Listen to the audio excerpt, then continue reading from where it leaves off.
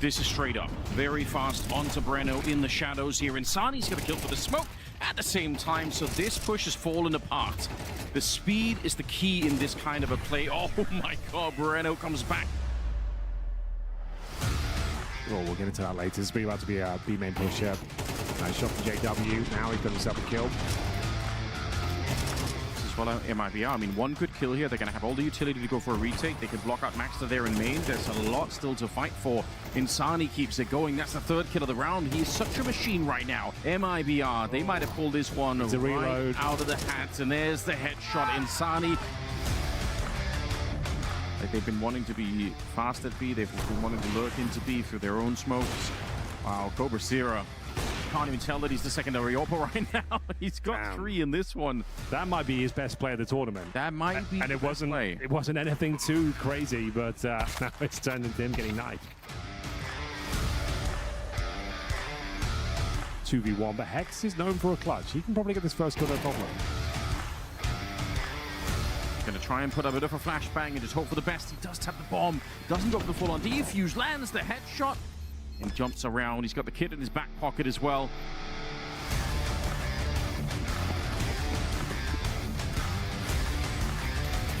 On the play over in Library, now the retake begins up short. Yeah, Masuta going to be going into the site. There's Shello, who's taking lucky down. Masuta! Yeah. Okay, there we go. Oh, look at the aggression here from Gravity. They're not ready for it. All the way down middle. Gravity's won the round. He carves them up immediately, and he pulls out the pistol as well. Gravity's on for the ace. Smoke for the cross. He's still got a player waiting in the tunnels. That's Masuta. Belchnok steps out of the window. He's looking for the second kill. He's done a decent job at isolating these fights.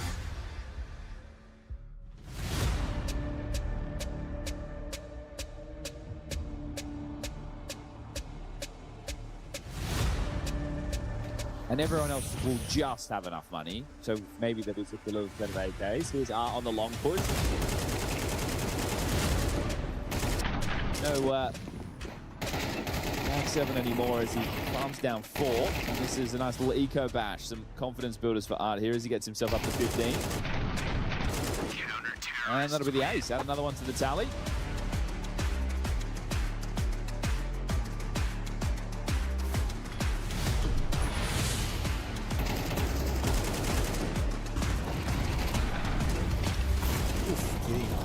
From Essential. Okay, that's the round over. He makes sure of it. Quick multi-kill shut down through the smoke. Quad kill out of Essential.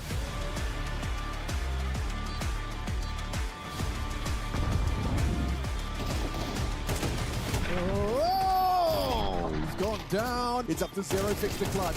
Takes and isolates the first. Swings on in for number 2.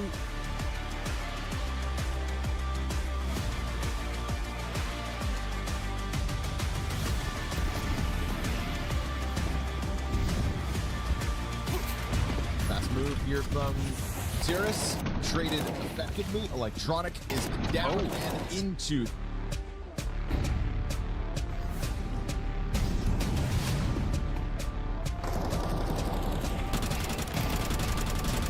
M4 gets away from him, but Banjo's got it in spades.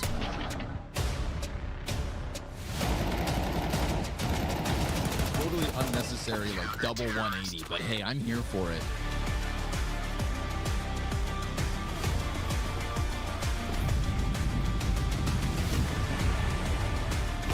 Takes out Dorko. Angry Simple, I'll keep watching.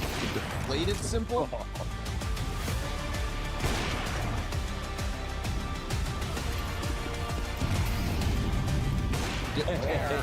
Heaven smoke. See you later, suckers.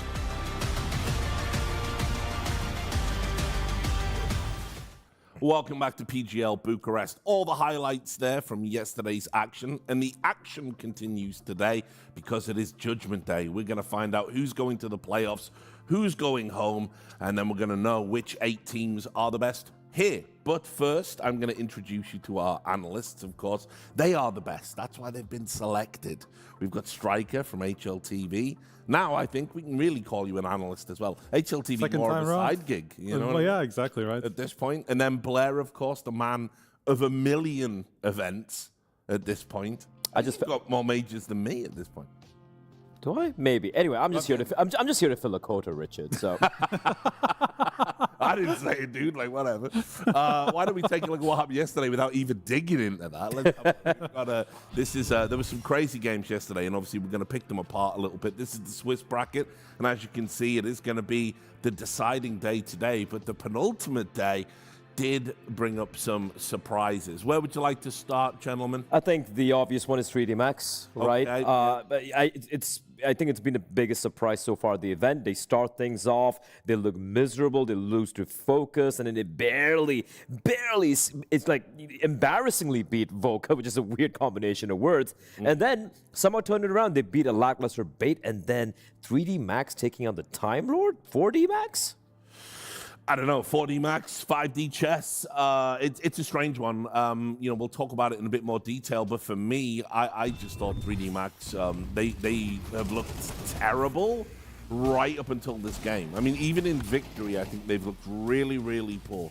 Yeah, even the Bait one. I mean, obviously, Yeah. it was more through Bait's kind of letting their foot off the gas than anything else. But 3D Max did look more like themselves in that game, at least, making the plays that they would usually do. We saw Exorcies, making those ladder plays and all these things. Slightly more on the crazy side, as we know 3D Max to be. So I think it was just more also just getting up to speed with the tournament because, obviously they entered it off the back of missing the major and that's obviously going to affect their mental. So for them to kind of build into the tournament is a good sign. Blaze saying surprise, but we both picked them to go through to the playoffs regardless of the situation. Yeah, but you weren't feeling like that after day one. Exactly. And look, and here's a worrying thing, right? Let's assume 3D Max do make a very deep run in the event, right? Or miraculously somehow pull off a very, very unlikely win. This is already beyond expectation. I know, but imagine they go even deeper. They're going to take down maybe a MongolZ, maybe a PARIVISION again, and make it to the playoffs and finals, maybe even win it.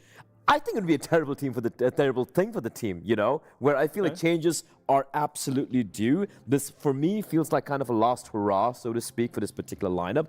But hey, Rich, they're getting it done, right? Especially the win over PARIVISION for me yesterday. That was easily the most impressive game I've seen from them in God knows when. Yeah, and you can see here, I mean, Striker pretty much nailed the assignment apart from his feverish delusions about NRG. Let's not talk about that. That came NRG to him in a looked vision horrible quest. this whole tournament. Yeah, I don't know what I was thinking there. I was just missing a name.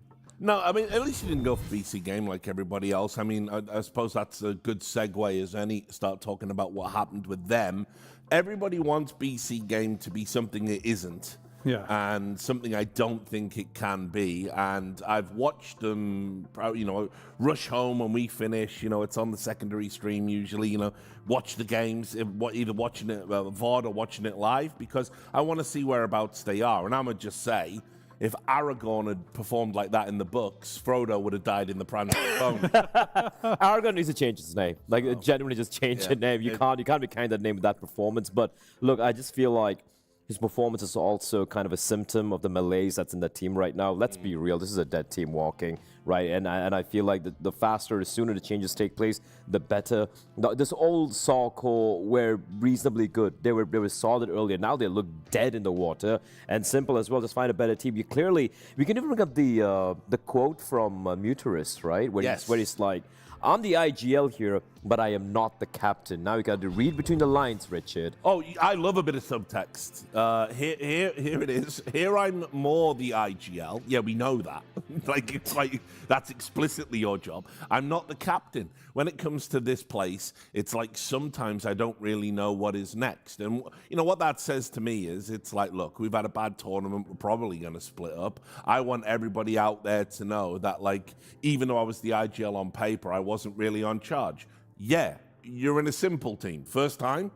Yeah, exactly. It's not even just the simple team, it's just BC.Game in general. Like their whole history is riddled with roster changes. The management is famously trigger happy about when things are not going their way. They are absolutely happy to just blow everything up and pick it apart. And then Taz, someone who's always vocal about what's going on, he said, "We are not good enough. That is the sad truth. We do really try every day, but it's not enough." I'm so not envious of Taz to be the coach of that particular team. I'm not. It's so rough where you have such vocal personalities like Simple, like Electronic, and then you're trying to make it work with this core. And I wish I was a fly. You know what? No, I don't wish I was a fly there. I think I might get triggered at how bad this is. Look, Rich, make the changes. You're the trigger happy, screw it, pull the trigger, make a change. 'Cause this ain't it. I think everyone's in agreement on But this. what would the changes look like? So let's say, theoretically, after Blow it the hell up. Just blow it up. yeah, but after they've paid all that money, and we're talking, it was $1 million, maybe $2 million. Yeah, Couple probably of quite a million. bit, yeah. Right, Couple of so million, yeah. you paid $2 million to bring in this team to play like this, as you're about to see on your screen. So then what do? You keep Electronic, you keep Simple. So what's Obviously. so what's going to happen to your Singapore run? You would have to buy another core, right? Look, either that or you do the 100 Thieves route, where you just go for kind of like a Hail Mary play, try to make the first major if you can, like with a new core. They could also do it a little bit more, progressively, right? Make 2 changes now and then the third one a little bit later when you get some results up. Because their ranking isn't horrible still, they could still make something out of it. But I mean, how bad do things have to get if you're Taz and you're saying we really do try, we really do try. I mean, if it's got to be said, then I actually think that's more of an indictment in a way. It's like, obviously you're trying. You should be trying. You're a professional Counter-Strike player. You're playing at a decent-sized org. We've all heard the rumors about the salaries that are going around there. And while I'm sure no one's close to Simple salary, I imagine they're very good salary, very good money. And yeah, you should be trying. That's the bare minimum. All right, this might sound like a wild idea, but trying to answer your question, what do they fix? Screw it. If Simple can't go to FaZe, get FaZe as Simple. Get the core in, get Carrigan. I still think Carrigan. You've got to forget about FaZe. You've got to let them go. No. I'm talking about the players, the individuals. Screw the org. Screw it, okay, right? Get Frozen, right? Get Twist, get Carrigan, bring him to Simple. I would get someone else instead of Electronic, but screw it. I think the team's already, it could vibe, it could work out. There are solutions out there. Bit of a fever dream, I know. But what about you get the core of Foot? Maybe. I don't think. Why would for a Foot go to Simple and Electronic? Exactly. Is my question. Maybe you drop Electronic. No, but the problem is, I feel like people like Simple and Electronic just will not fit well with a fresh, young team.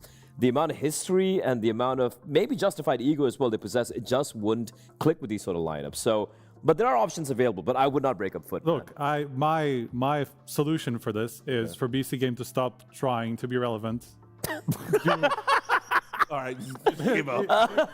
Give up. You're No. You want to give up, right? This has a phase 2. A phase 2. And make it all about the brand. We know why they got Simple, and we know, this is obviously a betting company that's possibly, doing this for the brand and for trying to get some ads out there. Simple looks good on an ad. Just get the old Navi core back together. Perfecto's free. Boomich is over in Bet Boom. Yeah, and Bet. Once he's out of Cologne, just get him in 2 and just get like some 5th player, and then just make it all about the good old days, and that's it. I mean, yeah. It would pull numbers. Here's the problem about the good old days, as old people know. The good old days cannot always be in the present. They live in the past of the good old. But that's days. my solution for No, just listen, give up. They're all viable ideas. I just think. I mean, that is not a viable idea, Rich. My FaZe idea makes more sense. I'm trying. No, my FaZe idea makes more sense. My problem with this team is the fact that we've already seen that it's very difficult for them to get any relevant players to go along and play with this with Simple in general and like with this team. So they have tried for so many different cores, for so many different players. Sure. So many of them shut them down. But that's why I think Foot isn't necessarily a bad shout, because the experienced players that are in a decent spot now qualifying for majors, they don't want to go and play with Simple. They don't want to have to listen to it and deal with the earache. The aura that Simple brings is no longer worth the downside, right? Because he isn't the player. He isn't that good, yeah. Yes.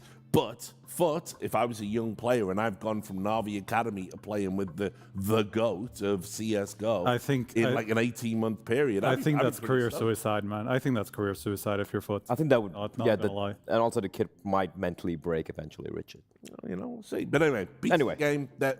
They're out. They're gone. In Hindi, there's a particular couple of words combined together spells BC. That's pretty much summarizes what his team is right now. You know what I mean? Yeah, I do. I do. Why don't we take a look at the schedule? Usually, PGL events have 2 streams, but today, because it's Judgment Day, it is just a singular stream. You don't need to go anywhere. I'm going to work my way backwards here. PARIVISION versus Wildcard. James has, I think, played a genius Uno reverse move. That's what I think. I think by being 3-2... Yeah, play the favorite in the first round anyway. Yeah, they play the favorite, knock them out, and they just alpha the playoffs. That's what I think is actually going to happen. Bait versus Legacy, that is going to be a match of the knocker. That's just going to be crazy, back and forth. Who knows how that's going to go? And the game we're going to be preoccupied with here is FOKUS versus Eyeballers. You want to get into it? Yeah, sure. I mean, these are obviously 2 teams that are here. They're very happy to be here in general, just because they haven't had the opportunities to, from both ends, really. Eyeballers have been together for quite a long time, but I don't remember the last time that they even played one of these tournaments. I don't think they ever have. I think this is their first one. Whereas FOKUS, a 2-month-old team, obviously on a quick rise, and just trying to make the most out of it so that they can be the next team up for Tier 1 circuit entry. Yeah, absolutely. I think Eyeballers, would be more happier, right? Because a couple of these players haven't really had that experience playing at this level. But for FOKUS, it has been an impressive... I've been enjoying watching them. Apart from their one game against Wildcard, where they just threw the game away, they come in here fired up. They already have a LAN win underneath, like a tournament win underneath their belt. So they're coming in here, making the playoffs a real possibility. And Striker, we said it as well, this is a team who really could upset a couple of names here. You know, they're a team not just happy to be here, but could upset a couple of teams and potentially make it to the playoffs. And now, at least on paper, they should be the slight favorites to get that spot. Yeah, I mean, I agree with that. I think I've seen enough here to think in this matchup, I think probably FOKUS should win. Yes. But it's got to be said, I was very concerned with the nature of the capitulation against Wildcard. True, but this is where someone like Cuban really comes in, right? If you're talking about the experience... Was that the guy with his head in his hands for most of that series? Yes, that was the guy who had it in his hand. I couldn't see his face. It was Cuban. But the thing is, you could see it from frustrated he was and everything, but if you talk about experience in a must-win game, you know, if to qualify for the playoffs and all of that, you have JW. Like, this guy's been multiple major winner. He's been in so many more scenarios than when these guys probably hadn't even started playing CS at a point in time. But that's when someone like Cuban really comes into play. He's the one who's going to be, guys, don't stress, because the stress is going to be on right now. And that's the only X factor here which worries me for FOKUS. Yeah, I mean, when I was looking at the game against BC.Game that they played yesterday, FOKUS, I saw that it was clear that Cuban told them, you know, what was wrong in that wildcard series to make sure that those mistakes don't happen again, because that was a much cleaner game compared to the wildcard one. You know, they never really were in danger of losing the series. So I do think that, you know, they have calmed down a little bit, made sure that they don't throw some of these situations away that they did against wildcard, and it's going to be a bit more comfortable in this one. Yeah, and obviously their opponents, Eyeballers, essentially, you know, some of the remnants of the Swedish scene, which used to be so imperious in Counter-Strike history and has obviously fallen on hard times, not just of late, for years, really. We don't know when they're going to rise like a phoenix from the flames. Certainly, it doesn't feel like it could be this lineup, but I will say there have been some bright spots.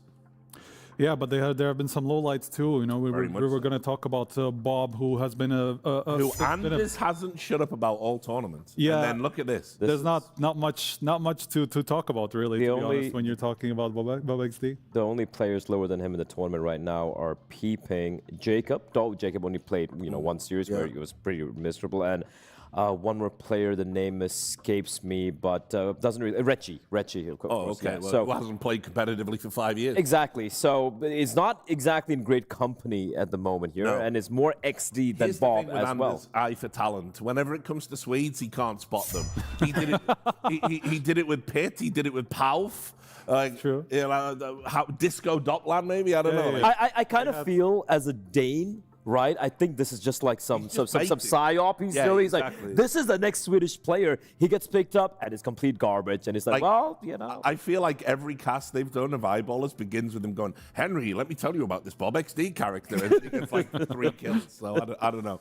But I mean, look, all joking aside, I think Eyeballers will be very happy to be in this position because they have got some experience of their own. Obviously, we've talked about JW.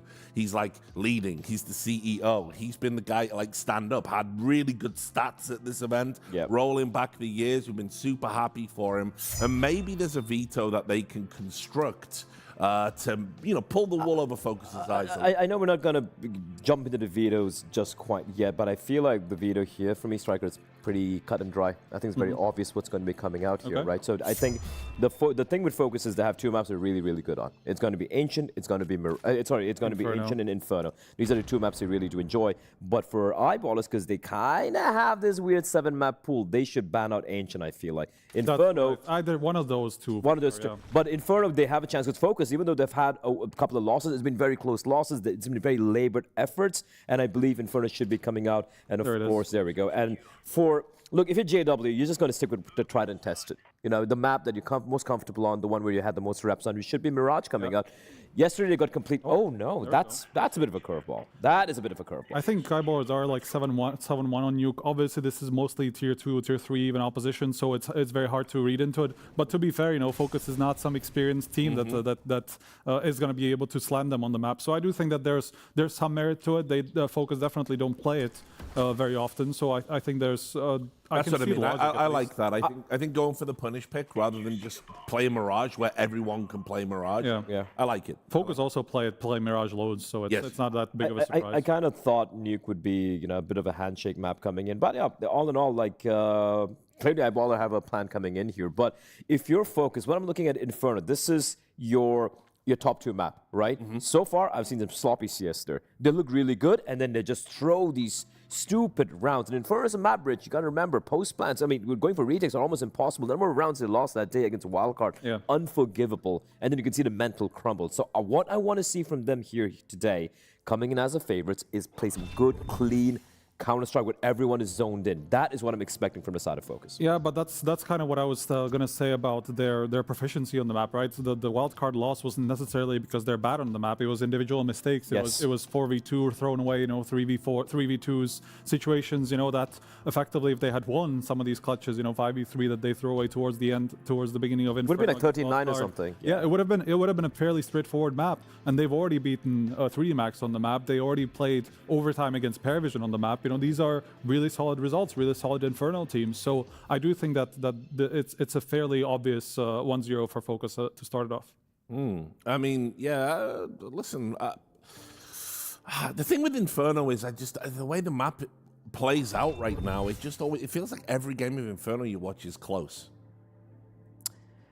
I disagree. I feel, yeah, sure, you know, you have like 2 really good teams that are comfortable on the map. Sure, it can be a little bit close. Like, but we talk about this particular game. We're talking about FOKUS and Wildcard. That should have been 13-8 for FOKUS. It was the individual mistakes being made. Yeah, but that's what I mean. Like one mistake on Inferno is like, I mean, it's way more high stakes. They made 4 mistakes. Yeah, sure. There's a lot of mistakes. Yeah, there were a lot of mistakes, but that would be my worry on this map. Like, it's like Eyeballers can sort of play it and can kind of, but I still think FOKUS is winning this particular map convincingly. Don't get me wrong, I got FOKUS.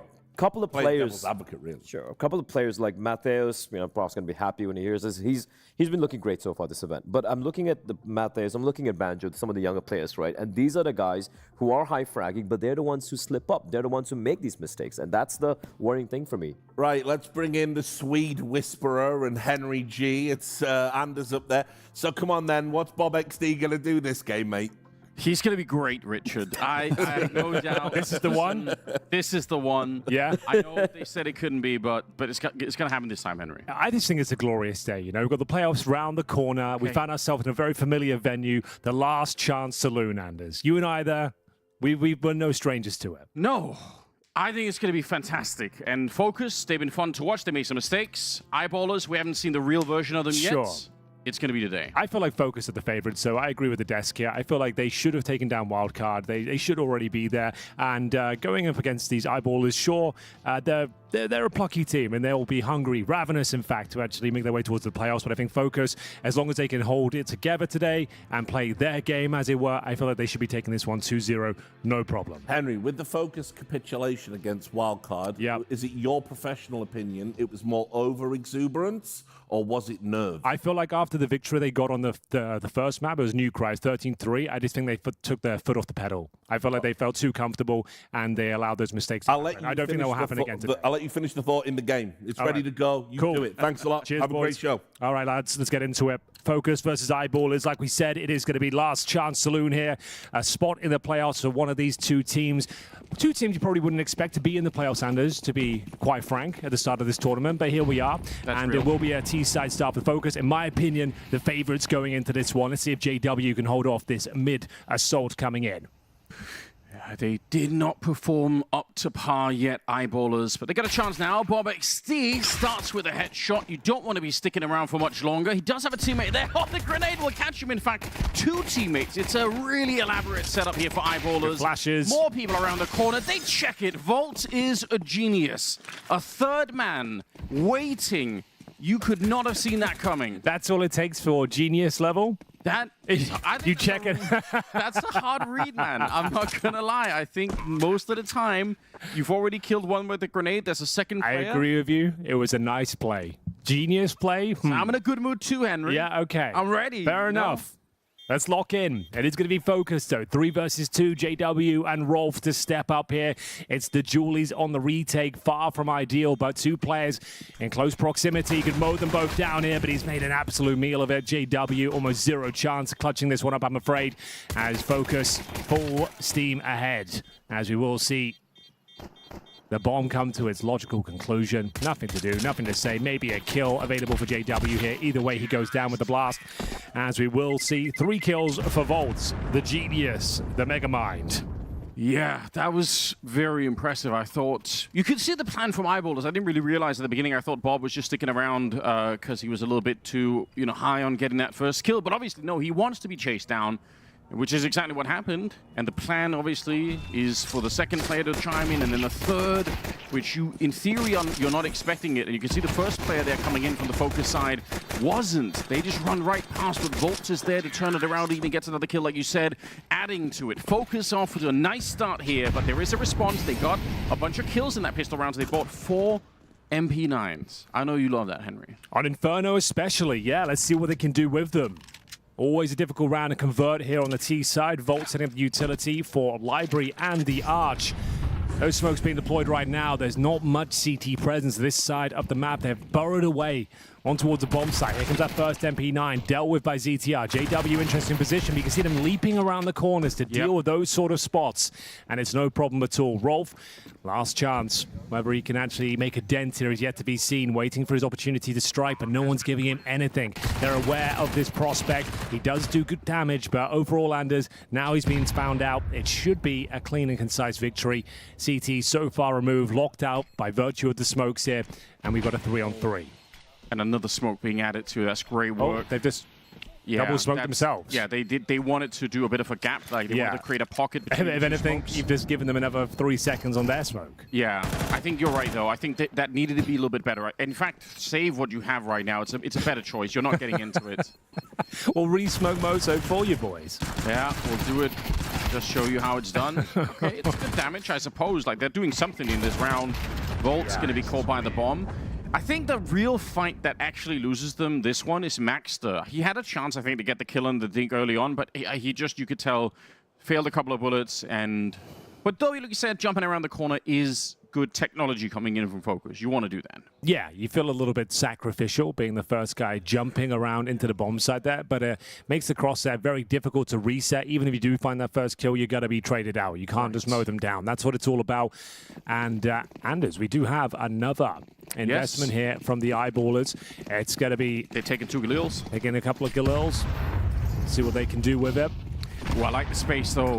Very, very fast coming up towards Banana straight in. I don't think they're ready for it here. Eyeballers, they could get caught with their pants down. Volt again. He finds an opening, wrapping around against BobXD, and they get it. Yeah, they got the dink on him. He's down to 11.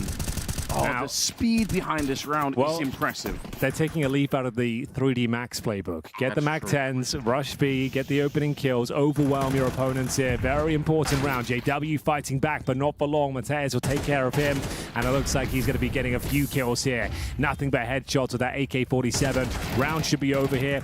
Just one player remaining. It's going to be BobXD with low HP. Not the best spray, but somehow gets away with it. It's going to be Jorko napping towards those new boxes, but no kid in play, Anders, but there is a smoke. Oh, there's one right there, and behind him, didn't even realize. Oh, but Volt comes in. Of course he does. So the rescue once again. Well, there we have it. I love the game plan from FOKUS, because honestly, I think if I had to sum up Eyeballers' sort of, run in the tournament so far, they just look very asleep. And this is an early game. If you come in high-powered like this, you take the fight straight to them, maybe they're just not ready. They haven't looked ready all tournament. Well, after saving a couple of Galils and have a force buy, Eyeballers find themselves down in the mud. Yeah. 3-0 here. It's going to be another partial investment of the loss bonus accumulating. We will see those 5-7s once again. A couple of HE grenades, 2 of which are deployed early. Still have 2 more over towards Banana, but no damage inflicted really as of yet. If anything, they're the ones taking the brunt of it. Yeah. We will see now. Deep smoke down here on the CT side. It's going to be Bob XD. Hasn't had a great tournament. A lot of hype around him, but tucks himself in. He's hoping Deck's going to set up the bait and switch. It's a very generous reading of what Bob XD has been doing. Not a great tournament, yeah? Yeah, I think Blair said it. He's down there with Jacob. He's down there with Reggie. But I genuinely am not going to give up on Bob. I think he is actually a good player. Okay. I don't disagree. He's had a terrible tournament, in fact. But I'll stick around for a bit longer. I think he could show us something. Well, they're at least buying some time here. Problem is, you've allowed Eyeballers to go towards top and middle, completely open. But there is a bit of a stack going on. Not necessarily a confirmed round here, but a B split is looking likely. With Volt's position, they might just go through the arch. They parked one player up. Going to be dropping that mid-util once again. It's going to bait out a reaction from Bob. If he gets one here, I'll be impressed, Anders. He's done well to stay alive this long, but locked in now by the Molotov. They'll be finding him eventually. 30 seconds short. They've confirmed it is a bit of an A stack, and they'll make their way in towards B. But JW with no util, it would have to do something unbelievably good at this stage to stand a chance. They don't have the smoke, but that almost could even be an advantage in this case. Just take the fight straight if anything, up. Yeah, for sure. Because if you smoke, there's a chance he could run through it, find a timing with a flashbang, just take the duel. Knowing he's only got the 5-7, maybe a Mac 10 from what you lost there from Banjo. But yeah, just take that fight, shut it down quickly, and now you're saving. There it is, the Mac 10 and that 5-7. We go 4-0. This is the pick of FOKUS, of course. If you are just joining us, this is the penultimate day before the playoffs here at PGL Bucharest 2026. Been a great tournament so far, I think. We've had some great upsets. We've kind of unearthed some new players, some new teams who weren't necessarily on our radar. And yeah, this is the 2-2 bracket all day long. So no B stream, all the action here on the A stream. And whoever wins the 3 series we have today will book their place in the playoffs tomorrow. 4 quarterfinals tomorrow, Anders. That is exactly right. Yeah, I think it's been fantastic so far. We've had a lot of fun storylines. Yeah. Foot's been playing well. Astralis been playing well. BC.Game playing bad. Well, that's half of the course. Astralis looking very good. Favorites for the tournament in my book. I'm going to say it again. I just want to put it on the record. Astralis are winning this tournament. Okay, you said I've got Foot, but I think Astralis is my second pick. They look very good right now. I must say I'm impressed. MongolZ, although the scoreline doesn't suggest it, I think they could. I think they look pretty weak as a team. I don't think their heart's really in it. I'm kind of tired of hearing the, not excuse, but the storyline of we don't practice, we don't prepare for our opponents, we don't turn up, timeouts. and we don't take any timeouts. I'm getting a bit bored of it. And I think Astralis is the other end of the spectrum. They are super locked in. Yes. They are doing everything they can to try and bring a trophy home. Yeah, you said it yourself. I think on day one, this is the best Astralis team we've seen in like 5-6 years, maybe even more than that. It's crazy. Really impressive stuff. FOKUS here, up with a 4-0 lead. Now, some of these rounds, they've been close in numbers. Not really closest in FOKUS was about to lose. They've just lost a bunch of players once they already won the round. They need to maintain full focus here, Anders. We saw them against Wildcard. 13-3 victory, as we referenced in the pregame, and then they just completely fell apart. They had massive leads, then started kind of giving up huge advantages, clutches that should never be given over. It happened time and time again. I don't think that will happen today, quite frankly, but let's see. I think they'll be very well regimented, and JW's got a bit of a gimmick play. He opens things up, but he's got multiple players coming through that smoke. Down he goes. Rolf, the booster, now has to react and try and make his way back towards the A bomb site. Mateus so parked up behind the truck here, looking to catch rotations. We'll see if this AK-47 can make further damage. He's actually got so much space on the map. Doesn't matter. The bomb is at T-mid right now. They're taking the B-bomb side. This is all a fake right now. They've actually turned it. This is an insane mid-round call. FOKUS are mind-gaming eyeballers. They're completely on the side of the map. All 4 players are here. I hate to use the word genius twice in one half, but this is sick. Okay, the round's not over though, but they have parked themselves up. We got Volt in such a prime spot, deep in towards the ruins here, guaranteed kill on the first. BobXD, what are you doing? Yeah, I mean, you can't just run in on 1 HP without your teammates. That's not a retake. That's just that's suicide. Lovely grenade, and that's round over. This is a fantastic round. The boost in the middle for JW is a really cool idea. It works, but then Mateo says, absolutely not. And he runs through, finds him. They realize that's going to force a huge rotation. They go back, pick up the bomb, which they left in middle, and then they just go for the B-bomb side, and they're not ready for it. I'm liking the game plan from FOKUS. It's one of my favorite approaches on Inferno. You use that top mid smoke every single round. You don't necessarily have to use it, but if you can pop flash through it and actually find that space, it's very, very difficult to deal with there. We saw the counter, the reaction, trying to boost above it, but the pacing behind this one, FOKUS are in full control as they go 5-0 and force out the first time out here. It was a pretty nice idea from JW and Co. They even got the opening kill there. Yeah. But as soon as that brute force approach and methodology was deployed and they found all that space, you had to pull everyone over. You have to assume it's going to be an A-side attack. But all the meanwhile, the genius level play once again from FOKUS as they take over the B-bomb site. Even on the 4-on-3 disadvantage, it felt like a guaranteed round. Volt was so deep towards the ruins. BobXD basically runs in towards that area with his knife out on 1 HP. That's when the round collapsed. Just to, to hedge my bets a little bit, because I've obviously been talking about eyeballers. I did say from day one, I think FOKUS are going to make the playoffs. Okay. And part of the reason I did... So you win either way here? I win either way. That's kind of how I structured this a little bit for myself. Cool. The reason I said this is just to highlight what you were saying, which is that they normally do play this very structured. They're very smart with what they do. Yeah. And that was one of the reasons why I think they could do it. That and the fact that Banjo is insane and Mateos is very good. Like, they got 2 star players there. Oh my god, that's ridiculous. Okay, I was about to follow up on your point. We'll get into this round. It's going to be BobXD having a rough one the last couple of rounds here. He's got a decent amount of kills, to be fair to him, 5-5, but he gets absolutely smoked at the top of Banana. And it's going to be a nice little reset of the round. They're going to recover some utility and T-spawn. Stock up and flashbangs here. He didn't even live long enough to make a mistake. No, exactly. Great shot there. ZTR delivers the goods. A lot of space found already as well. That opening pick is a nightmare for the CTs. Your defense is spread so thin. You've got one player defending the B-bomb side. Mateus really looking quite confident in all of these duels. You can see it in his movement, the crosshair placement. He knows he's got a lot of open runway here. It's going to be a fake towards B this time, Anders. Nades, smokes down, trying to hold off those rotations. Yeah. Even if you could just keep one player in Dex over here, that's still better, right? You isolate a 5-on-3 on this A side of the map, you're quite happy with that, or you should be. JW needs this shot, and he won't get it. The flash to offset it. Max barely saving the captain and the CEO. Rolf gets a spray down to the 1, but Banjo's going to trade it out, and he'll keep it going. Might be... Well, he doesn't even take that much damage. He's to 78. Another round. Up to 6 now. Yeah, if JW hits that first shot, it's maybe a different round there, but as soon as he does, you discover there's at least 2 players towards middle. You're ready to pounce out the apartments there. You can pincer in towards the bomb site. You know there's going to be at least 1 towards B with that little fake they deployed as well. So, yeah, really nice structured round there from FOKUS. Makes things a lot easier if you take down BobXD in the first 5 seconds of the round, not going to lie, but they play it perfectly again. This is what we saw on the opening map against Wildcard. I was commending them for their tactical structure, the mid-round calls, not giving too much up. They won Nuke 13-3. It was looking like a world-class squad. They collapsed in the following maps due to the individual mechanics of Wildcard, which we knew were peaking in this tournament. I'm glad you brought that up, because if not for Hex, then FOKUS do win that game. Yep, absolutely. Every single time. Yep, and that's the way she goes sometimes. Yeah, it's one of the. In fact, it's one of the beautiful things about the game, right? Yeah. Like, yeah, strategy is a big part of it, but sometimes one person's will just kind of assert itself in the game. BobXD, head's not in it, getting his head blown off at the start of each round. Looks a little bit.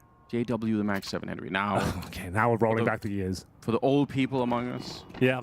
How old do you have to be, do you think? You think 30 at least? You got to be at least 30. Okay. It's still pretty young, in my opinion. In your opinion, yes. Let's get into a desperate scenario here. The Eyeballers 6-0 down. That's not good. Fully locked in our focus. Plenty of cash. The rounds haven't been too close. It's that Mag 7. To be fair, perfect weapon for the job for this position. It is viable. Yeah, I mean, on some maps, it's definitely not a meme weapon. Nuke is the classic, but we've seen it at the half wall here in Banana, or in this case, the apartments. It can be a bit rough if you're trying to retake, but presumably there will be other weapons to find if you have to run across the map at that point. So we'll see. He's in range. Banyo on the other side, thinking about it. But right now, he just wants to check if anyone is playing that library corner. That's what he's holding there on the T side. Jorko started to get there, and in fact, after losing Bob XD again early on here, they've rotated everyone over. Now they're pushing middle. Eyeballers, they're trying to come up with a way to do this. They're in the middle. CTR could be dead almost for free. The bomb is in the A apartments, though, so this round is not over yet. If this was the bomb, it'd be more disastrous. Rolf, great kills right now, but it's still on. JW's dead. They can plant the bomb. There's nobody else at the A site. It's the same old story. You think they're getting back into the round. They're finding some kills, but they're so far removed from the actual location of the final target. A 3-on-2, sure. But it comes down to this shot in the apartments. Can the flick land? Jorko's not bad at all, but he can't get it this time. I thought he had it. Now it's on Banyo. Don't underestimate him. If you give him a chance here, they won't. They push it at the exact same time. Yep. Very good work, but he could have done it. Like, he's the kind of player that would. They're getting pulled all around the map right now, Eyeballers. Even in victory, it looks like it's labored. I agree, right? That's a round that they win by stacking the A bomb side, pushing down middle for Rolf to basically get a triple kill. Like, yes, it's a round, but man, this is not the normal way to play Inferno. We'll take it, though. They're on the board. There's the triple. This shot here. If the flick connects, it's a very different finish to the round there. But Eyeballers finally on the board. As we said, though, the money's not going to be a problem here for FOKUS. It's full speed ahead as we enter round number 8 here. Bear in mind, this one is for the playoffs. FOKUS have put their best foot forward to kick things off in their map pick. It's going to be double grenades down towards the bottom and middle here. Do any of them connect? Definitely not. 100 HP for every member of FOKUS. And we have got Volt. He's pushed through Banana. Molotov's going down towards the quad side. Spam to follow things up as well, looking for that mid space once again. It's going to be a B execution, Anders. Mid luck will remain for Mateus. But now they've got that Banana control. The grenade could do a lot of damage. This bounces off this wall. That's significant, yep. Has set 2 players up. Speaking of grenades, JW down to 1 HP. Unlucky. That's even better. It's like you just got to hold the angle now. This everything Eyeballers do, FOKUS has something better. It's like they're proving it in every little interaction. The boost in the middle for JW, Mateus comes through to kill him, right? They did about 40 damage, and they do 99. Yeah. Number is bigger. 50 seconds. And they're back to putting some pressure. They don't have to commit to this mid push, but they've got the apartments as well with Banyo, so you never really know what's going to happen. Maxter gets a kill. Dex chimes in. It's only going to be the one. Volt's very fast to react. And Maxter's going to go down. He will take him from beyond the grave. The Molotov there. And Rolf, you've got to get that kill. They are a little bit low here on the T side. Everyone's low. Everyone is low. Bob XD, though, maybe with a chance to shine. This is your boy. Let's see if he can step up. JW will have to sit back and wait and see if a target presents itself. Bob XT will certainly have to do the heavy lifting here. They've got a plethora of utility. Flashbang towards quad, but the focus will be from the art side here. JW just hoping that someone will peek into his crosshair and he can cut this one down to size. If they don't have any of the util they want, they'd love an HE or a Molotov or anything really to open this up. Smoke is going to be there. Hiding inside is Jorko. Just takes a little bit of a peek. There's Banyo, and what a headshot. Jorko cuts down JW. Wasn't needed. A bullet to the chest would have done the same. But it's FOKUS at 7-1. They look so sharp right now. Tactical timeout. This one getting out of control. JW naded down to 1 HP. Meant he couldn't really be an asset in that clutch. It's also... I understand why they want to smoke off the pit, but it actually also gives another kind of threat, which is that somebody could go and hide in the smoke. Like it's if they had the incendiary, it would have been fun. They had no kits in that retake. It was already a done deal. That's another good point.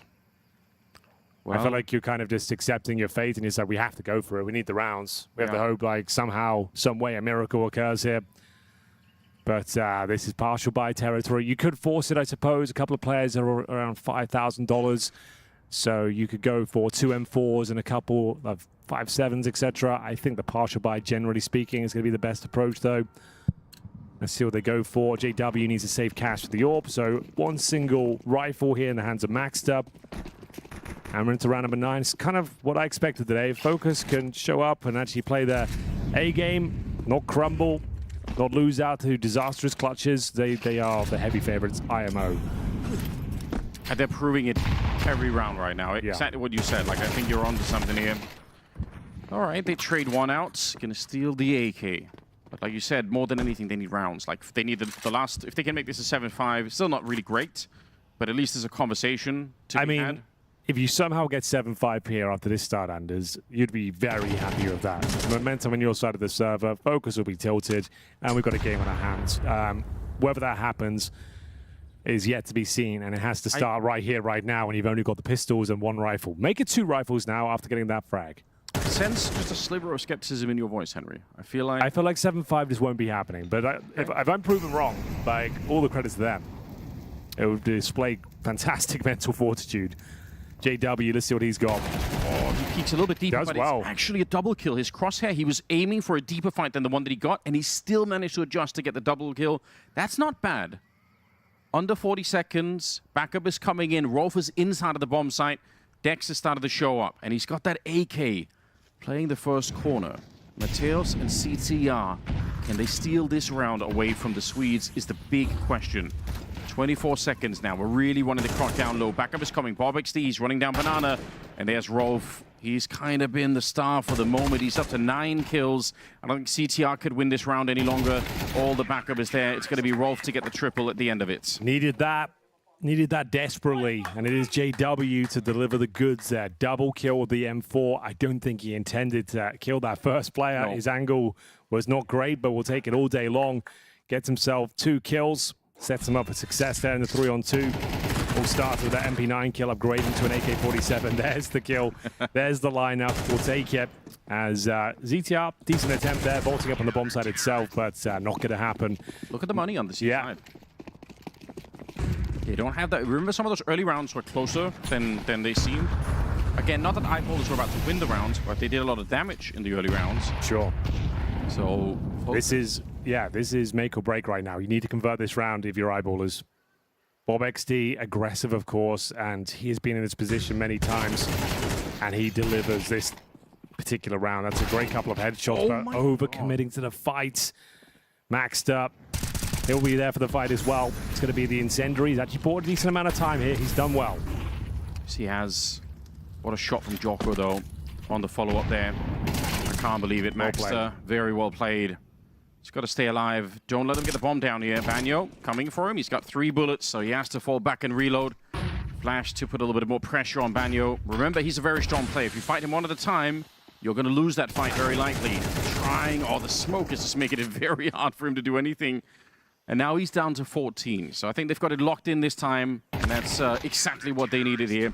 Oh, yes. 7-5, actually possible now. Has to be the eco into this following round here. It'll be round number 12. The guns will come out again. You can't really justify much more than a couple of P250s in this follow-up round. Even a Deagle might be a bit of a stretch. So Jorko will be bringing out that, but that's what we wanted to see. BobXD, his best sequence so far. Nice little double kill, courtesy of that flashbang. Maxter, really nice utility deployment there as well. The flashbang, the incendiary, the HE before he peaks, giving himself the advantageous duel. And as mentioned, has to be the eco here now for FOKUS. They are back. 7-5 for eyeballers would be fantastic, considering where they were. Yeah, like you said, could be a bit of frustration for FOKUS. That's what I'm thinking. Yeah, that's on the cards. They were up 7-1 and potential 7-5 here. It's definitely going to be 7-4. Yeah. Don't see them losing to 1 P250 and Glocks. I don't think so. It's rare. Rare that it happens.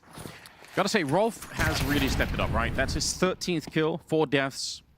It's very nice to see him step up to this level. I think that's what the team needs more than anything. I think Eyeballers haven't had a chance to breathe in any of the matches that we've really seen them play in so far.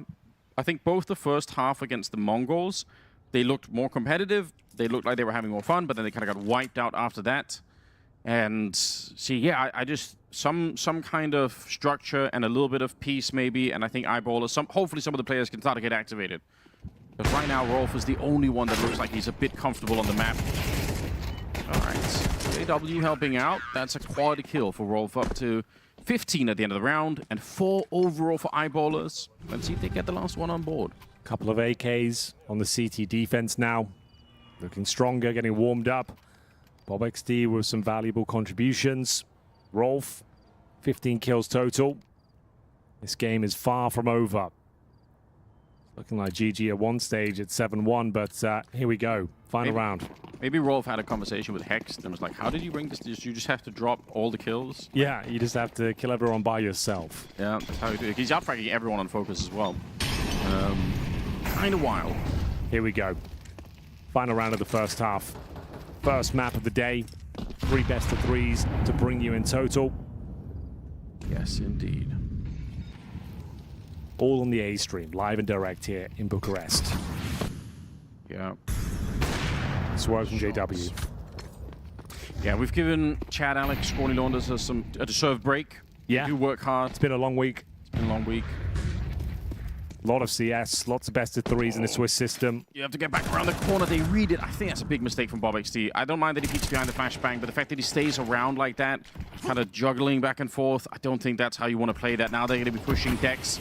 They feel like he's alone, and they're not wrong about that either. CTR, he knows there's going to be a gap in there, and Mateus will take down Maxter. So the Dreamer, that 5th round, looked very unlikely. Deep grenade, too deep in fact. Could have been a shot for the smoke, but it was not. Here comes the retake. Both players through the ruins. I don't think this will be happening, and that kill confirms it. JW, 4 versus 1. Gets a ding through the wall as well. It's going to be almost impossible at this stage. Nothing he can do. Nothing he can say. Playing for stats in this particular moment. If he can get a couple of kills, that would be great, but it will be a very successful first half there. 8-4 on the T side. Great team effort. No one really leaping off the page in terms of individual frags for FOKUS. Just great team Counter-Strike. Yeah, which I think is kind of the DNA of this team in some sense, even though I think Mateus and Banjo are very good players, and maybe if you wanted to name some superstars, those would be it. But the fact that they don't have to rely on them solely is a very good look. And for Eyeballers, a very different story. 4 rounds picked up with Rolf dropping 15 and 5. That does feel like a one-man show. That's the only reason you're even competitive in this game right now. I still think the game plan for Eyeballers in the pistol round was a cool one, and I wonder what would have happened if Volt hadn't checked it. I'm not saying that necessarily loses them the round, because getting kills with USP in that corner can still be very hard. Like sometimes you just miss the shot. So, but that's all in the past now. Cuban, he's got to be satisfied. You could see him in the back looking focused as ever. Nice. I see what you did there. I'm playing into it now. You're the real genius. Thank you, Andy. I've been waiting for a long time. I've been needing people to say that, and they just don't do it. So thank you. Let's see what the pistol has in store for us. I'm seeing Julies being dropped in spawn, 2 of them for FOKUS. Very potent on a map like Inferno. Use them towards the boiler room. Use them close range in towards Banana. That's ideally where you'd like to see them. Actually selling a pair of them, so just going to go for the single set. Okay. And we're going to go. We're getting aggressive here. I love it. With the aforementioned dual elites. FOKUS feel like they've got the upper hand. They've got Eyeballers pressured. He's hearing the footsteps. BobXD. He knew that someone was above him, but Joko will still cut him down. The round is still looking decent. Goosh, and then they find Volt as he was backpedaling. See ya. He's got no business getting a kill like that. Well, that's the pistol round confirmed. Joko is down to 15. Banjo, unless he finds a miracle through the smoke. Nothing to do, nothing to say. Their round to throw away now. They are giving him opportunities, to be fair. Yeah, don't do that. But he's down to his last mag on the USB, so not going to happen. There it is. How does Dex get that second kill? I don't know. Just out jogging with his Glock and having a great time. Good stuff. Needed that. See if there's any headshots available. Not going to happen. There's the pistol round. You've got to get through the force buy, though, of course. And Inferno, it's very difficult. Does it matter that they only got 1 kill here for the force buy, Henry? I mean, it's not ideal. They'll still force buy either way. You still have enough for MP9s and 5.7s. definitely would have helped you get a few more kills.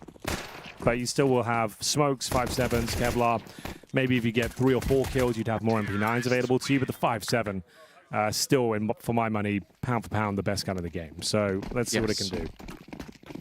Okay. Well, here we go. The ammunitions are dropped. For Mateos to, or actually for CTR to throw all day. So he's going to be, pedaling back and forth, picking it up. Well, we talked about this idea before. You can drop those half-full grenades from CT spawn, and if you keep throwing HE grenades one after the other, it suggests there's multiple players there. Yeah. When in fact there's not. It's all a bit of a ruse. A stack towards the quad side. Oh my god, the timing's insane. They don't punish it as much as you'd like. There should be a trade here as well. Okay, so it's absolutely fine for Eyeballers here. 3-on-3, technically favors them. They're hoping no one else will be home here. In towards the lines, then they go. 5.7s, like we said, very potent on Inferno. And here's Volt. Can he step up? Yeah, don't underestimate it. He's been very sharp Volt here so far. Look at the precision. He's not even just full on bursting it. He's actually just clicking them away. I think he could have had that. I admire the precision attempt there for Volt. Grenade could work. It could work. Oh, it's in the wrong player, though, unfortunately. He maybe could have killed Maxter. Now it's tricky. CTR wanted to get through as the bomb is being planted, looking for the kill. But JW finding 3 in this round. And Eyeballers are back in the game a bit now. They definitely are. That's a huge round to win. 5.7s definitely proving to be problematic there, but Volt unable to find the double. If he does, I dare say there's a good chance of winning the round in the 1v1.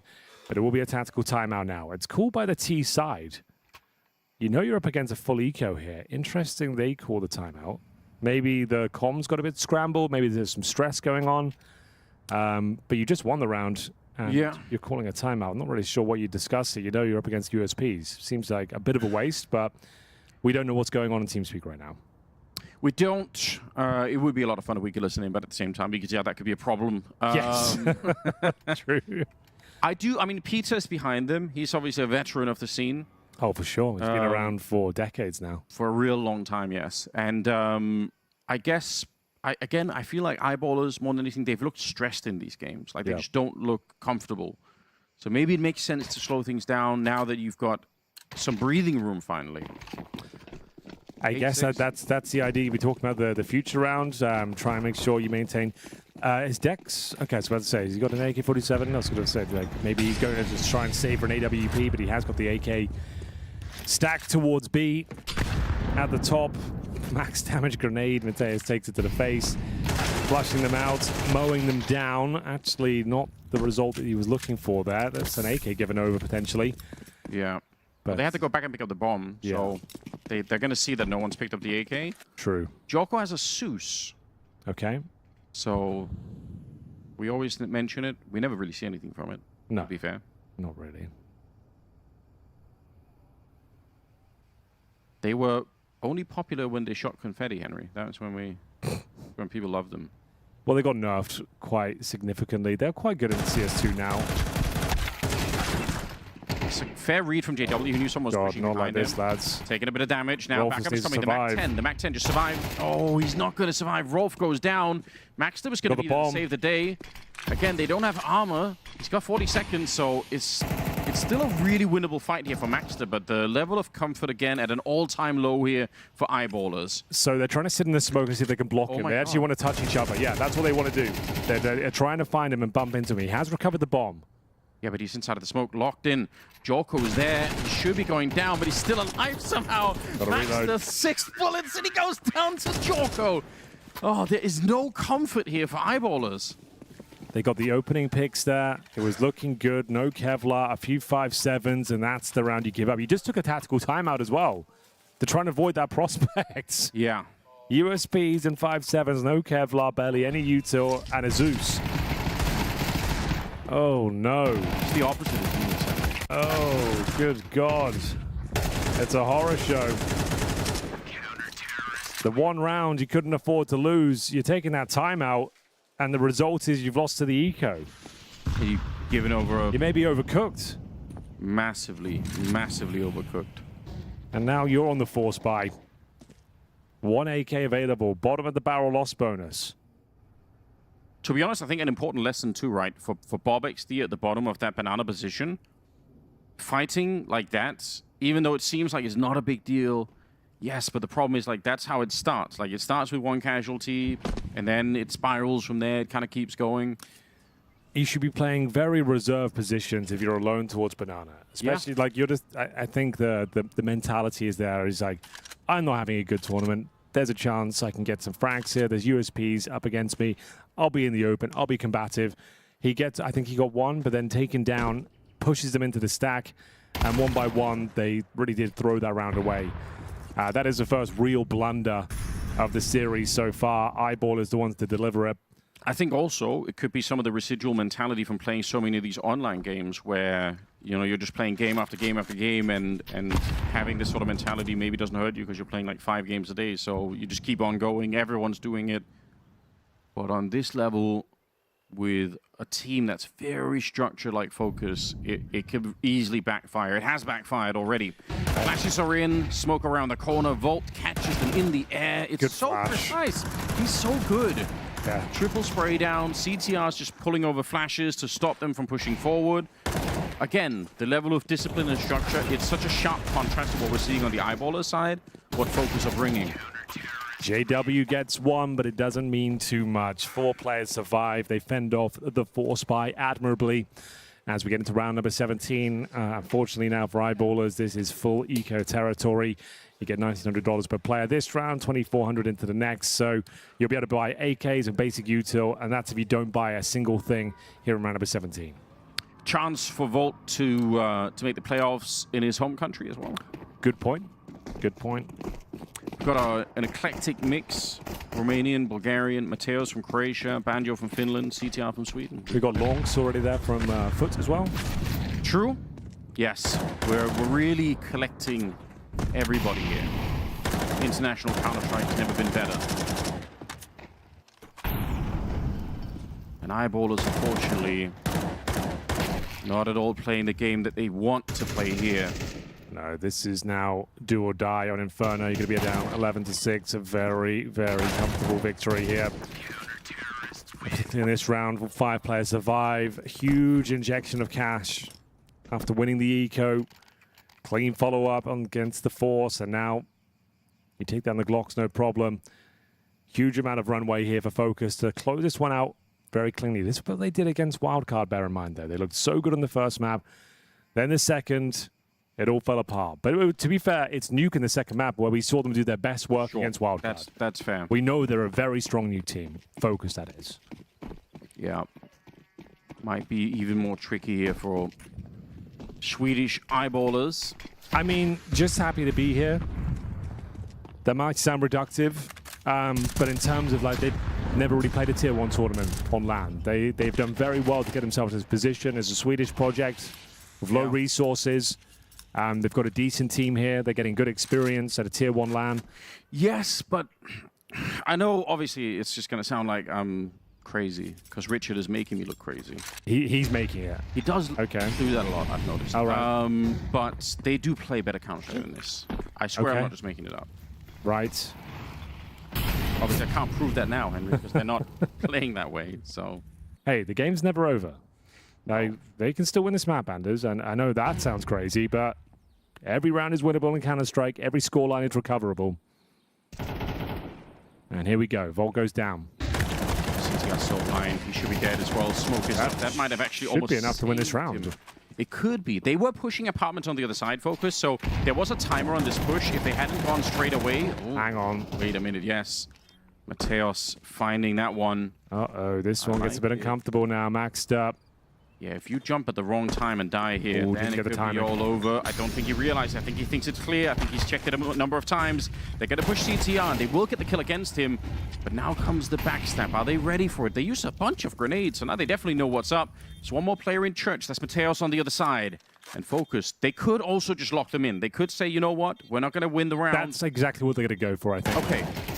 I like that. You've got so much money. You're happy to go down with the blast. Oh, God, don't throw it now. Okay, the bomb will go off, but it looks like almost every member's going to go down. Does he survive? Just gets away with his life as Bob XD You take the round, but we talked about the financial situation for FOKUS. This doesn't really affect them at all. They take an AK and an M4 into the next round. They can bring out an AWP, certainly, if they want it. And even after winning the round, you're going to have to take concessions with only one player surviving on the T side there. You will not have everything you need. Everyone will be averaging around $4,000. We're seeing that reflected already. Galil's, Mac 10s. So you win the round, but have you really? It's not. It's going to feel worse, 100%. You're going to have to bring something thick and fast here. A pocket strat is required. Brute force. It's going to have to be the aim of the game. Okay, so they're pushing past their own smoke here on Banana. That's the T smoke. They molly themselves. Love it. Volt in some pressure. They molly here, themselves. But counter flashes, you're right. They have. That's anything but ideal. Grenade around the corner is good, and they will kill Volt for it. But CTR's taken up this position, and the question is, are you ready for it? You've already got a kill in this corner. They're not at all. JW barely gets the rifle out and barely lives. It is technically a 3-on-3. It's a hard round to win here. They're trying to molly the corner towards the top of Banana. They end up mollying the half or landing on their teammates' feet. I can tell your optimism is slipping, Henry. Yeah, what would MongolZ say? He wouldn't be happy with that at all. Yeah, you hate to see it as well. The T side molly, like, oof. That is like essentially killed your teammate. The round is still somewhat on, but look at the damage they've taken. Resources, not too bad, to be fair. A couple of smokes, flash, Molotov here. 2 low HP players, though. Time running thin, and this is just such a sick setup. I don't think there's a world where you're not finding at least 2 kills here with this 2-man setup towards A. I think you're right. I do like this setup as well. Shadows on the ground, they know everything. Banjo, and yeah, they will just clean it up. Very good. And yeah, you're cooked, unfortunately. Cooked. Because like we said, you won that previous round with one player surviving. You've got no money now. You have, what, average 2,500, maybe 3K. And yeah, you cooked yourself with the Molotov. Yeah, good point. I'm not sure we'll catch it on the replay, but that's when the round was over. They're trying to Molotov the corner, isolate the fights at sandbags, but... You know, I'll say this. It's my favorite thing casting Counter-Strike with you, Henry. Is you show up every day, optimistic, you're happy, you want to watch great Counter-Strike, and then the team slowly take it away from you. I think that's just one of those unlucky things. Like, it's a good idea to Molotov the corner, as they were going to do. It's just, it comes down to the minutia. That's Counter-Strike. You miss the Molotov by 1 pixel, ends up mollying your whole team. Yes. You have to make do. And that should be GG, but we do talk about this all the time, Anders. The hardest round in the world to pick up is number 13. Look at this turret setup, though. Double AKs in towards the apartment. And it hasn't worked out at all. Rolf coming out on top, and they're going to have to run through the flames once again. The grenades are fantastic, but so is that Mac 10. It looks like we've got another round for eyeballers here. That confirms it. 4 versus 2. It's the apartments where you normally have to take the little guns, and it works out very nicely. You've been known to say it, the hardest round of them all. Oh, yeah. And that double setup, I was just about to say, that's going to be very hard to defeat. Especially because they come at 1 AK on the other side. The guy peeking from the other angle is, I think, a Mac 10 or a Tech 9 or something, and they still found a way through. That's pretty cool. They need about 4 more of those to get this one into OT. Not impossible. Money is pretty good on Jorko. He's got 8,000, almost 12,000 on Banyo. So it's not going to be, it's not just going to be a straight cruise there where you have a couple of eco rounds. It's going to be an uphill battle here for eyeballers, more or less the whole way through.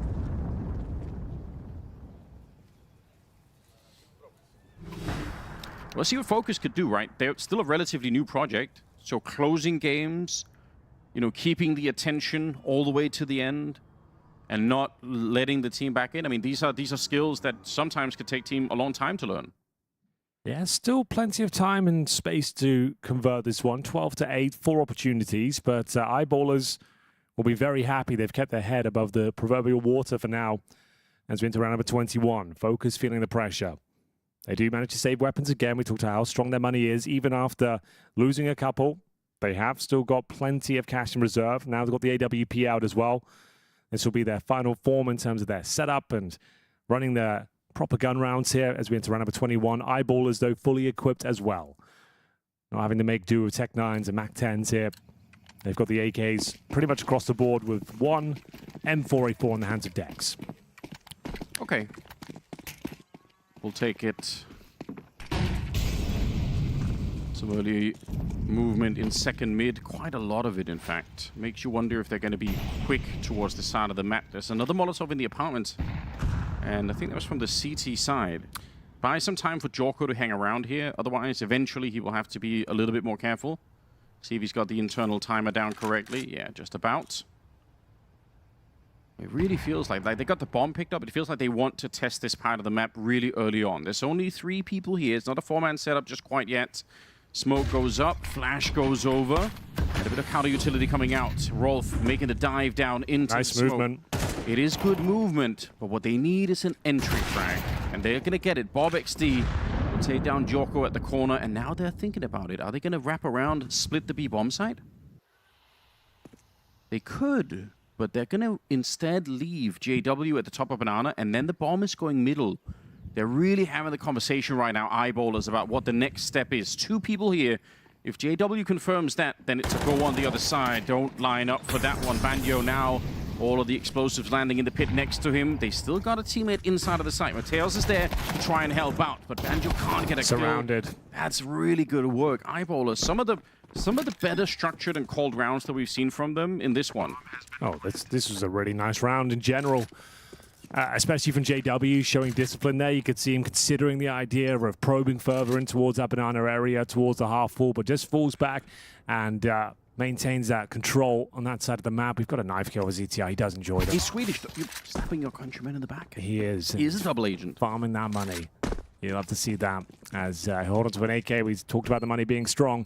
That only adds the reserves, another $1,500 coming through, but the headline reads that Eyeballers brought us down to a 3-round game. They are back on their feet after a pretty abysmal first half. They gave themselves enough to work with after being 7-1 down. I think importantly here, in the previous round that FOKUS also lost, they had 2 rifles alive. They have 2 again here, exactly. And with the bank that they had going forward, that's going to keep them competitive for a lot longer. So even just saving 2 rifles is actually kind of a big deal. Yeah, Eyeballers certainly on borrowed time right now. 1 round against them. It's GG, but like I said, recovering this map and just bringing it to this sort of scoreline, this is your opponent's pick, right? So, sure. Moving into the next one, Nuke, like you'll be feeling good either way, just like knowing that you're warmed up, you're ready now. Sure, would have liked a stronger showing here, but like I said, it's not over yet. Overtime still very possible. CT's constantly playing on his front foot, trying to get the opening picks. Good damage on either side with the grenades. It's Volt down to 65. Roll finding himself at 69. Nice. I'm glad, Henry. We have multiple numbers we have to dodge. All the now. funny numbers. All the funny numbers. Only leaving Volt at this side of the map. I must say, I'm really impressed by how Volt's been playing in this first map. His focus looks so sharp. Not just checking the corner, obviously. That was genius move. But generally, I still can't figure out why he was so overlooked after game early, Jen. I really think he's proven himself a solid player. Oh, he definitely is. He's fantastic. For always a safe pair of hands. Yeah. IMO, like always great at anchoring bomb sites and finding you 1 or 2 kills, never overplaying his hand. What's that flashbang for? Is it for CTR to peek in? From Volt? Yeah. Yeah, so that's like that's called the Magic flashbang. This is like one where you can swing yourself. So when you finish fully committing, you drop it over and you can swing around coffins yourself, just like he's doing that. Okay. So Magic will do that for Aurora all the time. He kind of like made that very popular. It's a very, very good flashbang. Okay, that's a good shot. Good remembering. Rolf, he gets a kill. Yorko has to reveal himself in the back. He can't just stay sniping here. Banjo's gone down. Oh, he can. We don't know. How are they not calling it out? Surely someone's going to find out. Jorko. Is it GG? That is wild. 6 seconds left. Dex going to plant the bomb. And Mateos on the other. Oh, the flashbang. He's so No! Gets the headshot. How? He was basically AFK with the flash. He couldn't see a damn thing. Nobody was home. It was lights out. Deer in the headlights. Oh, no. Mateus will be kicking himself. We're not going to get a better opportunity than that. He doesn't even move, completely blind, nowhere to go. And it will be the CT timeout. Felt like the job was done. The AWP finding shot after shot. Speaking of which, it was JW boosted up to open things up here. Am I wrong? Did it look like it took a long time for Eyeballers to pinpoint where Jorko was? Yeah, I suppose so. Oh, damn. You see that reaction? He knows he should have picked that up. Yeah. Yeah, I feel like they killed 2 players. They didn't realize he was at the back necessarily, but he hit some very impressive shots, but Mateus should have been closing that out. He knows it. He had such an advantage in that duel. Missed the shots. Completely blinded his opponent. You knew where he was. He's gone default plant. You heard the plant coming through. Smoke was dissipated. You couldn't have blinded him anymore if you tried, and now the money's starting to wear thin. Sure, it's another full buy, but ZTR, MP9, they're trying to bring the game to JW, but he's starting to hit some shots now. 15 and 18. Mateus looking to make up for that lost clutch, and it will be JW to take him down. All of a sudden, overtime looking quite likely, Anders. Jorko's the one to die next. JW really getting warmed up. He's at 17, landing those op shots in the middle. Banjo's the only defense on this side. He's going to try and throw out whatever he can. The Molotov is not going to spread into the corner. It's quite lucky to be alive. Yeah, they'll throw more at him. There's another Molotov there. He's just giving up on life.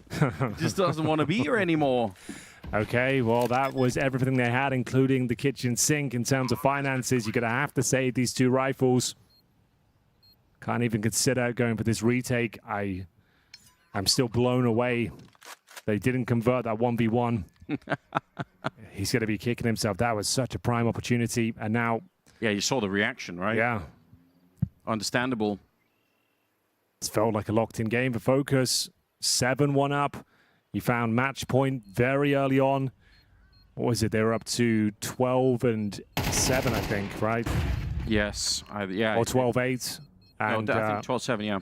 And now you're looking down the barrel of overtime. And that's if you don't save these weapons. We'll see whether they can hold on to the rifles. It's going to be a nice incendiary to disallow the entrance in towards the ruins. But round number 24, we have made it the entire way. Courtesy of JW, has to be fair. He's finding picks. The old boy still got it. If the 13th round is the hardest of them all, what about the 12th in overtime, Henry?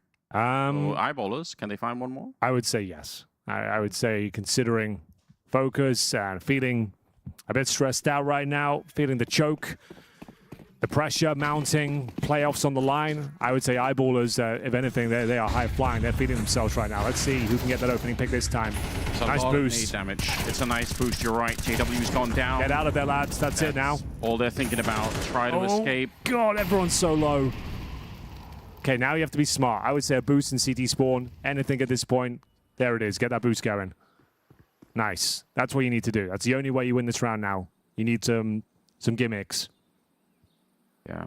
Gotta hope that there are no grenades landing at the corner. It's going to be a B play. Contact in.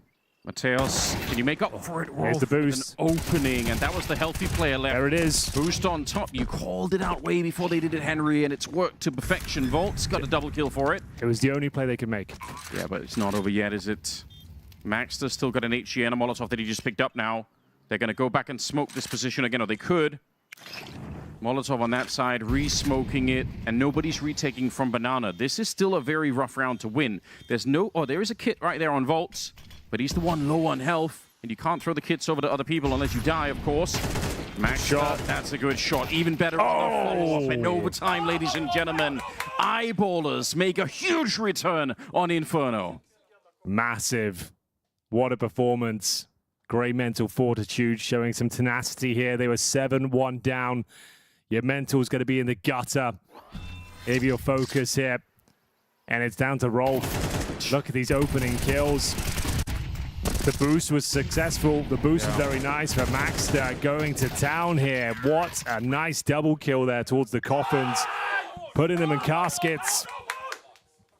And we head into overtime. They'll remain on the T side here. Eyeballers are turned up to play, not going down without a fight. Well, this is really bad news for FOKUS, isn't it? The Swedes are getting rowdy. Usually quite a calm national people. They're just really chilled out. But once they get going, Henry, well, things get crazy. They are feeling themselves now. Other members starting to shine. Maxter, huge contribution there. gets it over the line in towards overtime. What's the response? That was a 5-on-4 advantage for FOKUS, but they took so much damage trying to retreat there. Even with the nice boost, the double kill from Volt, still nowhere near enough. Felt like a comprehensive victory there for Eyeballers. And again, willing to take these challenges. It's going to be Volt taking massive damage again. He finds a kill, but can he get away with it? Flames at his feet. Down he goes to the HE. Mateus taking damage as well, 4-on-4.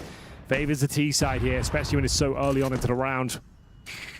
Yeah, not just full-on cope, but that's actually not a bad job from BobXD, right? He's entering on Banana. It's really our position to play. He does enough damage. He catches out Volt. Like, they get him with the HE. That's actually just one of the primary objectives. You bring down to a 4-on-4 early, and you push the CTs back from having Banana control. That's a successful job in my book. So, let's see if they can convert upon it. Good smoke down towards the apartments. Gives Banjo an opportunity to focus towards the quad, and that's exactly where they're coming from. Good grenade. Oh, that forces everyone forward. Yeah, they're going to go for it now. 3-wheel defending. Flashes are exceptionally good here for the T side. Mateos, he can't stay alive. Rolf and Dex combined. They will open up the bomb side. They keep it going into overtime, crushing that A defense. Well, there we have it. It's FOKUS once again. Massive leads, better counter-strike throughout the series, and then crumbling when it matters most.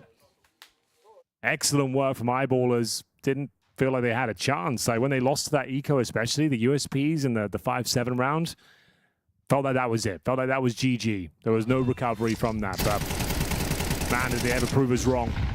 Volts, another opening kill, but takes so much damage for his troubles. And like I said, the 4-on-4, the spread to CT defense so thin, especially if you don't have that Banana information. Rolf, huge contributions here. Another double kill for him. JW doing what he does best. Back to Banana. They're finding these opening kills, but they can't hold on to the advantage time and time again. JW maybe boost up Rolf here. They're holding behind the half wall. CTR, great grenade, but can he stay alive? Absolute chaos here at the top of B. You know what? They've done a lot of damage. I thought that was going to... Oh, he nearly catches him. JW, he saw the opening. He looked like he had him. It's a cheeky play, and he's been hitting shots like that. Now they lose BobXD in the middle, who I don't know why he's jumping around like that. You've got to have your gun out. You've got to have some kind of vision. I know there's a lot of chaos at top Banana, but that's far away from where he is. So I think that's worth criticizing.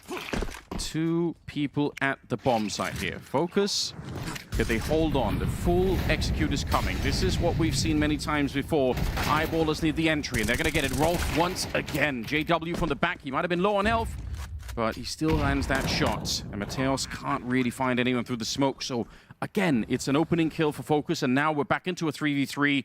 They're retaking against Maxter, who's better than I think he's seemed so far. He's been playing all right, but this kid can definitely aim. He's certainly turned up in the latter stages here on Inferno. Can he fend them off once again? Smoke goes down. Very powerful smoke. You have to go for it here. You need this round of your FOKUS. They blow it open. That's great play. They maintain the man advantage. And right now it's going to be Dex pushing through the smoke. Down to JW. Really will have the rollback for years here, but taken down. Do they have the round? Are they defusing? No. Anders, they had no kit. What? They picked up a kit. So one of those 2 had a kit, but they must not have had it at the start of it. Oh, man. Oh, no. They don't have the kit. I think if they had it, it was on one player, but not the other. And he jumps on the bomb, and it was just too late. The player running away was the one without the kit. The player on the side had the kit, but it might have been that he picked it up, I don't know, running out away from the bomb. I have no idea. It's crazy. It looked like they did more than enough there, and it will be 2-0 for Eyeballers. A round stolen away, 7-1 down, now 2-0 up in overtime. FOKUS have lost control of Inferno. Yeah, you could say that again. And this is their map pick, even if Nuke is also a good map for the FOKUS team. This is where you need the leadership of someone like Cuban, the experience. Well, this is what we said going into the pregame. It feels like they're very good at finding huge advantages and getting themselves in advantageous positions, winning maps, and then for some reason, closing games, closing series, taking their foot off the pedal. When they're looking so strong seems to be an issue for them. Now we're entering the 3rd round of overtime, and we've got 3 SMGs. That's really rough. What a position to be in. See what Banyo could do. Even with the saved AK. Yeah, I guess that's nice. They've been so combative here towards Banana. Orb doesn't connect. If anything, it's might even go down to that HE grenade, and indeed catch. Solid work. Oh, they're going to catch this kill. Surely. No, Dex. How is he alive with the grenade in hand? How is he getting the kill? He should have been dead every time from that position. CTR braves the flames, runs through to take down Max to finally. It's a 3v3. It's not the prettiest CS right now. Oh, definitely not, but it is entertaining, I can tell you that much. CTR goes down, and now in the pits, MP9. Oh, he's back in the site now. Pushed out of there. Could he catch Bob XD throwing a grenade? He almost did, but Bob finds a triple. He got the entry again at the top of Banana. That's a huge impact. And Volt's now about to lose 3 rounds in overtime. I don't know how you get the burst headshot, but he's certainly done it. JW and Rolf has been the superstar. He's got 26 kills so far. Make it 27 as they win 3 in a row here to almost win the map from being, what, 12-7 down? Yeah, so 8 rounds in a row. They're grinding him up. Call them meatballers at this point, Henry. Some of your best work. Shout out IKEA one time. Yeah, this is an absolute choke. A throw from FOKUS. You're 12-7 up, and now you've given up 8 rounds in a row. What the hell's going on, boys? You're taking the battle to the top of Banana every single time, now losing that duel, and now just 1 round away from stealing Inferno. So not only were they 7-1 down, they were 12-7 down, and now 15-12 up. All the numbers. Yeah. But all of them looking very favorable for the Swedes right now. Oh, more nades. Look at that damage. This is so close to being a 1 round just from the... I mean, there was the wall shot from JW in middle on Mateos, and then everybody else got grenaded down. And you know what's really devastating as well, Henry? You foreshadowed all of this right at the start. You said FOKUS just have to avoid doing what they did in the other game. Right. And this is exactly happening. It's a great sense of drama that you've got. You've lined it. You painted it for us. Like, they look so good until they don't. That's the problem with this team. They have flashes of brilliance. You can see they've been cooking. You can see there's potential here. There's structure. But they've only been a team for 2 months, Anders. And closing out games is the hardest thing in Counter-Strike. I know that's a bit of a joke and a meme I've made with round number 13 being the hardest to get, but it really is a discipline that comes with sticking together as a team and getting experience. This is what's so cool about the team. They play so much better than a team that's been around for 2 months. Yeah. Way better. Definitely. But they are lacking some pieces, and unfortunately, we're seeing some of that now. They're definitely not closers, I'll tell you that much. Oh, look at this. They've gambled on the B bomb site, and somehow JW has masterminded this one. Only 2 defenders. Is it enough? Rolf and Maxter, can they actually get it done? Oh, the backup is coming. They're actually walking over. Not enough, unfortunately. Maxter and Rolf both go down. Mateos and CTR. I thought they'd get the rotation in time. It looked like they had the information there at top Banana, but they don't. Mateos drops low, but not low enough. Is it worth trying? I guess they wanted to take a look in. I think they were 3 seconds out from being able to help there. Yeah. Looking at the minimap. I thought maybe they had the right read, but they didn't. All right. They did not. They took so much damage at the start of the round, their FOKUS, so them winning this round is kind of cool, actually. Well, need a lot more where that came from. A long journey here in overtime. Start of success here in the opening round of their T-side campaign. 2 to go for double overtime, certainly possible. Bear in mind, like we said, they started on the T-side in regulation. They were up 7-1. Yes. When they are focused, for lack of a better word, when they are locked in, they are a very good structured team. They play good Counter-Strike. They've got good pieces. Just need to hold it together now. But the thing is, just one wild maneuver from JW, one opening pick could be enough. He's at 21 kills right now. Rolf up there at 28. Even Bob XD's joining him with 15 kills. Yeah, and he's been playing that, entry on Banana for a lot, which has been very tricky. So I feel like we can allow him to be a little bit lower this time. It's certainly not the Bob XD from earlier in the tournament. Attempt. Not going to connect the shot, JW.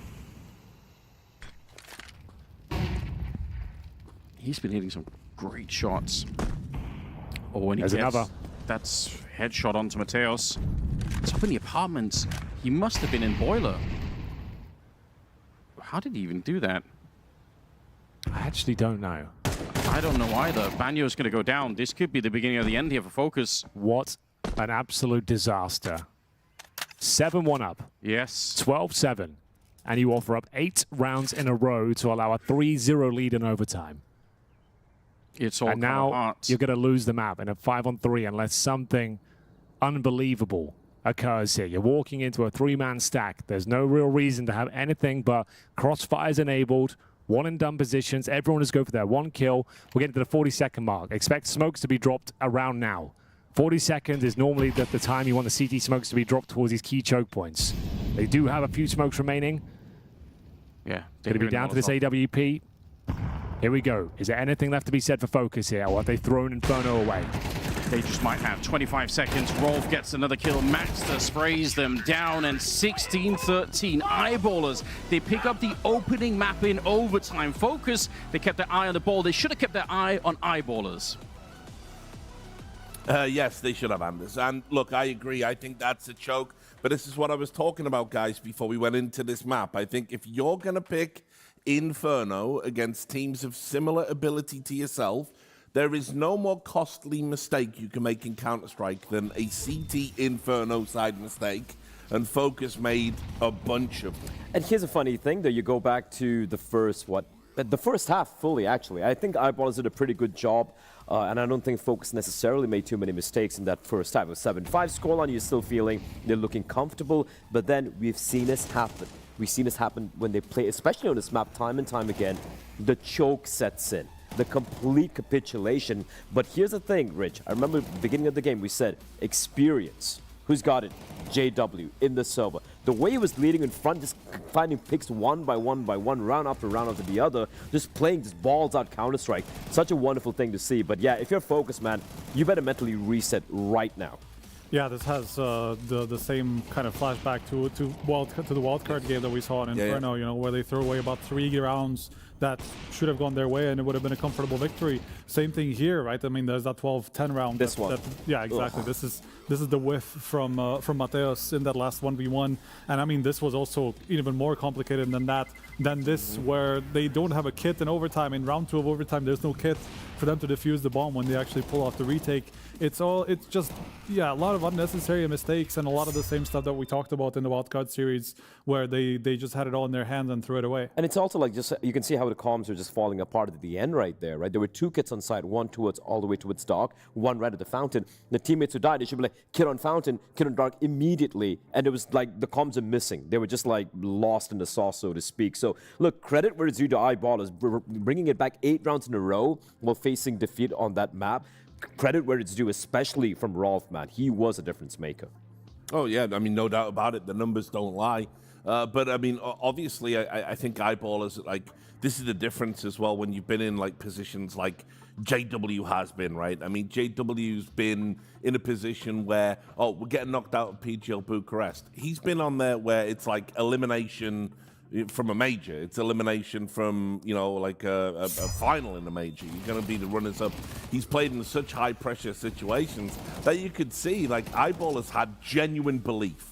Yes. As we were going down the back nine, so to speak, and FOKUS, they were just, you know, 6s and 7s, so to speak. And you got to remember as well, a couple of rounds that FOKUS were able to steal away from Eyeballers. You remember the almost full eco round, which is a couple of deagles and USPs. They steal that round away. So you even had fate favoring them. Yeah. And despite that, they fumbled the bag. I think Henry put it the best way, really. They look so good until they don't. Because all throughout the first half, I was like, they know everything. They know exactly what to do to pick off the Eyeballers. Some of the utility they used on the T side to get into that lead was phenomenal. But there was also, they just always seemed to find the right gaps in the defense. They always had the free bomb site. Even in like a 4v4 situation, 4v3 situations, they always seemed to have the right call. Eyeballers were stacking brackets. FOKUS went out apps just to catch them mid-transition. We actually have every time they had a good call. We can actually talk about a round which we picked up. And we actually picked this round up because we're like, FOKUS are going to be winning this game convincingly. But just to highlight how good they were, JW finds the first kill. Mateos runs in through the smoke, trades, and he just sticks around. Doesn't take a fight. side, waits for the rotation to arrive, and look at the minimap. Look where the T's are heading towards. They're going to be heading towards the B bomb side, and Mateus does such a good job. He doesn't get the kill, whittles down one of the players.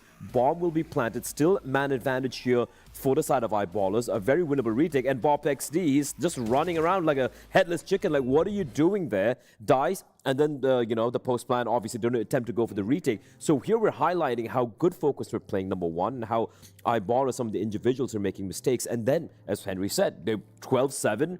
Pretty much writing's on the wall. You're winning this particular game, and then just the complete collapse happens. And we've seen this like 3 or 4 times thus far in this very event. Yeah, I mean, look, they had it all in their hands in that 12-10 round. I don't know if that's the next one that we can look at, because that was the one that should have ended it all. I mean, it was the round where this is a bit before that, actually, round 15. This is the eco round victory that we were talking about for FOKUS, where they got the pick on Banana and then made the quick transition to pick off brackets. Then this 1v2 situation, I have to say, for Max, I mean, he has the bomb. Terribly played. Why are you trying to push smokes and trying to take the 1v1 fights instead of just, pulling back, go to B or go to A and play the post plant in a 1v2? It's realistic that you can win that. Instead of that, he just went for the 50-50s, where he's trying to dance around smokes and just pick up the bomb and go B, bro. Yeah. You know where both the CTs really are. Unnecessary. So it's funny because we picked up these rounds initially showing up. Look at the mistakes being made by Eyeballers. Look at the individuals fumbling the bag, and look at how well FOKUS are playing.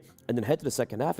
Initially, it was Eyeballers really playing some great CS, some great calling coming out from them to mount the comeback. But you could see this pressure getting to FOKUS. And once the pressure starts mounting, once they realize, uh-oh, things aren't going that great, that's when you see the mistakes being made, unforced errors by FOKUS. And I feel like this is something that Cuban, even after this tournament, needs to be addressed. You got to remember, it's still a very, very young team.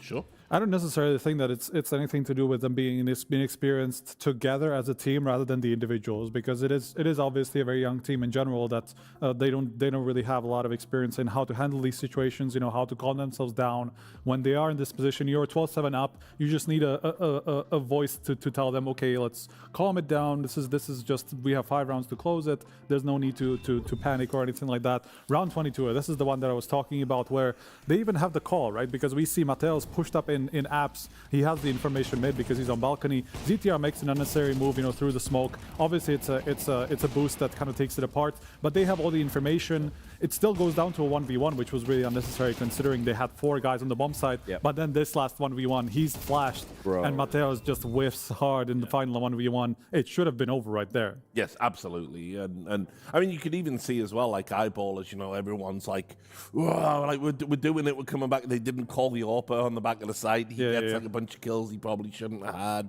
And then you get into the 1v1, you just know it isn't going to be your day, right? It's also like, I mean, obviously we're not privy to the comms over there. Even if we were, it's probably in Swedish, so we couldn't really translate it. But I feel like when you have players like Rolf, like Bob XD, some of these very younger players, right, who are not used to situations like this. This is a big LAN event right here. You're battling for survival, you're trailing.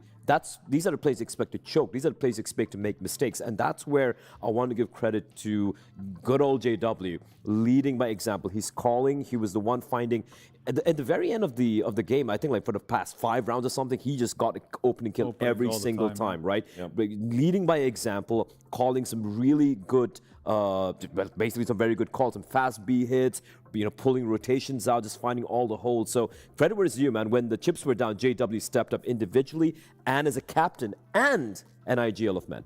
So we can talk about Nuke now. Obviously, we've seen FOKUS on this map before. It's going to be Eyeballers' pick here. So how do we fancy their chances of turning this series around? It's not FOKUS's. It's not high up in FOKUS's map pool, really. The only time we saw them play it this tournament was against Wildcard, who picked it into them. They got slammed on the T side. They just had a very easy time on the CT side, so they didn't really get tested. So frankly, I don't know if they're going to have the experience on the map to really fall back on in terms of being able to face an Eyeballers that. It is also not like one that they play a whole lot, but they do have a really good record on it out of the 8 maps that they have played. And so I would actually put them in the favorite. I personally think the map doesn't really matter right now. I think the pressure right now is, for me, it's about can FOKUS recover from that. Because every time we've seen them lose like this, this tournament, right? They just mentally completely crumbled. We saw it against Wildcard, if you remember, that Inferno game after the tight. They win map 1 convincingly. Inferno, they lose in a very tight fashion. And map 3, they're just nowhere in the server. That is my worrying thing for FOKUS. They're still the favorites. On paper, I agree with you. It's kind of a 50-50 map. We'll see how it plays out. But just the mental will be so shook. So if Cuban doesn't, throw in some I don't know, some angry, supportive, whatever speech he has to give right now, I feel like it could very well be Eyeballers running away with this. All right, we will find out after this break if FOKUS can find their focus. See you in a moment. She said she loves you. But she can't love me. But I love you.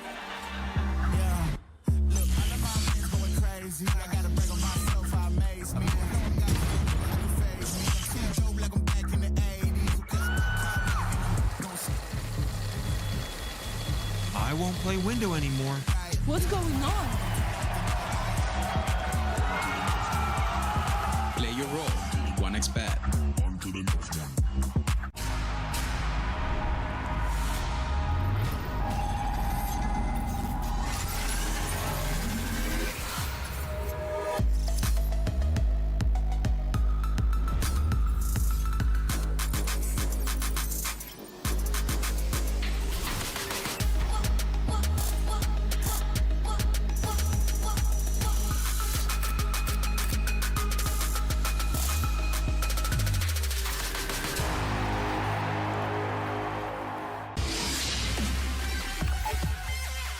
The human body was built to move, not trapped at a desk in one singular posture for 12 hours a day.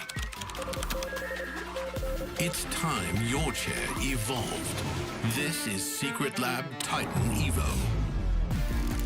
Ergonomically engineered for you, gamers, hybrid workers, artists, backing your every move.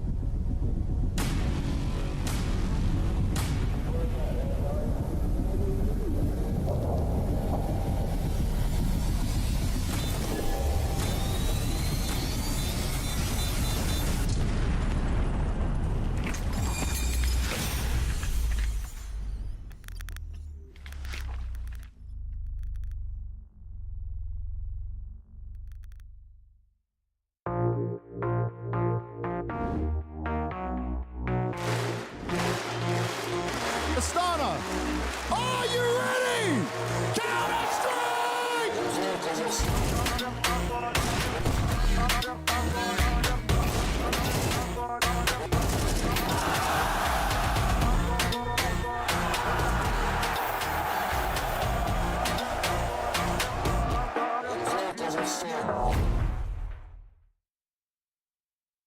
What is going on, everybody? It's time to speak to some of our players and ask them about the recent changes to ammo and magazines. With Mazzinho of the MongolZ, FOZE of Astralis, Insani of MIBR, with Dewi of Inner Circle, Demao of Legacy.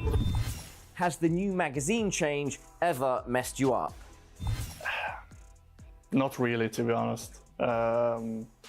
I mean, you think about it a little bit more, like in the back of your head, but I don't think it really has an impact. Yes, it is. I think I mentioned it like that.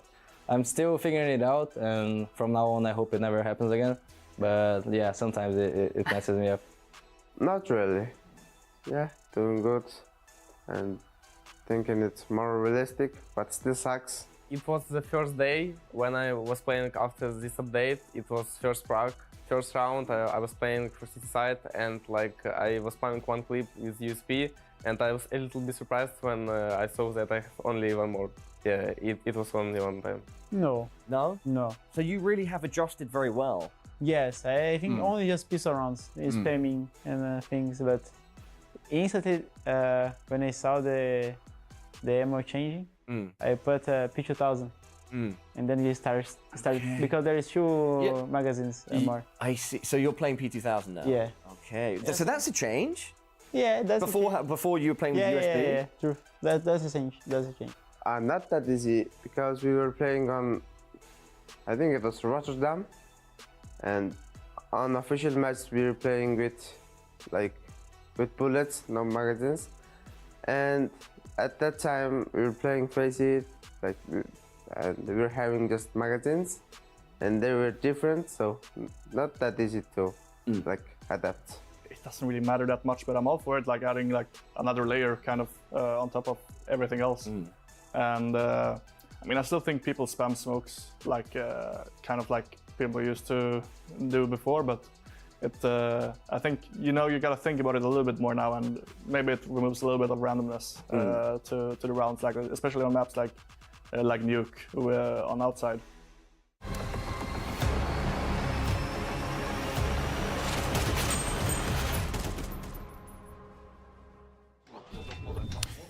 Ladies and gentlemen, welcome to another glorious day in the world of Counter-Strike. You join us for the last day of group play here at PGL Bucharest 2026. It's FOKUS taking on the Eyeballers, and FOKUS losing their concentration, Anders. After being up 12-7, they give up 8 rounds in a row and completely collapse towards the latter stages of Inferno. And now Eyeballers move on to Nuke, where FOKUS, sure, we know they can play the map. We saw them take down Wildcard, but this is a different kettle of fish altogether. They're going to have to bounce back and show us that they can be a team that's worthy of the playoffs. Yeah, and unfortunately, it's a bit of a trend because we've seen this from FOKUS before. Now we're seeing it again. I think what Blair was saying on the desk makes sense. Maybe it's not so much about the map, but more about the mental state of the game right now for a team that in certain moments at the start of that Inferno game, FOKUS looks like a brilliant team. They play way better than a team that's been together for 2 months. Yep. But then it disappears and they can't recover it. Well, the good news is they'll be starting on the CT side. We know they can play this map. Wildcard didn't really show up in their showing against them before. It was 13-3 in favor of FOKUS. They looked like they were having too much fun out there, but the Swedes are now fully locked in after a very slow start. They were down 7-1 and then 12-7. I can't believe they gave up 8 rounds in a row to allow them back in and take the map. That's going to do just an absolute number on your mental, but we'll see if they can recover it. It's a fresh start here. Map number 2, last chance saloon here, last game and a last chance for the playoffs for these two teams. Well, I'll tell you this, Henry. They do have a bit of a weapon on this map. Oh, go on. What have you got for me? On the CT side, it's Volt, who is the A-side Nuke player. Yeah. On the CT side, his rating for that position right now is 167. He's a very capable, safe pair of hands. I say that about that on him on every map. Solid anchor will always find you 1 or 2 kills. That's important, right? Such a central part of the map, having somebody feels comfortable there, that's got to be a good start for them, if nothing else.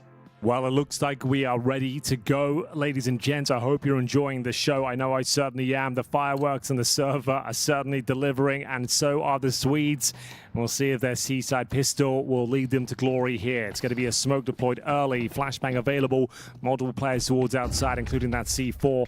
Not too much CT presence. They're playing quite a defensive game as the main smoke comes down.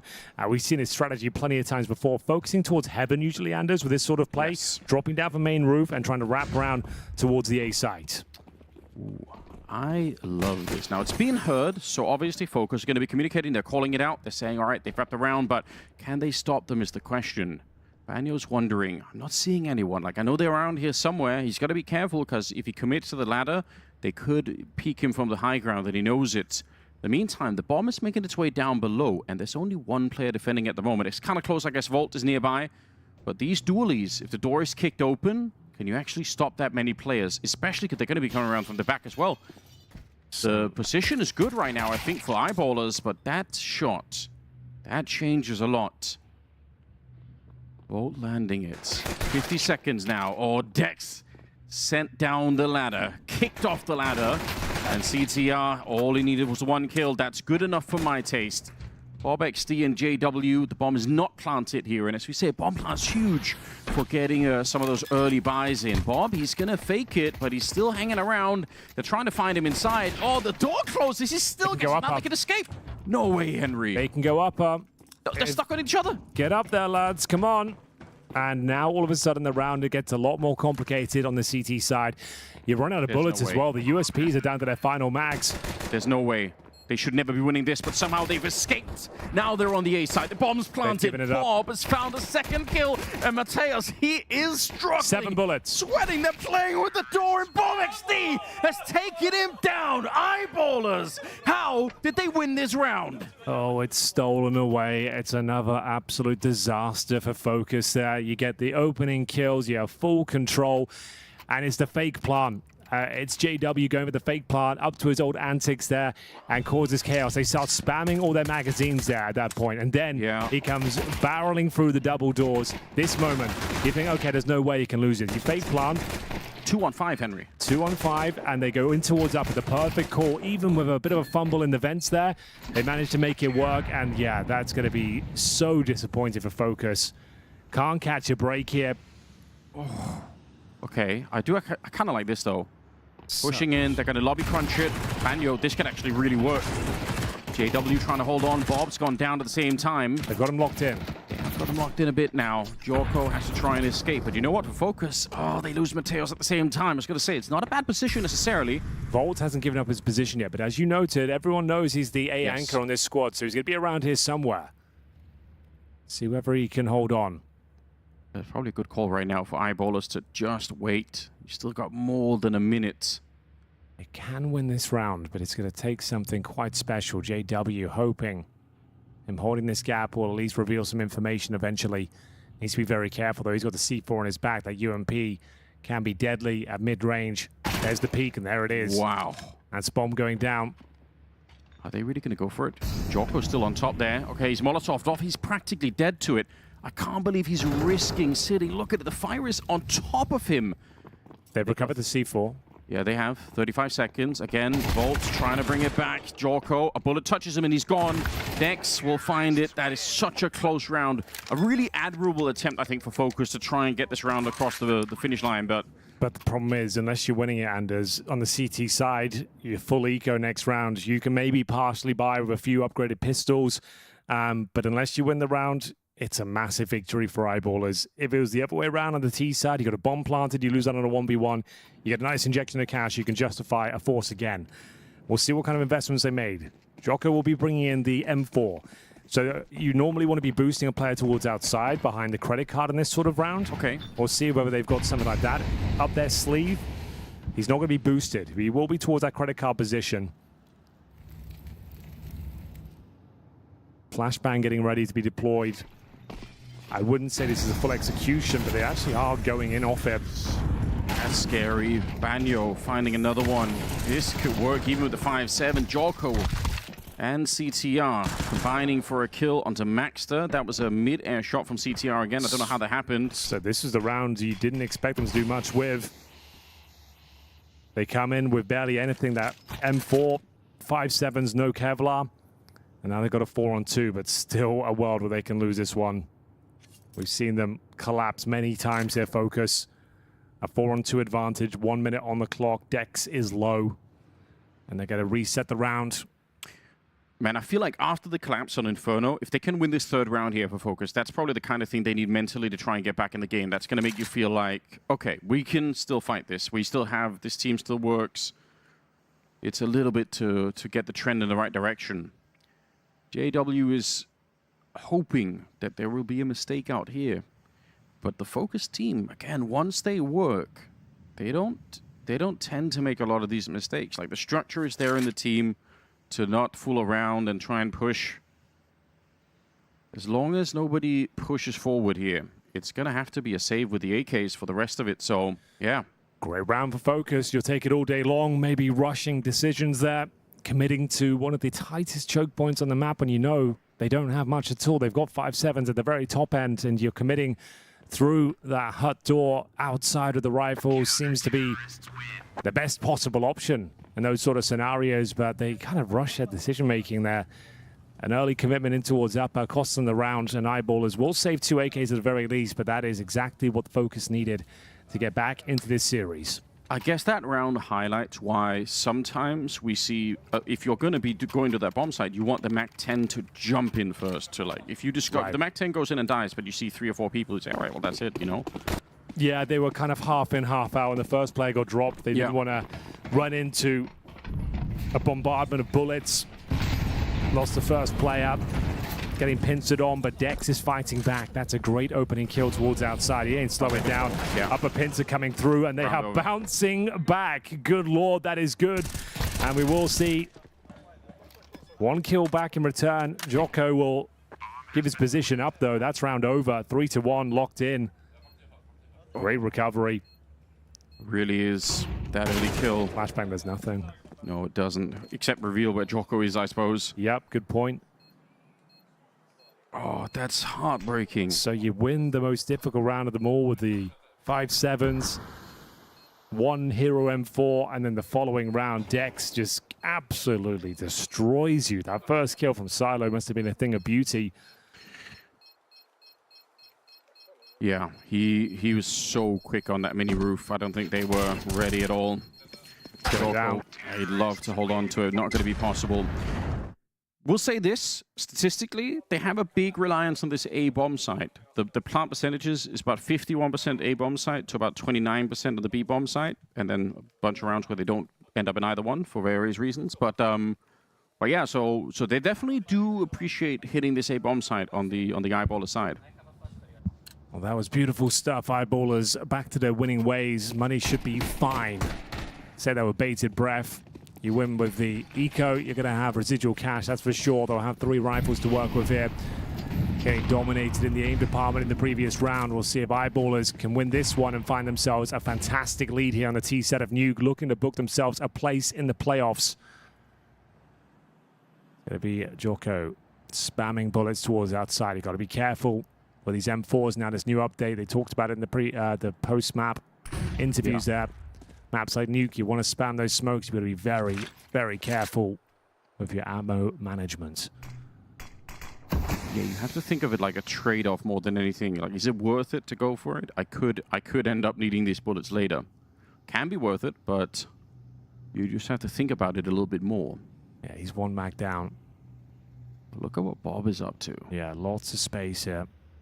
He might not have had the massive amount of kills in that first map, but he had 7-5 in terms of opening duels. Yes. Speaking of opening duels, Dex has got himself another one. Cracking open the skull of Mateos towards outside once again. Same position, same outcome. Finds him a credit card. Yeah, Bob didn't overcommit to going down below. Didn't keep playing that. CTR up close. Very smooth headshot. You need one more of those. Try to see if you can channel Banjo here. Oh! Takes down 3. Cutting down his own countrymen on the other side. The 5-7 is going to be an Eyeballer's nightmares if this goes off the rails. They've done it again. You get the outside kill. Yeah. You get all that space. You've alleviated a lot of pressure, and you choose this tiny choke point to try and make your way through, and it's one position, one pistol that shuts it all down. As we see FOKUS bouncing back once again with the little guns. And the spacing between those 3 players also means like a choke point. Exactly. It looked like they were kind of, again, half in, half out. Yeah. You see your first teammate go down, you're kind of panicking. You don't want to be giving him multiple kills, but if anything, without going for the immediate trade, you allow him to reset his position, his crosshair, and he's more than ready for the second kill. And at that point, you have to go for the third. So yeah, let's have a look at that spacing. Like, where's the instant trade? Why is there 5 seconds or so between the next kill? I think that's a very good question to... If you're going to commit to that angle, you need to have spacing down to a T, especially if you're going for those tight choke points. That's crazy work from ZTR to make that one work. But overall, yeah, just the fundamentals not really aligning for the Eyeballers. They allow FOKUS back into this once again.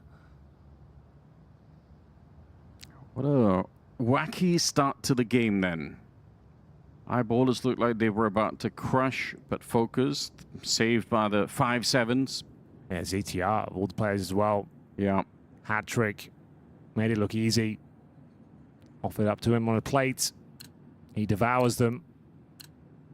And now they have everything they need. AKs on that CT side, rifles across the board.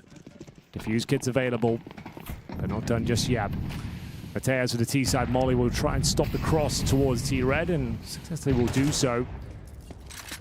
He's been having a bit of trouble though. 0-5. Dex has had his number each and every time. Stay a little bit further back. Over we go. Does he want to go for that spam?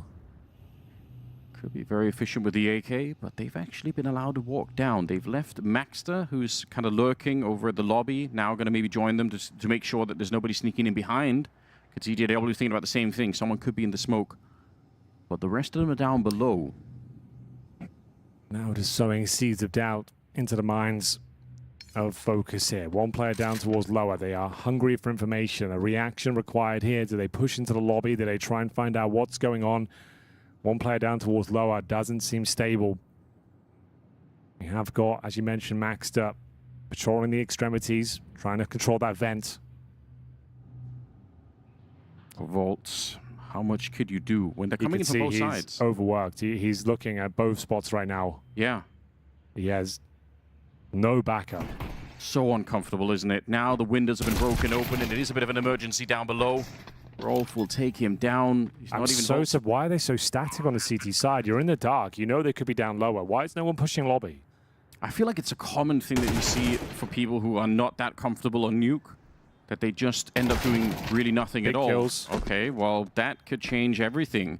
There is a kit on Banjo, so might not be over. Dex, he goes down next. JW, he's forced out. They just get every single kill. That's very sloppy for eyeballers. I don't think that's necessary. Well, there you go. I don't know how they managed to give that one up with not a single frag in return. You find Vault, no problem. The bomb planted, and then everyone gets dropped one by one. I was looking like there was no chance whatsoever for FOKUS. No reaction, no rotations. Everyone down towards lower. A key fight towards outside for Maxter as well, holding the lurk. Doesn't hit his shots, and it will allow FOKUS now to build up a nice lead. This moment here, that's where things went wrong for them. Some brilliant shots from the AKs, don't get me wrong, but really feel like eyeballers could have done a lot more with that. Money will be broken. FOKUS now in the driving seat. 3-3. Almost certainly going to be 4 rounds in their favor. Nice grenade on top of the silo. Okay.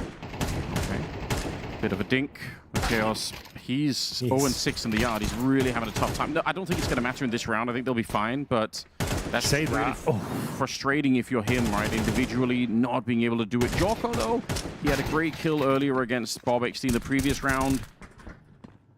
Very good work from him individually, though. Bob gets one more, and now it's down to Dex and Maxter versus CTR and Banjo on the other side.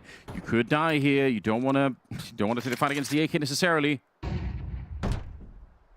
Bomb is all the way out in yard by the red container, so in spite of this 2v2, it's a long way to try and walk out here. Yeah, there we go. And ZTR knows he's got the bomb, right? That's why he's putting himself in an impossible position to flush out. Cutting off the rotations here. Time, although it's at 40 seconds, there's still so much work to be done. Banjo will maintain his control of the A-bomb side, but what are the two Ts up to right now?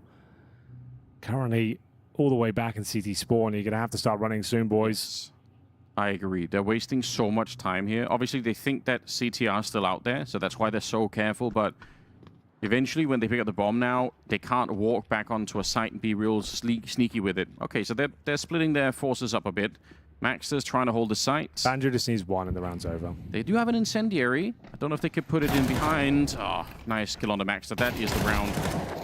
Banjo, very good work. Saving them once again. I thought it was going to be another one of these wacky rounds, but still, consistency for FOKUS. All things considered, you entered with pistols and not much else. You get yourself 3 kills, a chance in the 2-on-2 there, but headline will read that FOKUS go up 4-3.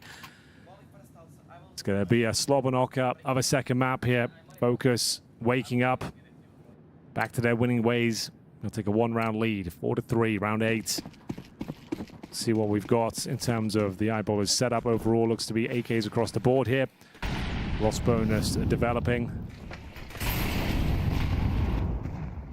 Maybe the AWP as well for Joko. Nice position out here. Easy kill. BobXD hoping that he didn't show too much, but he just gets clipped. Doesn't seem worth the peak at all now, and the smokes are about to go down. Yeah. Oh, he sees it on top. Jocko realizing there was a bit of a sliver on top of the smoke. So Dex, I think, tries to push this smoke, trying to hit the AWP Down. Apparently not. Towards Secret we go.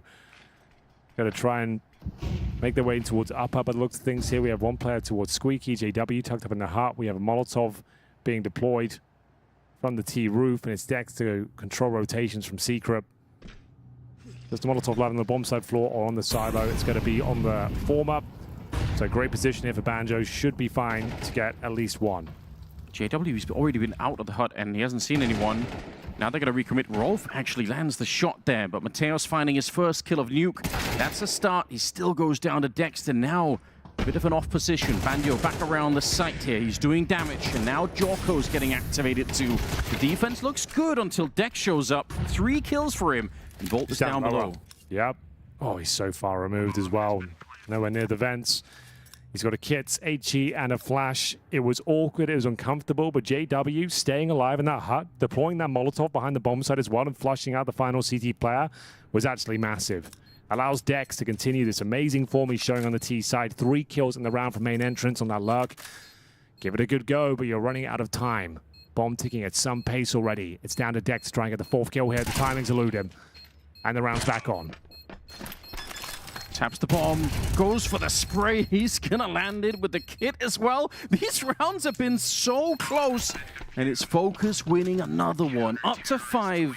It's almost there for Eyeballers. If they win that one, the money's gonna be busted. They'll be right back on track. Absolutely owns them.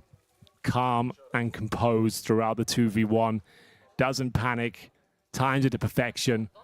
Finds one napping on the bomb site floor. Fake defuse. Knows exactly where JW is going to peek from. It was already a sloppy round. BobXD giving himself like that. But when Dex delivers this sort of output, you expect them to convert it. 3 massive kills in towards upper. But the timing is a nightmare. Dex takes his eye off the heavens for a second.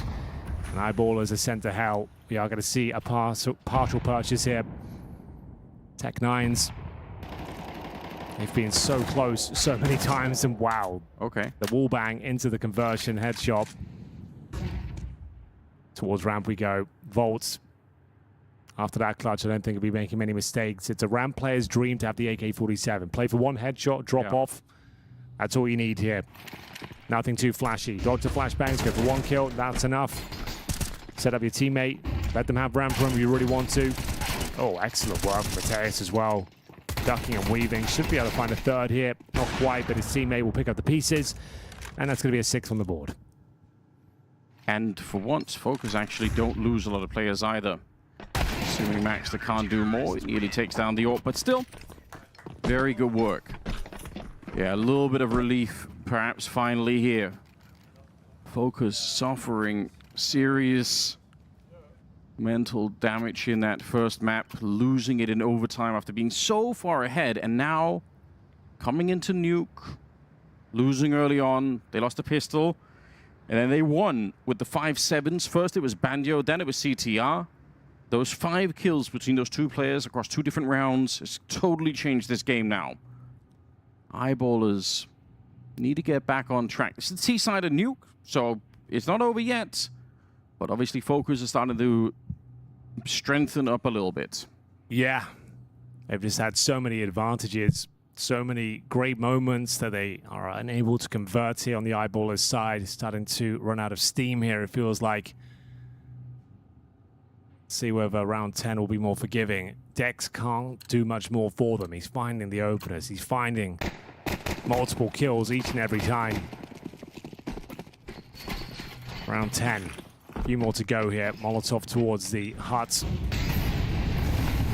Grenades are exchanged. We're going to focus our efforts towards outside. BobXD, please do not face until the smokes are deployed. And a bit of aggression here from the CT side. A lot of information. We said they were quite static before. And now this is what we want to see. You can see them actually taking lobby control. Oh. All the meanwhile, though, Max has made it down the vents. And they're coming in from the other. Jocko's dead no matter what here. Okay, yeah. Could knife him. Don't think it's necessary. Maxter doesn't think so either. Now, Seen patrol the fence there, but ZTR's down. Down below, yeah. He switched up his position a little bit, Volt. He's playing that ramp position a lot more, so they're going to recognize that. Running up, not ready for the fights at all, Rolf. That's the bomb. Must have thought he was deep, but that's the bomb as well. Eyeballers. They're giving themselves such great opportunities. They've had so many rounds now that they could have won here in the first half. Earlier, when they took down Volt alone, this time, they have the opening against Jorko. They could just go and plant the bomb, but they don't. Volt's champion defense, to be honest. 3 kills, but it's given to him a little bit by the fact that Eyeballers just don't have their coordination down. Why they don't leap into the fence there and control that rotation, I'll never know. Allowing ZTR to come down freely and have that sort of access, even though he only gets 1, it discombobulates the T side completely. And they have no idea. Volt's already made his way down towards lower. Like we said, that proactive play, getting the lobby information that it was clear, allowed him to fall back and actually tuck in down towards lower. Yeah. That's got to be frustrating for Eyeballers. Yeah, again, another fantastic position. We're just going to be rushing ramp here, and Volt, good for 1. Look at the dude. They had to stop in the incendiary, though. It's obviously not the most amount of damage, not the T-side Molotov, but still, it's softened them up quite a bit. CCR will catch him. Why are they going 1 by 1? I don't know.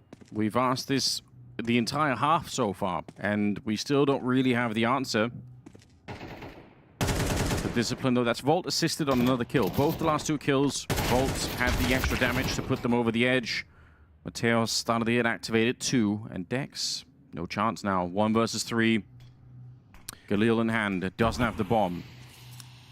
Ideally, in those scenarios, you either all going through the window or you smoke it off and leave it. You don't send one player through and try and just face check every single angle. And it will be FOKUS with another convincing victory after what felt like a great opportunity for Eyeballers. 8-3 now. Unable to find their footing here whatsoever. After a great start, they were up 3-1. But now it's going to be, what, 7 rounds in a row for the CT side. Volt doing a lot of damage in towards that lower bomb site. You finally take him down. He only gets 1. You had some open runway down towards lower, but the fundamentals, again, very sloppy. If the comms are off, they weren't sure as to what the focus was when they made their way down towards the lower bomb site. Maxter, though, finds the opener this time. They need this. I think Eyeballers really need another round. I don't think 3 will quite cut it. They do have some stuff working. Don't peek until the smokes are down. Let's do that. Okay, now you can peek. Let's go. Yeah. Jorko back here. 13-6 for him. He's made such a difference for them in this first half. Now back looking at Dex and almost gets him. That's so close. CTR trying to see if he could join the fight out here as the smokes are fading. He's got an open line of sight. Alive, just barely. The backup is there. The flash is going over. Bob XD looking for the double, but it'll be Rolf instead to get it. And leaves Bandio, and they know where he is. Gotta win this one. If they can't, then that's too much misery for me. 7 rounds in a row. The streak is finally broken. It's the final round of the first half, and they will be posting 4 here after having a 3-1 lead. So many opportunities, so many advantages, and just sloppy play has eluded them. Rushing rounds where they had the advantages against the Pistols. Bad spacing. Bad mid-rounding. Yes. And now they know exactly where he is. Should be fine. But they allowed too many rounds to slip by there. One that really comes to mind is when ZTR gets that 3-kill sequence towards the squeaky door with the 5-7. Yes. Just a perfect display of those bad fundamentals. And Banjo as well had a couple of rounds there. Jorko, once he got the AWP. Man, what a strange way to get started on Nuke. I don't hate it, though. I mean, this has been a very entertaining game. We've seen plenty of mistakes, plenty of things that we're wondering about, but yeah, we're definitely not bored at the moment. Switching into the second half, I don't think I even realized that Volt has been moved to that ramp position, again, because he's very, very good on that A-bomb side, and he has been playing that position with FOKUS in the past, so a little bit of a switch-up perhaps for them. On the CT side, though, that Nuke yard position is Bob XD's favorite. He does some good work out there. So we'll see how that plays out when we get into it now, but they need to win this pistol round, surely. Hey, they were 7-1 down in Inferno. managed to bring it all the way back. They can recover this. The job is not done yet. FOKUS can lose control, lose concentration very quickly. Important pistol round here. We're seeing almost every team of this tournament run that same strategy of the waterfall smoke on main and wrapping around towards heaven, splitting that A bomb side. We'll see what they've got up their sleeve here. We'll see if we can work things out. They've got a nade. Looks to be an upper play with the nade. You can nade the door, smoke main, and then flash in towards a bomb side. But you don't have to commit off it. You're just trying to take vision away from the CTs towards outside by the looks of things here.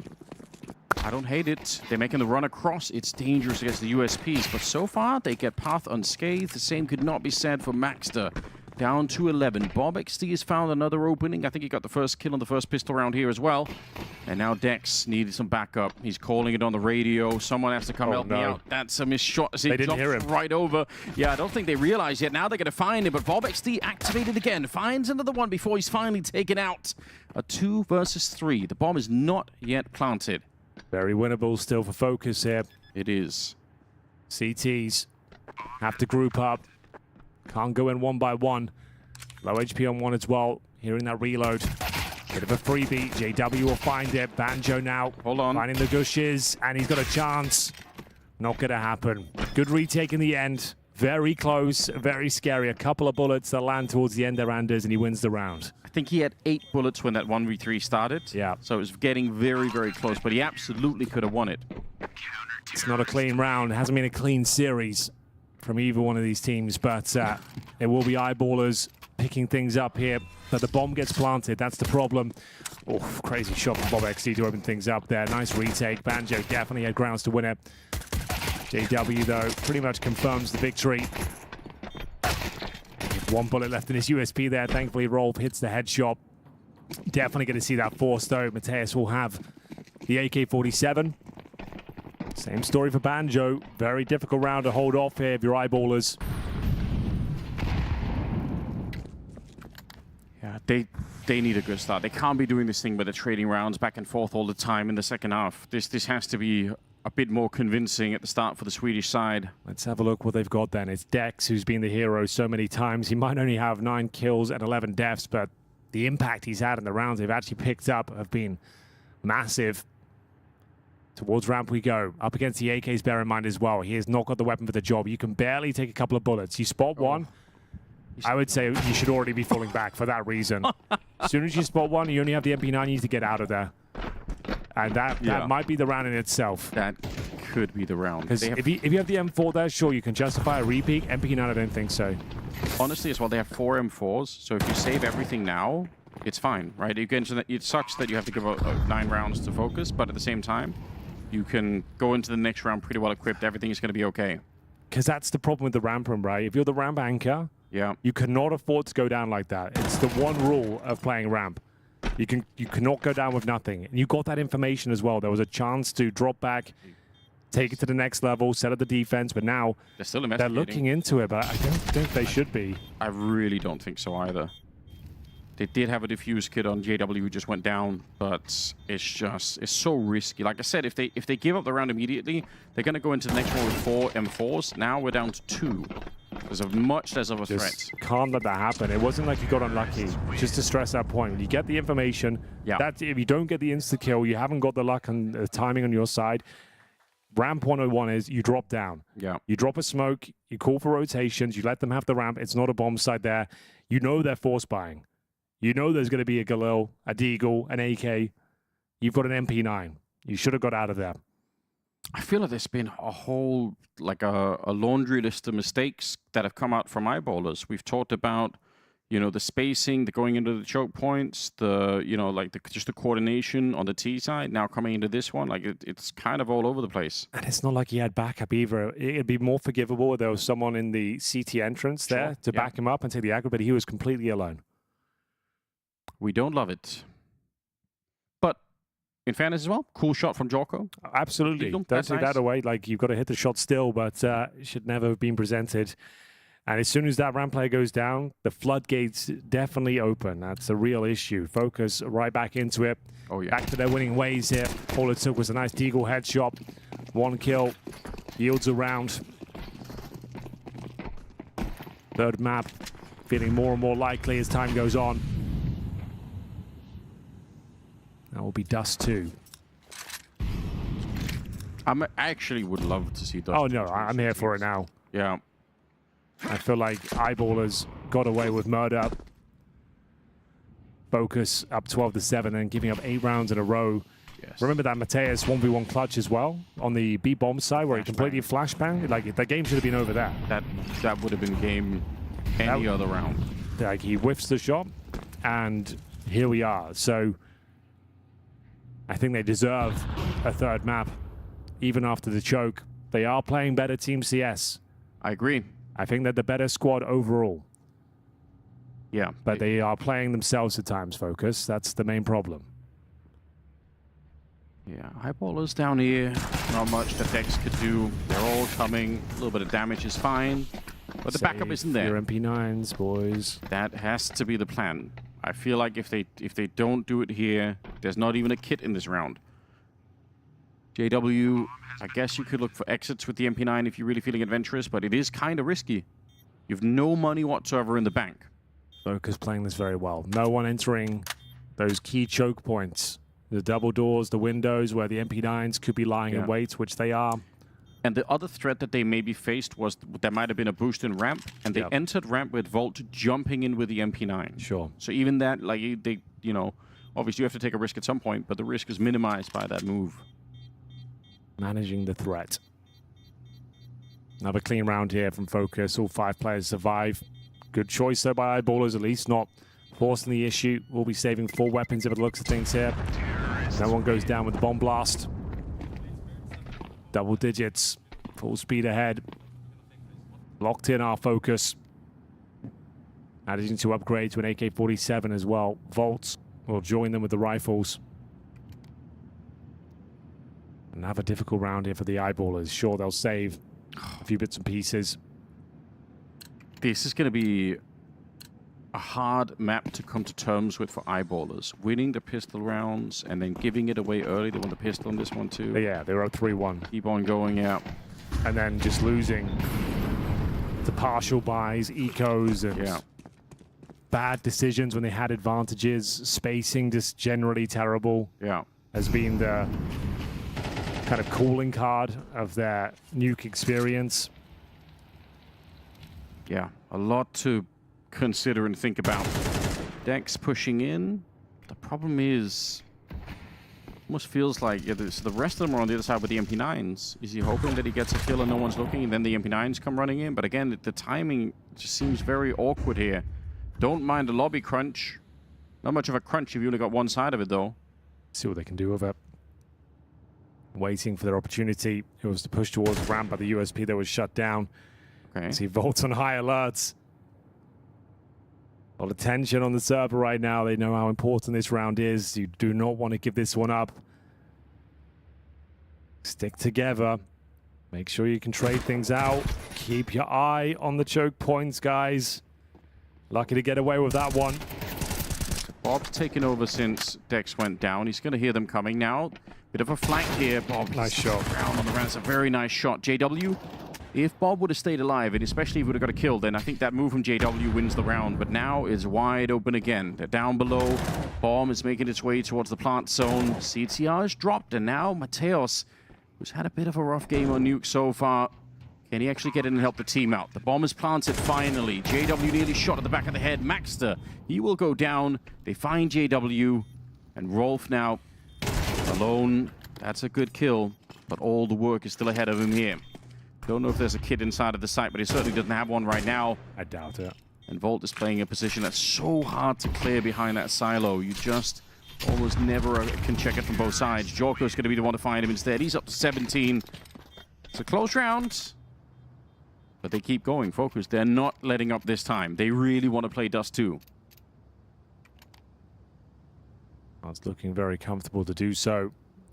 No mistakes in these last few rounds, converting their advantages, not letting them have a look in. It's going to be a T-side timeout. I like this from FOKUS. Sure, you're doing really well. You've lost a pistol, you got 3 rounds in a row, but this team are chokers. We've seen it many times. They gave up the 12-7 lead, lost 3 rounds in a row in overtime. They are not handling the pressure well. They're a new team. Cuban, very experienced, trying to rally the troops right now, keep everyone calm. What is the play that's going to find us that open runway into the third map? We get 12-5. There should be no world where they give up this lead. No world at all. Yeah. That's why he's taking the time out now to calm everyone down and make sure everyone's on the same page. No mistakes here. No heroics. No over-peaking. Good fundamentals. And he should win this round. You have all the advantages you could ask for. It's very unlikely they have the AWP. That's what he'll be reminding them right now. Yeah, I like that timeout, and I agree. I mean, it's a really young team. It's a great learning experience. If they can turn this around from losing Inferno and then come back to win Nuke like this, they're setting themselves up to shake some of those nerves off and really get into dust too. You got to know as well, they're desperate for rounds. Eyeballers will be presenting some gimmick plays. They might be getting aggressive. They might be trying to push it towards outside. Just be on high alert. Be ready for everything in this round. Let it breathe. Wait for the initial util to be deployed. And you can see Mateus doing exactly that. Waiting for any outside pushes here. Bait out their util. That's one smoke already used a ramp. Dex having to dump his util, not feeling comfortable. They're applying nice pressure here. Round number 12 looking good for FOKUS. Again, another smoke deployed. There's not much left here on the CT side. Now you can start considering your final move. Upper execution seems to be the name of the game. I like it. You've done well. You've applied good pressure across the map. You've confirmed they haven't pushed. You haven't got a ton of information here. Double Molotov towards the upper bomb side. We're going to be talking huts. We're talking bomb side floor. And it's all about these Oh, nice smoke from JW. That was the Does last make one. things uncomfortable, but they're going to have to go through it. Last smoke that they had on that CT side. Could it really change everything? That was the bomb about to go through. Now they're running ramp instead. This seems a bit desperate.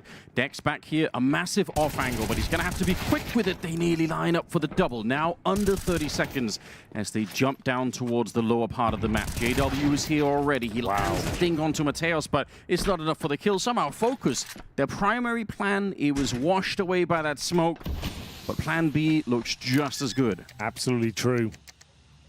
That's more than enough to win this round. Rolf and Maxter will give it a look in. This kill decides it. Clean from Rolf. Got a hole in the door to work with as well here. 3 on 2.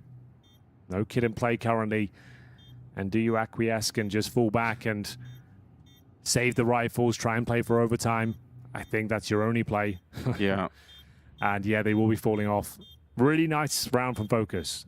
Like we said, like that one smoke, super powerful from JW. Shuts down their intentions. They have to cancel there and come up with a new mid-round call. They choose the ramp room, and they've shown enough presence, enough pressure again towards upper to at least guarantee there'll be one player towards a ramp room. They deal with him, down towards lower, and just great play from there on out. And in any other context, like, I don't mind playing an off angle, but imagine again if Dex was down below with JW as they're running down the ramp with 28 seconds. Like, that seems like such a better choice to me than Dex fighting for ramp again, even if he was in a position where he gets the kill there. I think, considering the circumstances, FOKUS quite happy to trade 1-for-1 there and just keep on going. 12-5. This could have been such a different scoreline. There's a whole list of rounds that could have had a different outcome. But they're locked in right now. 17 kills on Jorko and on Banjo. Dex again, and this ramp goes down. Now JW's here early on. He's going to get the first kill, but they lose Maxter as well. But they are getting wiped out. This is impressive. Well, like we said, FOKUS, the favorites coming in today. They are the better team with more experienced players. A new team, admittedly, and certainly not perfect, but they should have won that first map. They know it. This is a statement victory here on Nuke. Once again, showing us they can play this map to a high level.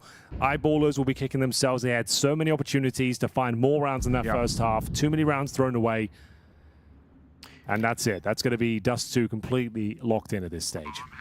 Yeah, just a formality as Rolf is investigating the map. Bomb's already planted here. Jorko goes down. There's plenty more on the other side. HE on top here. Got to give a lot of credit to FOKUS while they play this T side as well. Mateus gets the last one, 13-5, as they look red hot once again. Yeah, they didn't get off to a great start, as we'll no doubt talk about on the panel, but in the end, FOKUS have come to life at a time when it matters and stole away Eyeballers' map pick. I've got to say, though, Eyeballers, I'm not really understanding why they think Nuke is a good map for them, because their ramp plays, the CT side were diabolical. It was like way too easy to get in there. Look, Anders was saying how there was a whole list of rounds that have gone wrong for eyeballers. Yeah. I have the list right here. Round 3. Okay, go on then. Round 3, they lost to 5-7s. Round 5, they lost to 5-7s. Round 6, they lost to 5v4 retake. Round 8 was the Vault 1v2 that they lost. That they just didn't even, they weren't even aware that he was going for it. It felt like round 10 they lost the 4v3, and round 13 they lost another force buy to another force buy. So that's, well, what, 2, 4, 6, 7 rounds that they should have probably won. Yeah, it turns out you can't win Counter-Strike like that, Blair. No, you cannot. That was painful, is an understatement to watch, in all honesty. And I agree with Striker. This is the fashion in which they lost those rounds. And you switch over to the CT side. By the way, I think they won both the pistols, right? They did win both the pistols, yeah.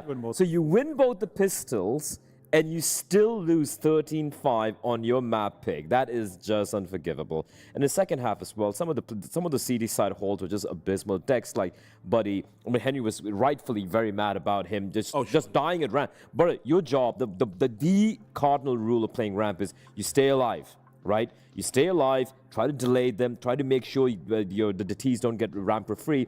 Even I think in one of the final rounds where they had a 4-player stack towards upper, the exec coming in, he's just holding a wide one-and-done spot in the off angle. No, just play a safer angle, take a shot, drop one down. But yeah, in the meantime though, my man Banjo, he was playing that song. It was great. Dueling banjos. Dust will appreciate that one. Dueling banjos. Yeah, him and Jorko, both of them were delivering the numbers really for the FOKUS side. Yeah. I mean, like, we wondered when, because obviously he was picked by a lot of the talent as like a player to watch. And, you know, look, I mean, I guess it's hard when FOKUS are, you know, choking games that they are, because, you know, so to kind of get an idea about where he is talent-wise. But I mean, you know, when FOKUS are good, Banjo seems to be one of the reasons why they're as good as they are.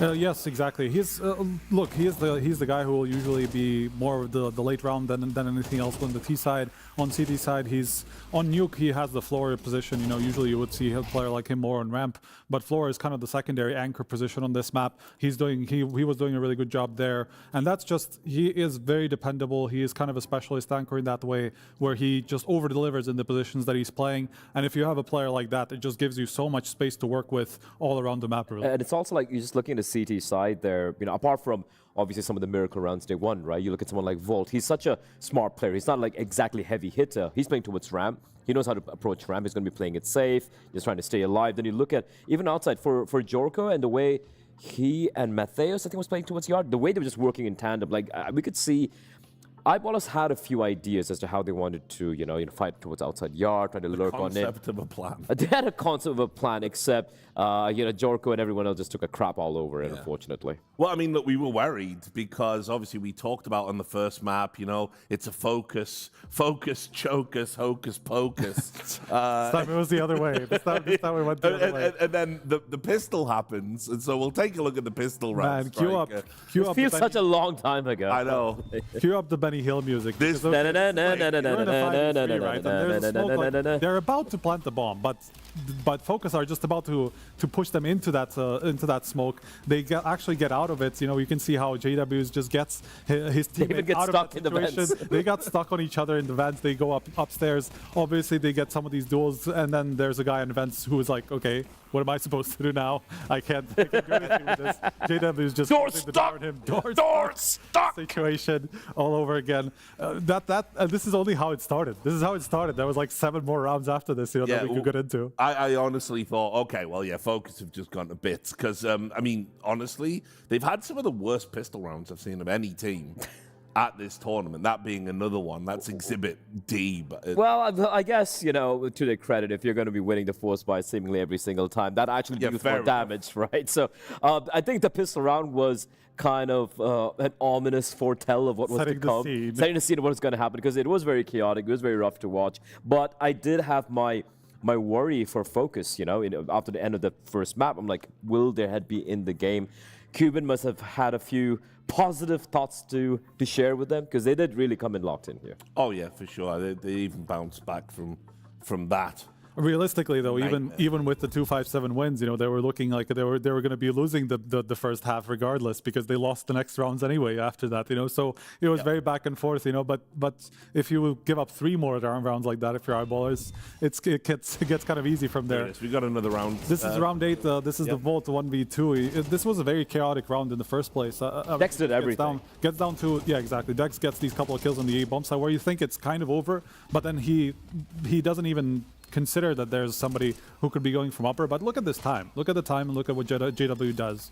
Because he could be waiting this out. Yes, totally. But instead, he just decides to go for the peak. Uncharacteristic. From JW. Yeah, from JW. Not just by how he's played at this tournament, but also like years and years of experience. Come on, bro. I mean, there is a caveat that he was very low, actually, right? Like he was tagged down to, I think, like 10 or 20 HP. So what he was trying to do probably was trying to catch him off guard when trying to just go as he tapped it. I see the idea. I think that's not necessarily a mistake for me. I think the mistake was the fact that they were completely ignorant of the fact that he might come in for the retake from above, right? And also that was the player playing out in the open was a player with HP, which was Dex basically. So around where I'm like, sort of 1v2, I'm like, yeah, this round's done. Look up, rounds, they've lost a round. So one of many, Richard, one of many kerfuffles from the side of JW and his merry men. Yes, it was their turn to do a FOKUS cosplay. But that sets us up nicely, because obviously we've got Dust 2 as a decider. There's not really much you can say about the map, but you can certainly talk about these two teams and their approach to it. Look, they did actually play each other before in the qualifier for this tournament. Yes. Eyeballers ended up losing to them 1-2, but Dust 2 was the only map they won. It was a 13-11, so obviously on the knife's edge. But that is kind of what I'm expecting here after seeing the last 2 maps, honestly. Because it's been so chaotic, so back and forth. I'm not necessarily sure that both of these teams are going to be playing up to their 100%, considering how many mistakes they've brought out from each other. Yeah, this one's going to be chaotic, in all honesty. But on the bright side for eyeballers, though, right? Sorry, for the side of FOKUS, though, like just your usual stars, right? Like we could see Banjo, he's going to be the B anchor, and we've been seeing a lot more B action, in a lot of the Dust 2s we've seen so far in this tournament, and I feel like he is definitely going to be a force to be reckoned with on the B bomb side. And then, of course, have to point out that Jorko with the AWP, he's just been finding impact time and time again. Sure, JW had his moments. Inferno, for example, comes to mind, a couple of maps here and there, but Jorko and of course Banjo and Mattheos, these 3 guys, just how consistent their output is, I think that's gonna just push them over the finishing line for FOKUS. Yeah, so far FOKUS haven't been great on Dust 2 this tournament. I think they lost both times against 3D Max and PARIVISION. Obviously, opposition that is more up there in terms of also pretty good on Dust 2 as well, both of them. Even 3D Max really struggles. Yeah, exactly. So these are two strong Dust 2 teams. On the other hand, we have an eyeballers that haven't even played this map, this tournament yet. So we can't really say too much about how they're going to be playing at this kind of a level of competition. All right, well, we're about to find out. We're going to go to a break. It is a decider on Dust 2, Deja Vu. That's what's coming up. She said she loves you. But she can't love me. But I love you.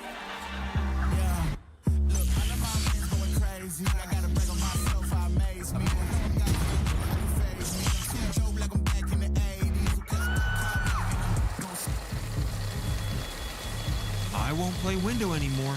What's going on? Play your role. 1xBet. On to the next one.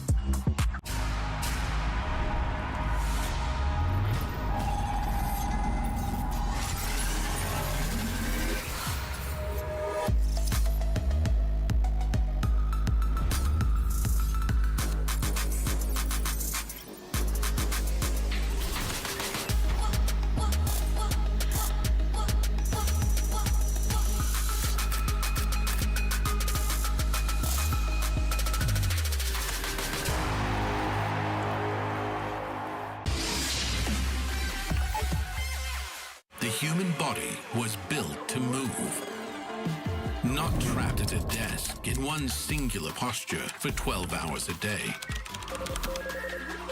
It's time your chair evolved. This is Secret Lab Titan Evo. Ergonomically engineered for you, gamers, hybrid workers, artists, backing your every move.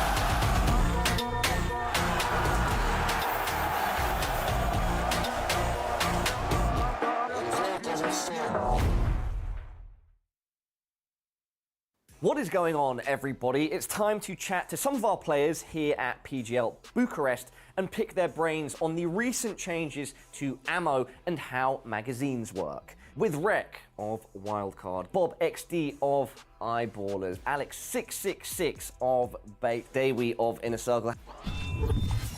Has your playstyle changed due to the changes?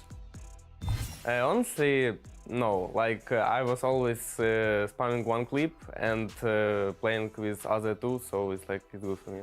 I think no. Yeah, I feel like because of my positions, right, I feel like it hasn't. I feel like, I don't know, mini CT side, Nuke is like the best example where like maybe it would change, maybe you only use like a clip or two. But as an anchor, like I said, I'm not spamming smokes a whole lot in a round, so I haven't feel like I've noticed a change much. I don't like see something changed because of this update. I'm doing the complete same stuff. I've never run out of bullets. But the only thing I can say is I'm thinking a little bit more about the ammo and not reloading too fast. Maybe didn't spam that much. I'm not. I usually get spammed when I get spammed. So yeah, I didn't get spam a lot, I guess. Which positions or roles do you think will be most affected by this change? Yeah, I think like the rotator rule. So for instance, like Nuke CT Mini, right? That's just an obvious spot where you're spamming the cross and stuff like that. That's like the biggest change. So all these positions, can't think of another one. Maybe con and connector, you know, you're spamming the con smoke, stuff like that.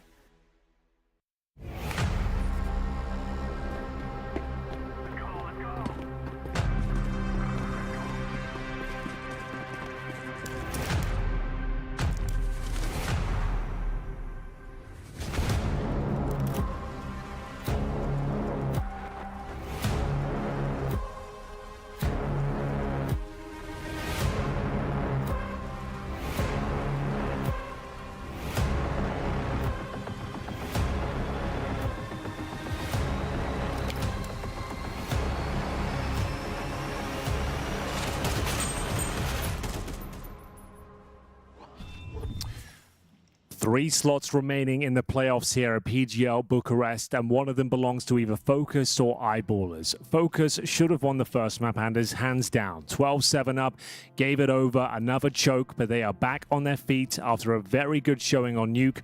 Lots of mistake from the Eyeballers, but now we decided all on Dust 2. An old classic. Could JW find his way back to a Tier 1 playoff here on this final map? That is the question we're here to have answered right now. Final battleground is on Dust 2. I'm very excited. I think it's been really fun. There's been mistakes on both sides. Eyeballers made a ton on Nuke. Oh, for sure.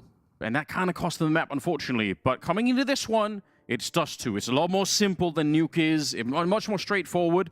Both teams play the map. None of them played particularly well. So it could be mistake-ridden. It could be chaotic. I think it's going to be chaotic whatever happens. Well, I'm looking forward to that. I want more of that. But yeah, it was great to see FOKUS, like you said, kind of choking. Gave him the old Heimlich, and then they came back on the second map of Nuke and just looked like they were ready to go, like nothing had happened. Absolutely true. They should already be in the playoffs in my book. I still am flabbergasted they gave up that first map of Inferno, but it's the way she goes sometimes as we get ready for the third and final map.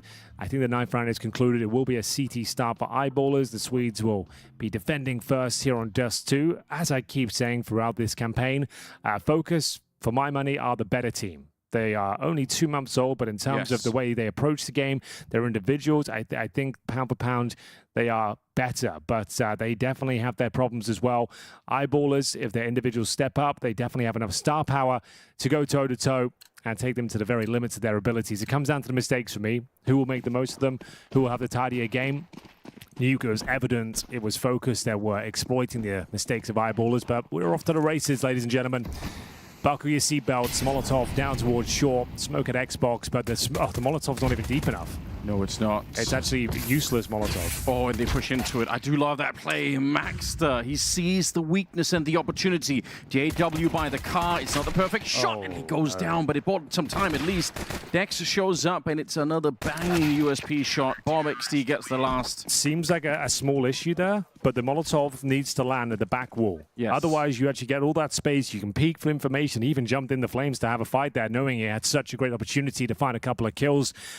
So yeah, fundamental mistake presented at the start. The fact he even ran in the flames was interesting. He could have used the back wall, but tanks the damage.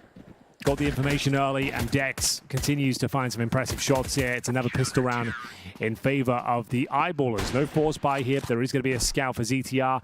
It is a common trend of in-game leaders on Dust 2 using that scout. We don't really know why, but it's just a thing we have to accept. Yeah, it's tradition at this point, so we don't question it. We just let it happen.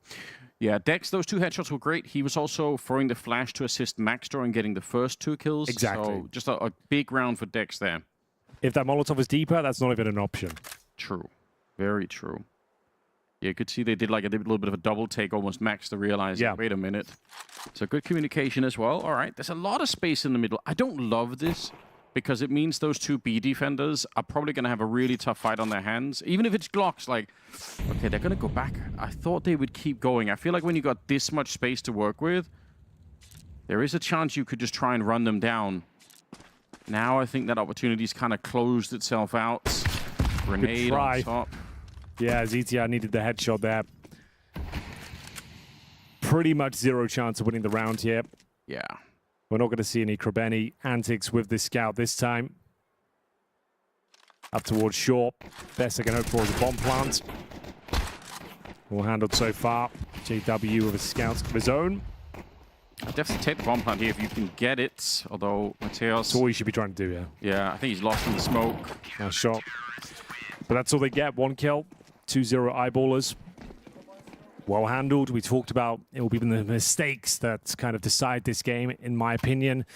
We already saw 1 in the pistol round that missed Molly. I mean, I'm glad you bring that up, because that's often the difference between the teams that, you know, can break into tier 1 and those who can't. Yeah. Like you make a lot of mistakes. The better the team is, the more they'll punish you for it. Mm-hmm. Oh, very important round here. ZTR will have to make do with the Tech 9. Nice. Got a nice 5-on-4 to kick things off. BobXD trying to pick up the pieces here, but a nice call from FOKUS. Instead of just running in towards the B tunnels, they're waiting for the reactions to come to them. You have to react from Dust 2. You lose an opening pick like that, you need information. You need territory on the map. They're aware of that. They're going to pump the brakes. Not give anything away. No sloppy deaths here. No bozo deaths, they call them, Anders. You're exactly right. You just want to hold on to this advantage. You know the CTs are desperate. They're going to have to stack elsewhere. You don't need the B tunnels at this point. You've got the man advantage. You know there has to be at least 1 towards B. Use the man advantage and go 5-man in towards A. This is where FOKUS, unironically, really have kept the focus in a lot of the games that we've seen. They're really good at not making mistakes. In these moments, it feels like they know what's up. Joko around the corner, coming in on the other side. You have another player there, but it's all for nothing. So we know BobXD's towards lower B. There can only be 1 player towards A. You just need to go full speed ahead and punish this and make sure he doesn't get 3 kills. That's the only way that Eyeballers win this round if JW gets 3. Yeah. 1. Well, there's 1. Incendiary out. That's from the player in CT spawn. BobXD trying to help out. It's not going to be the double at all. Very well done. I think that was very respectable.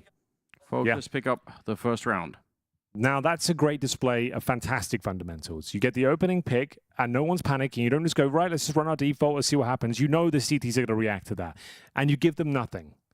You hold up, you play outside the B tunnels, you group up together, and you make your call and maintain that man advantage. You don't take any risk. You make sure there's trade potential throughout the entirety of the round. You go towards long.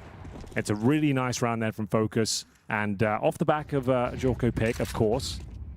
Not going to be able to get that every round, but the fact he got it, they played it very well in response. Well, Joko was playing so well on Nuke.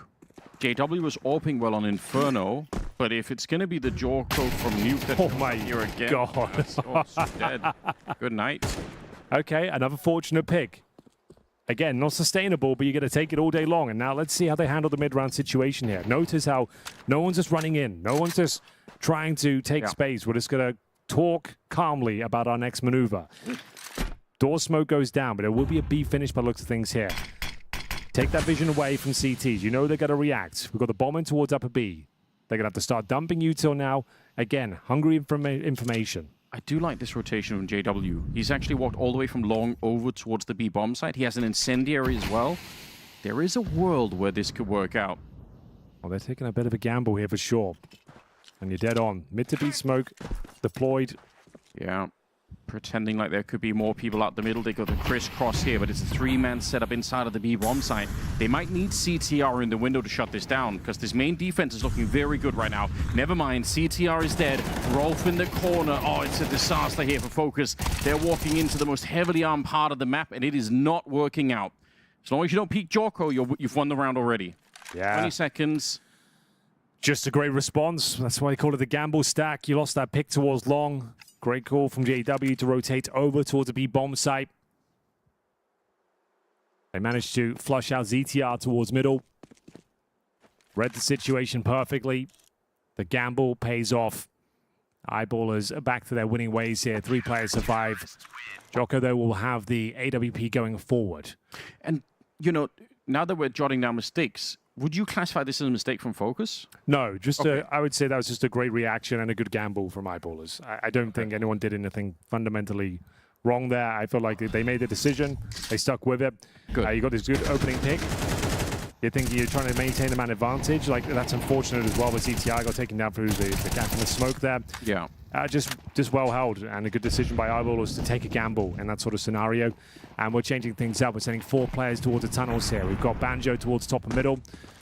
Orb bravely facing down towards short. This is a full investment now from FOKUS. Playoffs on the line. Feels like they should already be there after Inferno, but they fumbled the huge victory and now finding themselves in the mud once again. Eyeballers.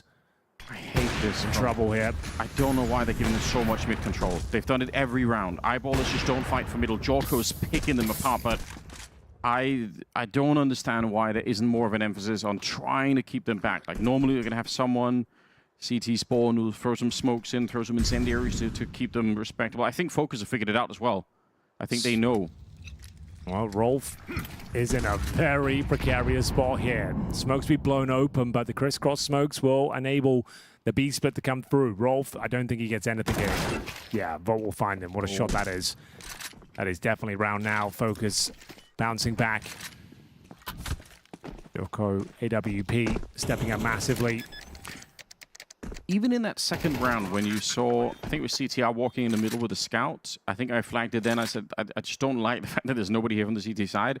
I think CTR realized in that moment, well, they're going to give us that much space. He had the same space in the previous round, even though he got shut down through the smoke. Now it's a third round where Jorko just walks in, and great shots, like credit to Jorko for doing it. But also I think for Eyeballers is a point of criticism that that could be allowed that deep into towards the middle. Let's see if they change it. Well, there we have it. Will be the second round on the board here after losing the pistol. A 3-2 game. Lost bonus at absolute 0 for the CT side, but no choice but to save the weapons they have. 2 very strong weapons, to be fair to them on the CT side. 2 AKs. But round 6 around the corner here. Be indicative as to where we're going with this one, because you need to make a decision. Do you force buy around the AKs? I'd say almost certainly yes, considering the lost bonus situation. So they go for 3 MP9s, 2 AK-47s. Is there any sort of aggressive maneuver they have in mind here? Can't really play a default setup IMO. See what they come up with. ZTR with the double door smokes. Got another one to work with here as well. Lower B control. Not picked up yet. They know aggression will be coming in from the Eyeballers here. Yeah, they're set up in every angle. Testing lower dark. Yeah, Molotov towards lower. They want to make sure they make none of the aforementioned mistakes here. Go through the protocols. Flash towards shore. Give them nothing. They've saved AKs here, and you know it. Jorko AWP has been fantastic. Bob in a position to maybe push off that smoke if they smoke CT spawn, which happens pretty much all the time. Good point. This is crisscross smoke. Mateus will be setting up. He wants to see if they get out the middle once again. Bob is here, right? So it's a different kind of a setup here for Eyeballers. At least they're in position. Maybe could have been a kill for Bob, but he allowed Mateus to walk in for a second time. And once again, it's just one player isolated in that B bomb site. So hard to imagine you could come out alive. What's the final call? It's going to be 5-man towards A. I mean, Maxter is here. It's hard to spray down that many people, but he does have the right weapon for it. They're trying to see if they can get through. More grenades are being thrown in. He's in the back line. Good spray. Finds 3. Keeps it going. A 4th headshot. A couple of bullets. He runs out. The round's not over yet. Banjo. He's still got a health for it. 14 seconds. Has to go and pick up the bomb, though. Oh, that takes a lot of time. And now he's being slowed down by the MP9. I love it from JW. Don't take all the fight. Just test him. And now he can't win. Yeah, you can you get the kill, but you can't plant the bomb. Very smart from JW, but a nightmare for Maxter here. 4 kills as he shuts down FOKUS. That's so good. Didn't seem like they stood a chance. Losing that first pick towards middle. Eyeballers enter with 3 MP9s, a couple of AKs, a 4-on-5 situation. But Maxter steals the show. What a spray down that is. They have no idea where he's positioned. They can't comment in time. And back and forth. Once again, it's going to be Eyeballers maintaining their lead. We do not go 3-3, it's 4-2. Okay, great mechanics. CTR already out. Have they heard? I don't think they quite realized. They will still get the trade, I suppose. Banjo continuing to frag out long. Whether through the smoke, I think half the kills he's got long, he hasn't seen anyone. This time, obviously, he knew someone was going to be at the corner, but regardless, it's a 3 versus 4. That was CTR's first kill, but just the movement to get out there in the chaos, they don't realize he's that far up. So 4-on-3 in favor of the T side right now. It's going to be Dex alone towards A, realizing he probably can't hold on by himself. Tucks away in CT spawn. If they go towards A, there's definitely going to be a save. Seems to be the case here. Hasn't got the intel. Should be found out momentarily. He'll take a peek unless the timings really go in his favor. Should be done for. But we'll find him, and indeed the round. FOKUS are back after a real awful outcome in the previous round of 5-on-4 in your favor. The Maxter mows you down. They answer back quickly. Yeah, they shouldn't be at 4 rounds here, Eyeballers, but the fact that FOKUS answer back pretty quickly and don't just collapse, we've seen that happen in the past, but they seem to bounce back straight away. You love to see it. M4 saved, AK saved on the other side, and some utility on top, but the money is in such a weird position here for Eyeballers. Like, I don't even know how they get 4 rounds at this stage, because they've just had such little money to work with in some of these rounds. Terrorists win. $1,400 loss bonus there. So we go into round number 8. Still early days, and it's Dust 2, so anything really can happen. I think for FOKUS, looking at the stats, they do win a lot more of their rounds on the T side.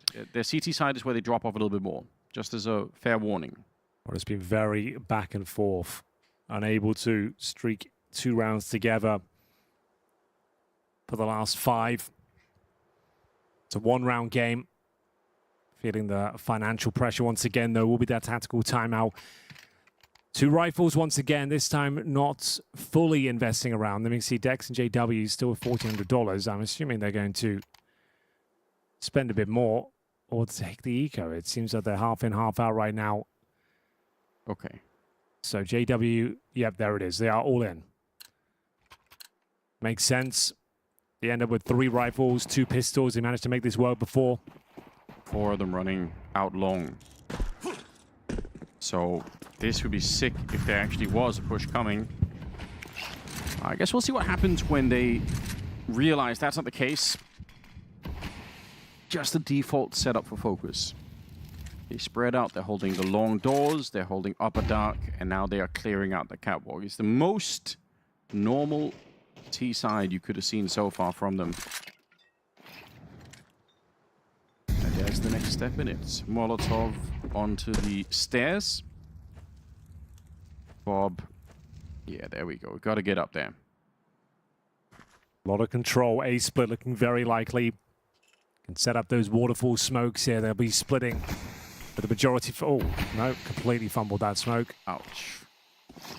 Oh, that's going to make things a lot more complicated now. Oh, look at that long. Dex is about to die. They're all coming out long. They're going to swing. He's dead already. Yeah, he's got no chance. And unfortunately, that means JW's just as open.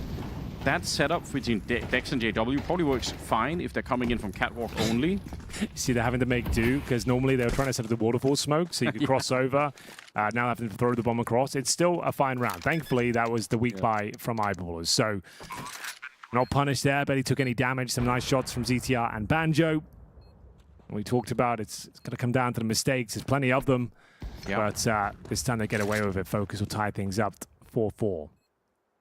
I assume the plan for the defense there at the A-bomb side is the idea that if Dex shows himself as they're coming in on catwalk, then they'll forget about JW who's playing Goose. Like, you're hoping that there's sort of like a bit of a 1-2 punch combination going on. JW can swing in later, but when they come out long, that just... none of that matters. Should be not just a 4th round here, but very likely a 5th as well. FOKUS... they're up against one M4 in the next round and some upgraded pistols, but the loss bonus, just not that good. And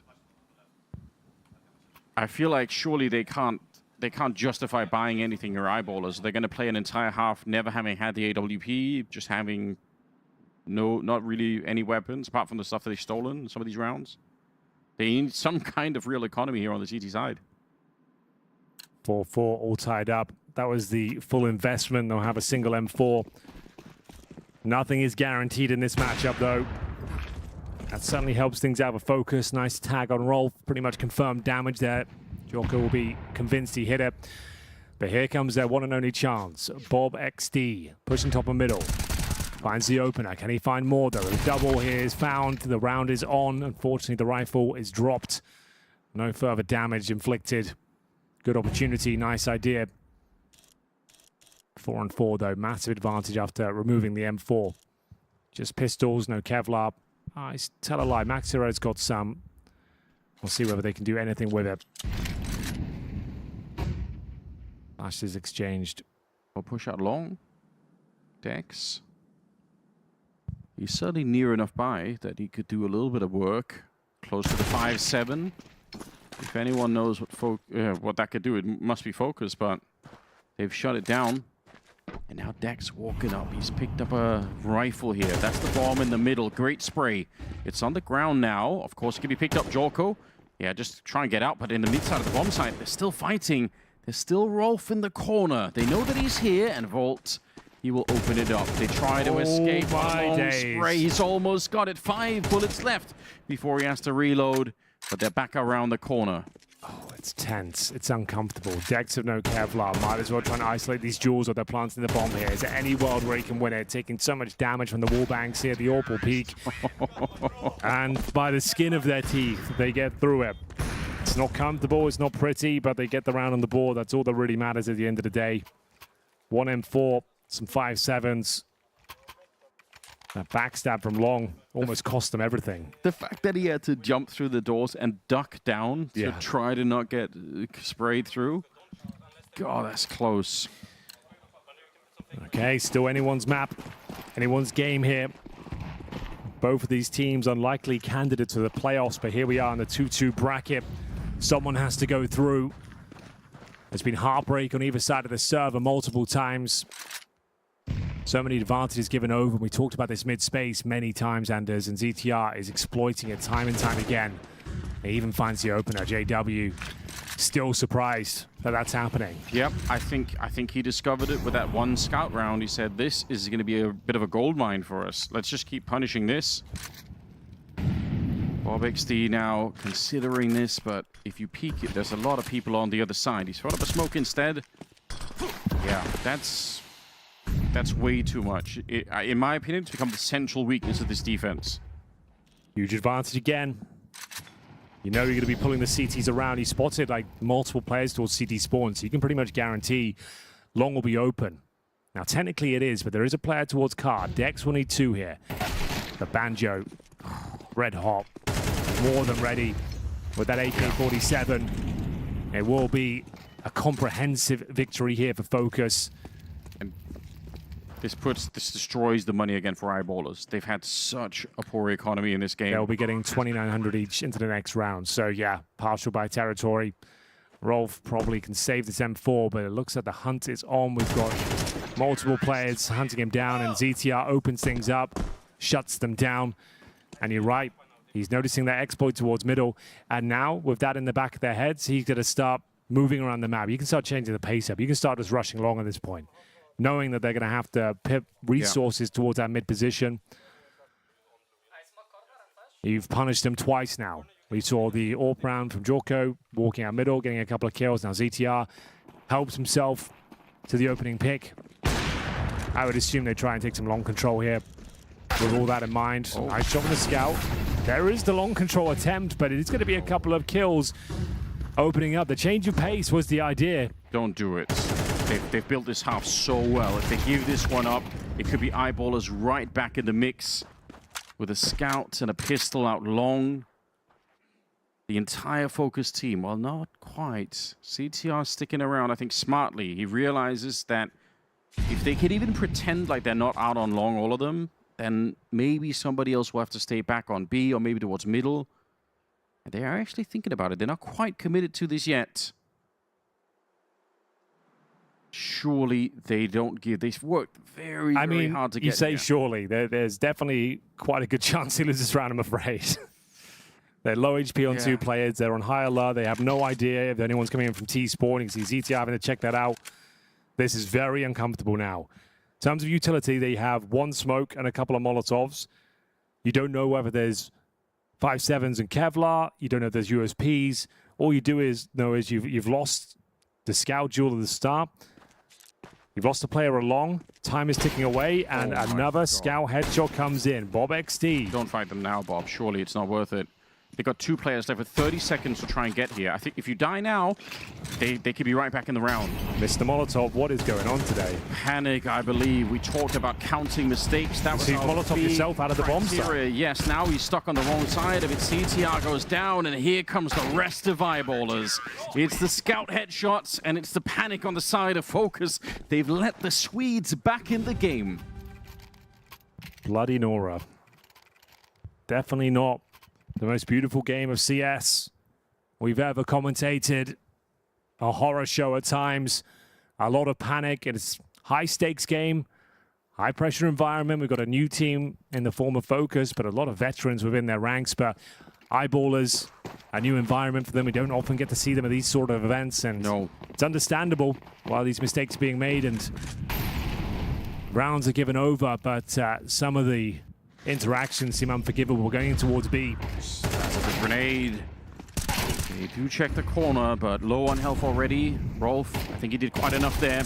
And Banjo, for once, is going to get out-dueled. That's a rare sight here on Dust 2. CTR in the middle, trying to be found. Jorko, he did get that kill somehow. He can win this, Anders. He can win it, I agree. Don't give up on the operation just yet. See if he can find anything. He's Bulgarian. He's Bulgarian, you're right. Me trying to start some sort of a Balkan war now. We don't need that. That's my bad.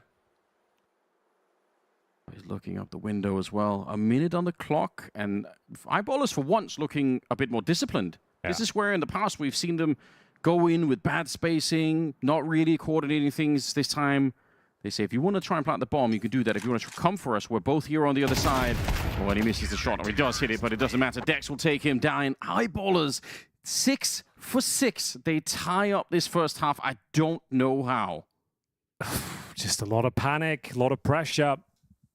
It felt like FOKUS were very comfortable there after what seemed to be a great start into the half. They were showing those fantastic fundamentals. They had all the advantages, all the reads. We saw ZTR just helping himself out towards middle. Yes. He had them in the palm of his hand there. He knew exactly what the setups were. He knew the weaknesses. But some thrown rounds again. You keep losing to the scouts and the pistols, and that's what keeps happening for this squad. That's how they lost Inferno. Yeah. They were 12-7 up there as well. It's the exact same thing happening on Dust 2.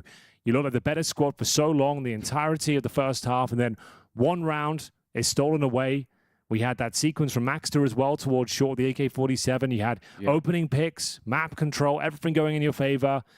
One mistake, one overlooked position, one sort of play not considered, and everything falls apart for them, and Eyeball is definitely back in this one now. Julies being dropped on the CT side. FOKUS will have to lock in once again. How many Julies are they going to have? 3 pairs of Julies. Okay. 8 guns on the CT side. Let's see how this one works Seems out. OP. It does seem OP, but I guess, you know, for a potential B rush out long or on catwalk, like there's so many places to use it. Don't hate it. We said, or you said at the start, it's going to be a game of who can make the least mistakes. There's been plenty of them. Yeah, we're not lacking in that department. Just to reiterate, understandable. A new environment for the Eyeballers, a new team in the form of FOKUS. High pressure, high stakes. To make the playoffs at an event like this, these were unlikely candidates. And it will get to you. We'll see whether they can step up. They opt for just the 2 sets of Julies in the end. Okay. Put the kit on Banyo instead. Let's see if that becomes a really smart choice. It could. They're coming up catwalk here. CTR feeling the pressure. JW on the other side. And now they're coming in from every angle. CTR is overwhelmed. The element of surprise was gone. And now the second set of Julies discovered pushing into upper dark. For Eyeballers, not necessarily bad. Maxter is tagged up. JW is a little bit low. And now they try and see if they can push back Volt here. In behind the bomb site. He's been pretty good with pistols so far. They're going to need him now. A bunch of headshots. Nothing comes of it. JW, he ran through that whole round. Found 2 kills. They're going to get the bomb plant now. Mateos and Banjo. Bear in mind, this is both pistols in the bag now for Eyeballers. So they had the same story on Nuke as well and did not win that map. That's a good point, because they can't hold on to the following rounds, but yeah, they're going to do it again here. Banjo hanging around. Maybe an exit. He does have the kit, like I said, so that's kind of the only thing here, but the bomb is already so far ticked. I don't think...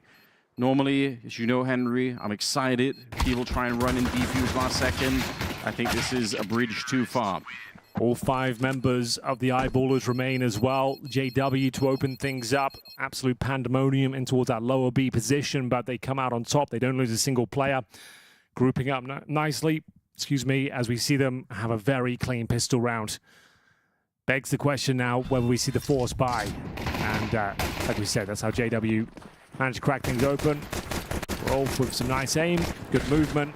Gives himself the advantage from a short position. Absolutely locked out of the round. And it will be a force buy in response here from FOKUS. Can they bounce back? You can't blame them for going for the force buy, right? Oh, no, definitely not. Like the way the things have been going today, every round is wide open. That's what it feels like. But bear in mind, if FOKUS end up losing this, not only should they have taken down Wildcard convincingly, they should have won the first map as well. Yeah. It's going to be a whole tournament of what-ifs for them. Like a lot of tape to look over. And you're going to say, like, the usual stuff, we're a new team, we're still learning, we've got a lot of mistakes to fix. Yeah, that's all true. Sure. But it doesn't change the fact that you should have converted not only the wildcard game, but that first map, 100% should have been yours. You choked it. Yeah, the frustration will be felt inside of the team, whether they're new or not. Smoke goes up to CT spawn. Nope. Falls off the box. It'll still work, I suppose. It's okay. Fine. Oh, this is a setup, though.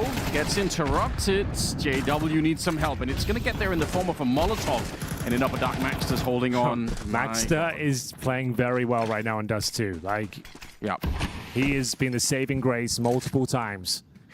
You could see how that round's about to come undone for them, though. It was because of the good comms over my ballers. The Molotov stopped the massive swing around, forced one player to be isolated in a 1v1 instead of 3 players coming around the corner. Maxter shutting them down in upper B. A sigh of relief there for Eyeballers. They do fend off the force buy and only losing 1 player in the end. It's absolutely fine. Yeah. 2 players remain here. FOKUS just hoping to maybe recover some of the fallen weaponry out there on the battlefield. But Eyeballers now touching distance of glory. I think it would be a massive victory just for them to make it to the playoffs. Huge for the organization, huge for... No question. The players in the squad, and JW especially making his way back to a Tier 1 event to go to the playoffs after all this time. His project, his organization. He is the CEO. Suited up now to play with the team inside of the server. Yeah, they've been building this for such a long time. Yeah. Obviously, it's been his, passion project. Yep. For a long time, didn't seem to go anywhere. They, crop up every now and then with, they got a result. They took a map of this team, or they upset top 30 team. Out of nowhere, you said, okay, that's kind of interesting. But we never really get to see them at a LAN like this. No. It would be a huge step in the right direction if they can make it to the playoffs here at PGL Bucharest 2026. And right now, it's looking pretty good. It's FOKUS playing themselves time and time again. And Eyeballers running away with those mistakes, those choked rounds. CTR, he did manage to find that Fallen and Galil, as we mentioned. There's an MP9 in play as well. No round is safe in this matchup. Mark my words, and good information garnered as well. CTs have confirmed it's going to be an A-side attack. So this one is not a foregone conclusion. You kind of have to commit towards A. You can see them tentatively checking T-spawn, knowing they can be backstabbed here. They've got 2 flashbangs. So that smoke that's set up for the cross can also be a smoke that you can flash your way through. That is just not good at all. That doesn't do anything. No. Means Bob has to maybe look in the middle a little bit more, but it's out long here. Jorko goes down. CTR is traded immediately. The Galil, I don't think he can even pick it up right now. Mateos, a Deagle headshot would do nicely. All right, there's the Galil. Got fingers long enough to pick that one up, but Max, like you said, he's been hitting some good shots here on Dust too. Connecting with another one. We're down to 40 seconds. Volt, what could he do? They nearly line up for him. They're holding on. Again, it's not pretty, but we'll take it all day long. With 4 players surviving, overall, it's absolutely fine. Oh, FOKUS. It's okay. Still plenty of rounds to work with here. Eyeballers still a long way away from victory. 9-6. We are getting to the latter stages of Dust 2. But I'll say it again. I consider FOKUS to be the stronger team. If they can play their game and perform at their top level, they are a better squad. It has to be said. The smoke's no good again towards the double doors. Wow. We're going into B. This is so fast. Banjo knows it as well. He needs some backup, but it's not going to be coming anytime soon. They're outside. They're smoked off on the other side. Banjo, that's a crazy good job. Gets the double. CTR in the middle. I cannot believe that he came out with 2 kills. His teammates were right on the other side of the wall, but they were smoked off. They couldn't really help him. A huge result. It's not over yet. Certainly not. A chance here for Eyeballers. No further utility, Anders, and HE should be the round going in favor of FOKUS. Nice Molotov, flushes them out. Rolf has to play in front of it now. Realized he could be coming through the door. What a move from Rolf. Oh! Shot onto CTR. You couldn't have played it better. A triple as the Swedes now are charging towards the finish line. Unbelievable scenes. A 3-on-2 retake. No further utility on the T side, flushed out by the Molotov. It was looking comfortable for a split second there. But this maneuver from Rolf steals it all away. Double digits for Eyeballers. FOKUS are financially ruined. It's going to have to be the pistols. My God. 2 rounds away from series point. Playoff point for the Eyeballers. And this round, this one's the gimme. This is the one you have to convert. M4 on Banjo. It could be enough.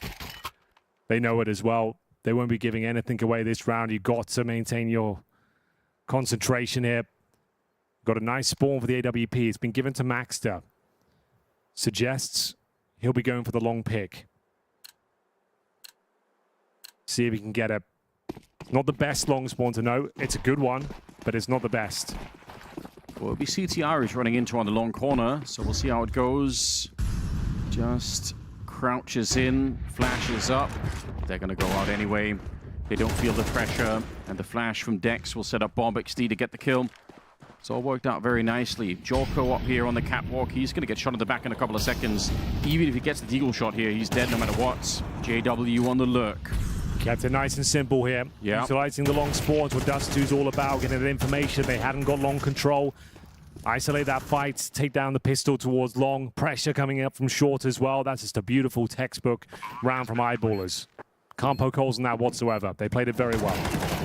And added, you know, to the B rush in the previous round, like the change pace here is really, this really is good. this is what Dust2's all about. It still plays the same way it did 10, 15 years ago.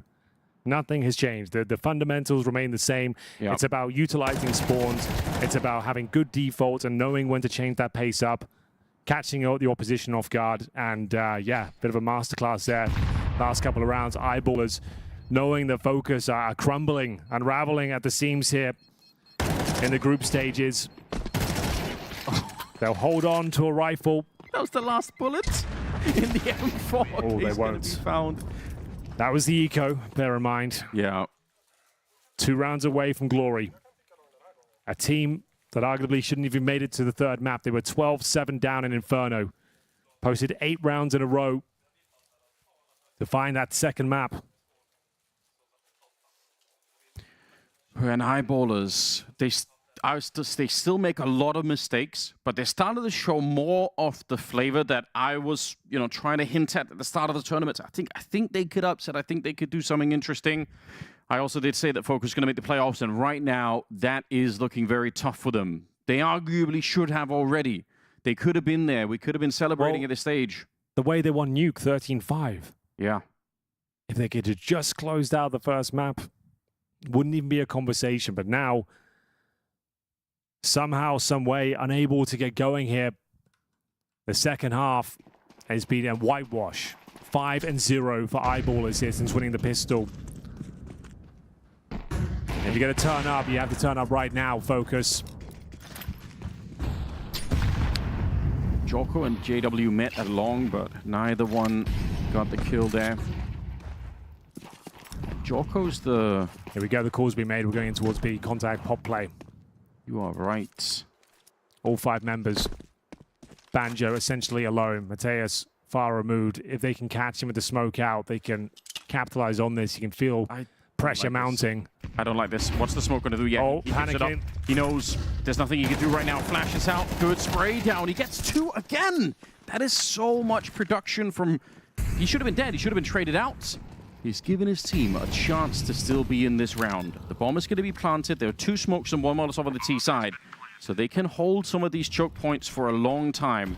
There's the smoke going up. Another one in the doorway.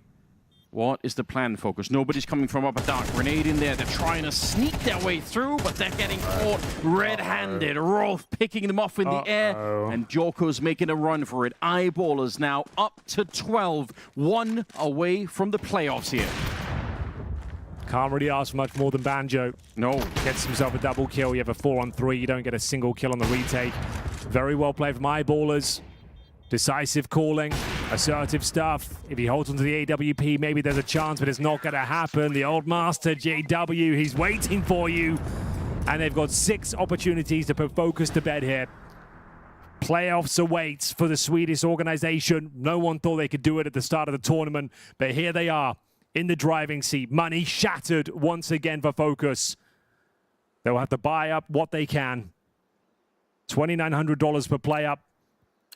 We're talking FAMAS, MP9, 3 M4s, a lot of concessions on the grenades, 1 kit available for ZTR. Can JW find damage through the door? Not this time, but 6 rounds, Anders. The opportunity that FOKUS found themselves in the first map. They were up 12-7, right? Bear in mind, they lost that map.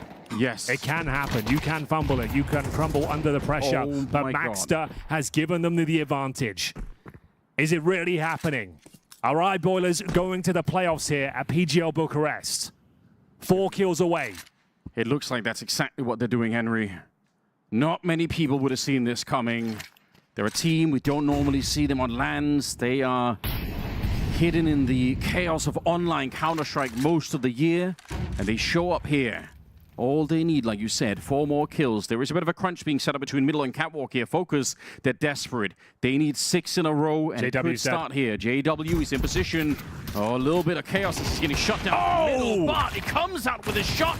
And CTR is unlocked. Comes in with the MP9 there it is. And sprays 3 of them down. FOKUS, the first one might be the hardest one. They're going to get it. 12-7, that dangerous scoreline we talked about on Inferno. It rears its ugly head once again. Eyeballers, you're not going to get many more opportunities like that. The MP9, the FAMUS, the lack of grenades. The opening kill through the smoke. You got the opening kill through the smoke, a 5-on-4. Talk about long spawns. It's going to be JW this time. If he can crack things open and find them another advantage, that would be fantastic, but no one will be home. ZTL will be there, but I doubt he picks it. Flashbang over, very effective flashbang. You can see JW having to check his teammate's screen to see if it converted. Great shot though. And FOKUS with the man advantage. 5 rounds in a row. Need to convert this one first though. Dex will try and find some space towards middle. Well, that mid was abused so much against them.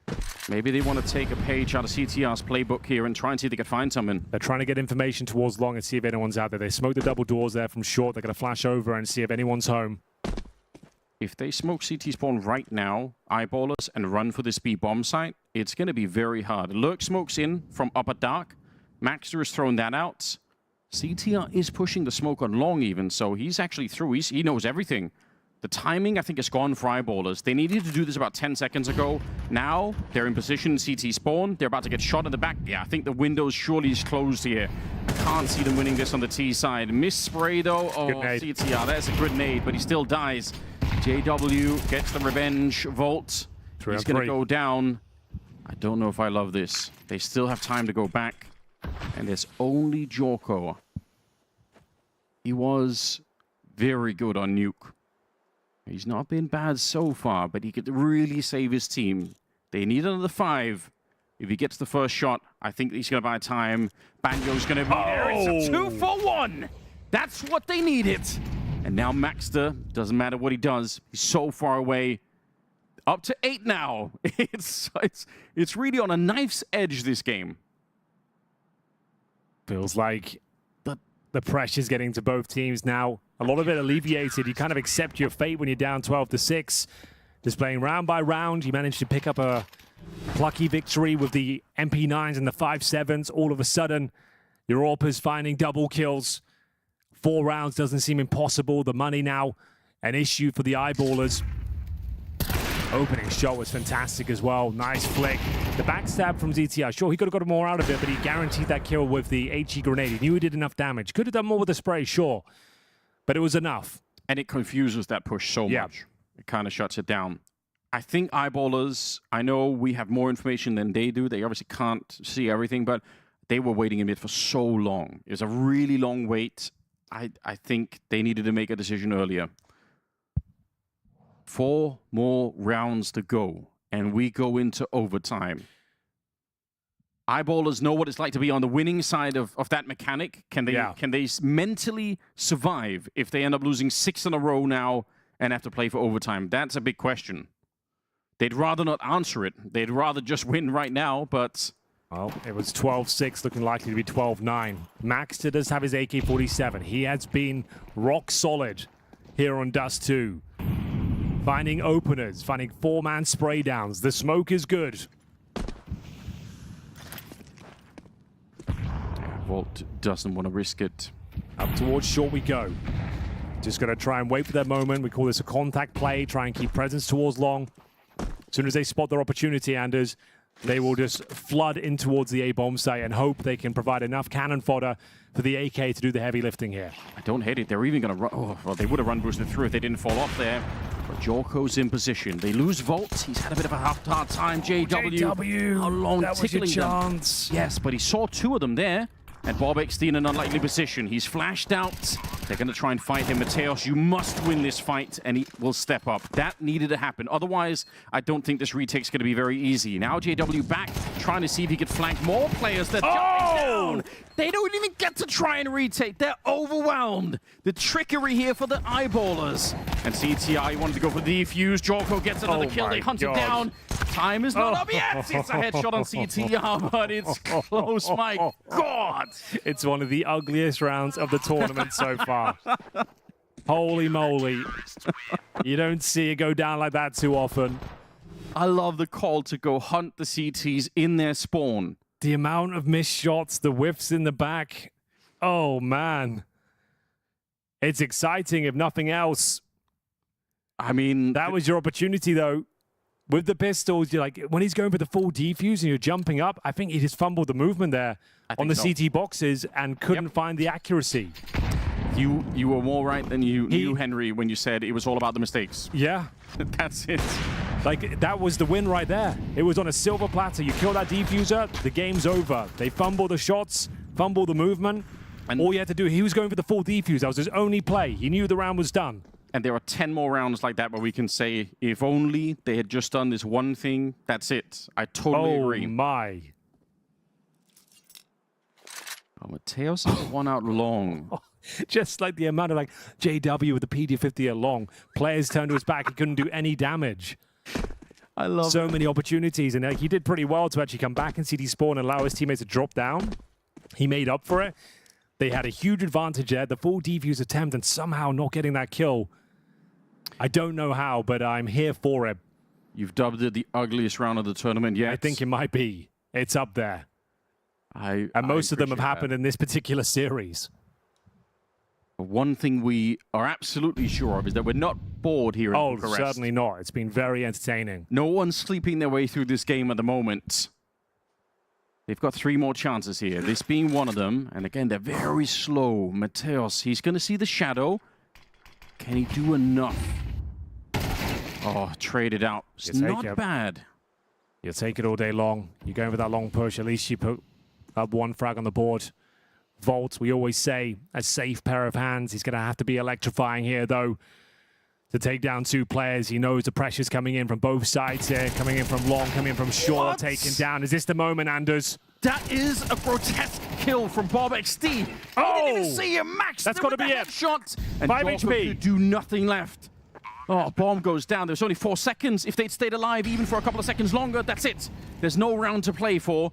And Jorko can't do a thing about it. Don't walk into the Molotov. That's the last way you want to die here. But even if not, they've got him triangulated in. Eyeballers. We haven't seen them at a tier 1 land yet. And we're going to get a chance right now as Jorko fights for his life and fights for his team. They're dodging the bullets. He gets another one. Roll fighting in the back. Oh! Shut down. Eyeballers are back. The CEO inside of the server. And finally, it's JW back in the playoffs. Indeed, a great story and a great game. Not necessarily great in terms of the skill ceiling that was applied, but in terms of entertainment, it absolutely delivered. Exciting for sure. Yeah, I was going to point out a couple of rounds from FOKUS, but in the end, it didn't necessarily matter from the first half because it was the second half that won it for eyeballers. They had a very comprehensive T side and one that was all like from top to bottom. Everybody was delivering. JW just a king of chaos. The penultimate round was so insane, right? Just the pistols coming down to the wire, to the 1v1 as well. But yeah, like a phenomenal second half being called there by eyeballers. First half was very back and forth. Again, both the teams making a lot of mistakes. But then, man, that second half, just very good teamwork and synergy. Nothing too convoluted, but the way they just worked together as a pack, even though it looked kind of ludicrous at times, it worked out. And also, shout out to Maxter. He's had a kind of a quiet-ish tournament so far. But on this very map, came alive. Yeah, he really came alive. And I want to highlight as well, we talked about it quite a bit with FOKUS. Pistol rounds have been a problem. Another map where they didn't get one, and I don't know. That should be the takeaway, I think, for them. I mean, lots of little errors they can work on. No doubt Kuben's gonna go over that stuff, but you got to convert those pistol rounds. Yeah, I mean, ultimately, this is going to be a tournament full of lessons for FOKUS, and I don't mean that necessarily in a bad way. In terms of, like, they lost a lot of rounds. Like, of course, you will lose a lot of rounds if you have players as young as he does and as an experience, because for a lot of them, this was the first Tier 1 experience, for 3 of them, really, first Tier 1 experience outside of ZTR and Volt, you know. So it is just obviously missed opportunities. Still, that map 1 just comes to mind. I do think that that could have been a 2-0 with that, right? Because they were 12-10 up, should have closed it there. But ultimately, yeah, sometimes you just need that little bit more of an experience to be able to close those maps out. And I feel like we saw this against Wildcard as well, right? That could have been a 2-0. That should have been a 2-0 over here as well, right? It's like map 2, they look so very good. Map 1, so many opportunities. We've spoken about it, and they have this tendency once, you know, they tend to crumble at the very end, right? But again, a very, very young team. I like the pieces they have. I like the ideas they have. And when they're playing good, they play excellent. It's just about fine-tuning certain things, working on the mentality a little bit as well. And again, when you have someone like Cuban at the helm, I'm sure these issues will hopefully be kind of sorted out in the near future. Yeah, you see Max there doing the Gyökeres celebration, which is appropriate because, you know, for a lot of the tournament, he didn't do anything. And then he just popped up and dragged them into the playoffs. So. Yeah, he had a couple of really big rounds that pretty much decided it in the end. Both halves, really, the one that we saw from short, and then the big multi-kill towards B in the second half. Yeah, all around great performance from Maxter. Yeah, no, I just think overall as well, you know, like just to talk a little bit more about FOKUS, since they're going to be going home. I think they individually they gave a good account of themselves. There are players now that have like a really solid reputation. That are going to get that respect the next time around. I think more than that, even rather than just the individuals, it was a lot about the system for me, right? And then the ZTR Cuban combination really working well together. ZTR came up with a lot of really nice calls on the T side. So it's really creative, you know, calling out the defense so many times that I've seen throughout these halves. It was more, the inexperience that was coming through in the end, not necessarily bad calling or anything. So, oh, that's rough. Oh, wow. Okay, well, we're taking that table out of your winnings, I'm afraid, son. That's how that works. That's one of the biggest table smashes I've seen since the Nico one that drew blood. That was crazy. Sheesh, okay. Yeah. I knew they'd be frustrated, but I didn't know how bad the frustrations were. Here's the thing. By the end, they were just as, you know, calm as Hindu cows. Like, you know, they were like... They were... ZTR was smiling even. Yeah, that's what I mean. I was like, I actually thought it was all okay. I didn't see that at all during the game, so that was kind of... Youthful rage, it happens. Yeah, I guess so. Now, some good news. I think we're going to be joined by Mr. CEO himself. Is JW. How you doing, brother? It's been a hot minute since I've seen you. Oh, no worries. We're all sick, bro. We're all beat up. I respect the fist bump. Yeah, if you just get the mic and put it up there, that's awesome. Yeah, he knows. He's a pro. What up, guys? How have you been? Been good. I mean, it's been one hell of a ride. Happy to be at an event this size. Sadly, like, the teams is not like the usual Tier 1, but I think that's really good for us, and then we make playoffs perhaps because of that. So just grateful to be back, really. And how is it being a CEO and running your own organization? It's been also pretty one hell of a ride. Luckily, like since almost a year ago, I kind of passed on the CEO role to someone else so that I can focus more on the game.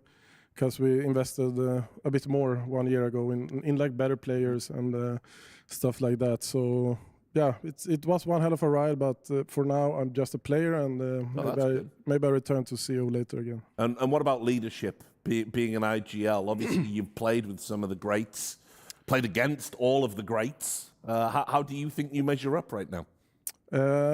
It's hard to say, really. I think it's hard to say if I'm ever gonna be someone like Kerrigan, of course. But I think for now it does a lot, especially for my teammates with the experience that I have. They trust me a lot. They know I have been in many of these situations, and I have seen most situations within the game. So I think for now it works good. Sometimes I feel like, am I even developing anymore the IGL skills? And sometimes I really feel like, damn, that was a great game of calling. So it's pretty up and down, I would say. But I think for now, with the experience I have as an IGL, I think I'm doing pretty fine. Not just calling. I think we've got some stats to look at here, right? This was something that I wanted to bring up with you. Your individual level was like pretty good. I mean, we were, no disrespect to your brother, but like really surprised. And then we also noticed, this is the thing down here. If you turn the eyeballers logo sideways, it's just you. It's just JW. Is that deliberate? Actually, coincidence maybe. I don't believe it. But anyway, no, your individual level's been really good this tournament, brother. Yeah, I mean, I appreciate that, and obviously it helps me a lot being at a tournament this size. Of course, I'm always gonna be motivated, but it's very hard to flip that switch in the brain to go from Cologne finals or the biggest tournaments in the world to sit in your boy room again and meet every Russian there is online. It is tough. It is tough. So being here obviously gives me that extra spark, which I just enjoy the moment, really. I do have a question, right? Like coming to this tournament, obviously you guys came in as a last-minute replacement team and all of that. And apart from Maxter, most of the guys, and Volta, obviously, apart from Maxter, most of the players are pretty young, inexperienced for this. What were your real expectations coming in here? Was it more about let's get some reps, let's play against some of these teams, or were there real aspirations to try to make it to the playoffs? I mean, you know me. I mean, I'm here to win it, right? No matter the situation, no matter the team, no matter what. Every time I step into a tournament or a game or whatever, I'm going for a victory. Is it realistic? Perhaps not. First goal is obviously always the playoffs. Every tournament you enter, first goal is playoffs, and then anything can happen from there.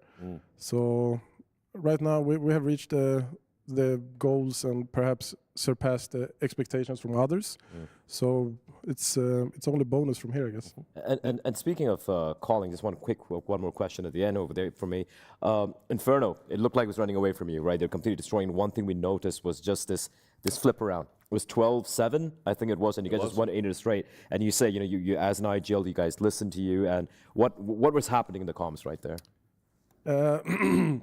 We basically felt a little bit that we have been unlucky in some rounds, but other than that, we wanted to abuse them more on Banana and force them to play more towards Banana, so then we could abuse them on A. And then we wanted to fake more towards A and go towards Banana. So I think most of it just played pretty good in our hands, but it also helps a lot having a player like Bob XD playing Banana, because he's a really strong player and he's one to look out for from Sweden for the future. So he definitely helped there. Obviously also Pita took some tacticals and chipped in some inputs on how they play, but we felt that we could abuse Banana more because they wasn't that good at using their heat grenades to ship damage.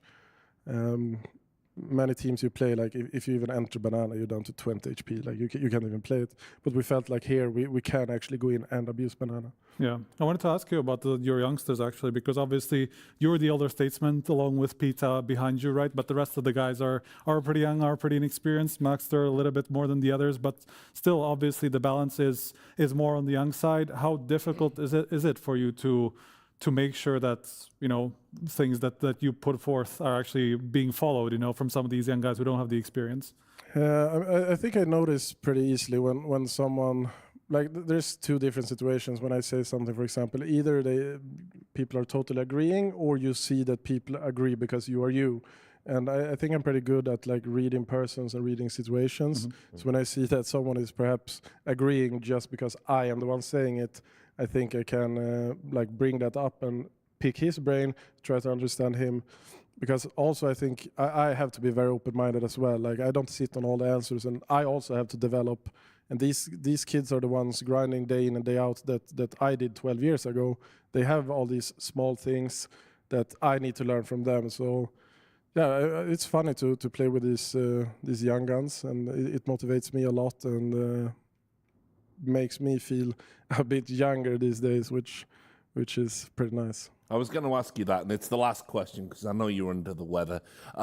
What's the secret to longevity? Because obviously you played in that great Fnatic lineup. You're still competing today in 2026. How do you find the hunger and the drive? It's a kind of a tough question, but also an easy one. I mean, the biggest motivation I have, like the reason I wake up every day, or whatever. I mean, I want to get back into an arena one more time at least, and put on a show for the fans. Like this is an entertainment sport to me, and that's what I live for. Like to entertain people and see the reactions when you play on stage, stuff like that. Like just replay that and keep thinking that is a possibility. But also with like all experience that I have kind of learned a lot. Like you're not going to be motivated every day you step up out of the bed. Like that's life. Then you have to fall back on like routines, stuff like that. So I think it's just a matter of being a bit delusional, because I also think you have to be a bit delusional. We all are. I think you have to be a bit delusional, to be honest, because somewhere in the back of my mind, I still play and feel like one day I will be back at the arena and play in front of the fans again. But yeah, some days when I don't even want to wake up and don't even go out of bed, you have those routines. Like if you just follow that, then you have, it's basically like going to the gym. Some days it's all about just showing up there. Yes. I haven't, but like that's what I heard about so I think that, but being a bit delusional is definitely a key part. All right, brother. Well, I hope you stay delusional for a long time to come. And that game was entertaining. It was a lot of things. Entertaining was definitely it. You can go now. Get some vitamin C. Feel good. Thank you, guys. Best of luck in the playoffs. Nice. Congratulations. Nice to see you again. Long fucking time ago. All right. So there you go. JW, the legend. Still so entertaining. Yeah, I know. In every facet. but also like just a guy, like the one thing I hope he's imparting on the younger players he plays with, because whether he knows it or not, it was always his superpower, is the external voices just never affected him at any point in his career. You know, people would say unkind things about him, he'd lean into it. You know? You heard him there. He says, I wake up every day. You got to be delusional to do this shit, you know? And I believe I'll be back in a stadium. I'd love to see it for one, personally, but, you know. He still has that flair sometimes. I mean, you can see it on the server. He's still going for some of those plays that we know him from back then. Yeah, misses a lot more than we're used to from him. It's also like he's imparting a lot to his young teammates, right? That one round without jumping on CD spot. It is like classic old Fnatic BS coming out. So really cool to see that spirit kind of still alive in some of the youngsters, primarily thanks to JW. Yep. Well, there you have it, guys. A great day of Counter-Strike so far. It doesn't end there, of course. There's going to be more action coming up as we look to see who's going to book their place in the playoffs. But from us, we're going to be taking a break. We're bringing in Prof, Dust, and Tech Girl after this break, so make sure you come back. We'll see you then. She said she loves you. But she can't love me. But I love you.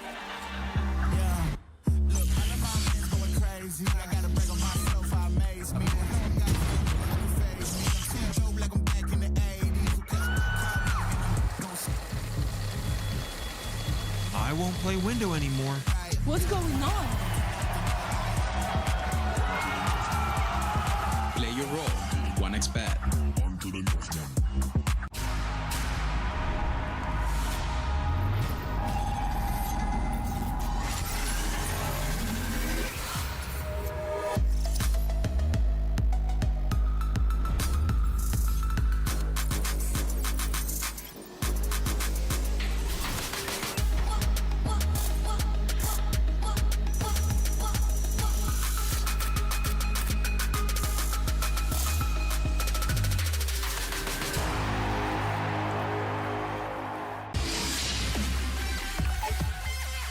The human body was built to move. Not trapped at a desk in one singular posture for 12 hours a day. It's time your chair evolved.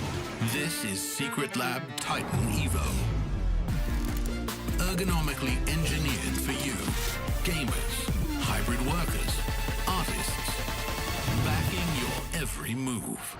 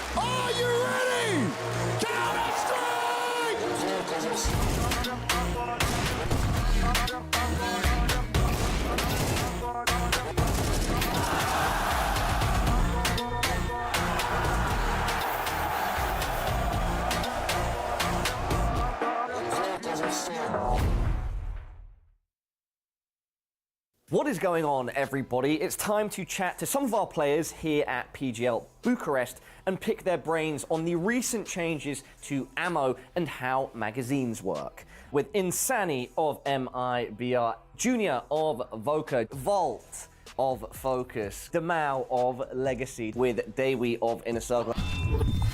Have you run out of bullets yet?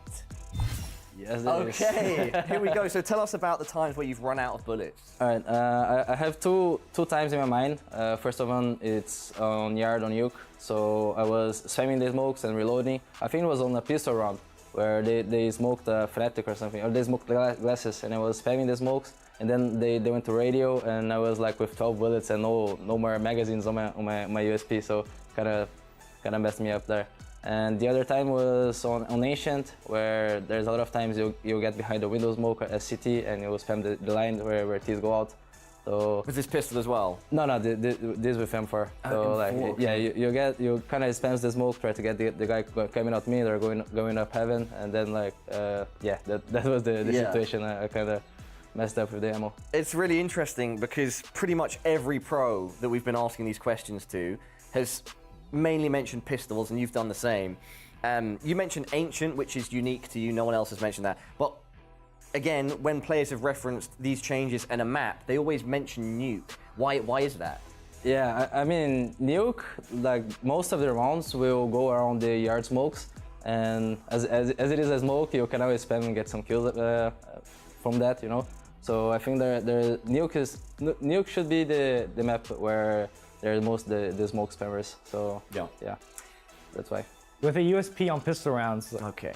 So like I think there's 3 clips, and like you can run out with USP bullets pretty quick, even before the nerf. So like I shot the 3 things on Mirage, and then I went to window and reloaded, and I was like, oh my god. So then I only had like 24 bullets. Seems like a lot, but like it goes by really quick. No, I mean, there's a lot of rounds where you shoot like 1 bullet or not even one, and you die instantly. So I'm yet to reach that kind of situation. Okay. No, because I was check, and it was very. I was looking every time. Yeah. The bullets, and even from teammates, you know. Like Nissin, he plays very close from the screen. Yeah. So he can see. So sometimes he's shooting, and then he does like this with his head. And then I say, 20 bullets, 1 magazine, and that's it. Right now, no. No. Not happen, not happen. All right. Are you ever worried that it could happen, or no? Honestly, no. Like I think like for some players like noobs, maybe yeah, but like not for me.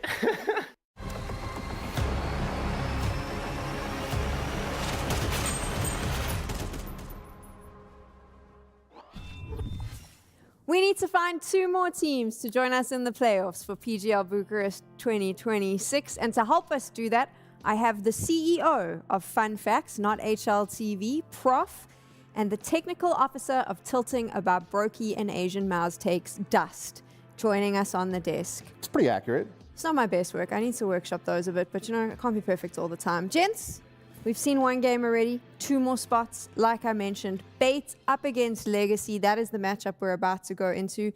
And I'm curious as to how you feel this may play out. First, gotta say, light a candle for FOKUS. Mateo's out, so big Sag over there. Even though JW have love for JW, obviously, but it's a bit of a sad moment. Listen, Prof, as a person who comes from a region who has seen many struggles over the years, particularly recent times, it doesn't get any better. Honestly, I was hoping at the end of this day to be like, there's a Croatian player in the playoffs and known American players, but unfortunately, that I can't use that. I'm sorry that happened. Okay, moving on though. Yeah. So let's talk about this matchup. Yeah, I mean, for me, 2 teams that have still a lot left to prove. Like, didn't really show up in a particularly meaningful way at this tournament. They had some good results online, maybe before Bait kind of struggled and managed to qualify for the major, so their job is kind of done. But at this event, they both just beat Inner Circle and then beat a North American team. Once again, back on that joke, but nothing really proven from two sides that are like top 10, top 15 in the world. Yeah, I mean, Bait's a tough one, right? Because they kind of garnered a lot of attention at the end of last year when they actually made the playoffs of Masters Bucharest. That kind of kick-started a little bit of momentum, and they kind of, you know, kept that relevancy running into the major, running from stage one all the way to a narrow miss on the playoffs. It was Navi who just kept, you know, kind of holding them off. You know, they were beating some really good teams otherwise. And so when you come into 2026, you're kind of hoping that maybe Bait could be a team kind of like what PARIVISION did, where it's like hopefully you use that spark to really kind of rise up the ranks. But unfortunately, this wasn't really the case this year. You know, they really haven't done much other than win that park and land against a couple of smaller teams. And so we've been hoping to see something, you know, blossom again. And this is their opportunity to do so if they can make the playoffs here. Do you think they lack the experience needed to take this a step further? I mean, what more experience can they get, right? The last year, they've been at pretty much every big event, but just in the group stage. Obviously, a lot of the times they are playing some of the best teams because they are towards the bottom of the seeding, which makes it difficult. That's something NPL, I think, was talking about in some interviews, but realistically, it is what it is. I think they get a lot of experience, but they don't have super experienced players, and they're not making the step forward. And then again, they made also an opping change that didn't really help in any way.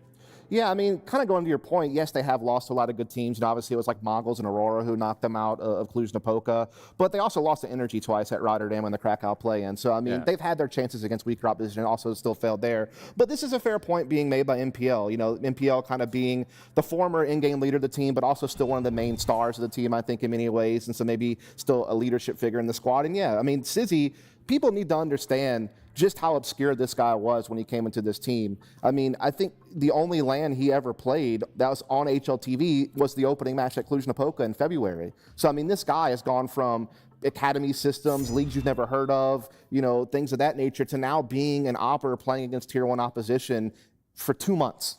That's pretty much all he's had. So, I mean, you do have to give it a little bit of time to fester, I feel like, for this guy. Yeah, I mean, the thing is, he's not great, but you also can't really criticize him. He's just like, he's been slotting in this role. He's doing some rounds. He has some great rounds, but I can't really expect him to, at this level, just be, I don't know, dominating the opposition. There's not really some hype about him beforehand that we'd be like, okay, now he's going to be the next big thing. Obviously, he replaced Segukawa, who was a replacement for Hedrick at the end of last year, and Hedrick has been around for a while, but honestly, a lot of people are like, oh, why did they replace Hedrick? I don't think he was that good. I don't think there's a big difference with Sizzy now being in the lineup, who is like completely unproven. So the fact that they're kind of doing the same thing with a new kid just kind of shows that Hedrick really wasn't it. Bait versus Legacy, normally this goes in Bait's favor in the last few matchups. Is that going to happen today? It's a very different situation this time, Sam, because back then Train was in the map pool, so, and that was really used to Bait's advantage in 2 of the series that they won against this team.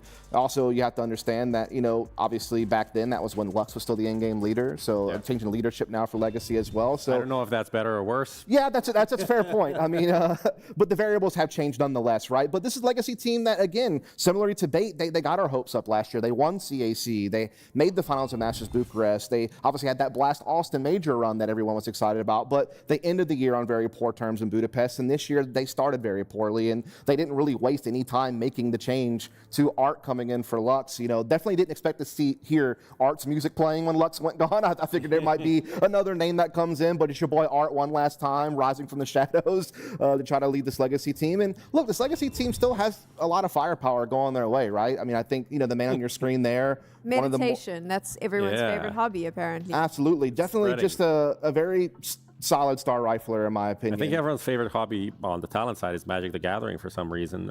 You know, I'd rather be doing this than seeing them throw rocks around. I don't know, whatever they're doing in Magic the Gathering. You don't like Magic the Gathering? Not a big fan, no, not me. More a fan of the sex, drugs, and rock and roll. Another thing, absolutely. Another thing that I'm not a fan of, actually, I don't want to say Art. Let's just do the veto. Yeah, this is kind of a... skipping all the controversial takes today. This is kind of a nice one for Bait because they didn't want to play Anubis either. That's usually their permaban. So with Legacy taking it out, it allows them to, get rid of a perceived weakness. And so that kind of plays to Bait's benefit, I think, into this one. As far as like the rest of it, though, it's like they have a shared map pool. They both love playing Ancient. They both love playing Dust 2. They both love playing Mirage. Yeah. So that's probably the maps we're going to see. Yeah. Inferno as well. I feel like Inferno, that makes sense. The ban from Bait, that was something that Inferno would probably be the pick for Legacy otherwise. Yeah, Mirage probably the third now, I would imagine. Yeah, Overpass now out. Both teams kind of not too crazy about that one. So all in all, nothing too exciting. I don't think this is a matchup that's going to be map decided. No. I think it's more, who's going to show up on the server on the day. Classic, idioms. Isn't Counter-Strike weird how at the end of last year, moving into the Budapest Major, Legacy was one of a selection of teams that had lifted a trophy, that we were talking about them as a potential dark horse to upset some of the top teams. And the fall-off has been so fast because we're not talking about them like that at all anymore. Yeah, I mean, I got to give it to them. In EPL Online, they did get quite a few decent wins. I think G2 was one of them. There's PARIVISION, obviously, that they beat online. I think what they played online was good. When they got to the LAN, I also didn't think it was that anything crazy. But now this event, watching it, I do feel like a bit of the old art is creeping in. Like maybe the first matchup was kind of normal. You would expect an art move every 5 to 6 rounds. He's going to do something crazy. But then when I watched the game against MIBR, it was like almost every round he was going for some sort of a hero play that was kind of like maybe it's going to win you the round, but probably it's not even going to win you the round, even if you pull it off.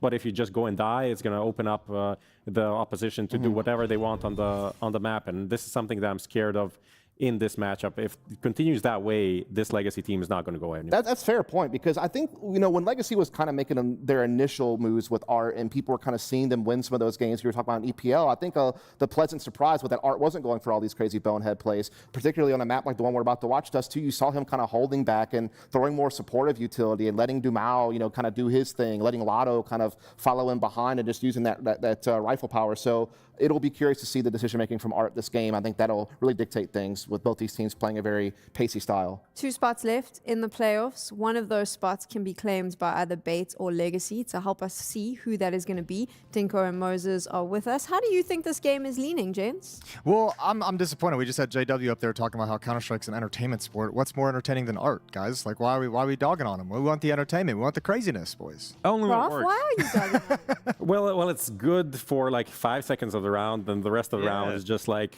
withering away and waiting for the other team to win. You know how much fun you can have in 5 seconds. Something.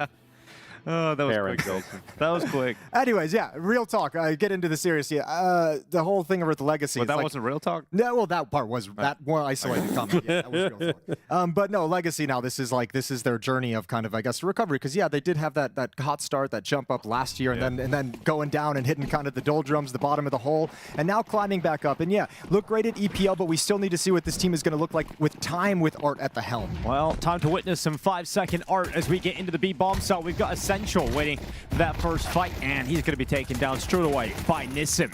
Out of the way, cast aside, Legacy into the B-bomb site. There's still a chance for this retake for now, and if Kenzazor had picked up that kill, would have been completely on. But now you rely on MPL coming through the tunnels, and he's smoked out for the time being.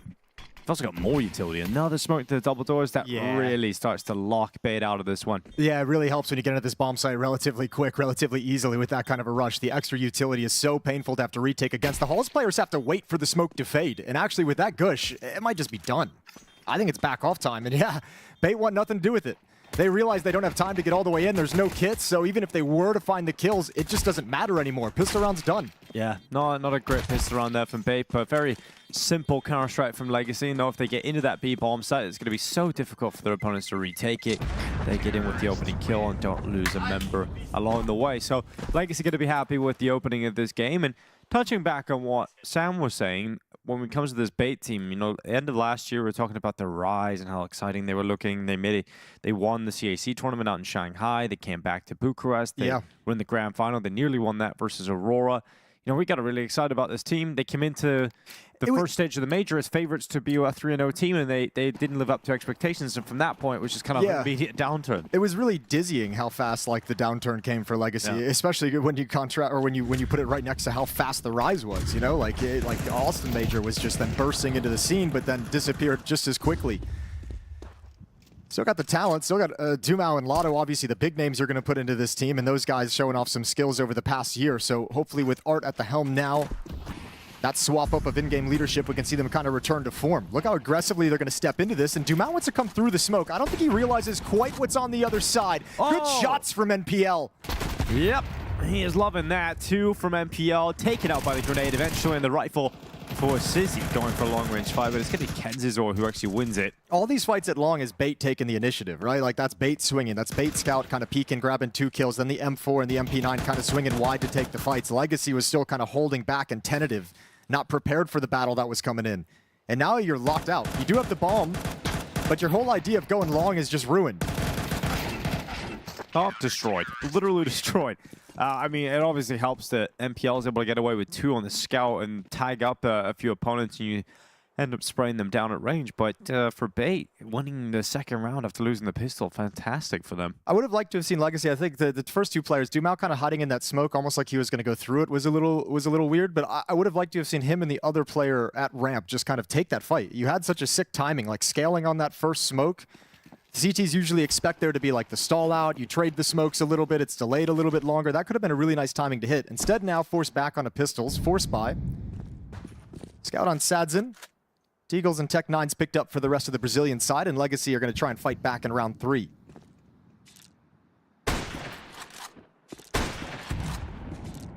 Giving it a go. Sadzin with the scout in middle. MongolZ going to be burned out of the lower tunnels and forced try and get away beyond those double doors just in time as well, because that Tech-9 comes out from Dumao. Yeah, he hears it too. MongolZ realizes one's going to be close to double doors, but all this falls on Alex, the only long player, and in the transition, stands to take the fight, still in the open, and that's the Deagles grabbing the kill.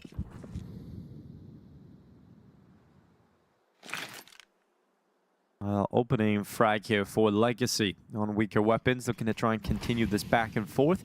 CT cross smoke thrown out, but no one actually playing with it towards long. They're going to be trying to shift their forces over to B, and Dumao's position is going to be clear. That was the most powerful spot they had on the map as well. Now that that's taken away from them, they've lost the tunnels, and so they've got a fight coming up against Essential, who could just mow them down with the AK. It's likely to fall completely in favor of Bait here, and now they realize they've got nothing to work with. Legacy can get nowhere. Yeah, you know, but they set themselves up very nice. You get the pick out towards long, relocate, good ideas. Even Dumao set up in lower tunnels as kind of the pivot point to stop those kind of pushes. Just, I mean, what are you supposed to do when an MP9 comes hard clearing that with a jump? Really tough for the Tech-9. And now you're stuck in halls, and you realize this AK-47 is likely just going to mow you down. Yeah, Essential is going to drop away, doesn't want to risk that, so allow the rifle and start of the site to do the work instead, and Sizzy certainly does that. So no money for Legacy to get a buyout. We're going to see Bait go up to a 3-1 lead. Yeah, really hard as well for Legacy, who's really excited about getting out to that hot start off the pistol, and it completely reverses. Bait have been in a bit of a free fall, and I think it's a pretty dangerous spot for them to be in that VRS system right for the future with the amount of losses they've been taking. You know, losing to FUT at Pro League, they went to lose against Navi and NRG at Rotterdam. Yeah, you're in that low seed position of Tier 1 events. Yeah, if it wasn't for the Tier 2 tournament they were playing in, where they beat up on some academy teams, got a load of wins one after the other because there's so many gains in that tournament, they would have found themselves in a really tough spot, I feel like, where just coming to this event, you know, they're in the last bracket, they get knocked out in the group stage. Yeah, I mean, they're one of those teams in that kind of stretch, that section of the scene, of the professional scene. We're still trying to prove that they can fight back at the Tier 1 level. Aggressive with the MP9, looking for bonus money. Here's the reload. Surely gonna die to that Glock from Art, but I mean, never making it out of T-spawn. This is a series for elimination or the playoffs. Loser goes home. Winner moves on into the playoffs of PGL Bucharest. A path these two teams have taken for Legacy, losing to PARIVISION on day 1, beating Inner Circle, and then losing to MIBR on day 3, beating NRG yesterday to set themselves up here in this qualification game for Bait. It's losses to Wildcard and Inner Circle, or excuse me, wins over Wildcard and Inner Circle, and losses to Astralis in 3D Max. So still trying to, still with a chance to qualify now in this 2-2 game. And we're going to go live into the first gun round. Op is out into the field. That's in the hands of Sizzy. And once again, just like the pistol round, Legacy calling a fast play towards the B bomb site. They do have a MAC-10 that you imagine is going to want to lead the way.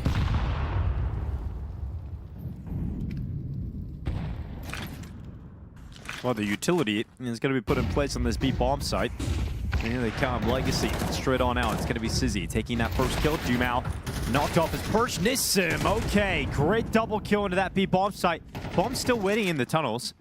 But for Legacy, the fact that they've got the opening kill here and followed it up, they're going to be feeling great. I mean, for Legacy, the fact that there's no defender inside the B bombs itself made them feel great. Even with that op pick, when you realize the bomb site's open, it's all good. Well, you see Bait trying to put some pieces in place for the retake, and then a re-smoke comes in for the doors. I mean, I was going to say, you can't really leave yet. You want that AWP, but look at the risk. Art's being aggressive to make sure it can't be recovered. So the op that Sizzy invested in the previous round just falls by the wayside. They got plenty of cash to pick it back up. Yeah, I've got a lot of money here, Bait. Obviously, that's the luxury you get when you win that second round force buy. But Legacy breaking through. Both rounds they found success in so far. The pistol round towards the B bomb site, and now this round towards the B bomb site heavy. Both pacey as well, right? Yeah. Both fast. This one not a full-blown rush, just a little stutter step to chuck out some utility and wait for the Molotov, but very, very simple getting into the bomb site. So Bait might want to think about the next few gun rounds, or potentially until Legacy return to the B bomb site, playing someone inside the site to open up the rounds, just to be honest against these fast rushes that Legacy's pulling out. They have great B spawns again, Legacy, if you want to be crazy. But no one's looking in that direction, so we're going to set out into something a little bit more standard. Nobody headed towards the B tunnels for Legacy. 2 players cross over, and they will in fact play inside the bomb site, the 2 of them.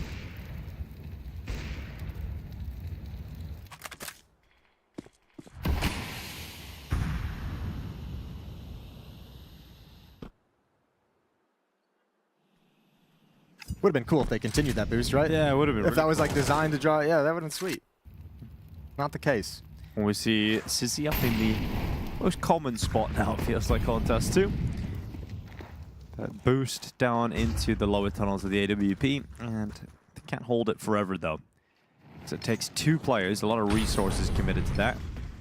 So they're going to descend once they're not getting the contact they're looking for in the early stages of the round, and that is going to give the space here to Legacy. So when does the player rotate back to the A bomb site? It'd be NPL who's playing behind the double doors at the moment, but how much pressure does it take on Catwalk to get him to shift? Because Sizzy's here with the op, he hasn't spotted anything, so no reason to call anyone over, but now that he's flashed off the angle and being chased down, Dumao almost with a chance. Gotten around the corner, NPL's gonna shift back, but not rotating yet. Falls to the op of Legacy. Yeah, now moving up, we got Sizzy going back long. 35 seconds, that's all that Legacy have, and they still want to make some ground towards this A site. They're worried there could be players closer than there really is, but for Bait, they're in an unfortunate situation where they can't challenge or contest for that at all. So the bomb goes down, and it's now going to be a retake required with a player deficit, and look at the play from Art. He's jumped down off the bomb site and is sitting in the smoke, and he's going to catch himself a kill on Kenz's Orb. Now, 2 kills have come back here from Bait. A 3v3 once again established, but look at Art. Ready for the next fight. He's always ready for the fight. And going into the open, Sadson was backing Art up. And information there for Sizzy, but he can't get past the scope of Sadson. And they're going to be very happy about this one. Legacy finding some consistent success now, and a timeout going to be called. That's so sick. The pressure Dumao applies to the Opera, to Sizzy over at the A bomb site, forces the movement from MPL out of his position at double doors into the open, which is the initial pick that Sadson gets with the AWP. But Dumao getting that kind of angle on short out towards long, the Opera never wants to re-peek it. That's just an easy take of the bomb site. Actually, they've had a pretty easy time actually attacking into the bomb sites on both A and B for these 3 rounds that they've won so far. Get an early timeout at a Bait.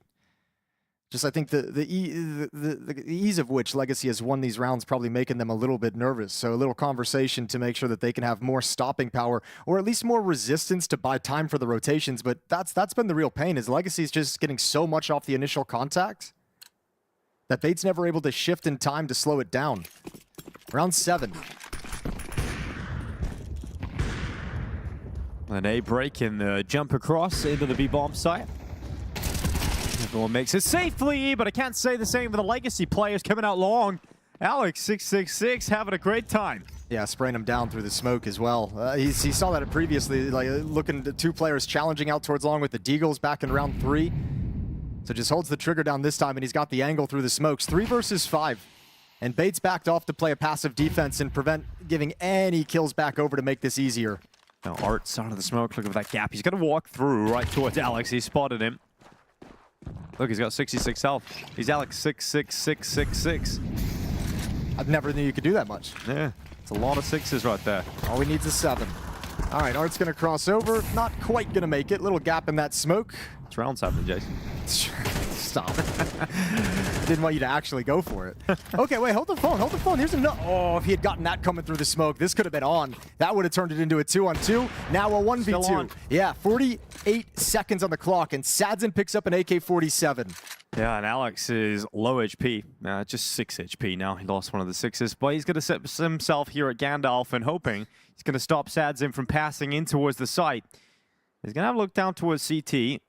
No one around, no one detecting him just yet because it's going to be a long old flank here from MPL. Huge. Oh, that Molotov is going to force Alex into the fight, and he got the kill before he burns away. Sadzin actually laughs about it. Well, it's the fact he throws it high and off the wall that gives Alex the time for that peek, and I think Sadzin was just chucking that out. I don't think he necessarily was convinced that anyone was there, but not prepared for the fight on the peak.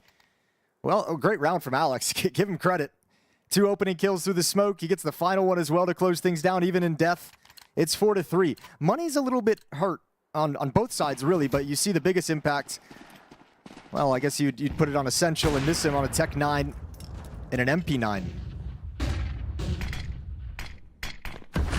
Lato's already out long. I love that he went for it again. He was one of the victims of this breakdown in the last round. He's like, I'm going to go out again. Yeah, but that was always like the trademark of this Legacy team when they were playing at their best last year. Was just the fearlessness and the decisiveness of the fights that they chose to take, like the decision-making. Lato's going to burn down to 24. That's a lot of HP shaved off, but a very, very disorganized late take and turn of the corner at long puts Alex in the dirt. Sizzy's going to have to back off. They do have catwalk control with NPL. There's over a minute left on the clock if Art wants to reconvene this attack anywhere. We saw previously getting the kill out towards long, heading back to the B bomb site. They're kind of shuffling towards middle now. There's a kill from Dumau. MPL goes forward. He's going to be dropped by Sadzin, and a 4v2. So really good start to the round here for Legacy. There's no way you should let this go. That's such a sick timing, though. You hit that as soon as NPL and Kenzazor decide to go clear out middle. Not prepared for 4 players swinging top mid like that. So not only do you get the 2 kills in mid, but look at what it does to the defenders. They're split on different sides of the map, and once again, Essential almost gets caught. Almost finds a kill on a Dumau. Drop the smoke. Oh, this is actually an issue now. He needs to defend against this. This needs to be something he challenges behind the smoke as best he can, because the round could be over if he has success. What the hell? Flamewalker Essential here just walks right through it. No way! Essential taking 3 down, and this round looked all but over in favor of Legacy, and Essential was the last remaining defender that could really change this round, and he does so in a massive way. Yeah, he really does. Smart play as well, recognizing time as an ally with that smoke down as well. He just has it. There was never pressure on the B bomb site. He didn't drop that whatsoever.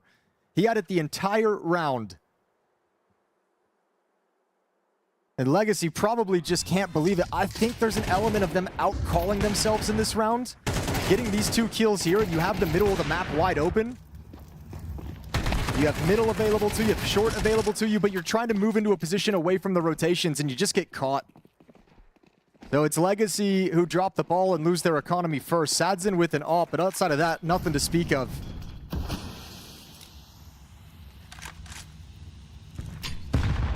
Holy shit, that's a crazy lineup.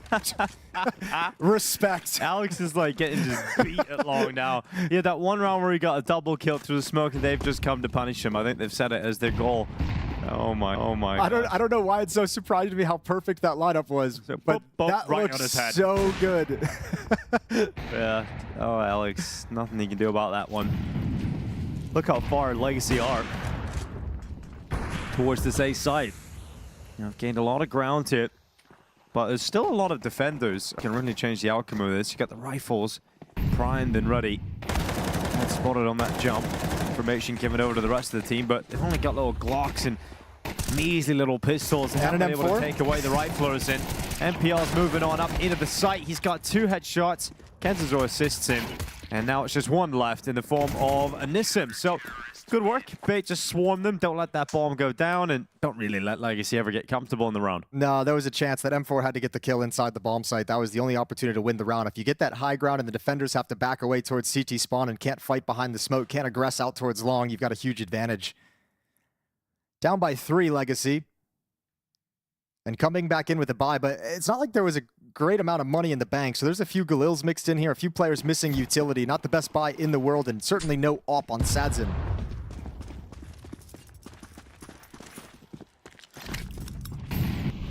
Sadzin just spotting mid for a push in towards lower or up the mid ramp. 2 players outside long, 2 player in the B tunnels. Good peek out here from Nissim. It's down to 31 HP. It's getting Essential spamming down into the tunnels. Nissim going to be taken away. So a good start here from Bait. Where's the response from Legacy? You've got Dumouth coming up through short. Molotov's going to land in front of him. And Art making an aggressive maneuver. He's not alone. He's not making it on his own. He's got Lato right beside him. Hugging the other wall. Here comes the peek.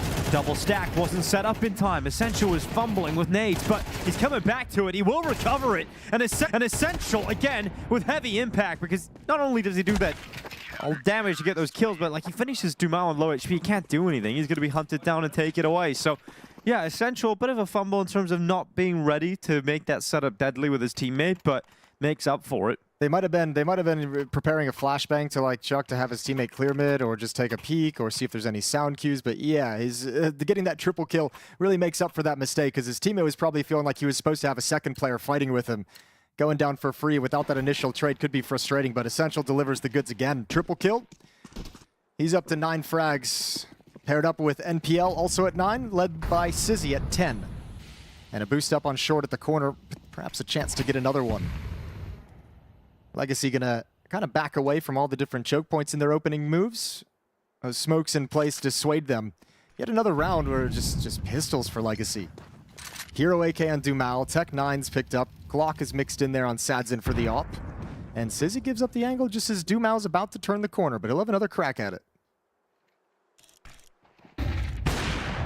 Well, Sizzy has stopped Dumouth from getting any further. Just absolutely getting destroyed right now at Legacy. This is all the firepower for Bait, and Legacy is online at all right now. Art goes forward, Sizzy can be caught. Actually, Art making a little bit too much happen here for Bait's liking. This is very unfortunate now here for Bait. Art has done everything. Kenzazor should be confirming victory though, and they will come back in and retake the round. Art makes that a lot more deadly than it was looking like. But I feel like at the moment throughout this half, like all of Legacy's opening plays to find opening kills and get that initial map control, all of it's done with like brawn. Like none of it's like brain, right? It's not like utility taking angles off, like blinding anyone and taking the space, applying some pressure, making the defense shift. It's just kind of like, here's our first punch. It's either going to connect or it's not, and then we're gonna throw a second punch after that. It's just turning the corner, brute force. Good shot from Sizzy, peeking after the flashbang pops. Lovely from NPL, but it's Kenzazor to save the day on this swing up the ramp. This is a dominant first half for Bait on Legacy's map selection of Dust 2. So comprehensively one-sided at the moment. oh, Sizzy. Damn, dude. He just absolutely wrecked Sadzin. And look at the confidence of Alex now, just trying to block the minute long. He's been punished a couple of rounds here, but that flash is terrible.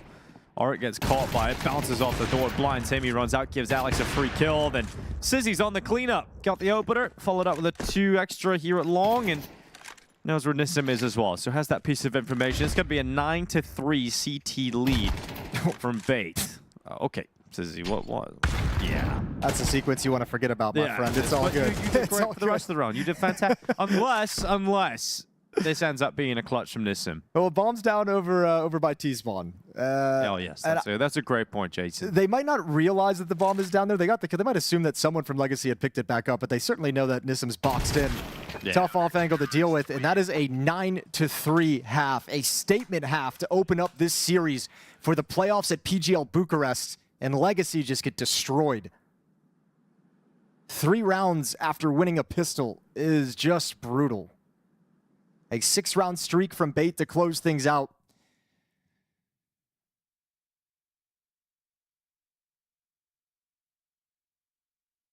It didn't feel like it was going to be this way. Like, I felt a lot more back and forth in the first couple rounds, and suddenly it was just Bait now run away with the game. Yeah. Well, I think too there were a couple rounds that Legacy felt like they had the advantage. Like they lost that 2-on-4 right to the MP9 and B tunnels. So there were a few more rounds where it felt like Legacy actually put themselves in a better position and then had it taken away, which is I think why it's kind of surprising that we see it be so one-sided, because Legacy did do a lot of good things and I think struggled to close out some critical rounds. Brutal. So we'll switch over. It's going to be the Bait offense. Legacy switches to CT side. Pistol round's going to come in, and you don't need me to tell you that that's very, very important for Legacy to be able to pick that up and convert in the second round.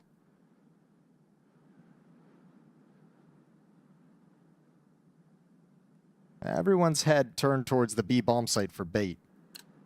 I wonder what that means. Smoke flash. Hey, Rush.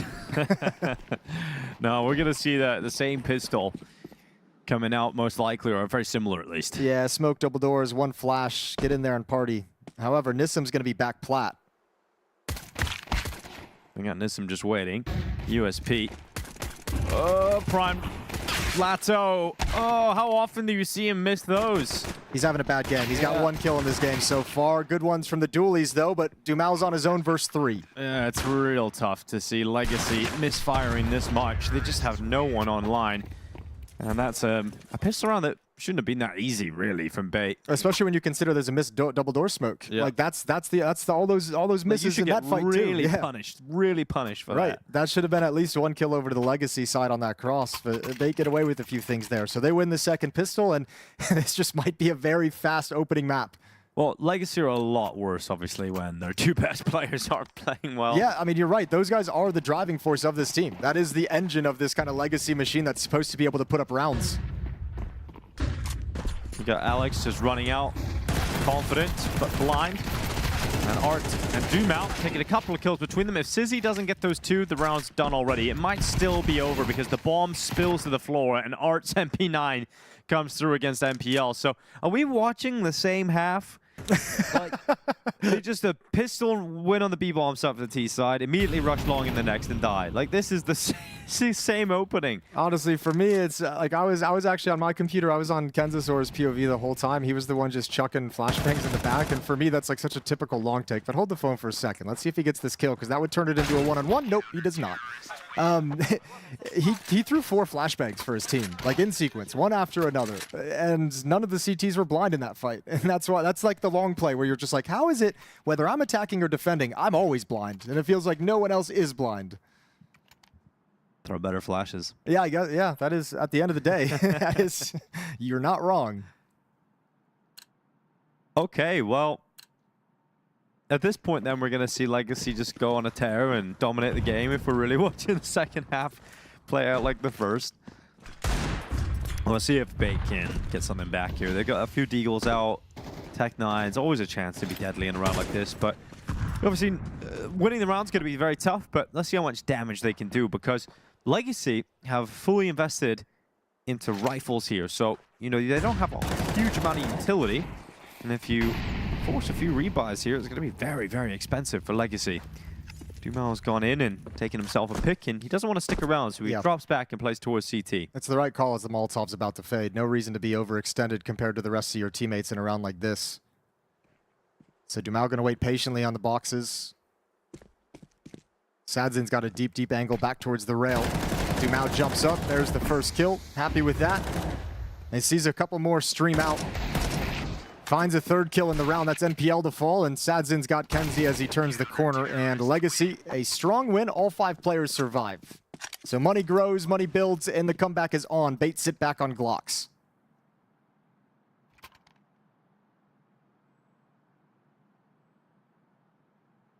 All right, how many can Legacy rattle off to start this half to get themselves into a good place? 5 rounds back at the moment. After this, it should just be 4. It will be. It's a P250. You can Hey, always that afford one. P250 could do work. Yeah, well, let's see. Let's see what MPL can master, or rather muster, out of this P250. Give me one. Give me one with the P250. Come on, MPL. I don't ask for much. I think you're asking for a lot here, Jason. I just want one.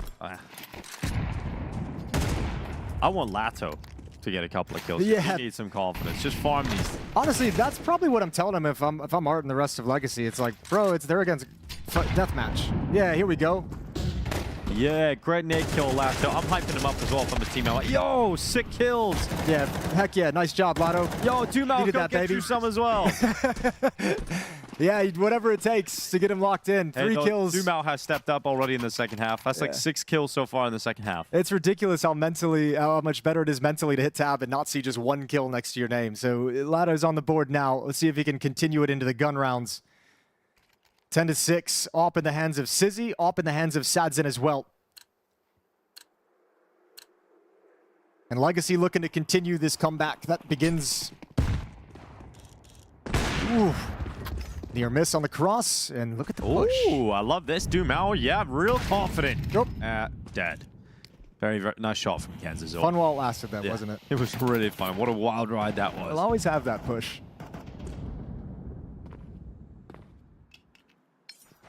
All right, 5-on-4 now for Bait. With plenty of time. Good equalizer found by the aggressiveness of Sadzin with the op. Essential has a pretty good timing. I think he feels like he got it, but the Molotov tick, oh, that smoke is the worst. Okay, that's his own teammates' smoke, so they're the ones who missed that timing together in tandem. Oh, you're going to hear all those steps, Art. When you see him communicating, calling Lato. A little bit closer to try and help. Oh, no. Art spray, not good. Lato also failing to get anything done. That kill comes through Alex, though. A little bit of collateral. They might want to, I mean, everyone's low on HP, so maybe you don't even care about passing the op off. But 3-on-2, however, the HP firmly in the favor of Legacy. And repositioning. They've got enough time to do this, so Bait going to be running back to B. I think Legacy's starting to realize that now. Sadzin's going to plant himself in the middle of the map. That's a kill on Kenzazor, who offers it up. And not only is the HP in favor of Legacy, but now it's a 2v2. So Sadzin getting back. He's done very well and put Sizzy in a 1v1. Now, Sizzy, obviously very capable of winning a clutch like this. So Nissim is only arriving now towards mid. And Sizzy went for the jump spot, didn't detect Nissim, but it's just going to actually peek out. Oh, no, great reaction from Sizzy. It looked like he was going to die there, but he relies on those youthful reactions and connects onto Nissim. That's a nasty flick, and just a couple missed shots, I guess, from Nissim. He kind of looked towards window, averted his gaze a little bit. I'll tell you what, though, this is a round that Bait gets away with. I think there's a couple small mistakes that have huge consequences, but they needed a shot like this to bail them out. Yeah, just off the mark a little bit, just as he starts to move. I don't think he's expecting Sizzy to get aggressive there. I don't know why in the 3-on-2 Bait didn't leave Sizzy with the op in middle to watch that crossback through double doors instead of Kenzazor. That would have made way more sense to me. But fair play. I mean, he wins it out at the end of the day. I mean, very close to not winning it. True. So your idea is way better. I mean, 20-9 right now for Sizzy. This 16-year-old Alper has been really impressing since he joined Bait. Flash for Dumal, set him up, go for the peek. Oh, they're all blind. That is one hell of a spray down from Dumal. Just rips the round out of their hands instantly. Not a single player playing anti-flash. Missed details. We saw it in the previous round that didn't go punished, but this time they get destroyed. All 4 players eat that flash full on, and Dumal's loving it. 16 kills now for Dumal to match Sadzin at the top of the scoreboard for Legacy, and that's going to force a second timeout out of Bait. Legacy actually haven't used any. Throughout that long stretch of rounds they were losing in the first half through, starting to, seeing Bait maybe gain some momentum in the second half. Can't use a single timeout yet. Satisfying to see a spray down go that cleanly. Round 19. And that's essentially the money gone for Bait. Yeah, all that damage down to 1v1 in the previous round. This round you get mowed down instantly, not even close to a bomb plant. You have a 2-round losing bonus built up, so they're going to get 2,400 after this one. So they're sitting here looking at it and saying, you know, if we just save, we're going to have AKs and utility in the next round. So just Glocks coming in. Deagle upgraded for NPL. Towards long we go. Smoke in place already. Art is here with his M4. Going to be playing it very passive and wants nothing to do with the fight. Backs away very quickly. It's Art. Peeking out long, Sizzy has fallen down, and everybody else should fall very quickly after. So, comfortable for Legacy here. I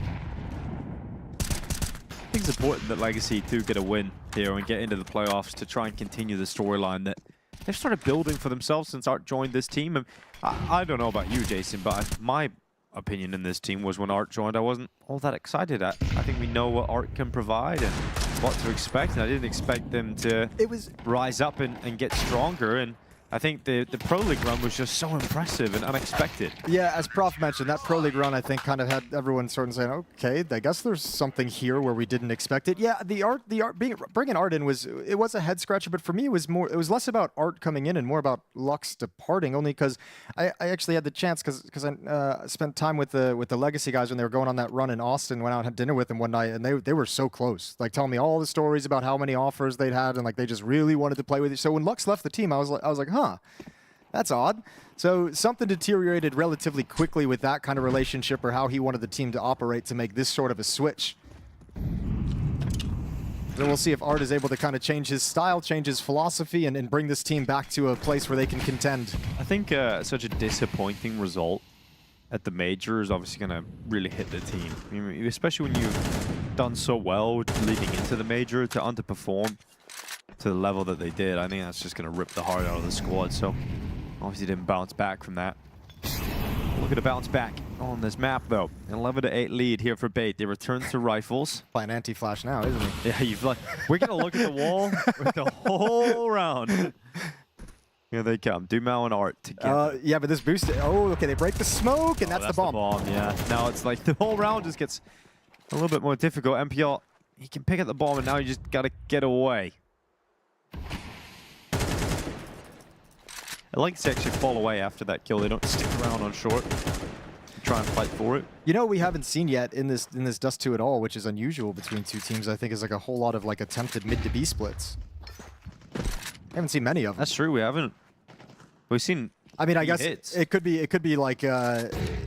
We've watched a lot of PARIVISION at this event. You and I, we've cast a lot of their games, and I think they've played like 3 on Dust 2, and they love a good mid to B split. So maybe that's what it is. I've just been conditioned to expect like 6 of them per game.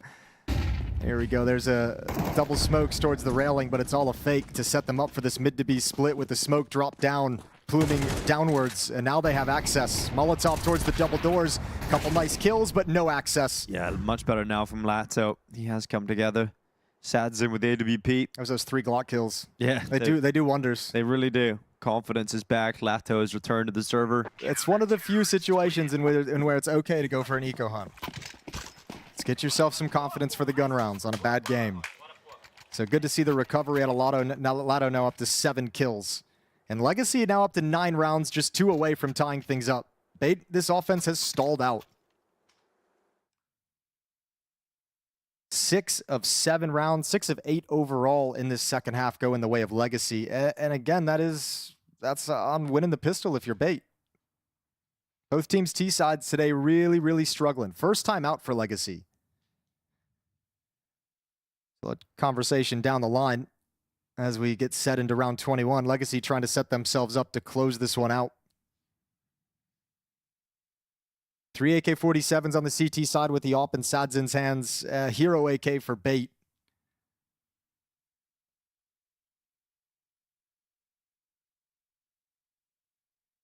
And it's Art being the vocal one during this timeout as well. It's his idea, him kind of orchestrating this. As Rivas kind of sits back and just kind of listens in, makes sure everything is meets his approval. We go live into round 21 as the freeze time ends.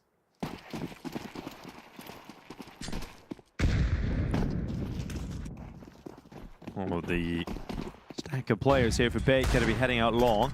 Essential takes out the first angle. Art sending some utility in to make sure that can't exactly hide behind that blue bin. You're forced into the fights, and Essential, that's what he wanted. So Art peeking out into the open has given an extra weapon to play with here as well. Very curious, considering we've seen Art play the anti-ecos by backing off up until this point. As I mentioned, that's one of the areas. Art round. that's one of those areas where it's not okay to go eco hunting. Now got a little image of both sides of that coin. Well, Sad's in. Still an opportunity for him to pick them apart, especially because he'll draw attention towards himself, which should free up the car player to get some work done. Uh-oh. Lumao's got 2, but then Essential on that rifle. The Art dropped. He's actually come through with a 4K. So now Nissim left alone, 1v2. The AK getting into the smoke on the cross. He's going to hear that plant coming up. Nissim trying to save the day here.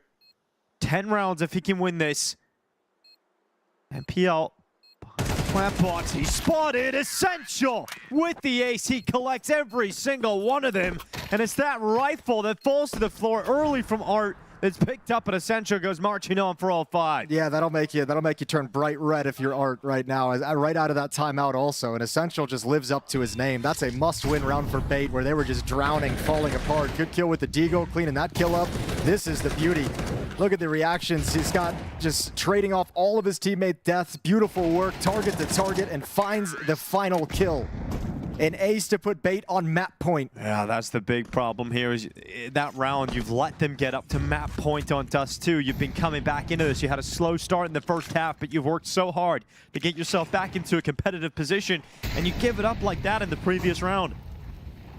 Could come back to bite them. And then this map here and now. Art playing close to the long smoke. He's got his teammate in behind him. 3-man setup at the B-bomb site. 2 committed at long. Yeah, and this is one of the rare rounds where Legacy hasn't had any presence over towards short. So if Bait ever decide to actually just kind of go up there as the default standard and force back any defense, they're going to find a clear avenue to execute into A if they'd like to. I guess for Legacy, they know that they've put a lot of presence there, so maybe you condition them into using utility and having a slow progression up short, and you're hoping you can adjust to that and fall back. And you see now they have left long. We'll see Art drop back and play from the A side. He'll block short with a smoke. Alex is going to go have an investigation. Once you hear that smoke up, you wonder, okay, well, clearly they're not playing aggressively on it. If they don't apply any pressure to the A bomb site, they're in trouble. There's a 3-man stack at the B bomb site. And it's the kind of stack that makes you feel like that's never going to get shaken up until someone dies on the other side of the map. So without any real aggression, Bait's walking into the exact defense that Legacy wants them to. I mean, you've got to have some success 20 here, seconds. Alex. You've got to pull some attention away from the window players, but they're all committed into the site. Dumao gets 1 kill on Alex. Now the prong to the approach coming through from that side is gone. Nissim's low. 42 HP needs to be cleared. He gets 1 extra kill, but it's a 2v2. Hard fought, but Bait find themselves in position to which they can close this map out. Oh, here we go. No one's going to come through quickly. Over towards the window. Good shot. 1 molly left. Sadson uses it towards Car, and there's no one there. It's an AWP to try and win this on the retake. Goes to the rifle, but he's got no kit. 20 bullets. That's all he's got left here, Sadson. Stepping out through the door. Essential with the headshot, and Bait with the opening map win. Dust 2 collected by Bait. An incredible first half. A comeback was there from Legacy, but not enough done in the first to really secure it. I mean, just to back off the back of what Dinko said there, Legacy tried so hard in that second half, but I feel like they let this game run away with them in the first half, and Bait had it wrapped up. Yeah, I mean, you gotta give it to Moses. Not always great, but it is entertaining when Art is in the server. He entertained us definitely on that next to last round when he threw the anti-eco. Helped throw it. It wasn't just his fault, obviously, but he started the domino effect that unraveled this comeback for Legacy.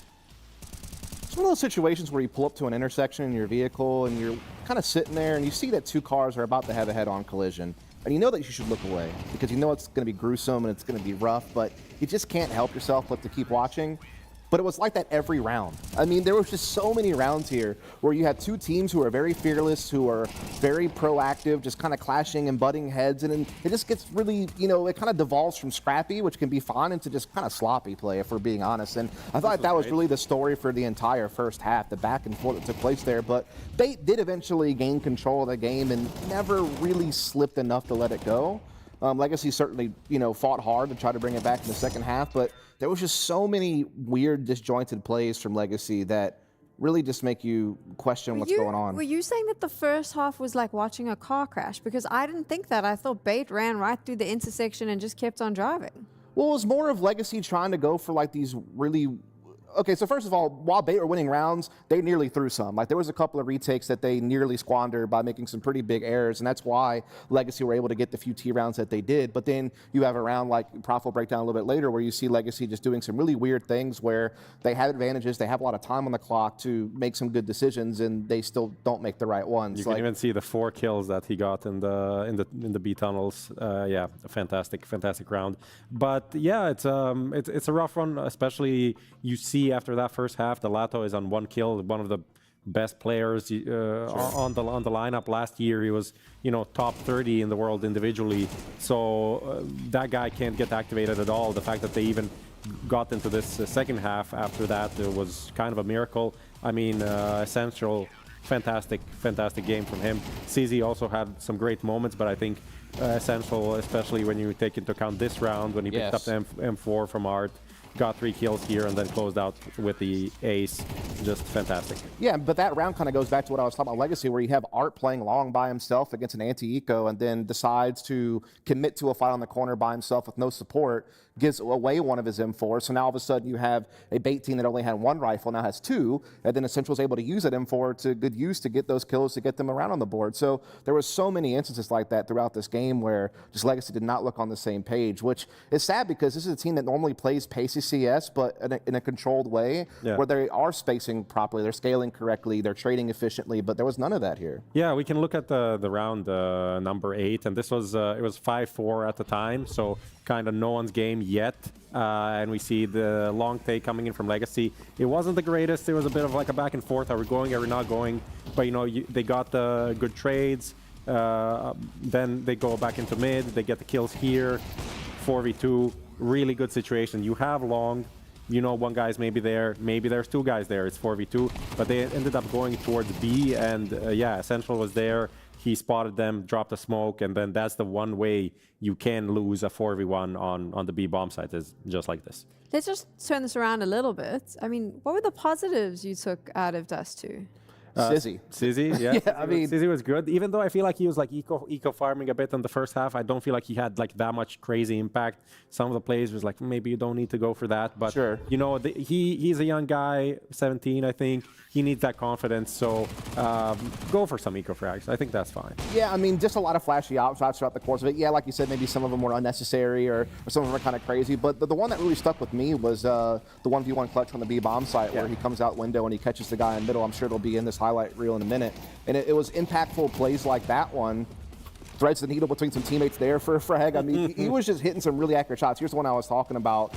It's also a question about Nissim, 30 HP and Sizzy. Doesn't connect a single bullet. I'm not really sure how that happens.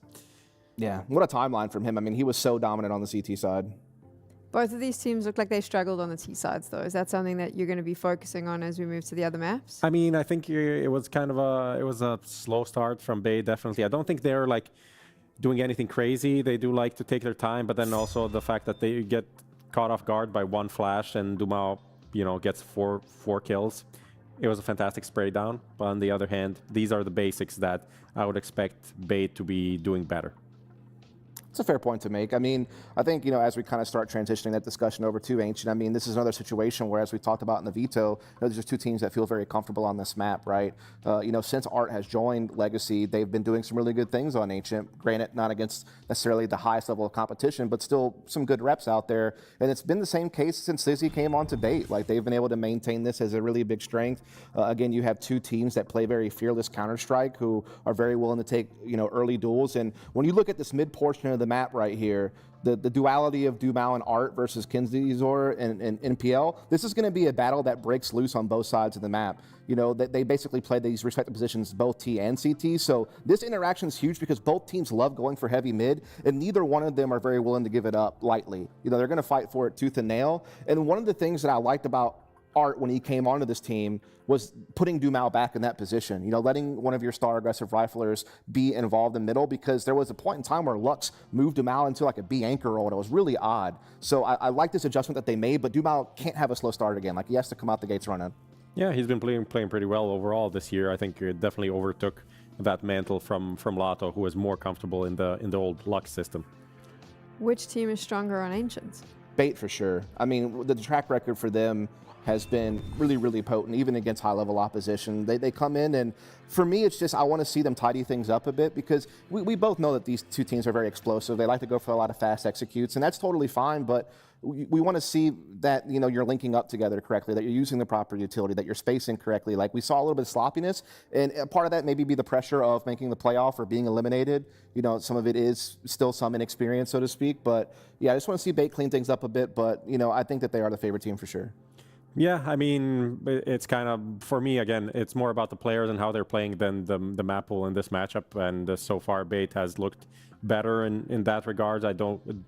I'm really curious how Legacy are feeling about like Art and some of his moves, like within the team. Are they just like, you know, it's going to happen, so you just have to live with it? Sometimes it's going to win us around, sometimes it's not. Because on the other hand, if they're still like, why did this guy just throw away this? We're on this comeback. Why did he just die like that? I'm curious if that's going to be something they have in the back of their minds, that like Dust2 could have gone much better.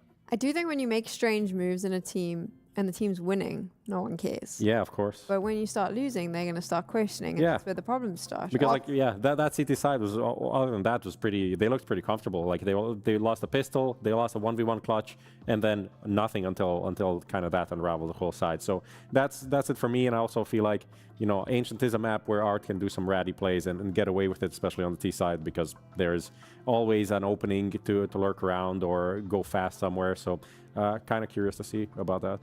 Yeah, it's one of those situations where it's like a double-edged sword, where you look like a genius when you make a play like that and it has a substantial impact on the round in your favor, but when it doesn't, you look like you got caught with your pants down, and all of a sudden it's a big problem for everyone, right? And I think it's one of those things where people have to have a little bit of caution, because I think there was some excitement about Art's venture into this team because they did so well at EPL. Well, that was all online. That's a little bit different, right? And then they went and they did well at a LAN, but it was a second-place finish to Made in Brazil, and they were playing against much weaker Brazilian teams to get to that final. So this is their first big test, in my opinion, was this tournament, to see if they could get back to where they used to be. And right now it's still up in the air. Yeah. Let me update you on where we stand right now. Dust 2 has just been played. It was Legacy's map pick. Bait won it. We now move on to Ancients. Bait has the opportunity to secure themselves a spot in the PGL Bucharest playoffs with a 2-0 scoreline. Let's see if they can do it. She said she loves you. But she can't love me. But I love you.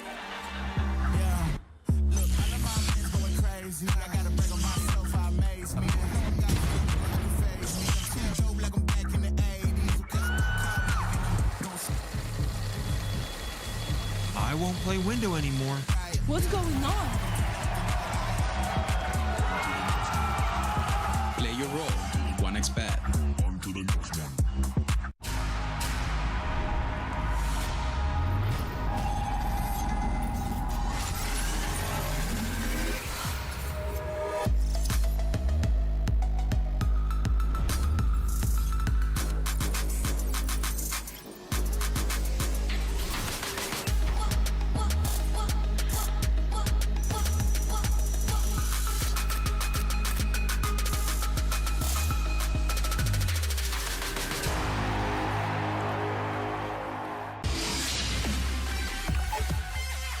The human body was built to move, not trapped at a desk in one singular posture for 12 hours a day. It's time your chair evolved. This is Secret Lab Titan Evo. Ergonomically engineered for you, gamers, hybrid workers, artists, backing your every move.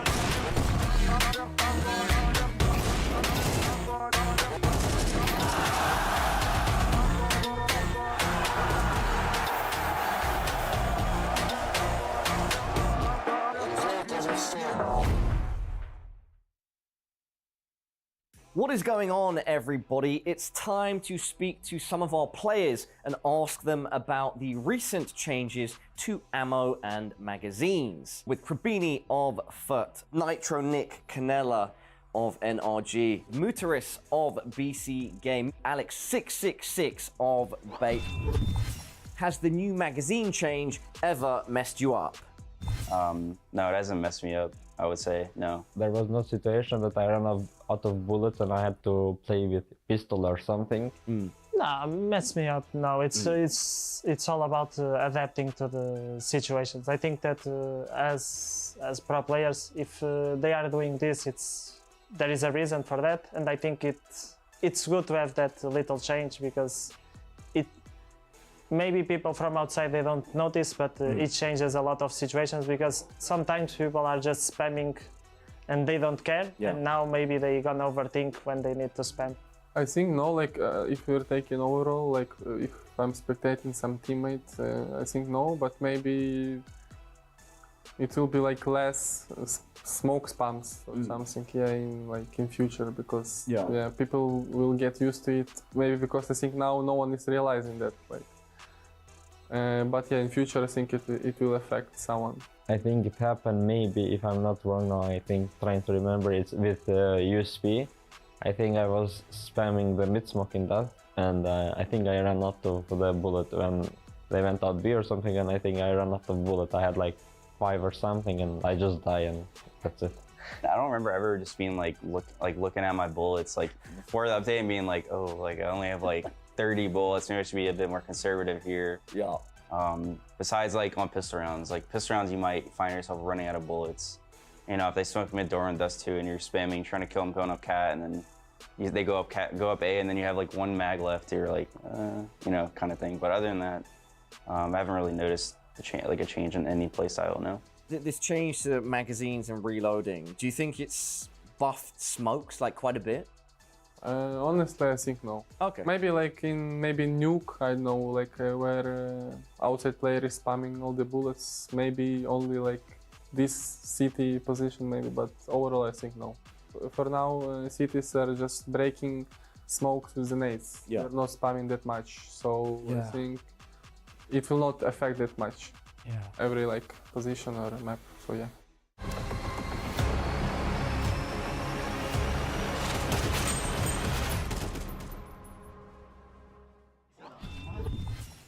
Two spots left in the playoffs here at PGL Bucharest 2026, and Bait versus Legacy fighting for one of the final 2 spots. Right now, looking like it's going to be Bait with the way things went in that first map, but we have to hope that Legacy can reset and get themselves back into this game. Yeah, I should be able to. I mean, the Dust mentioned that this isn't a series that's going to be decided by like the map veto and the map pool, right? These are very close maps statistically for both teams. Dust 2, the opening map, Legacy's pick is a 60% win rate for them, 55 for Bait. Here on Ancient, it's a 70% win rate for Legacy, 73% for Bait. So very, very close in terms of kind of the amount of games they're able to sort of, or the clip of which they're able to win games on these maps. So not going to be decided by one team being extremely strong. I think the question you got to ask yourself is how long is it going to take Legacy in this game to get that engine running? Lado had that very slow start. Dumao was a little bit quiet in the opening stages. They got buried on a T side. Arts calling, not able to get them rounds on the board. So you had a lot of pieces of the Legacy squad and Legacy machine that didn't really come online in any meaningful sense on Dust 2. And that can't be the case here on Ancient, especially with your tournament life on the line if you lose this. I'm feeling Bait in this one. I think Bait are going to be able to pick this series up 2-0. They've never lost Ancient to Legacy with the cores, and I just feel like Bait are just a comfortable team on this map. I do feel like it's theirs to lose at the moment. We'll see if Legacy can rise to the occasion. Dual Berettas on Lato and Dumao coming into this pistol round. And they're going to be walking their way through mid here. Bait trying to get towards Donut, but the Dual Berettas are lying away with the distraction set up. Dumao was hoping he could have got more than one, but elsewhere, Lato's Julies enter the kill feed, but Bait enter the A bomb site. Oh, you got the bomb, NPL. Be careful with that one. Wanted a quick shot at it, but ooh, there's not really a whole lot of safety for him. 2 players in Donut, so now they got to fight for a chance to plant this bomb, and it's NPL's in the worst position possible. Yeah. Sandwiched. I mean, it's really tough. You want to get a bomb plant at least to try and get some extra money in the next round, but realize you've got a 1v1 fight. If you can take Art down, that B bomb site's open. In fact, you don't even need to take Art down. You could just get away. And MPL's done very well to find the escape route. Go for one shot. Oh, yeah, you did. All right, stylish from MPL. Going into the cave as well. He's got 45 seconds. Does he go back to A? Dude, he has no idea what he's doing. I have no idea what he's doing. He keeps trying to plant the bomb, coming off it, planting the bomb, coming off it. Now he's dipping over. Freestyle. And Nissim, he's lost. Nissim can't do anything. He's frozen. Freestyle Counter-Strike right now from MPL. I love this. Bomb is going to get planted. He can spot if a CT player arrives. This is ridiculous. And getting into A main, I don't know how MPL loses this round now. I feel like he's played this entire round with like 2 people firing out of it at multiple different angles. So now that it's a one-on-one. Taking a reset, he's like, breathing, shake the hands off the mouth. It's this stage in the clutch where the adrenaline kicks in. So, I need to reset. I can't believe I got out of those situations. Now, Nissim, not spotted. Oh my god. He hasn't been spotted. Now he's been spotted. MPL. Good position, seeing him tap it, knows he's not on it. Nissim's got onto it, he's off it again. And MPL has played this one very well indeed. Not the most orthodox way to win a clutch, but MPL somehow has done it. What a pistol round. God, he gave himself so many chances, right? Tapping it at the A bomb site, looking for the player over in CT spawn. Actually, Art does a good job of not committing to that fight. But man, the freeze to take that shot at the box towards the B bomb site, that's gross. One tap with a USP. Incredible performance in the clutch to get away with it. How has he done that? How has he come away with that run? I mean, the best part of this clutch is that shot he hits. Yes, this one. Right now, yeah, this one. So nice, so gross. And Nissim just doesn't have time for that defuse, so pissed around for bait.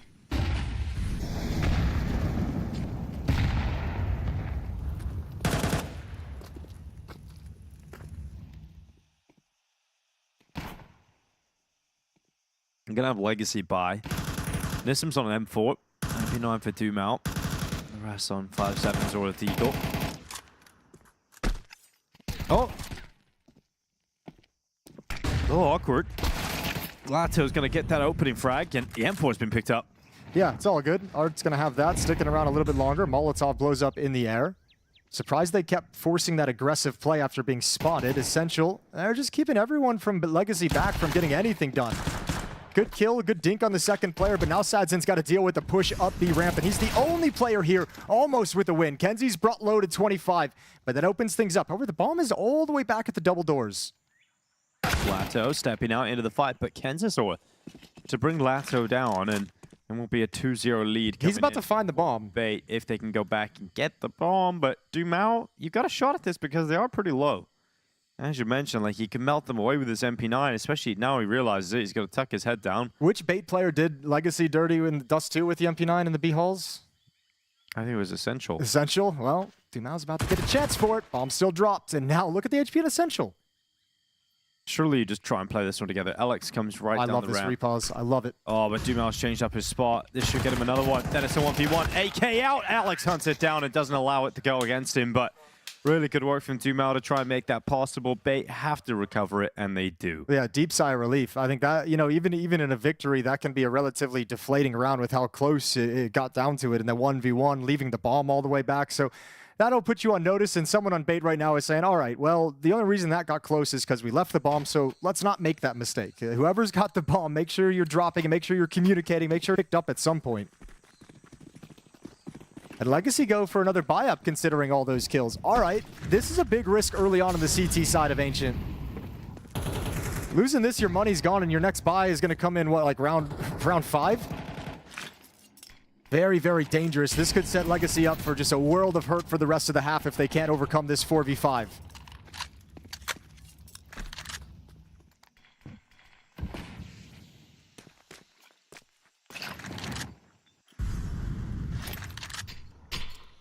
There's so much time that Bait can just stay composed across the map. Well, they're doing all the right things, right? Advancing, taking space, taking control, getting a little bit deeper. Kenzazor's over in Donut. You've got Alex very close to the mid stairs in Red Room.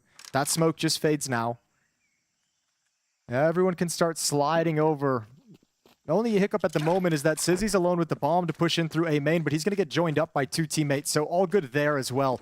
Smoke towards CT, and here comes the initial thrust. If Dumao doesn't get anything done, doesn't get some kind of a crazy play, you got to save.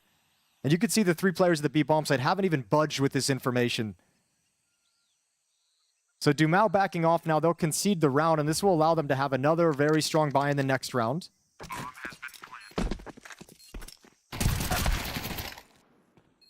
Another decently strong buy in the next round. It's just every second that ticks on, getting worse and worse. Okay, well, Bait with a good start. You're on Ancient. Everything you want. You've got a map victory under your belt. Overall, on Dust 2, had an incredibly strong first half that resulted in victory. Legacy, even with a comeback in the second half, just with how little they got done in the first half, they realized they couldn't actually fully come back. You don't want that to happen again, and they're coming for these weapons. They are coming for the save opportunity. Mac-10 knows what's up. Kenzie's always got a kill. Lato's also gone down, and Nissim, fortunately, had the best weapon, but he's gone as well. Nothing saved. Nothing at all. No mercy as this ideal start gets better and better. Okay, they're gonna have a shockingly rough buy in this round now. That's huge from Bait. I love the mindset, the philosophy to hunt all that down. This would be Bait's first Tier 1 playoffs of the year. So, I mean, they're gonna come into this so locked in and so ready to take advantage of every little part of this game. And right there, hunting down all these weapons in this very risky buy, that hurts Legacy to a massive degree. They pick up some P250s, 5.7, a little bit of light armor and utility. But now the CT side's in a very difficult place.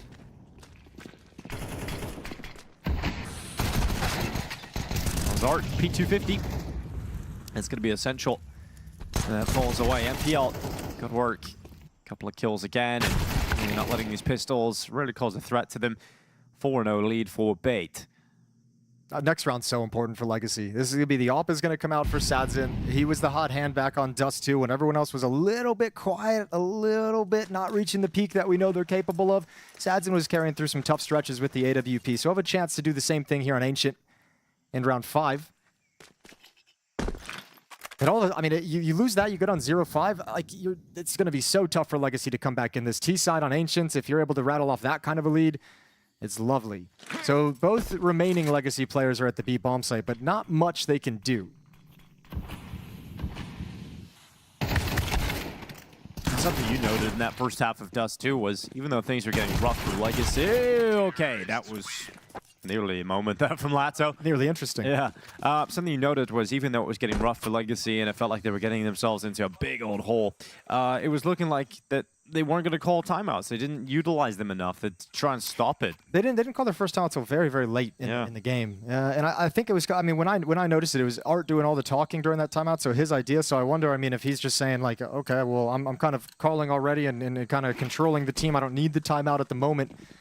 We'll see how it plays out, especially if they keep losing these rounds. Very critical first gun round for Legacy's defense. NPL's going to stream out mid. Alex has taken tons of damage. First kill for Dumao, but that's all he's going to get. And still a little bit of insanity with Art behind this smoke stuck in towards Cubby. Molotov to his position. They hear the tick, and he gets spammed down. That's so unfortunate there for Art. He was hoping that he could get a big reward for his big gamble, but it hasn't paid off. We'll see the Nissim push down the B ramp. He's not alone in doing this. Spawning head, multiple targets, just can't land any of them. Essential. Oh, the dinks in. Lato gets both. Needed both.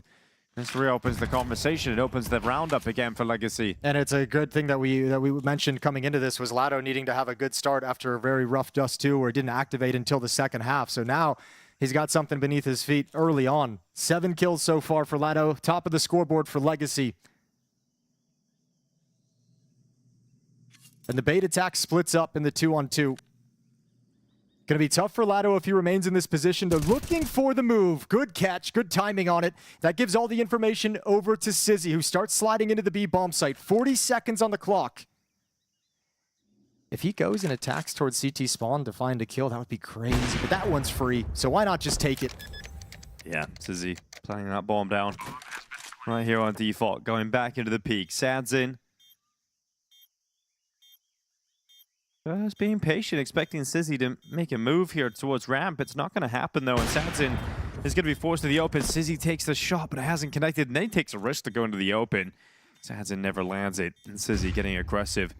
Sadzin now moving in. Time is limited, and Sizzy makes sure And he will drop him. So another round coming close, but this time going Bait's way. It's getting from bad to worse right now for Legacy. The risky buy doesn't pan out whatsoever. They hunt down all your weapons. Now the first strong buy you get in the half gets beat as well, falling in a 1v1. Good trades all across the board for Bait, finding art, not missing any details whatsoever. This was the one X factor in the round, was this push from Lado and Nissim. But even that gets handled. 5-0 up against the FAMAS MP9s and pistols in round 6. There's going to be Doom out, charging out. At least he's got an opening kill here for Legacy. Gotta turn it into a round win though at some point. It's going to be tough with what they've got left here. Battered and bruised, playing with MP9s, 5.7s, and a FAMAS. At least you've given yourself a man advantage here in this round. Good position for Essential, just one jiggle. If he's got the timing on the shot, flashbang coming in off the mark, he's not going to get blinded. 2 players he's spotted now over in cave. He wants to fight, he's got it. FAMAS falls into the hands of Sadzin, and they're going to keep scaling with cover of the AWP. Yeah, great kill there from Essential. Now I'm going to look at a 3v4 in favor of Bait. They're doing a great job at converting these man deficit situations. Dumal's got to go big. He's the only player inside of the B bomb site. His teammates are rotating over it. I love this call from Bait, though. I mean, you're not committed. Yeah, you can fall back at any point, and now with that kill... Yeah, you've just left Essential to kind of hold on to the space and hold on to the bomb site if anyone pushes back in. Now you find one, alleviate even more pressure, and you can just waltz in. Yeah, Art, well, he steps up to the plate here, but ends up backing away. 30 seconds left. There's no resources to get Art and Nissim in any kind of a good fight, right? There's no flashes, there's no smokes, there's no nades to activate or block anything off. I mean, Bait are just not making mistakes right now. They're not putting themselves in harm's way. Moving together, pretty decisive in what they're doing. 6-0. Yeah, I mean, look, they are playing great Counter-Strike. It's not all going to fall down to this, but that little mistake they did make in round 2, that'll do wonders to kind of scare your team into shaping up, of leaving that bomb back, letting it. Yeah, that's like when you get away with one that early, it's like, okay, that's actually kind of cool because everyone's going to be locked in now. Playoffs on the line. Legacy, or I just combined both their team names. Bait is marching straight toward. Oh my God, he got a blind kill. Yeah, he did. So yeah, that just kind of sums up how this game's going for Bait. It's just you know, whatever you want to do, it's gonna work. So a 5v4 now for Bait. If things aren't already very difficult for Legacy, returning to a full buy round, then you've got a man deficit to play with instantly now. They're hoping that Sad's an aggressive A-main play might net them the response required.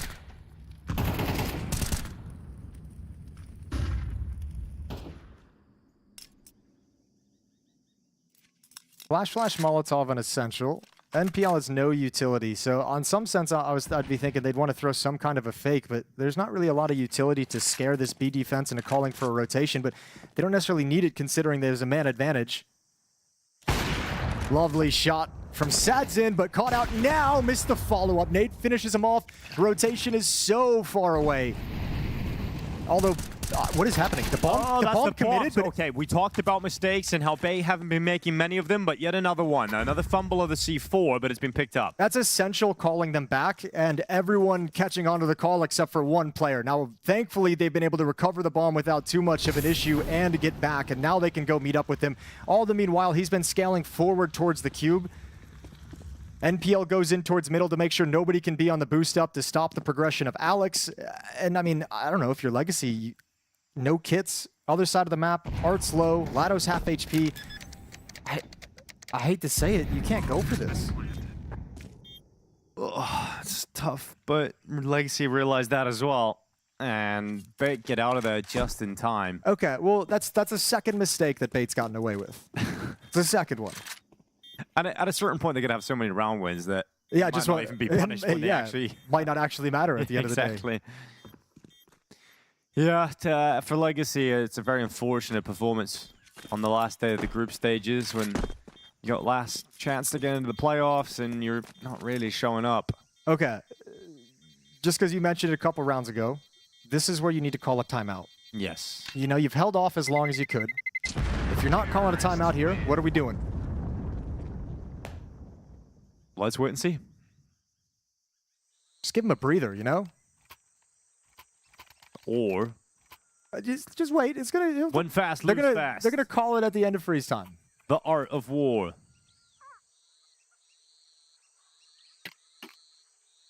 No. They're gonna call it at the end. It's gonna come in 1 second. Okay. All right. I don't know. I got nothing. Well, Jason, you know they're coming so close to winning these rounds. You understand why you're going to send those players out one more time. Have faith in it. Have faith in the system. MongolZ getting information, also getting the opening kill. MPL follows it up. Art's down beside the smoke.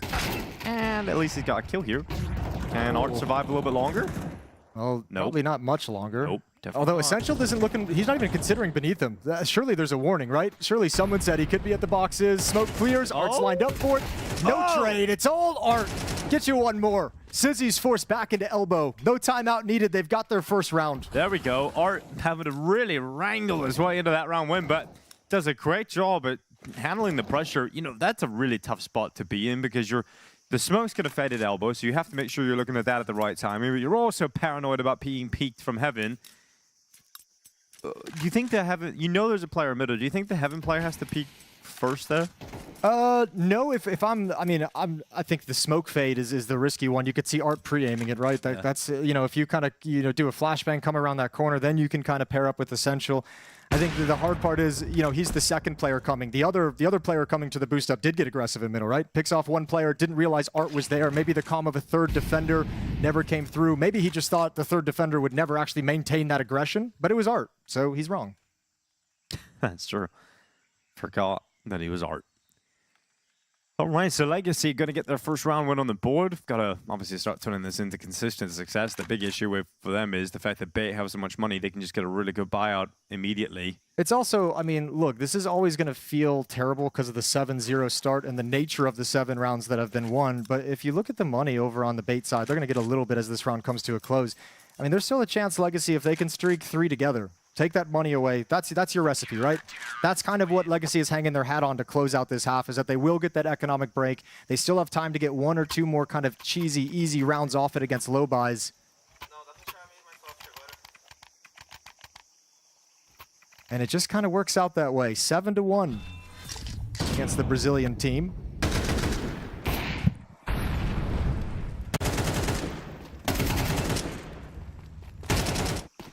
The whole world is a meme. Yeah, I haven't even known chat, and I know what it looks like. Right? We got Sizzy boosted up. Is he going to be able to take the opening? He's got the bomb on his back. Okay, they're just going to walk on up. So Sadzin's grabbed the first. Spotting information and multiple players coming in, but his teammate is gone. The support network is out of that, but Sadzin still connecting shots. Lato elsewhere, and Sadzin, that's what we're talking about. Better here from Legacy. Turns out they didn't need a timeout. Just needed that one win. Now they got some confidence beneath them. Good shooting with the AWP on Sadzin. This time Bait not able to work the map whatsoever, and there it is. Money's pretty much gone. MongolZ can have an hero AK-47 if they want to go for that angle. But Bait's gonna scrape together just some pistols and sit around out. So Legacy have got that reprieve, that little breathing space, that round they could take a deep breath, shore up your own economy, and prepare yourselves for the final 2 rounds of the half.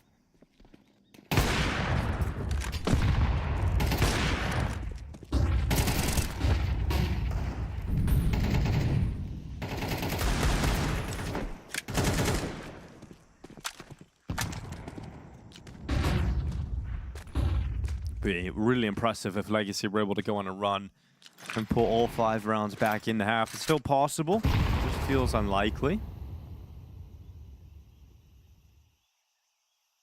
I'm going to gather at the A bomb site, hoping that they can overwhelm Sadzin in this situation. Maybe they can overwhelm the AWP. That's the best case scenario for them, but here they come outside of A main. Sadzin looking to connect first. Will do so, sees the second target, readies himself, but misses that one. Goes back again, misses that. They do overwhelm the AWP. Now they need the donut kill. They've got that as well. Okay, it's still an important frag from Art, and he's going to move in, but he's dead. He went for the aggressive play. It's a 2v2. Surely you can't lose this one. Lato getting over towards Donut, thankfully picking up a kill, but MongolZ is not out of this yet. He's still got a shot at winning this. Almost had the timing on that fight. He's got the timing on that one. We're pulling nades out, boys. All right. Well, Art was over in Donut, but he's repositioned. So this might be a little bit sketchy for MongolZ to put together. Fake the bomb plant, peek towards Donut, see absolutely nothing. And how do you want to play this? MongolZ, he's gone back to the Donut here in this sim. MongolZ's run away, though. He's over towards the A site. This is reminding me of that pistol round where MPL was able to clutch up by making the rotation. But this time, the bomb is going to go down on the B site. MongolZ locking it in, and it's Nissim trying to figure it out and come back. Do you think MPL told him to do it? He was like, yo, you have the chance to do the coolest thing right now. Yeah, you could go back to A again. Nissim, he's not falling for that again, though. He was the player in that 1v1. He's coming right back over here to try and deal with this. Rifle out. MongolZ is in a great spot, hiding behind the box inside of cave. Nissim's arrived, making noise about it. MongolZ peeks out, sees he hasn't crossed. Just waiting for that fight to eventually come to him. Fuse is running thin. How have they lost this round? Legacy will fall. And Bait right back to it with pistols. Incredible round victory. I just laugh. It's a backbreaker. It's an absolute backbreaker if you're Legacy to lose a round like that. So crazy that this has occurred. Deagles, pistols, full-blown into the A bomb site. Just trade everything off. And now there's a timeout. But it's for Bait. It's for Bait. It's not even Legacy's. It's like, this is Bait rubbing salt in the wound. Like, sit on this one. Stew in it. How's it taste? Absolutely. For Legacy, you know, I just started that round by saying that you could go on a streak. You could go and find yourselves all 5 rounds are still a possibility. Immediately, that is not the case at all. They end up conceding. And that has got to be something that just zaps your energy if you're Legacy. It really does. I mean, I don't know how you're supposed to like mentally stay in it after that. It's so devastating. Oh, wild turn of events. But it's been clear this has not been Legacy's day from map 1 on, and the trend continues. Well. Bait going to go for an A hit. 9 rounds on the T side, likely to be the knockout blow. I can't believe the first time out was called by Bait. I know. That's it's outrageous. Kind of an indictment on your coach. Really. it's so funny. Not calling a timeout at this point in the game at all in this series. Last game before you're out of the tournament. Well, team out, waiting behind the big box. Going to be spamming down through the smoke. No shot that. Stands in towards MongolZ, so the opening kill goes in favor of Bait, and they're going to start flooding their way into the A bomb site. MongolZ and Alex, killed between them.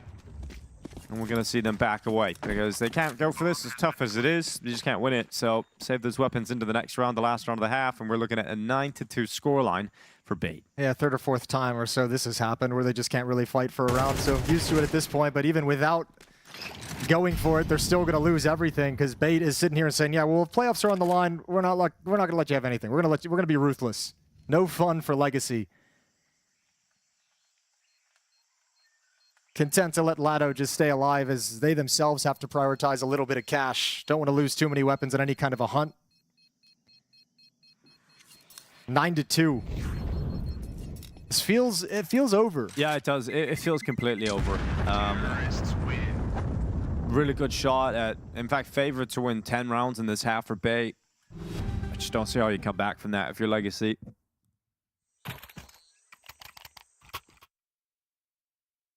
Disappointing, I guess, when you start talking about what this might mean for Legacy. You know, a team that starts strong with Art coming back into the team, good run online. Well, look, Pro League into the playoffs, come to Bucharest, and you know, looking at the field of teams here, you think Legacy could absolutely be one of those playoff squads? Look, I mean, for Legacy, like short term, it's obviously gonna hurt. Hang on, there's some action in middle. There's a run boost. Lado gets the opening kill. Nice spam from Art. All right, so right at the tail end, may grab one good-looking round, but I don't know. Feels like Bait can turn this around however they choose. No, not anymore. That 3rd kill surely seals the deal on a 3rd round to win.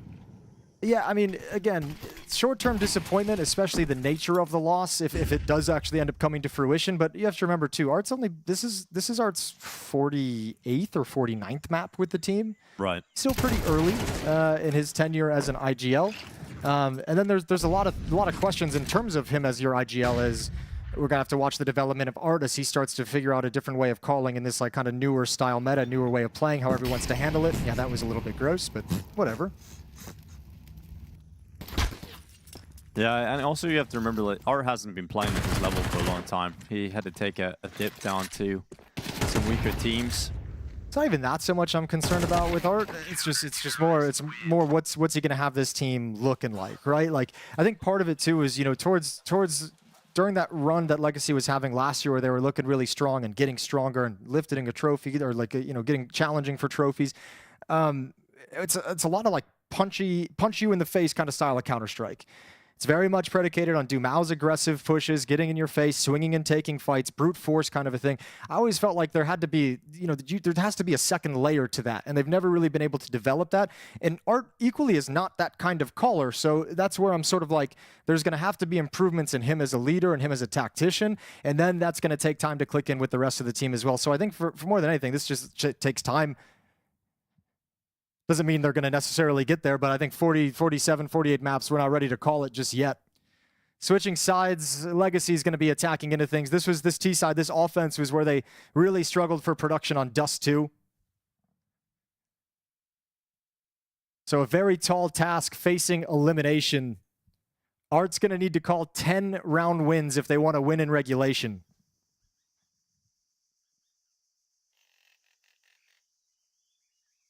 Well, it's clear that a pistol round loss is likely to end in misery for Legacy here in Bucharest. They set out for one of the most important pistol rounds that they've played. And let's see if Legacy can make it work. We're going to start with one player outside of B, that's Lato. The rest heading their way through Elbow. And throw a smoke out. Now it's going to land out towards CT spawn. And they're going to go through the donut. So it's a fake towards the A site. The bomb shifting its way over towards B, hoping they can pull enough players away from that B bomb site. And they've done a very effective job faking out the site. Sadson with a flurry of kills. And that B bomb site completely open for the bomb to move in. Sadson could go and get a 4K. He will be taken down by Sizzy. Shouldn't be a chance, though. There's no kit on either of these players, NPL or Sizzy. Bomb just goes down now, and you need to find Art. And I don't think NPL's going to be ready, but he wins it regardless. And now Sizzy can take his time. He's got to allow NPL to come join up with him, so you don't need to turn this corner just yet. They don't have a kit, so... yeah, I mean, he's moved forward just a little bit too early, that.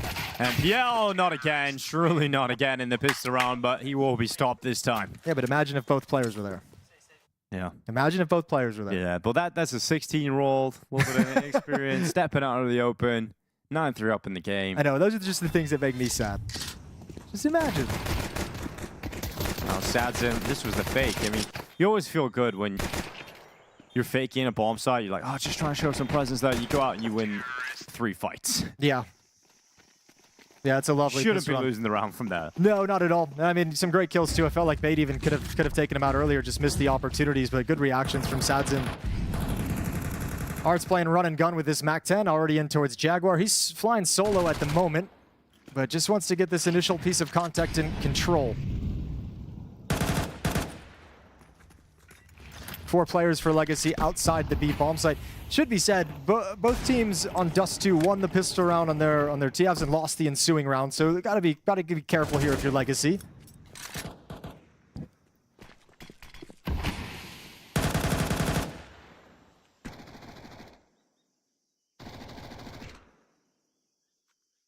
Kenzazor walking his way down towards Lato. Flashbang coming. Yeah, flash over the top. He's looking at the smoke. And he's going to block it, but then Lato just gets dazed and confused, and then Essential getting away with a kill as well. It's like the smoke knocked him out. Gave him a concussion. Seeing stars. You know? Well, he's kind of a bad route to lose focus in that, to be honest. And now 4-3 in terms of player count. Bait could win this and go up to 10. They lost the Deagle round in the first half as well. Not like this. Essential back turn. Oh, no, no, no, Legacy. Heartbreaking moment here. Could still win it. 2-1-3. PGL taking damage down through that smoke. It is Nissim and Dumao. Sizzy's far away, but he's getting closer and closer. Does he want to go ramp? Does he want to go in towards cave? Goes into the cave. Dumao killed through the smoke. Finishes off. MPL turns around. Nissim spraying away. Sizzy's won the fight. It's all on Dumao to do the dirty work. Bomb is planted. Oh, last bullet. Alex lands it with the deagle. And that shot should bring down Legacy in Bucharest. Yeah, you can't lose that round and still bounce back, surely. That has to be the knockout blow. Thought the eco round in the first half was going to be the backbreaker. They barely survived it and got over it, but this one, This one is really going to destroy you. Timeout? What do you think? Nah. Nah? Nah, if you haven't called it this... Surely you're going to call it now, right? It's too late. Come on. Screw it. Come on, Dinko. There has to be a timeout. I'd love to see one, but I just don't believe that there will be. If they didn't call it earlier... I mean, surely you want to talk this round. Oh, you got 3. One of them can be used. You still got 2 extra after. They did not call it. All right. Lose fast. Let's party. GG, go next tournament. Let's rock and roll. Or, you know, it's admirable. It's like, you don't... You know, they believe in Nissim that much. You don't get extra prize money for saving them. You should, though. You should get like $5 extra for every timeout left. Can I sign up to be the legacy coach? Seems free money. You just can't sit there. Don't have to do anything. I'll be honest, I'm not going to put it all on his lap. No, of course not. But like, if you're not, the players aren't calling Sure, certainly some of it, just yeah. hanging out. He's like, yep, comfy seat, best view in the building. The turn around, you want to call timeout? No, there's nothing we can do, bud. There's nothing we can do. If you're losing that kind of round, what do you want me to say? MPL waiting in the cubby, goes out in the open. Dumao and Nissim both dead. Art, Sadzin, and Lato mere moments away from death.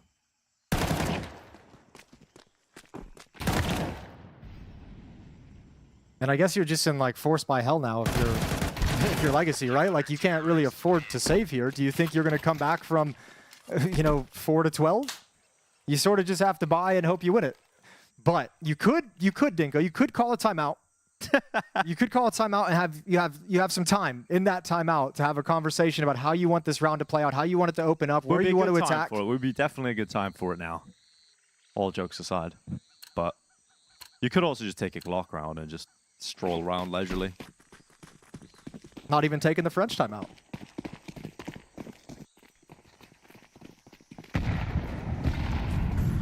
Well, series point coming right up here for Bait. It's got to be perfect for Legacy to pull it back just into overtime.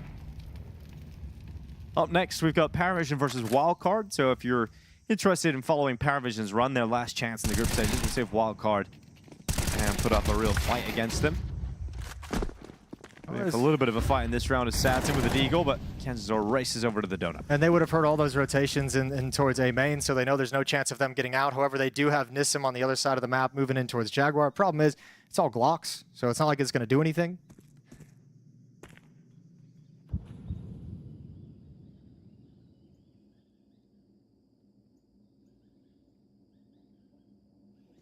Lado and Dumao just walking past T-spawn now to meet up towards the B bomb site for that last attempt at a bomb plant. And I guess if you're looking for the silver lining and to scrape the deep at the bottom of the barrel, really a plant in this round is the best you're going to get. And you're not even going to get it.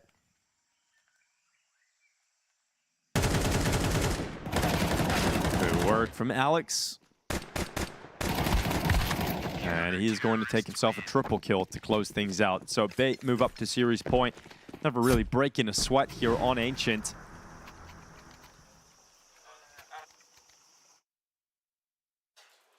It just comes to a conclusion that feels like we've been watching coming for quite some time throughout this map. Unlike Dust 2, where you saw, you know, someone like Lado kind of start out the second half, Dumao rise up the ranks. You had Sadzin carrying you to help there as well.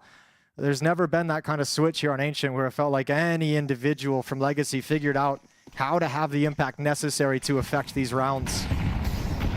It's just been a little drawn-out victory for Bait, 12-4. Their first playoff qualification of a Tier 1 event in 2026 here at PGL Bucharest. Missed the playoffs back in Cluj, didn't make it out of Stage 1 in Katowice. But here in Bucharest, they make the top 8.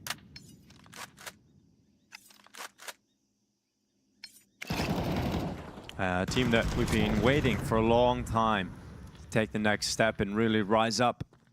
And if they can do some damage in the playoffs, we could say that they're having progress there. But the way they're handling this last game of the group stages is really impressive. Dismantling Legacy. Not letting them into the second map at all. Dust 2 will look like a closer scoreline, but I felt like they won that in the first half. It's been a dominant day here from Bait. And the reward is going to be the playoffs as Essential and Sizzy taking frags. And the young 16-year-old Opera taking himself multiple kills to get there. It will be Bait who move into the playoffs here in Bucharest. Fantastic display of dominance versus Legacy. They will move through. A fantastic performance from Bait, 2-0, moving straight into those playoffs, as Denko said. But the real story has to be where Legacy was, because it felt like they just did not show up today. And Prof, this was a game where they had to be there. I mean, just look at the reaction from Bait after that. It doesn't really feel like they're super excited because this second map was so easy. It was so easy. I think they were having so much fun on the server, like starting from the NPL 1v1 at the beginning, then throughout, there's just so many, you know, opening kills going their way, rotations. They just could do whatever they wanted on Ancient and just close it out. And it's just like, okay, map job's done. Moving on, I guess. That's it. Yeah, which is depressing because usually Legacy is something that can put up a fight on this map. Again, usually this is a map where you see, you know, someone like Dumao be able to dictate the pace at middle, or, you know, see Lotto be one of those guys who can really do some great work on the B side of the map, and just none of that was there. I mean, they were totally absent. Didn't look like they ever, you know, logged into the server on this one. Obviously, Dust 2 was also a tough one, but at least they had some moments in that one where they thought a comeback could be in the cards. This time, you never once had an inkling of suspicion that they would get back in this game. Just looked like they were completely out of it. So I don't know. I'm thinking about what this team is about, what the future of this team is, really, because obviously something happened with Lux and Chucky to be removed. It's kind of very fast, and then now we have Art. I think the team must have been a bit tilted after how they lost Dust 2. You have a coach that's not taking any timeouts. Like, what is even happening here? Like, how is this going to move forward? I'm very, very concerned. In the first half even of Ancient, like Bait, they weren't playing perfect Counter-Strike. They made mistakes, and I couldn't understand why Legacy wasn't capitalizing on those mistakes. Yeah, obviously. I mean, it starts with a 1v1, then a few rounds later, there's a 5-0. The round to go 5-0 is Sizzy in a 1v2 clutch, which, you know, they gave him some openings to do that, but he also played really well throughout. Then finally, Legacy come online, 7-2, and after they break the economy of the opponents and they lose to Pistols on the A-bomb side, just peeking one by one, giving away easy duels to the Bait guys who get that, and then they're just laughing their way to the bank, right? Then they're resetting Legacy, they're killing all of them when they're trying to save. Like, everything is going wrong. So I feel like the team was just not there on this map. I really don't have much else to add to it. I mean, that was just like a thorough ass kicking. I mean, I don't really know what to tell you. I mean, it was just totally dominated. And again, you know, MPL, a guy who often does stand out for Bait, does so yet again in this one. Look at that kill feed. We talked about how important mid was going to be, you know, but the duel between MPL and Dumao is going to be heavily featured. And MPL came on top the vast majority of the time, as you can see on the timeline there. So just really controlled the game from start to finish. Yeah, they lost a couple of rounds there, kind of, you know, towards the middle and end of the first half. But again, there was never a moment in this game where they lost control, or you felt like Legacy really had a chance to, you know, contest it. I mean, I think for me, going into this game, like, both teams have something to prove. I think Bait took a step in the right direction. Obviously, there's still a lot for them to show before you can be like, okay, Bait are going to be a big team in the playoffs of big events, right? That's kind of their goal, what they're trying to do after a decent last year, right? Didn't do that, but they showed some potential. Essential had a great first map. Sizzy showing some really good stuff. So a lot to be excited for the Ukrainians.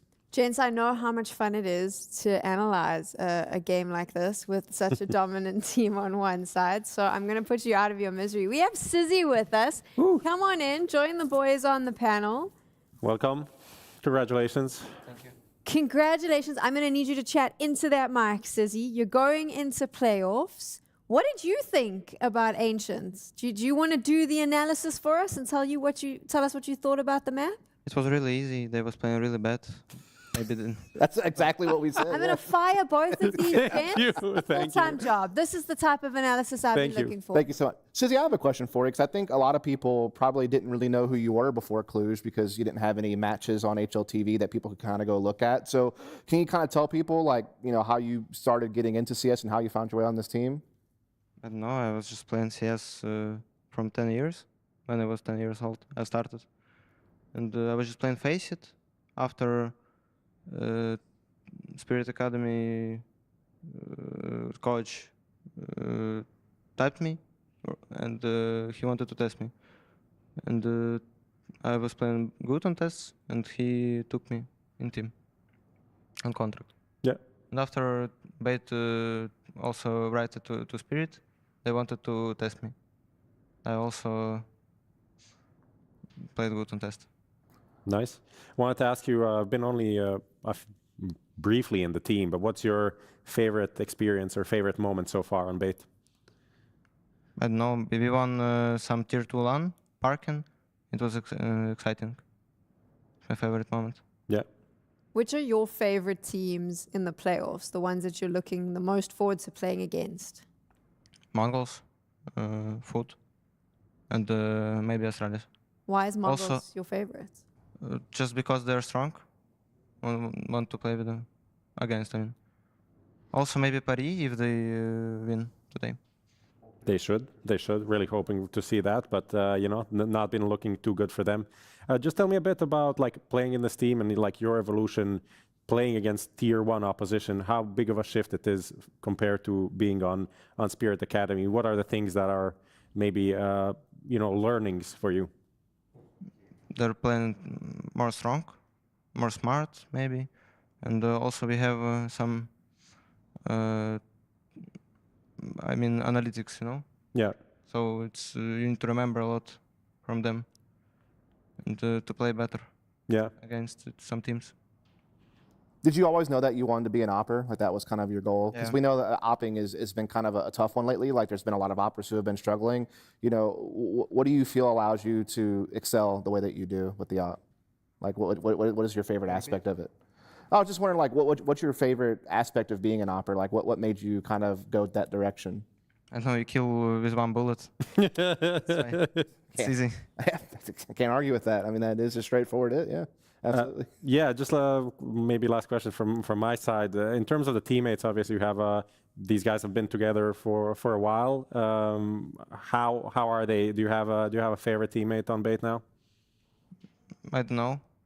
Maybe NPL. Yeah. What does he bring? Me a lot. Yeah. He's a good player. I mean, he also went through like a similar path, being in Navi Academy, then going to the main team and stuff like that. Did he give you any advice on terms of how to adapt to this higher tier? Not really, but just to be confident and don't be scared to play. Yeah, looking good in the last few games, so good job. Good job. Congratulations. You are in the playoffs. You can head on out if you want. I'm sure that you want to go back with your team. So off you go. You can leave us now, Sizzy. Thank you again for chatting to us. Those were some of my favorite answers. I'm going to clip those. Good job there. The first one was great. You know, if anyone is complaining that we're too negative. I definitely think you should take some analysis advice from him. I would enjoy answers like that in the future. The only problem is our desk would last like 30 seconds. But it would be entertaining, boys. Yeah. Well, what's really fun about that interview is, again, he's 16. He's only been playing at LAN for a couple of months, and he just seems like so confident and calm about it. You know, like it's nothing to him that he's taken this step up from Spirit Academy to now playing Tier 1 LAN events. It's like it doesn't really faze him at all. Like he just still kind of has that. It's like stoic almost in a way. I love how you saw that. So what I always see when we bring players to the couch is how nervous they look. Like you can see that they're like, oh my gosh, these two guys are going to grill me with questions. I just want to get the hell out of here. Dust is like, he seems confident. I was like, I think that they all look terrified. Well, for him to come in here and his first thing to say that, yeah, it was easy, they play bad, like that I'm like basically implying that he's definitely better. Like, yeah, I mean, there's a little level of swagger to how he was. I able enjoyed to the bring honesty that. for sure. Yeah, exactly. I mean, it was quite an easy game. It was. Yeah. What was he going to So say? easy. Like, good job to them. Anyway, good job to Bait because they're going through to the playoffs. We have one spot remaining for PGL Bucharest playoffs. We will find out if it is PARIVISION or Wildcard taking it after this.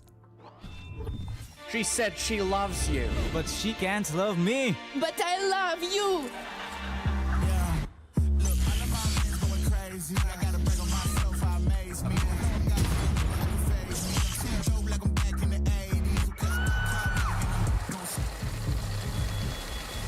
I won't play window anymore. What's going on? Play your role. 1xBet. On to the next one.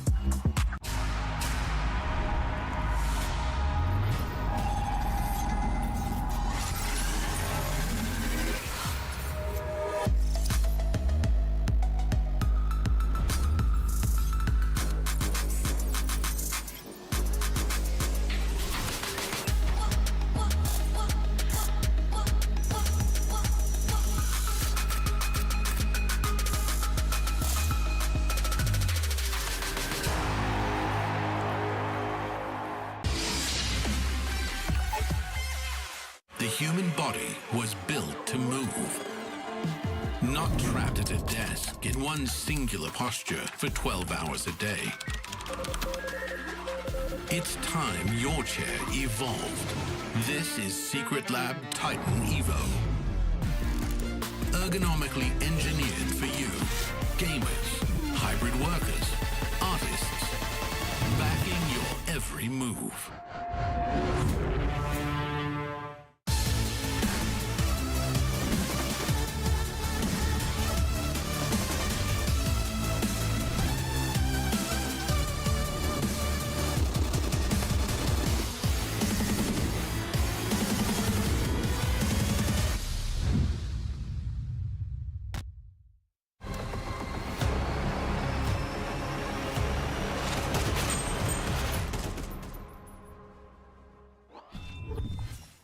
Welcome back to PGL Bucharest. PARIVISION up against Wildcard now. And interestingly enough, on the first day, both of the gents with me, Prof and Dust, earmarked PARIVISION as a favorite to win the whole damn thing. And yet here we are, final day of groups. This team looks, I'm going to say it, uninspired the last 2 days. And it's been a bit disappointing. It's not the PARIVISION I think a lot of people were maybe expecting coming into this. That is true, but they're still my favorites to win this tournament. Okay. I'm going to doubling down on Jame and Co. Despite the fact that I completely agree with you, last 2 days have looked pretty horrible. Yeah, there's really no, beating around the bush on that one. It hasn't been the easy journey to the playoffs that we thought PARIVISION would provide, but maybe they're just on that, weird, do well one, do good another, kind of that flip-floppy nature of this team thus far. They did have back-to-back pretty good lands, though. But I think this is actually a good thing to point out. I know, Prof, you were kind of saw this quote and it kind of piqued your interest. What are your thoughts here? I mean, it's kind of the story of the last 2 games. I was watching you, rewatching it, thinking about it, and yes, in some of the rounds, Jame did get out-called, but in many of the situations, it wasn't like PARIVISION was in super bad situations on their CT side. It was mostly the players, Zielo, Nota, Beltranok, simply not delivering the multi-kills that are needed to hold the site or allow for a retake. And we can complain about Jame not going for, saving a lot and everything, but at the end of the day, if the people holding the site are not doing their job, getting 1 or 2 kills, then there is no point in doing anything else. Yeah. And that's where I feel like PARIVISION definitely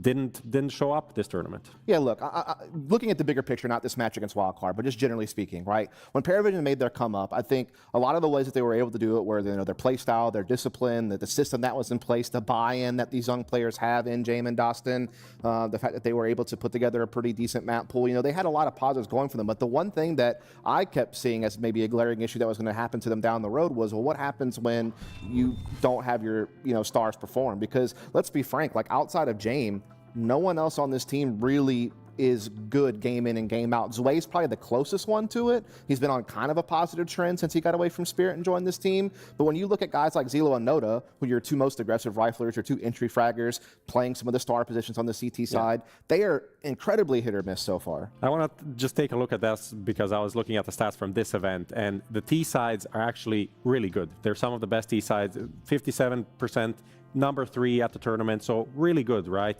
The CT side, 15th out of 16 teams on the CT side. And this is with teams such as Voca, BC.Game, Wildcard as well, being here at this event. PARIVISION, the favorites, are the 2nd worst in winning on the CT side. And one of the biggest problems is the multi-kill potential. The multi-kills do not exist on the CT side. They are the worst in that category. So that is simple math. You can't win on the CT side if your guys are not getting multi-kills. Yeah. They should not do the same against if they're losing to Wildcard, and if they're not getting any rounds on the CT side against Wildcard, I will lose my mind. I think this goes back to kind of the inexperience there, right? Because when you're on the T side, you're kind of getting chess pieced around the board by Jame, and you're kind of playing a default out, and you kind of know exactly, what utility you're supposed to throw and you're supposed to execute. But the CT side comes down a lot more to individual decision making and timing plays and things of that nature. Or you have certain situations where Jame's not with half the team, right? Yeah. Because he's on the other side, and you got 2 inexperienced players trying to play a site together or something along those lines. So I think that is part of why you see that discrepancy. I mean, this is why I kind of want to reiterate that I don't think Jame is doing a bad job. Obviously, some rounds you get red, you get out called. But on average, I think he's putting the people in the right positions, and it's just up to them to perform. And it goes back to the idea and the thing that Dustin mentioned. We need to have a superstar, maybe not a superstar, but just a star player on this lineup if we want to be consistently challenging for titles. Because all the other teams have this, and this is what allows you to close out games early, something that also PARIVISION has struggled with. And this is a conversation that comes up a lot, not just with PARIVISION. It comes up with MongolZ. It comes up with Na'Vi. It comes up, hell, MongolZ even. Yeah. I mean, if you take a look at that lineup, is there a player that could step up and be their star? I think Zielo is the guy that they're trying to make that. Like, he's taking a lot of openings on both sides, so he's kind of put into these positions. Nota also has his moments, but like even if you look back to the Blast Bounty win, at the end of the day, the MVP went to Nico on the losing side, and there's a reason for that, because no one was consistently good enough. Okay, let's have a little bit of fun. Who's the star player on Wildcard, boys? Well, Hext has been at this tournament. MHL could be, I would say, as the upper. Nemanja also has a bit of the star player mentality. He's the guy that's going to, he's going to have the hero AK and try to make something happen. So these are the three for me.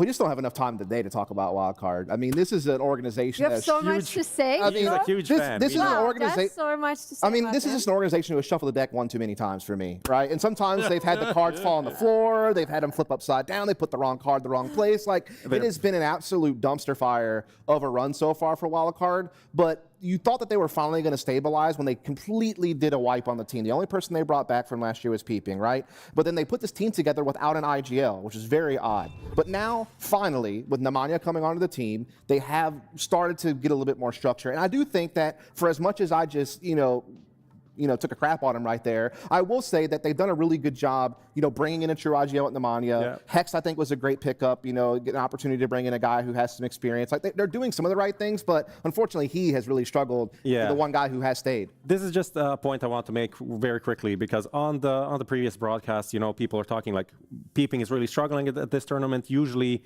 he's pretty good, and he was their best player in the qualifier for this tournament, right? Obviously, they finished second. They came in as a replacement. But the point is, online in North America, he is really good. But then as he plays against better opposition, his rating just goes down and down. And then when you look at the end of the day, against top 30 on LAN, the few tournaments that they managed to play, he is actually as bad as he is right now. He is perfectly on par for his performance against top 30 teams on LAN. Prof has very nicely said, Peeping is not just bad at this tournament, he's pretty bad most of the time. Yeah, that's why, unfortunately, they'll probably have to shuffle the deck one more time. I mean, I think, look, first of all, I'm not going to sit here and play defense for him. He obviously has struggled, but I will say it hasn't been the best environment, right? I mean, when he first joined the team, it was in that weird situation where Sonic was on his way out the door, but in-game leading the team because they had decided to get rid of Stanislaw. Then they bring Stanislaw back. Then they kick him again. Then they put another team around Peeping, but there's no in-game leader, and they decide to bring in Klasia for some odd reason, which is probably one of the worst roster signings I've seen from an NA organization in quite some time. Like, that was just always bound to fail. With 5 other wildcard moves. Yeah, exactly. So it's like when you have Peeping who's in this environment, because look, the thing is with him is when he was on Nouns, kind of at the end of 2024, beginning of 2025, he looked pretty good in the North American scene. Even a guy like Adren, who was a very storied coach in the NA scene, a lot of success with Liquid, did see some potential in him, which is why he brought him on board in the first place. And part of it is, he maybe hasn't developed as much as we had hoped, but part of it is I think it hasn't been the best environment. Do you know what I love so much about Dusty? He reminds me of my mom. So he can go, hear me out, let me finish that.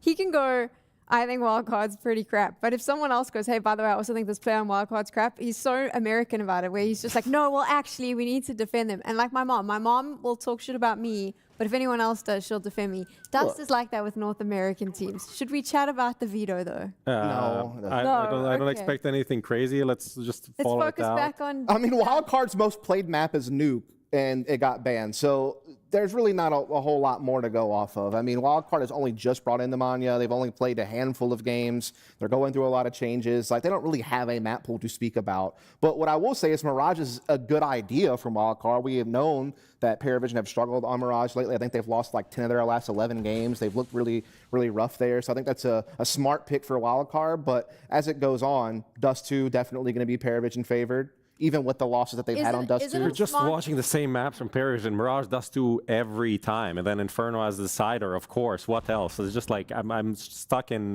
Groundhog Day of watching the same maps.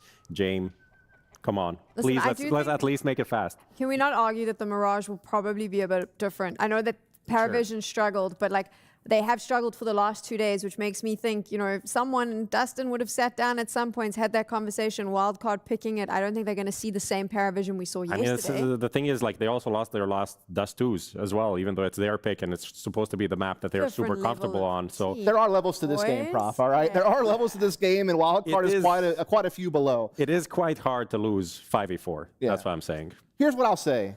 If there was one way for Wildcard to win, because we have to give at least some hope, right? They're a massive underdog. They're like a 5% chancer type team at this point, right? The one thing that other teams have been able to do to PARIVISION in this tournament to unsettle them, even if there are underdogs in the matchup, is playing disruptive CS, not letting PARIVISION get set up and run their plays and kind of do their structured system to try to throw a wrench in the system. And so Nemanja is a guy who has been really aggressive since he's joined this team. I actually looked up the stat. He's taken 40% of their opening attempts. That's ridiculous. There's not a player in the world who takes that high of an opening attempt rate for their team. So if you want something done, do it yourself. I guess so, man. We'll see. That was not that well done. I like that. Dinko, Moses, I'm dealing with a very biased analyst desk. I'm not biased. Don't think they like I said they were shit. What do you want from me? Dust reminds me of Sam's mom. Yeah. Just always talking about teams being shit. Yeah, that's what I always That's what she's known for. I know. It's crazy, Dust. Moses, don't lie. You have no hope either. Come on. You're here with me. You know it's true. I never had hope. I mean, I don't know. I'm not gonna get behind Wildcard in this game at all. Yeah, exactly. This is not the hill that North Americans should die on right now. Like we need to say it's not really a hill. It's more of like flat. It's like a mound. Like an ant. Yeah, it's really an ant hill, but you're a hill for ants. Yeah, that's what we got. Everything comes back to Zoolander at the end of the day. Oh, it's perfect. Well, I think PARIVISION, they're about to hit their best blue steel. I think this should be a model performance coming into this game today. Jason, Sure. finally going to get a win in Mirage. Finally going to get a win on Dust 2. Thank you very much to our wonderful desk. And let's get into this one. Do you reckon Sam's mum would be a good analyst? She wouldn't be a Wildcard fan. I'll tell you that now. Well, I wonder if she'd be a Dust fan. All right. We got Belchinok going all the way down the ramp. It's going to be Joel Paredes finding success on peeping. MHL able to respond. And it's now 4v4 with Nota going to be the next player taking contact. You can see him just jiggling on his feet, ready for the next fight. Rek is going to come in and destroyed by Nota's USP. But not bad trading here from Wildcard by any means. Not bad at all so far in the pistol. Although this is a nice position up over the top. Need that fight. Got the headshot. Planter is protected inside the bomb site. Low HP on Jame, and he connects it regardless. But now he's got to wait for his teammate to get involved over the top. And that's the pistol resolved and decided in the favor of PARIVISION. They're out 1-0. Nice bomb pistol plant run. comes in. Good retake. Yeah, I mean, a great bomb plant. I mean, because you're a good force buy, good chance here for Wildcard to try and respond to PARIVISION. I mean, Prof has a point. What's that? Why do we have to watch the same maps every single game with PARIVISION? I mean, why not? What do you want him to do? Switch up maps? You know? Yeah, for entertainment. Okay. Please. Well, we'll talk with Jame after this. He's down the hall. Hey, Jame. We'll go pull him aside. Hey, Jame. Hey, maybe in the playoffs. Hey, maybe buddy. Bring in like an Anubis or something. Would you like to, throw in a little different map at some point?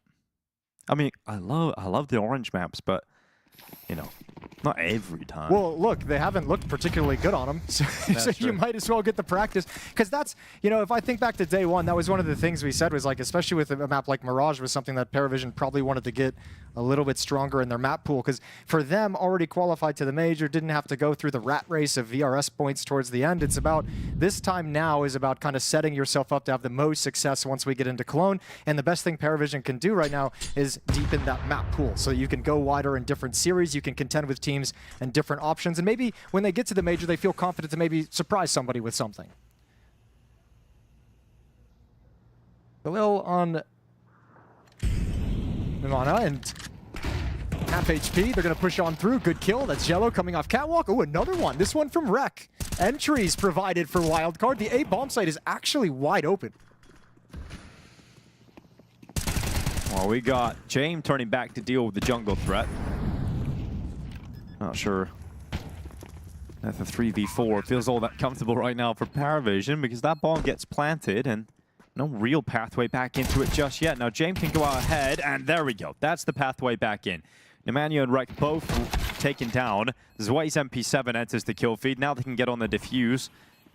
It's a tough situation here for Hex sitting at Tetris. There's no kit, I'll say that for him, but yeah, 3 different targets, 3 different locations. Jame with 7 HP, even being a distraction and then tucking into Cubby. 2-0 for PARIVISION, a 3 versus 5 recovery. Yeah, I mean, that looked really easy for PARIVISION on the retake.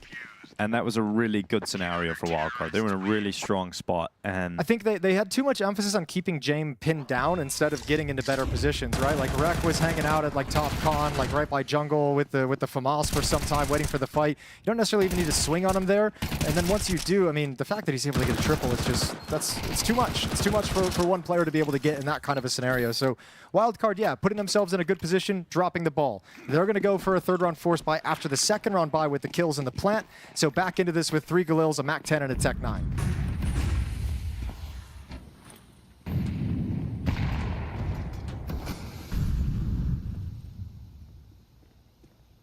Nemanja going to come out first. He's going to die first too. Rek to respond. So 4v4. At least Wildcard consistently able to get Galil's Tech 9s out and put up a fight. But they're going to be coming in towards the A bomb side. Belchanok, well, that's an easy kill. Peeping, not looking at him. No peeping. As Belchanok gets a 2nd kill as well, it's taking away everything that you would want if you're Wildcard. You have no threat left in this round whatsoever. Yeah, not at all. And I mean, this force by no legs to it, no real strength in the weaponry as well with the 3 Galils and a Mac 10 and a Tech 9. So just going to fall by the wayside. And as long as 4 players stay alive for the PARIVISION side of things, and I mean, you could see that's the philosophy they want to operate with. All 4 players have just kind of grouped up, 2 in CT, 2 underneath the balcony. They have the bomb down here as well. It's just a very powerful setup to make sure they don't lose anyone else in this victory. This Wildcard team is very weird. You know, you have MHL, who I feel like forever has just been talked about, like, oh, he's going to be the next Polish Opera. He's had a lot of chances and never really made anything of them. I mean, not massive chances. To be honest, I think his best opportunity was the fact he was a Falcons player for a little bit. Sure. But, you know, he never really took off inside of those teams and was like an obvious carry when he took this step up from like tier 3 to tier 2.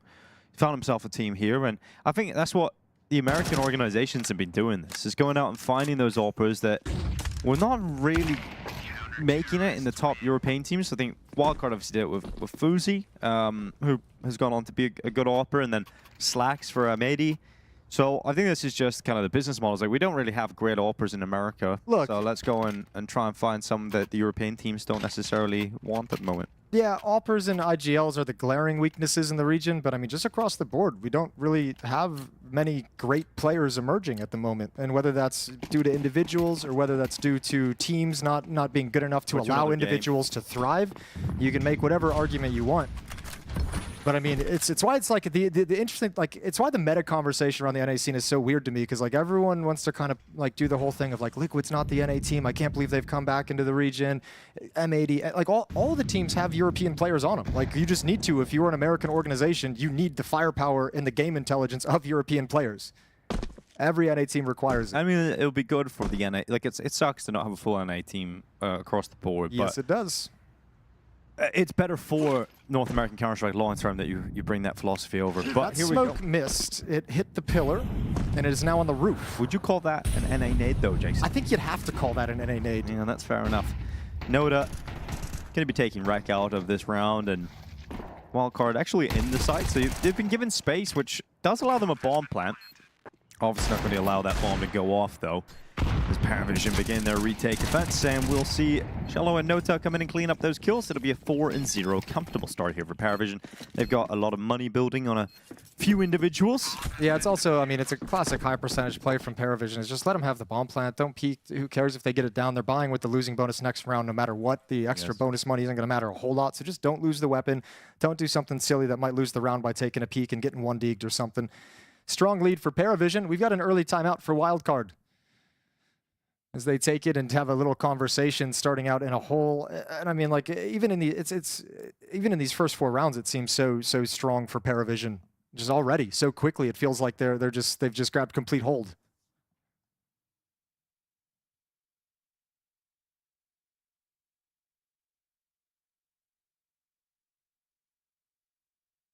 First Tier 1 event of the year for Wildcard. They attended Fragadelphia, Miami. 5th to 8th there. Urban Riga opened 5th to 8th there. Radio Popular Roman Imperium Cup 7, 9th to 12th there. And you're we need like 45 minutes for the trophy left moment. Yeah, that would be good. Radio. Yeah, play-by-play commentators love it. Roman champion. Yeah, you can really hit it hard, can't you? And you just out of breath, follow keel over at the end of it. For PARIVISION, obviously, they won Blast Bounty to start the year, 2nd at Cluj-Napoca earlier this year, 3rd, 4th at Rotterdam just recently. Steve has just been climbing the ranks, so completely different resumes and completely different statures here in this matchup. And it is elimination for the loser, playoffs for the winner. There's a good kill from Rek. Opening frag. Here come Wildcard. Okay. Eat that, Prof. Peeping. Look at that. Double kill. He's come through and smashed them on the A bomb site. And that's opened up exactly what Wildcard need. A convincing round victory towards the A side. Very convincing. A little bit of a miscommunication between Jame and his teammate inside the bomb site. I think Jame kind of averts his gaze to watch towards ramp with the AWP, but that leaves Palace wide open. So I think there was a kind of a miscommunication in how that was being tracked or who was shifting over. And that just leads to a complete collapse at the A bomb site. There's plenty of money on the PARIVISION side to rebuy, but that's a nice, powerful hit from Wildcard. 5 players alive. You get some money back up, and now you see if Wildcard out of this timeout can work with this, can mold this into some kind of a streak.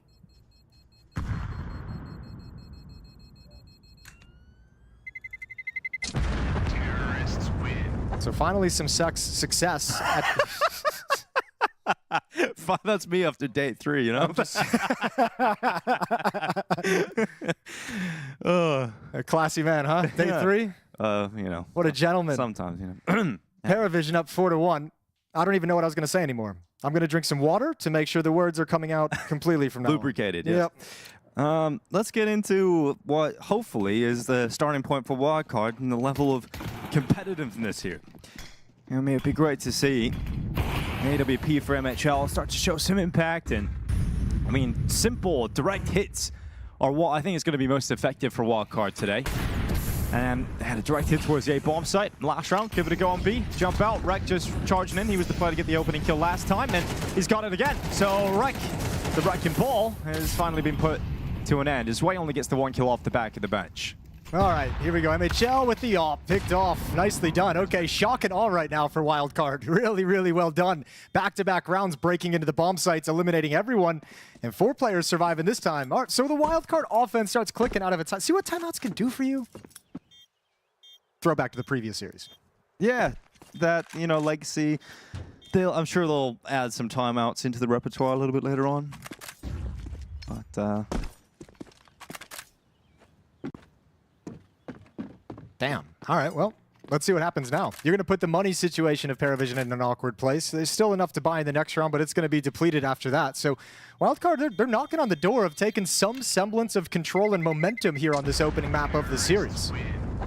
I've had this conversation this whole week of PARIVISION, like I just kind of rattled off all their accomplishments and how well they do when they play against the best teams in the world and sometimes playing down to their opposition as well. And that kind of led itself into some of the losses they took earlier in this event. If you get eliminated playing down to Wildcard, that's kind of scary. That's the exact opposite of what you want, turning this corner into the major, right? Like you're hoping that you're building up confidence and momentum going into the biggest event of the season. Yeah, you don't want to, even if you win this game, you don't want it to get close, right? Like you want to show the difference between you and a team like Wildcard. Yeah, and it might not, you know, it wouldn't like change any like grand vision of PARIVISION, but it would just kind of be that red flag on the resume. Where you're like, yeah, but remember that one time? Remember that one event? Your floor is pretty low. Yeah. True. Yeah, low floor, high ceiling. Hard to keep those warm. Well, let's see. PARIVISION. Take a look at what they've got here. It's a good buy. Got everything you want. Absolutely everything, including the AWP for Jame. But gotta say, Rek's opening prowess has been fantastic to see. We'll see if he can keep that up. The thing about Wildcard, the 2 rounds they found success in, one quick direct hit towards the A bomb site and then one towards B. I mean, you can't really keep that up the whole game, so we're gonna have to see them find some success from a default position, and they are into a default start now.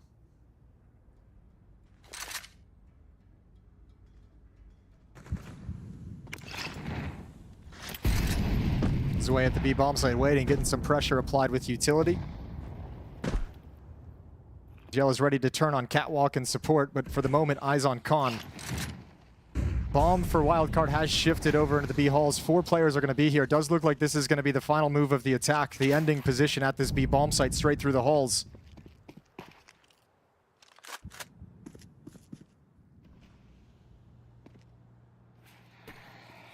This position in window has been spotted. Now harass. Utility coming out at the B bomb site. Utility dump from the CT side as well.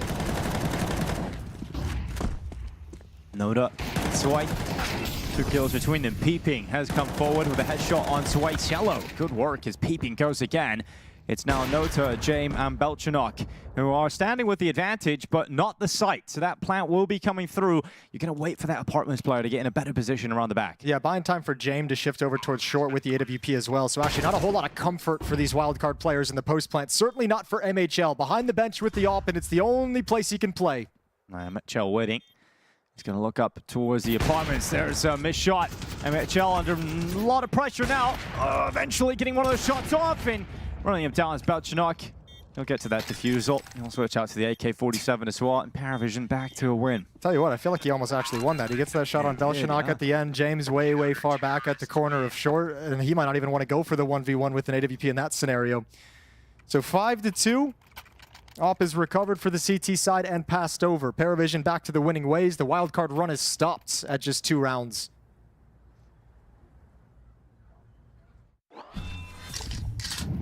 Just get bottlenecked by the Molotov in the B tunnels.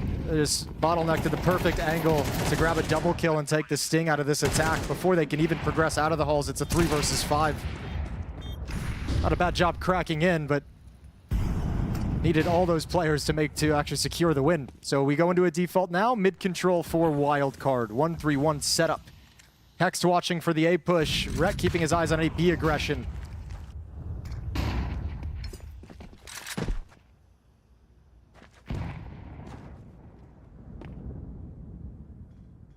Pre-smoke in towards window, and now they might be able to scale up short.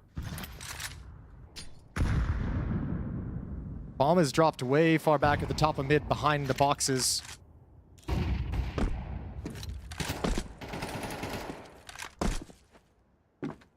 Good information for James. Spotted 2. Saw the legs of the AWP on Catwalk. Saw Peeping, spamming, and Con. So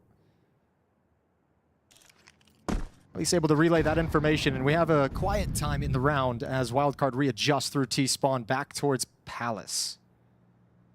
It'll be MHL's AWP at ramp, in tandem with Rek with an AK. Hex to lurk the Palace. Keeping to come from Con.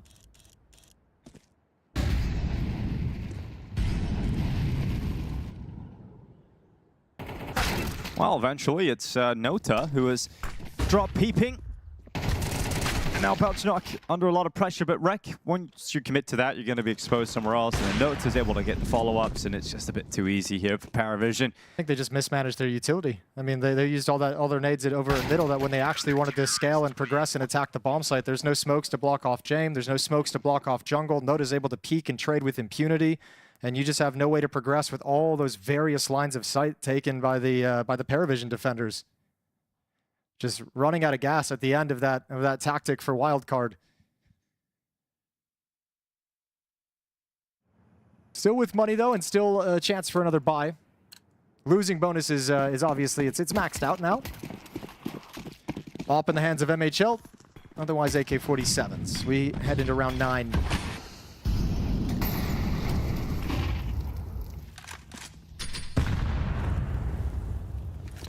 Smoke breaks open. Jane goes for a peek. Here comes Nemanja. He's going to be making his way up through short. Not exactly accurate and farmed away. PARIVISION taking the 2 openers and no responses. And as soon as they get those 2 kills, they just disappear behind Shroud of Smoke. We got Hexed at least getting 1 kill back here, but still an extra frag required to even out the numbers. And the bomb, it's so isolated. It's at the top mid boxes. Well, look at the pushing through B halls as well. That's going to be Ziello coming up at 13 HP. So if MHL decides to fall back, they're in trouble. And actually, he might be able to pick one off right now.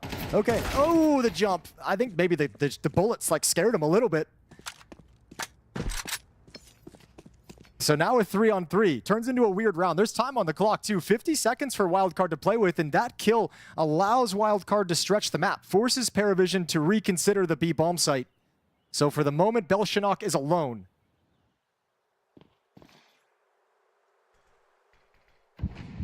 Tell you what, being the only defender at the A bomb site just sucks. You got to worry about a window boost. You got to worry about Khan. You got to worry about ramp and palace.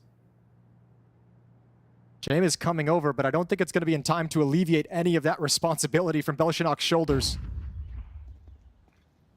Yeah, time really ticking down now. Oh my goodness, that is one hell of a shot from Wreck. Oh, he's got one more.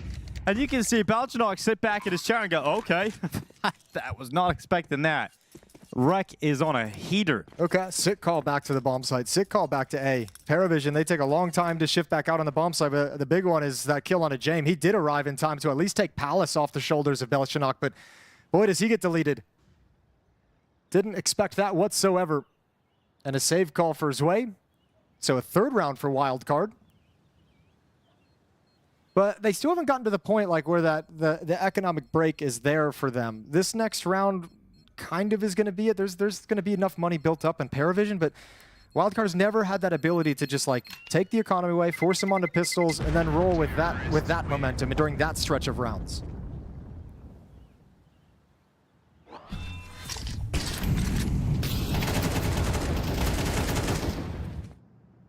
This is a really important kill from Hex. It's a 5v3 from that point. I was going to say a 3 versus 5 recovery for Wildcard. We saw PARIVISION recover a 3 versus 5 earlier, and that felt like a taste of things to come, and then Wildcard's done it right back.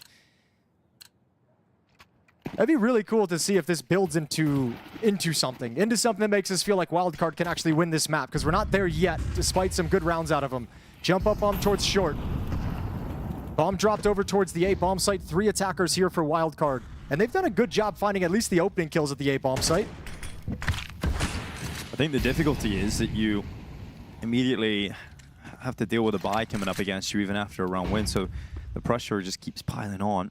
But if you win this round, you do get that break, and maybe that's where we start seeing Wildcard really develop themselves into the map. They're going to be going for an A hit. Yeah, they have the perfect call. I mean, really, when you think about it, Wildcard, all of Wildcard's success have come from just grouped up and attacking the extremities. These rounds where they spread out in the default, try and take mid control, try and get up through Khan, haven't really been very successful. The B hits, the A hits, that's been exactly where Wildcard gets points on the board. Belshanock clears A ramp deep. Nobody was home. James still shifts over. There's utility for middle. It takes James' attention away, and that might be the perfect timing to create. That smoke can't keep doing this. Oh, Hex, Belshanock, how many times is this gonna happen to you? Just getting cleared out, diving down under the wood. Belshanock gone, opening kill now, but the bomb, Peeping has the bomb. Get that ball back there. Oh, peeping. That is a disastrous decision. The kills come in here for PARIVISION, and 25 seconds left, no bomb plant. This is just gone the wrong way. Nota sharpshooting, and Wildcard had a shot at this, but just a complete confusing situation inside of the site. He's like, why is the bomb not going down? Yeah, he's gonna feel bad about that one. Calling out my bad to the team, just trying to aggress a little too much. He was called back, but just gave the opportunity, gave PARIVISION the confidence and the realization that they actually had the advantage if they kind of peeked in, that things were getting disorganized on the other side of it. We saw this earlier. I pointed this out earlier. That kind of like the miscomm or the disconnect of guarding Palace in these A hits, of whose responsibility it falls to. James over in jungle that round. When James in CT, is it his? Belshanock underneath. PARIVISION still feel like that sort of part of the map and that sort of protocol isn't really there with any confidence. And they're coming at it again. We'll see if there's a punishing effect to this.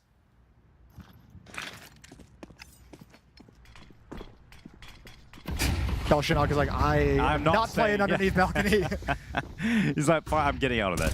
Changing the position up, and it's worked out better for him. He only gets the 1 kill, but a lot of damage done to Nemanja. He's dropped him down to 18 HP. So he's going to cross into the site. Bomb is going to go down on default.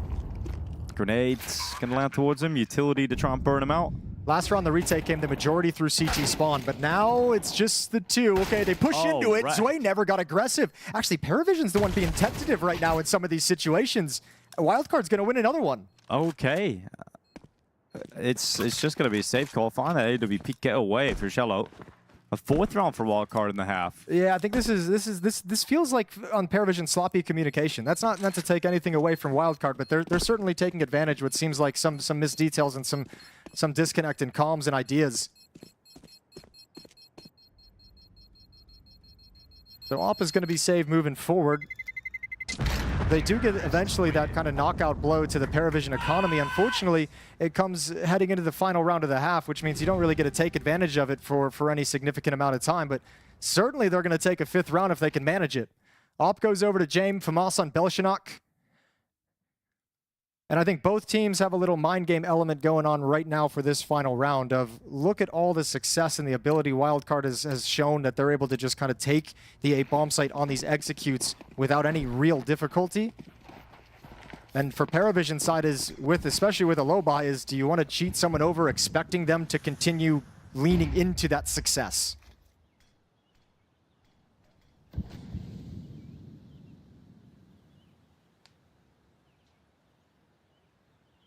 James is patient and a missed shot. You usually don't see him miss those.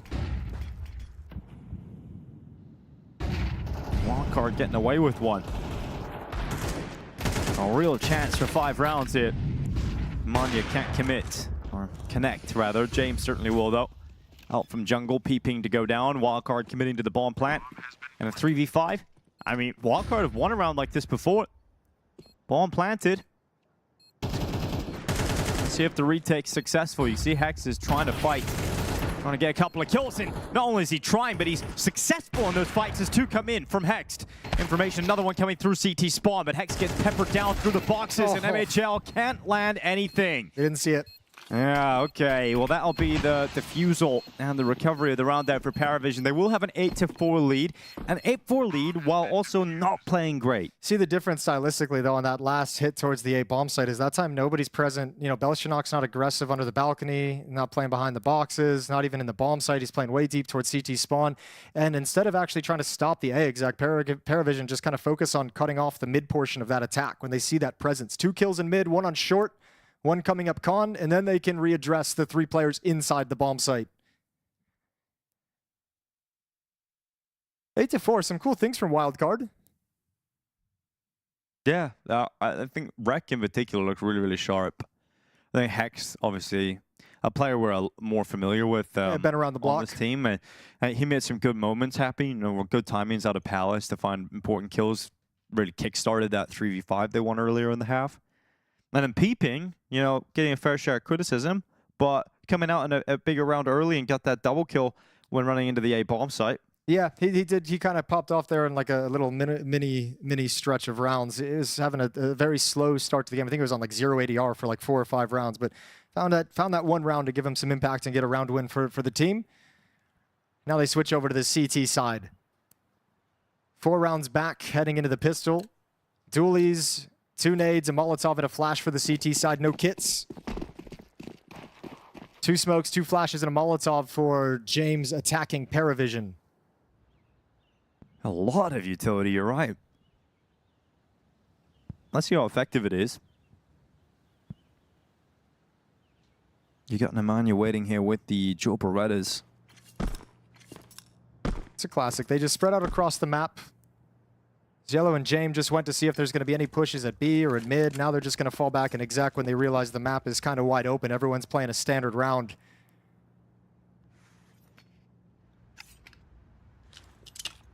It's going to be Rec to defend with Nemanja.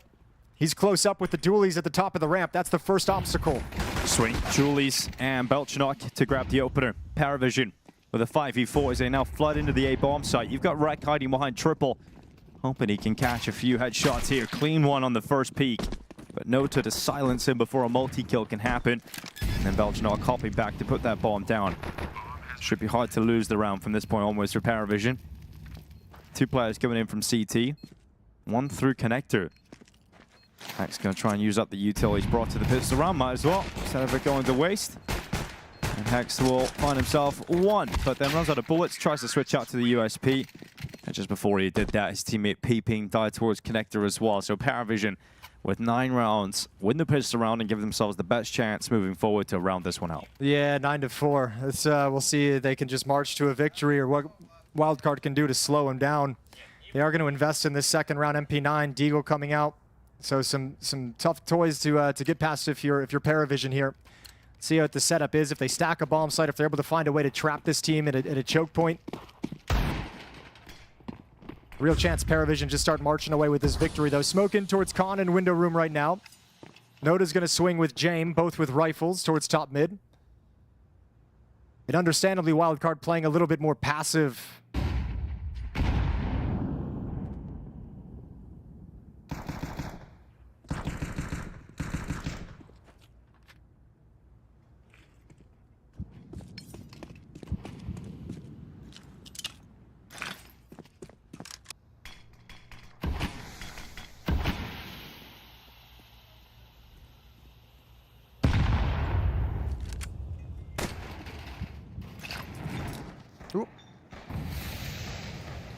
Decent amount of misutility today.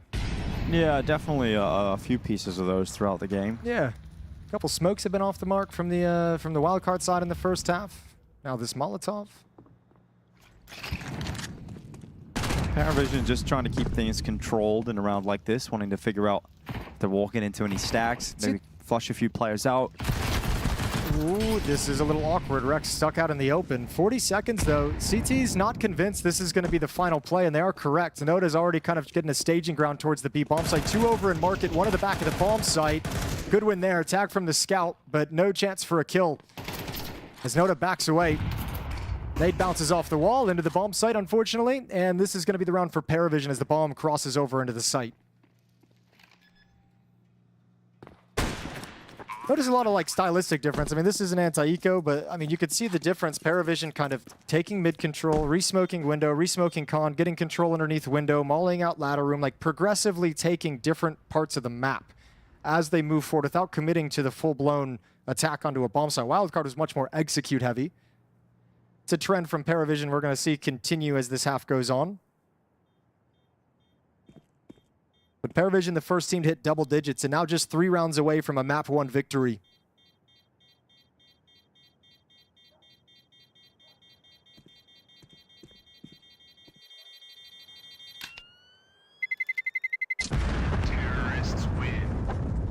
And there is that worrying thing of like, if you do just enough in the first half, if you're Wildcard, to think that the game could be competitive if you get the right win conditions, you know, winning the pistol round, conversion, but when you don't, you haven't done enough to really stay competitive down the line once PARIVISION get this T side going. Yeah, and once you have to like sit a round out as well, where you have like some of the saved weapons from the previous, but yeah, this is going to be a minute. PARIVISION's going to be up at 11 before you can get another buy going on, barring any insanity, probably from the scout. So sort of on MHL watch in this round to see what that scout can do. A couple tags, maybe 1 cheeky headshot just to thin things out.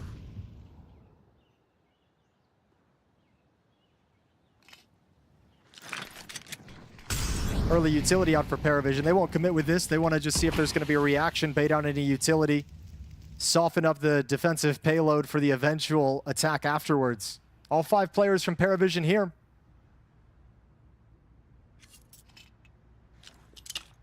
Yeah, I mean, it's the best chance to do some damage, I suppose, here for Wildcard. You got 2 players playing aggressively towards ramp, and then PP can come try and help. I think his play could be getting into the sandwich or just running out the back at the bench.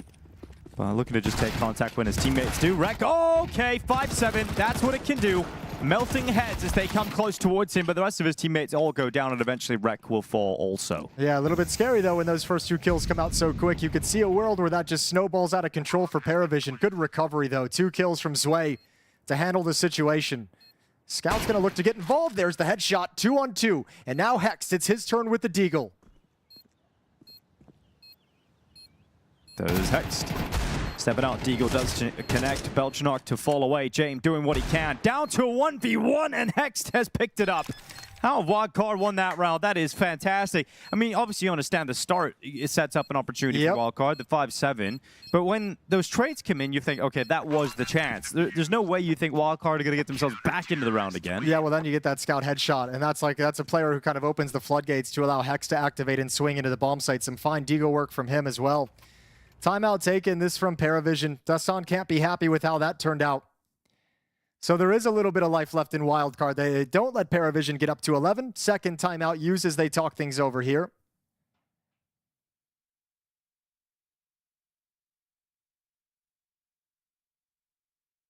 Now we have the AWP in the hands of MHL instead of the Scout. You've got an AK-47 on Hex, and everyone else has got an M4 and full utility. Things have turned around for Wildcard after that. Let's see if they could put rounds on the board. Gets weapons out way earlier than they would have had otherwise.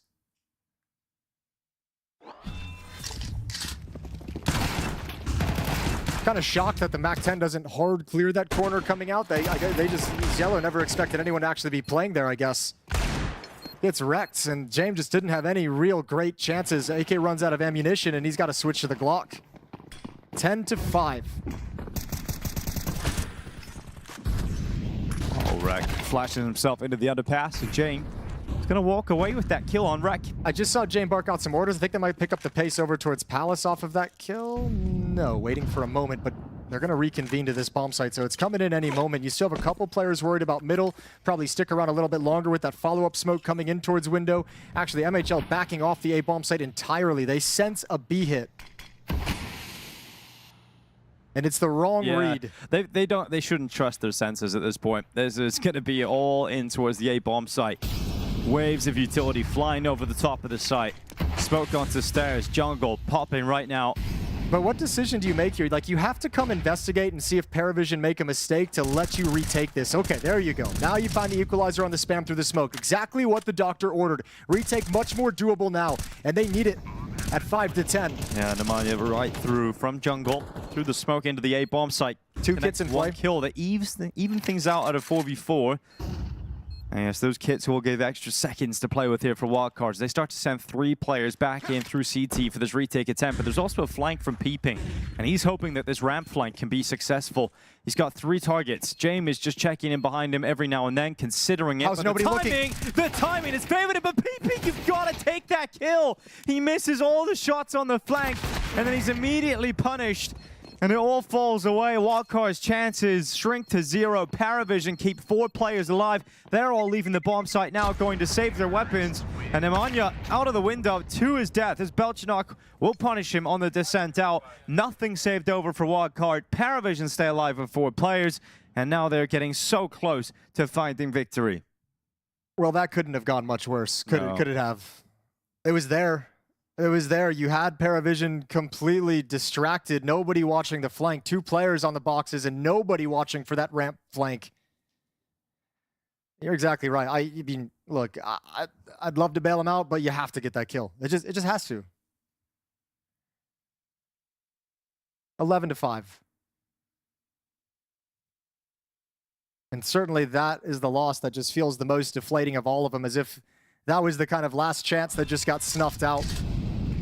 Off in the hands of MHL in this next round coming out of the timeout. So they've got that to work with. FAMAS on Nemanja, MP9s on Rek and Peeping.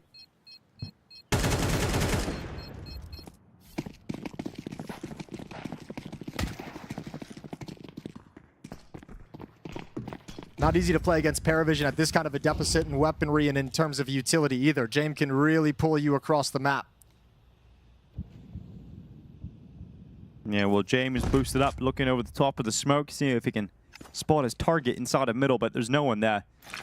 They need to detach that boost, and Nota, who was the foundations of it, now moving forward towards the bottom of connector. There's 2 players in here, and he takes the fights with them.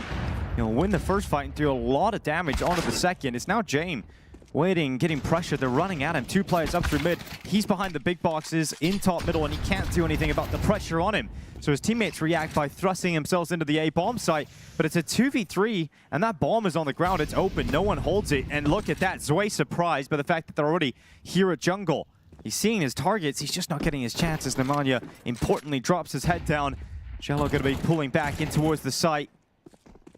And it's a recoverable round here. Bomb wide in the open, though. That's what they have to get to. Hex has hit that shot with the AWP through the triple boxes, but has to finish him off for the second. And now Zwei at 22 HP goes out into the open, and Wildcard pick it up. Okay, very, very tense fight. Good job from Hex. Good job from Nemanja with his double kill to keep that alive. PARIVISION, they just cannot find the closing recipe. Aggression in middle, One player taken out, and then James is just stuck behind the boxes with nowhere to go to his death. So Wildcard quickly handle the middle portion of the attack and readdress over at the A bomb site. Nice attempt in the 2-on-3, but not completed. It is a team we know kind of at times, I don't know if it struggled to close. I mean, they do struggle to close out, but I mean, it does kind of feel by design considering how many times they have games that go so long. Yeah. It's almost PARIVISION paid by the round now. Yeah, it feels like PARIVISION has this win. They just got to reach out and grab it.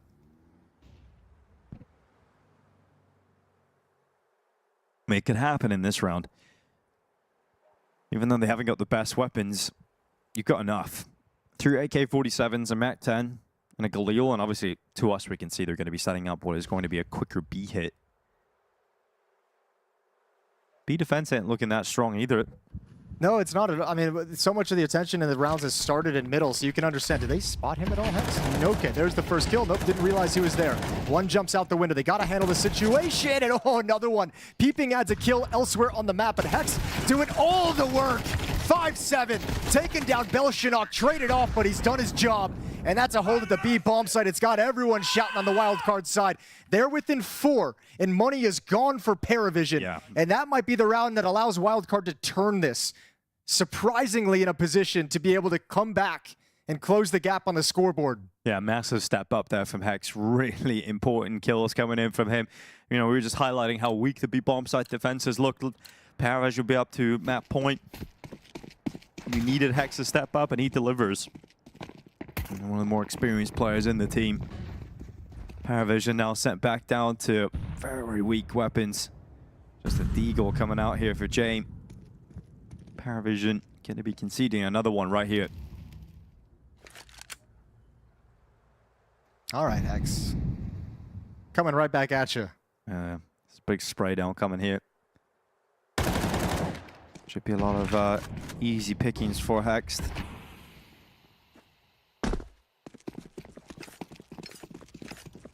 It's going to force the Glocks away. And Belshinock's Deagle. So back to... Well, back to Halls we go, I guess.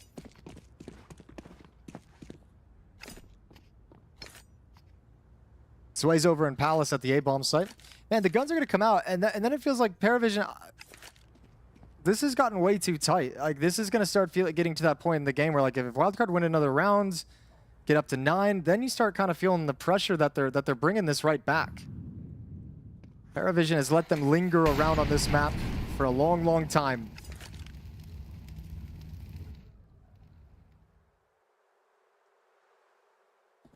Next with the off angle. This has been... They've been waiting for so long that it buys so much time for Rec to come in behind him. Yeah. Grab 3 kills with the MP9. So Cash is now looking real good for the wildcard side as well. I mean, everything feels like it's in the wildcard camp right now except for the scoreboard. In these past 2 rounds, they've done a very good job shutting down PARIVISION. 2 AKs on the CT side paired up with that AWP in MHL's hands. Round 20 and AKs are finally back for PARIVISION. Utility is what they're lacking the most. Belshinock probably dropped some and stockpiled in towards T-spawn. But a few of the details missing in terms of the nades that you're bringing into the battle.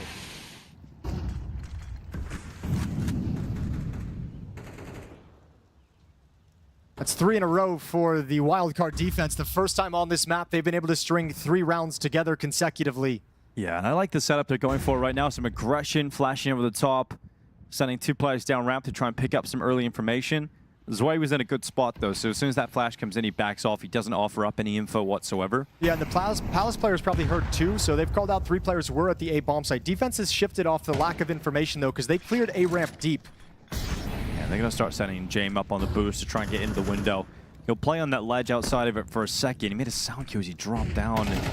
And then he goes back. Of course, Jay makes the most of that situation. He still gets a kill on the short player. Hex is up next. He's going to try and combine with this connector defense, but Hex goes out, only gets the 1. And Nemanja couldn't help him from that spot. He couldn't peek out. So wildcard fall to 2 players. PARIVISION still holding 4. And now a fight between Nemanja and the underpass player, but he's also got to worry about Shello. A good kill for Nemanja. That's going to be Zwei gone. And MHL's got a P250 kill, and Shello getting traded out. So we've got a 1v1. I don't know know how Wildcard have got themselves into this situation, but Belchinok backs up behind Tetris and is holding for MHL. He's standing on top of the stairs. He'll drop down, makes the sound cue. Belchinok has to win it, and he batters MHL into the ground. He needed that one, and PARIVISION finally up to map point. Well, I'll tell you how they got into that situation. It's just a string of bad decisions, and these are the decisions we're seeing out of PARIVISION where they're playing against these quote-unquote like lesser teams and playing down to their level. Is Noda's doing a great job delaying everything in middle. You don't need to help him. Take the bomb site, secure the position, get the bomb planted, let Noda play for himself. If he goes down, and you have a 3-on-2 inside the bomb site. But instead, you're kind of swinging at jungle, trying to take that fight down the con stairs, losing that, putting it into a 2-on-2. Low HP player is already aggressive with no chance to change his position. PARIVISION decisions in some of these moments, well, normally against the top teams, they're so clean and they're so calculated. Now, it's mistake-ridden, it's a little bit sloppy. And this is a team whose great strength, because it's not experience, its great strength is its dedication to the fundamentals.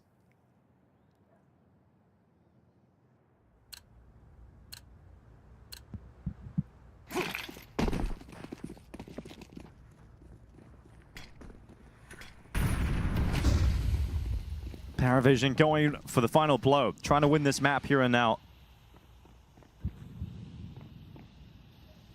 Look at James getting information, knows one player's in window. But into the connector, Rek was waiting for him.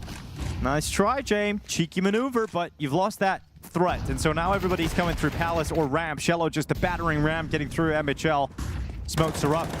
And no one from Wildcard playing in front of them, so they're going to have to play this on retake. Yeah, they chose to clear out mid first and see there's nobody home. Good kill onto Noda as well. Molotov into the bomb site. Belchinok has got to make a move and get out of there. Okay, once that fight, saw someone up in the air. Oh, dirty confidence. One tap.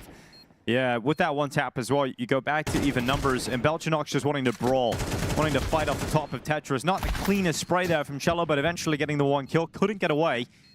And now Rek and Hex, these are the two players that have been performing very well here for Wildcard, trying to save them, trying to keep them alive on the map. Rek, oh, he's got an ace. He's picked up everyone. Hot hand indeed from Rek on the server today. Straight to the defusers. Hex, he'll pull through.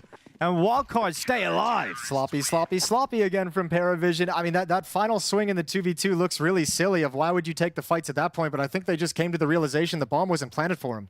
They got into positions to protect against people sliding into the bomb site, but when the player dies inside the site, they realize they've got no angle to stop the defuse.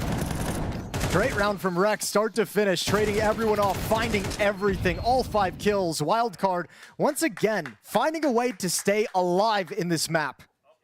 Just barely hanging on, but still a chance. And it's back down to pistols for PARIVISION. No armor on a couple players. Deagle's picked up. Tech 9s. Money's not great.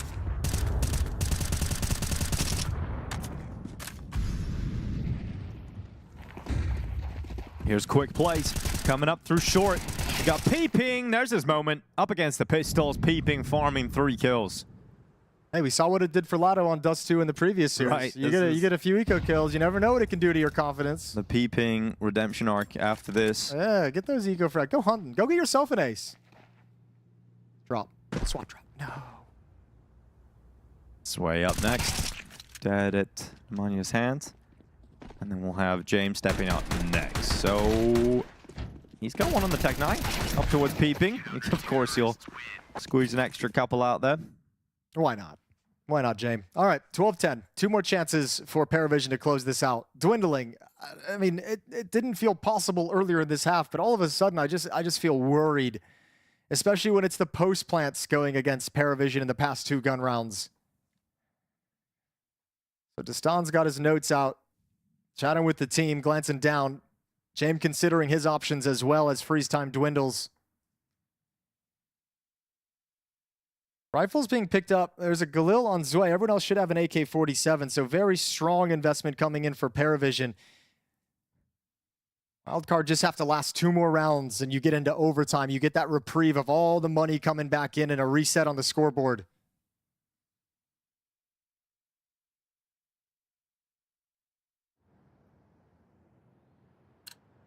$23 kills for Rek in this game. A massive reason why Wildcard is even still here in round 23.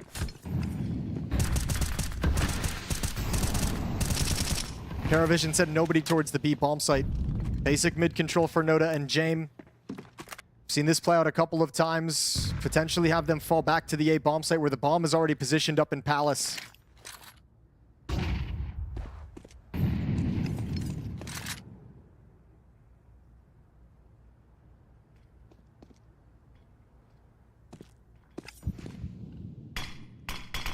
Well, smoke goes into Palace now from Wildcard at 1 minute and 15 seconds on the clock.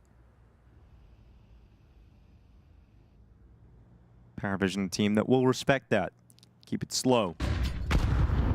Actually at a scoreline of 12-10. I think at this point they're kind of hoping that there's going to be some aggressive play from Wildcard in like the mid round. So they can punish it. Yeah, they're just like, could you guys give us an easy kill just to help us out a little bit, you know?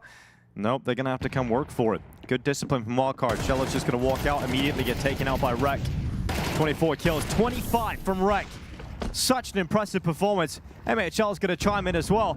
This one feels like it's going to overtime. It's just weird. How's that the play? How's that the play to like kind of sit on the map and be quiet and just throw utility at mid and then kind of dry, hard swing out Palace?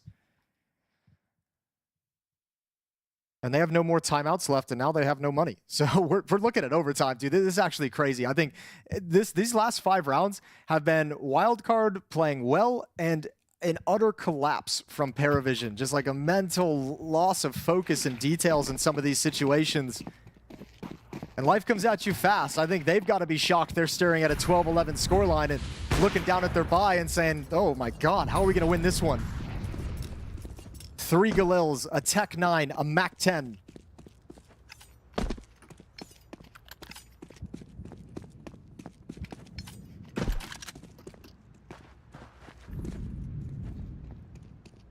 This time Rek is going to play close up to ramp, so you kind of almost, I mean, you consider he's got 25 kills, far and away the strongest performer and most impact for Wildcard. He goes down early, and that's got to be a horrible feeling.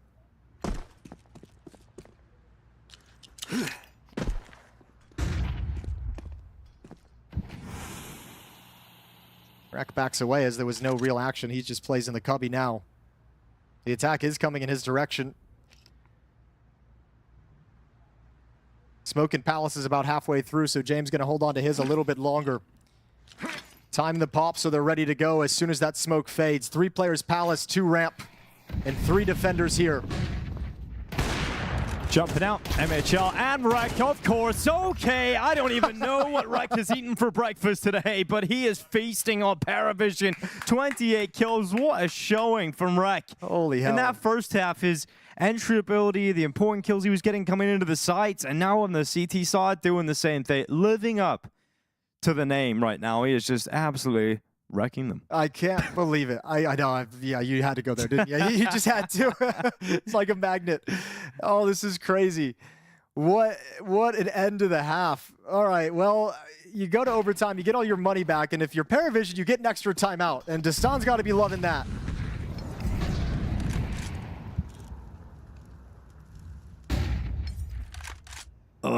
We thought today would be the day PARIVISION actually win Mirage. You heard the devs, they were saying, you know, they're happy that Wildcard took it here, that they brought it to Mirage, because they haven't seen a great performance from PARIVISION on this map as of late. And you see it's paying off for Wildcard, hanging in here. Oh yeah, well, it means absolutely nothing if they don't close it out in overtime. And this is where PARIVISION thrive. We're in their domain. I don't know, man. In the past. I don't even, yeah. I'm shocked at some of the things I saw in that second half. 3 defenders here as well. Nemanja can get up in ladder room to help out Peeping, who's a little bit slow to the draw. Good kill from Noda. Hex has to back away. Oh, he's got the whole world coming at him. James certainly going to fall from ladder room, and Hex gets 1. Okay, awkward scenario for the PARIVISION attack, because Nemanja's got an angle, and now he's got a dink. He's got damage. He's got another kill. Oh, PARIVISION, they can't find any success whatsoever. They cannot buy around at the moment. Zoe goes down last. And 13 for Wildcard. That'll be their first lead of this game.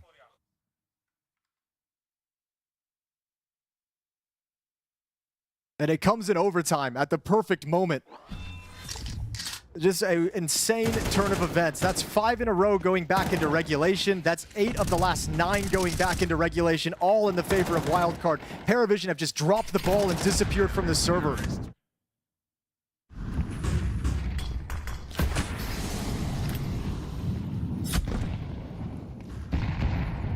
And it's going in towards ramp, and I'll have confidence for Wildcard. Again, they're willing to just dive down towards ramp, challenge for the opening fight. So many strange rounds from PARIVISION.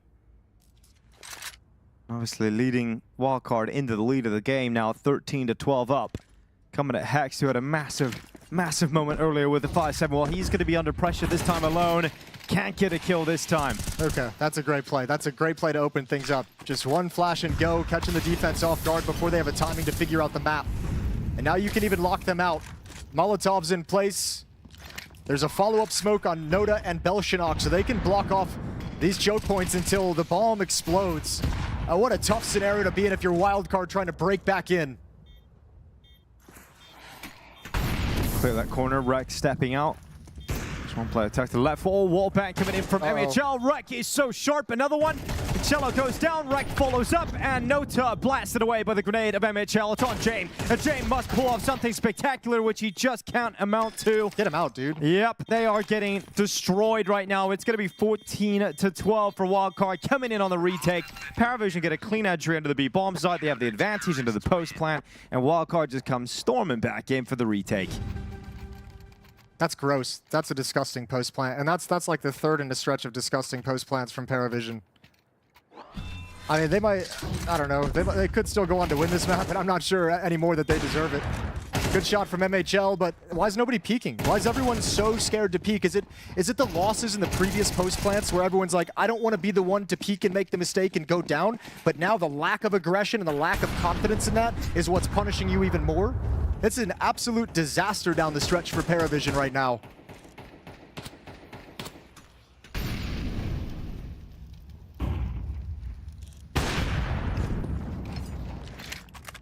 Well, James got the opening kill. Didn't matter in the last round, though. Wildcard showing they can pull 4v5s back. And the game Rek is having is unbelievable on top of all of that. 31-17.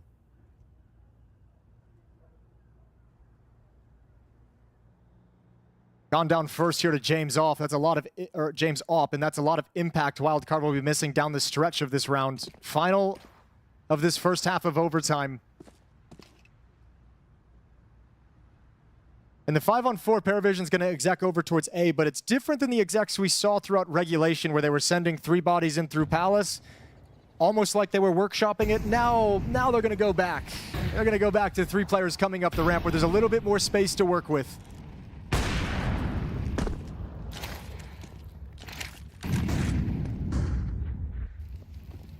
Hex just hearing the steps out towards the side. That plant is being confirmed. Hex has yet to reveal his position, but now chooses the perfect time because he catches Jame with a gaze elsewhere. And the advantage no longer siding with PARIVISION. Looking to hold the side. They know Hex is a threat. They do deal with him eventually, but there's more targets coming at them. Sway Shallow, though. 2 really important kills here for PARIVISION, putting it all on MHL. He'll throw out a defensive smoke and try and get to that defuse. It's the only hope he's got, and in the end, just gets spammed down through the smoke. So PARIVISION at least securing 1 T round in overtime. Yeah, well, not only securing 1 T round, but like stopping this stretch of rounds, right? Like it was what, 6 in a row going back into regulation for Wildcard at that point. Yeah. So putting an end to those shenanigans, 9 of 10 as well in their favor. Just a freakish run from Wildcard. Here's a timeout being used, this one by Wildcard as well, before the overtime is even set to begin. So a quick conversation so you can encompass all 3 rounds of what coach is looking for.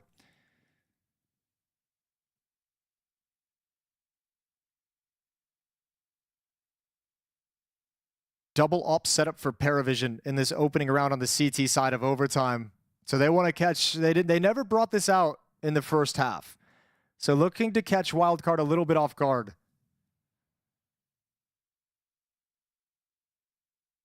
Can be expensive if you drop the ball, though.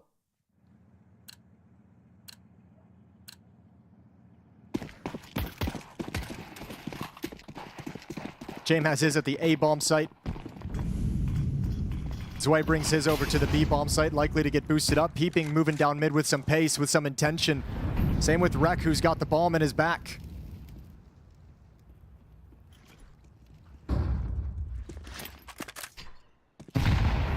Into the connector, Nota taking the first shots of damage towards him. He will be flushed away for the bottom of those stairs. Belchanok gets peeked out. That was an instant kill from Hex out from Palace. That was so quick. Wildcard now 4v3. Bomb now arriving through connector. James is held behind the jungle smoke, pinned in the corner. And the nade's being sent in to break the smoke up. His cover gone for the time being. And then the rifle hunts him down in the corner. So Shello and Zwei are all that is left. A 2v4 to try and recover the round to prevent Wildcard from going to map point. And there's no stopping Rek right now.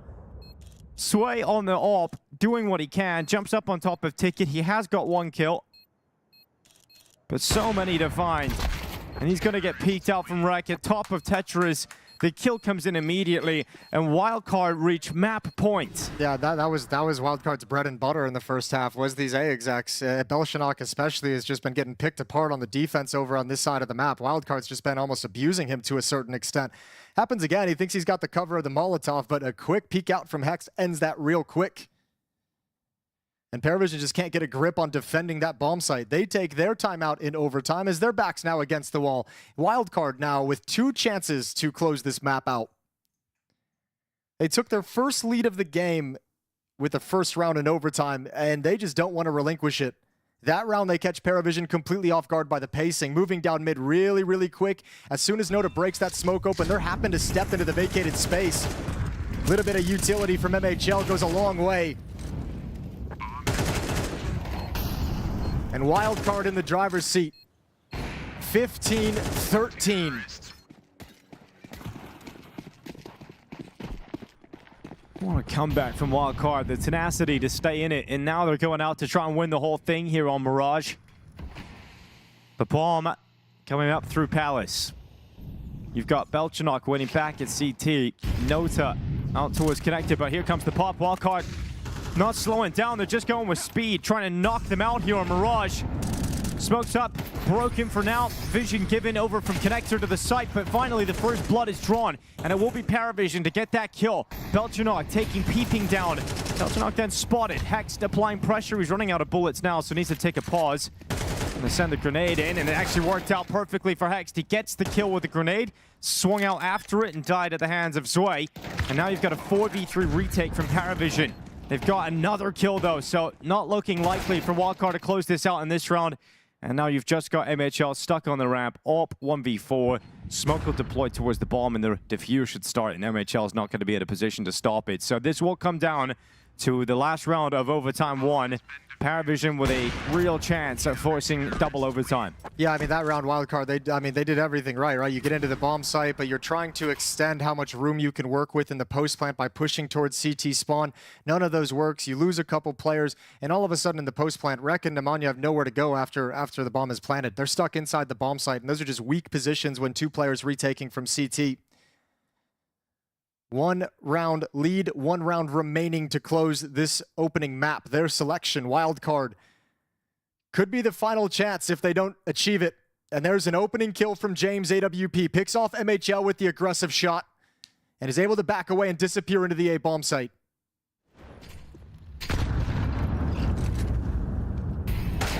Ooh. Kill from Zwei out from backbench. God damn. Yeah. That was what a time for Zwei to get impact in these last 2 rounds, though. He's been so quiet. Well, this is the first round in this overtime half that Wildcard didn't just try and do something faster, a little bit punchier. They try and spread out and play the default against PARIVISION, and they've just gotten picked off everywhere on the map. 2 versus 5. Nothing to do but go for it, see what happens. Belchanok, as he's been just destroyed inside the bomb site, playing retake.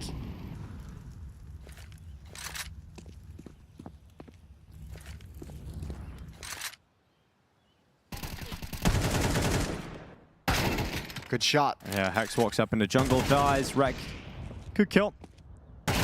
Another one's good, but just too many targets for Rek, and he will fall eventually. PARIVISION forcing us into double overtime. Okay, certainly they tighten up here, right? This is where we get PARIVISION just kind of locking them down. They got those feel-good rounds right there to come back and force double OT. They don't lose the map whatsoever, so now you got to take that, build with it into this second round of overtime. And for Wildcard, I guess the question is, like, how much longer can Rek keep up this pace, this level of impact, and what happens if he stops, if it lessens? Is someone else going to be ready to pick up the baton? 15 all. 19 is the magic number for a victory.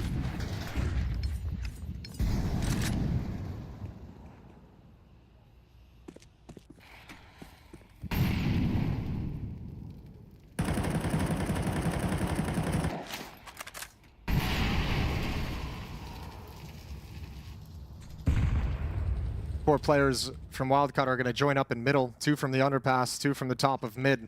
Unless Jame has anything to say about it. Molotov towards the top boxes. Didn't stick around to punish. Peeping had just thrown his smoke in towards window, so would have been an opportunity for Jame for just a second.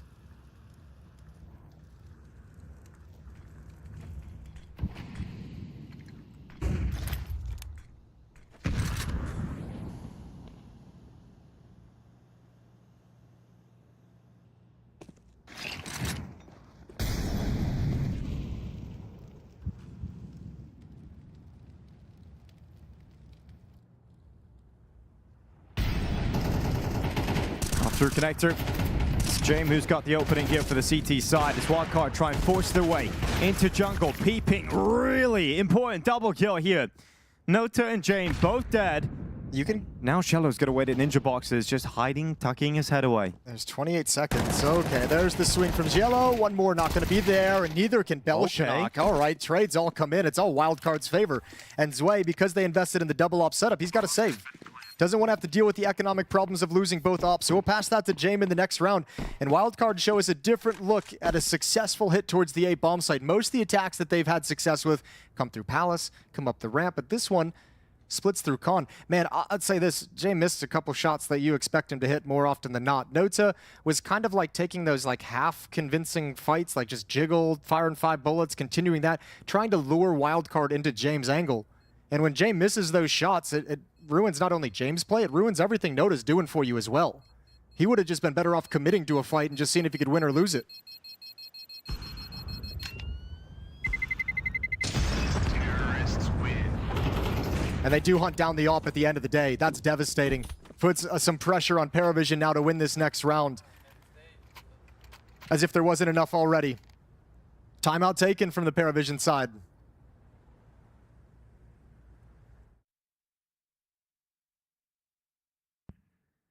They're going to have a lot of film to review in this game. As they always do. They're going to have a lot of Destan notes to sit through. This has been... Exhibit A. Exhibit A 1.03. I don't know, like some of the other games, remember, we had that feeling like they were playing down to some opposition in this tournament that we've mentioned. And it's like, is that what's happening? Or is this just like, is it just Mirage? Something's been off today. This is, I think, of the games that they've of the series they've lost to put them in this 2-2 match throughout PGL Bucharest. I think this is the one I'm looking at and saying, like, this is maybe the worst of all of them. I don't think you can say it's just Mirage, though, Jason, because, like, some of the post-plant decision-making, like, you put the bomb in the wrong spot, and then you have to fight, and you give up your good post-plant position because the bomb's not planted in the right place. You don't usually see PARIVISION making those mistakes. No, that's just one of, like, the 7 retakes as well you could probably talk about. The Stun could probably put together a whole packet. I'm just here for the Rek 40 bomb, to be honest. Yeah, why not at this point? He's 4 kills away from getting 40 kills. Like, this is insane stuff from Rek. We'll see Wildcard start to throw a couple of nades over towards the A site.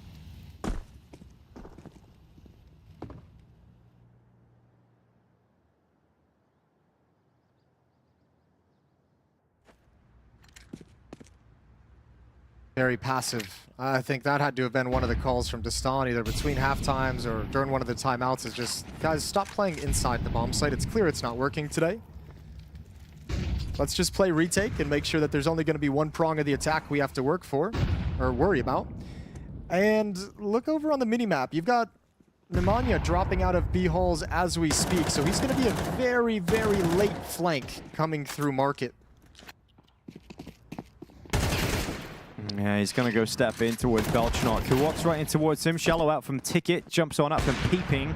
Oh, this has is a been disaster. taken down, and it is a bit of a disaster, isn't it? The bomb is still trying to get into the B site, but James now right to try and stop it, but Wreck hunting down kills. There's the escape valve. They can get the bomb away, and they're going to run straight into connector up through the window. James ready for that, though. That's the bomb, and now MHL in a 1v2, backing into jungle where James is waiting for him, and the Rifler's way is there to stop him. Oh, that one gets away from Wildcard. It's going to be so frustrating. I don't necessarily disagree with everything they did. Like you exec on the A bomb site, Nemanja gets out B, and he's like, guys, I have the bomb site. Just come all the way around. I'm all the way in market. He stops the rotation, and then just as they're about to arrive in the B halls into the B bomb site, he gets picked off by James trying to do a little bit more and move over towards bench for a repause. And then all of a sudden, they've got to change their position again and come into the underpass where they found Noda, who's got knife out because he thinks they're committed to B. And then their player at the A-bomb site holding onto that site dies. They just got pulled around the map by teammates who thought they had strong positions, and it just falls apart.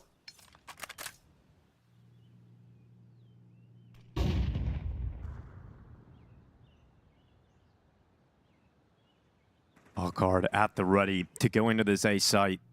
3 players through Palace, 2 through the ramp. Let's see if this A success comes at them. We've got James very committed with the AWP. Once you lose the rifle, you've got to pop off with the AWP. And Peeping closes that space down quickly. Oh yeah, that's more like it from Peeping. Clears out the entire A bomb site defense and puts Wildcard up to 17 rounds. Oh, they tried playing inside the bomb site again, and look what happens. The Wildcard has been doing that to them all game long. They're going to regain the lead here in this final round. 17-16 as we once again switch sides.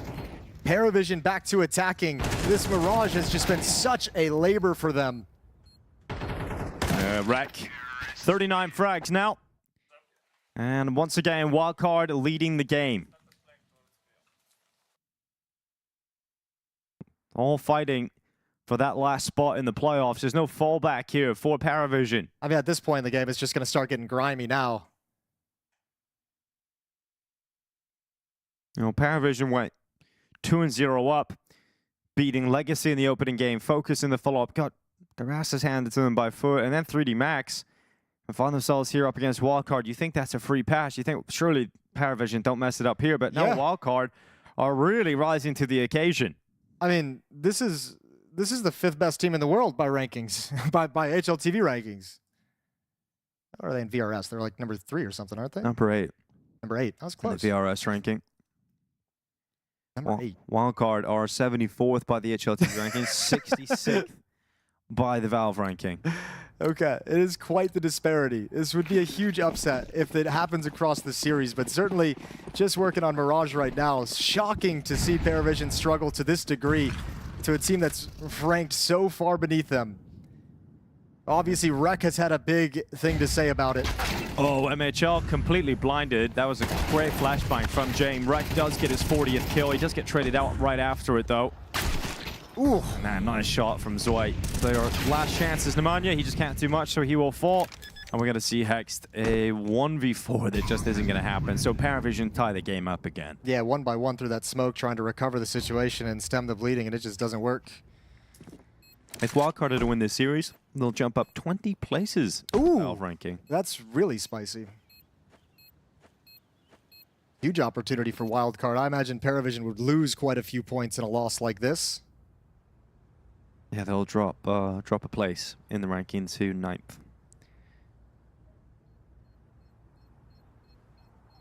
Well, nice and easy. PARIVISION trade their way in. Good opening provided by Jello. 17-17. Once again, we're all tied up. X takes a fight at the tail end of this. Just one more kill to add in. Loses his M4 in the process. I'm really having to work for this one. Both teams still yet to see who is going to pull out in front. Tech issue at this point of the game, though. Seen the admin coming into shot there. Yeah, a little bit brutal, too. It's going to pause everything. In double overtime, you're kind of just trying to play by the instincts that you've kind of developed through the game. So that's, well, I'd say advantage to PARIVISION in this kind of a situation with the experience they've got. especially depending on how long this lasts. The admin's been great at resolving these problems very, very swiftly throughout the entire group stage. It's no defense at the A bomb site today, it feels. It's been real tough for both teams to hold on to that site. And indeed, we continue the trend of very quick tech issues being resolved.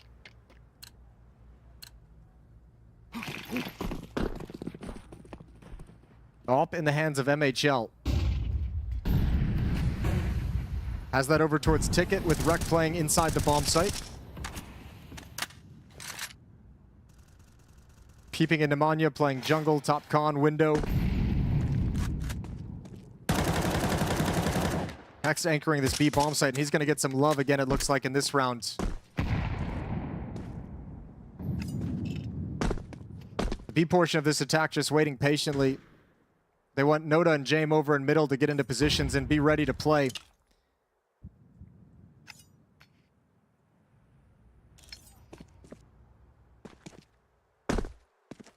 So Noda's left to lurk middle behind the boxes. Utility and window room and con. He'll start scaling up short. James going to be here as a supportive element with the AWP. Still no movement from the B portion of the attack. They've got to get a little bit closer. Wildcard starting to piece this together. MHL is shifting over towards market with the AWP. 45 seconds.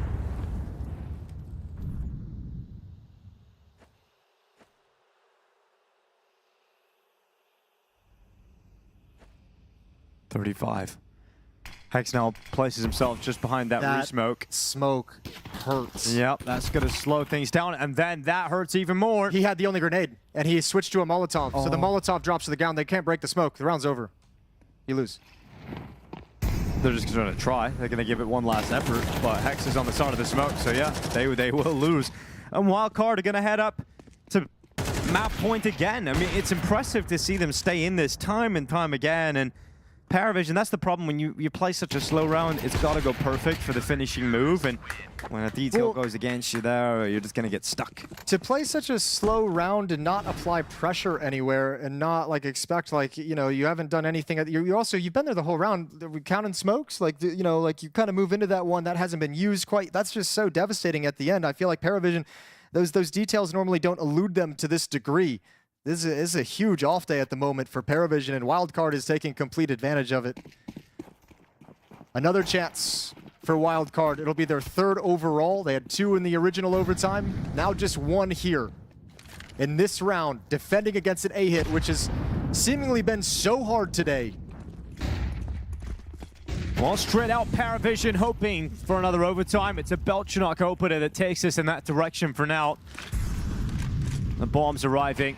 And Wildcard hoping that they were able to find any sort of trade when that smoke flew open, but not connecting it. And then MHL jumps up on top of Ticket. He's burning and forces himself forward. He's got to get another one. Okay, MHL's got it. Flashes up 5-7 in, 1 bullet away from removing Zwei, but he can't get it done. Zwei will, however, be taken down by Hext. And Wildcard once again pulling around that looks so good for PARIVISION, back into even numbers, but it's just peeping. And he's had so much criticism, but he's got to go massive to close out this map.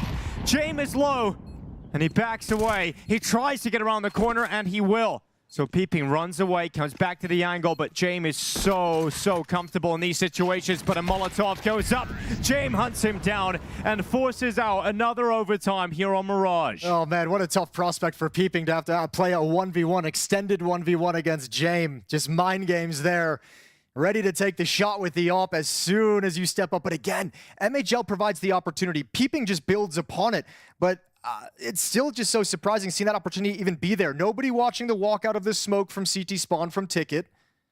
And it's just such an opening to be there. 18-18, we go to a third overtime. How long can Wildcard stay in this is the question. They keep getting themselves to map point first. And the other team steering ahead. But PARIVISION always finding just enough to stay in the game. Well, it feels like every team when they need a round are just like, okay, let's go back to the A exec. You know, let's go attack that bomb site. It seems to work. All right, well, 18 all. Both teams get a timeout back in their pocket. Wildcard just used theirs.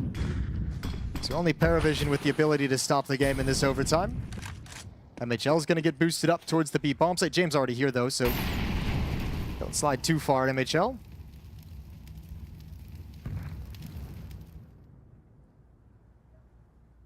Once again, quiet on the map. Not a whole lot of aggression for anyone. Flashbang not effective as MHL blocks it off with the wall.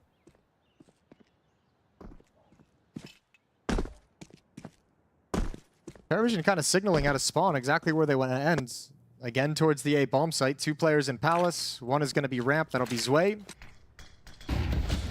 And 2 coming from middle. Jamin underpass and Noda starting to work his way down ramp. They've got Peeping Defined, who's playing up in ladder room.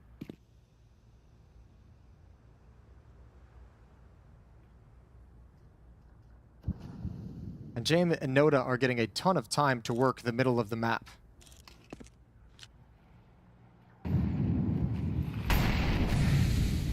There's Peeping. Noda. First victim here. We've got Wildcard. Player up. Romania trying to spam up through Palace. Wants to get away from under the wood. Wants to take the next fight. He actually got caught by his own teammate's flash there. It was a nice play. Would have really helped out in getting rid of Zwei, but just a miscalculation on the timing of the peak. Now Rek's turn. Playing for Firebox. He's got Hex to take first contact, and this duo have been so strong. 20 seconds. And now Rek gets caught. Yep, limited time here for PARIVISION. They need the important kills at the right time, and Hex just isn't dying, isn't going quietly. And MHL to step up alongside of him. Wildcard, hold on again. Yeah, okay, finally we got a stoppage on an A hit on the A exec, and that one's trying to be split. I think part of the problem for PARIVISION, the unfortunate side of things, it's Noda who goes down in middle instead of Jame. So there's no aggressive piece coming up Con throughout that entire attack. No one to help alleviate the pressure from another angle. Everyone's able to be comfortable, and you've got some sharp shooting now from Hex. Rek obviously still continuing. He's got his 40. Sounds like we're going to get a reset of the round. A little bit of chatter in the server as we started leaving spawn. So we'll get this reset, we'll get it medicked, and then we'll get underway again.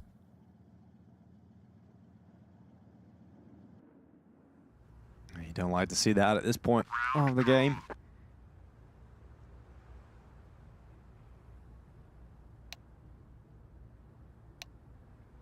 Every time you think, okay, you know, eventually PARIVISION are going to get the answers, Wildcard just level up with them. It's been great to see. I mean, Hex has shot up the scoreboard to a crazy degree. 30 kills for him. I mean, he's been kind of stuck over at that B bomb site, and obviously we know the B defenders sometimes can go a little bit cold just because they don't always get all the action in the world, but saw him kind of rotate very quickly to A in this previous round. He's had a couple nice rounds when they have attacked him at the B bomb site. Just the fact that he's at 30 kills, that happened fast. Peeping's found his way up towards 20 along with MHL. Wildcard's loving this. Look how animated he is. He's hyped up. He's feeling the dub. Freeze time coming to a close. Round 38.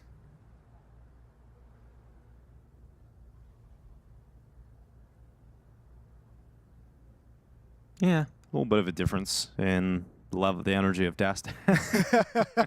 He's got his own vibe, doesn't he? He's just chilling. Oh yeah, yeah. Comfort that pillow. You need a little bit of love. Yeah, hug it tight. This is gonna get weird. 1918. It's only getting weird, that's for sure. PARIVISION want to get off this crazy train right now, though. Let's see if they can get the job done, or if Wildcard are going to break through and take Mirage. They've been teasing us this whole time.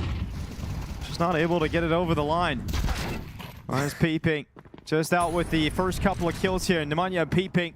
And then it's taken away the split potential for this B attack. And we waited a long time to get into this round. And PARIVISION also had a timeout ahead of this. Yeah. And this is the round that happens. Oh, look at the position of Hex. I don't think they realize it whatsoever. Nobody was home at that B bomb site initially. So a little bit weird, all the smokes up. And the Jame watching the flank. Okay, this... Oh, Jame. Oh, James gonna take the kill eventually. That's so smart. Lets him get closer and closer to the site and explodes with the frag. But MHL and Rek, they can still do this here for Wildcard. They can still get them up to 20 rounds. It's been quite the turnaround from PARIVISION in this round in particular, but Rek and MHL still standing tall. Are they going to get all 3 in this overtime? That might just close it out. If they're able to do that, man, that'd be crazy. Lovely, lovely defense. And letting PARIVISION get into the B bomb site, not having any defenders home. I think that's Hex maybe just being like, guys, we don't really need to play. Let's just play one on Catwalk. Eliminate the mid portion of the attack. PARIVISION can't get anything going at B. Problems now. Oof. Down by 2. And James is stuck on a Tech 9.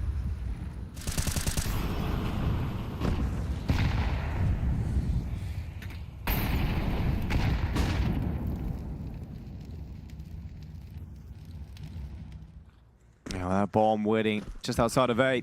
Like you said, if any team needs a round, generally the A bomb site has been very faithful to them.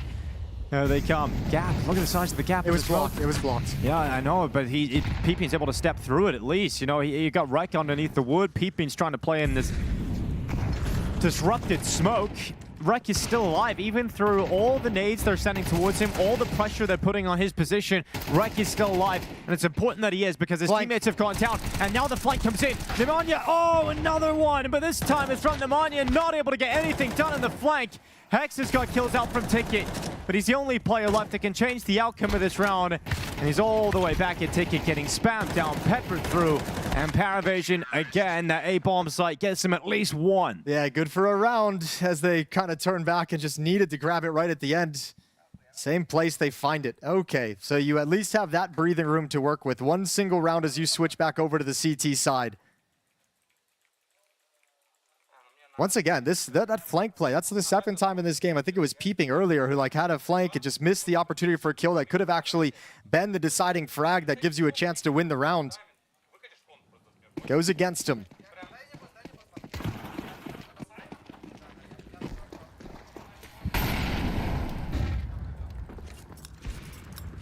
And Wildcard, they're just going to open up this overtime half at the A-bomb site. Going for the round straight away. Smokes over the top. Let's see if this is enough to get them up to map point. The smokes are in, but they're not going yet. They're waiting for the response. Is there any utility coming out to block them? No, not yet. James adjusting the headset. He has enough time to do that, and here they come. Smokes in for CT. James jumps up on top of Ticket, and he gets the opening pick. Noted to extend it. Rek and Hex again. This duo moving forward for Wildcard, but Shello has found the kill that keeps PARIVISION ahead in the player department. Yeah, and actually Wildcard's not going to aggress into the bomb site whatsoever, so PARIVISION, when it gets quiet, they got to be careful. 2 AWPs. Both of them on CT stairs. One of them is going to have to turn James. When do you realize the timing of this? When do you realize if they're not moving in, they could be going to the B bomb, so they're going to sneak in behind you? Oh, and they even spot him. A little bit of damage dealt. He's forced back, but now you have to retake the B bomb site with 2 ops. And they still don't know. They're still checking the A site. Now they know, okay, both players went to the B site. Okay, Zway's at least going to be able to... Oh, no, is he? Yeah, he's got to use the op. Oh, this is rough. Okay, double op setup. You need Shello to get this kill in the apartments. If MHL maintains this position in the apartments, it's going to be so hard to flush him out. And he's got that kill on Shello. He then peeks. He throws the nade in. He gets out of the apartments on 11 HP. He'll play from the site instead. Gonna try and run this clock down. There's barely any time left. Sway's got the kill. Rek's on the long flank, trying to get the angle, and it's perfect. Rek has taken Sway down. Once again, it is Wildcard up to map point on Mirage. What a crazy round. What a crazy turn of events. The repause to wrap all the way through Market. It never clicked. I'm so amazed it never clicked that they could have escaped through window room to go off towards the B bomb site. Wildcard just slide through the gap. And yet again, 2 more chances to close this map. That's going to bring it to 5 total. The first 3 not able to be accomplished. Now you've got some momentum with you. Double op setup. It's dropped over to Zway. And PARIVISION desperate on this CT side.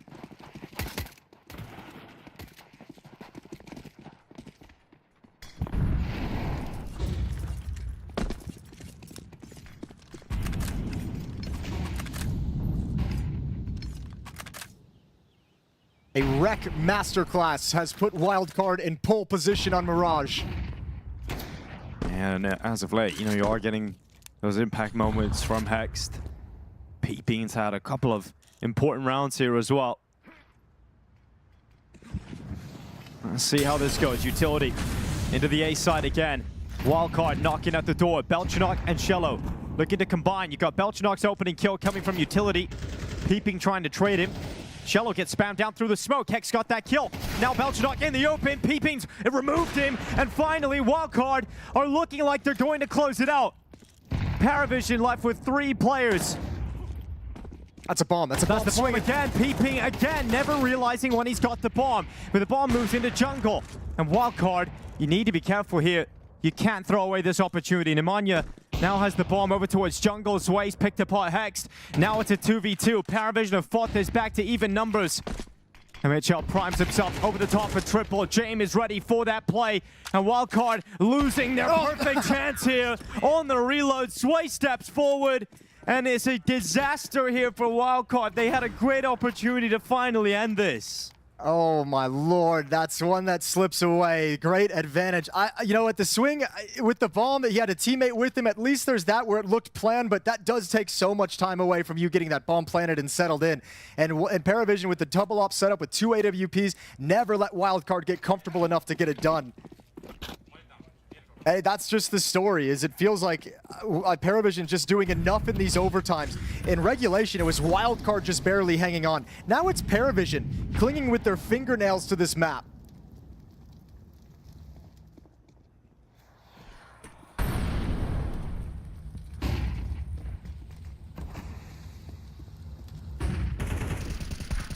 There's Noda. Opening kill on Nemanja. Could be another one forced out here from PARIVISION. Another overtime just around the corner. Wildcard going to be coming at B this time. Into Zway. Into Belchanok, who's close by too if he needs it. Shello and Jay. Plenty of players available for a quick rotation at B bomb site. So the bomb goes into the underpass. It's now underneath the window. And under a minute left.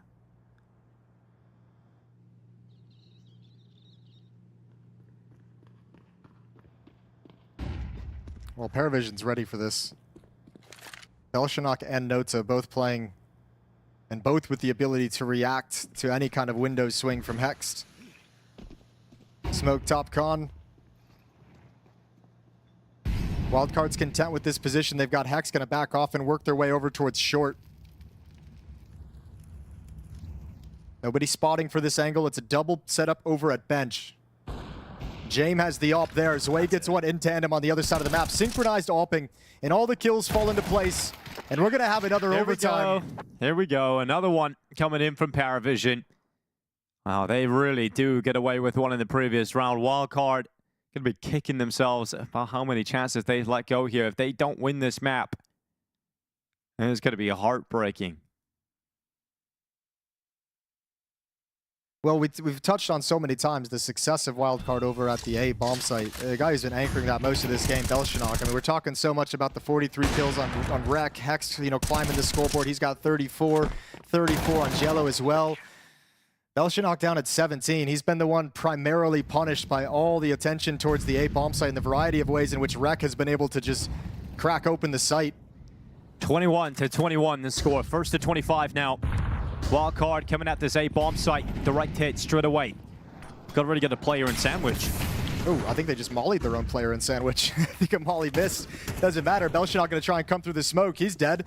Didn't really feel like he had a different play. Flashed through and to his death. But there's Yellow with the equalizer. Bomb is being planted.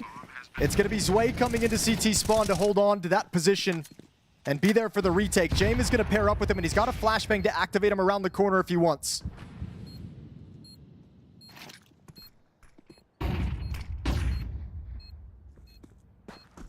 So he's just waiting for the time to strike. Nemanja inside a connector, gets the one off the stairs. Rec peeks out as well. Shello to fall down. A 2v2 as PARIVISION try to come both through CT spawn. Good shot from MHL. That's going to be James gone, leaving Zway 1v2. AK out and spamming, running out of bullets, and now no time. Zway can't win this. Wildcard will get themselves a 20-second round to play with. And another one towards the A side. And this looks a little bit like silly Counter-Strike because you don't really vision a world where like you can run a tactic like that off one of the top teams and actually have it work. But it's just it's a product of the fact that Wildcard has made it work when people are inside the bomb site. So now you can get away. We've seen this trend in overtime of PARIVISION playing most rounds with their defense retake, back at ticket, playing towards jungle. So Wildcard's just like, great. Now actually we don't have to do a full exec. We can just chuck that flashbang and get out and see if we can catch you off guard. You have more space to work with because of all the success you've had at this bomb site through the previous, what is it, 43 rounds of play now? I have to do math now. I know, we're about to hit 2 maps in one. It's a 2-for deal today. The PARIVISION special.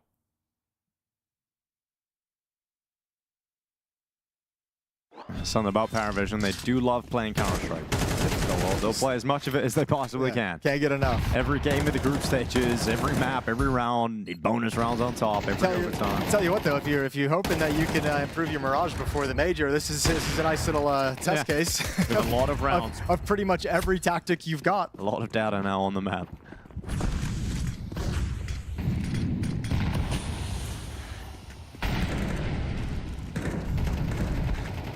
There's an Oman, yep. Good opening. It's going to be a first frag found by Wildcard, but then Jame was in middle undetected and grabs his kill. But here comes the Wildcard, pushed into the B bomb site. Wreck out the window, diving down with some speed towards Zwei. Wreck is starting to slow down now.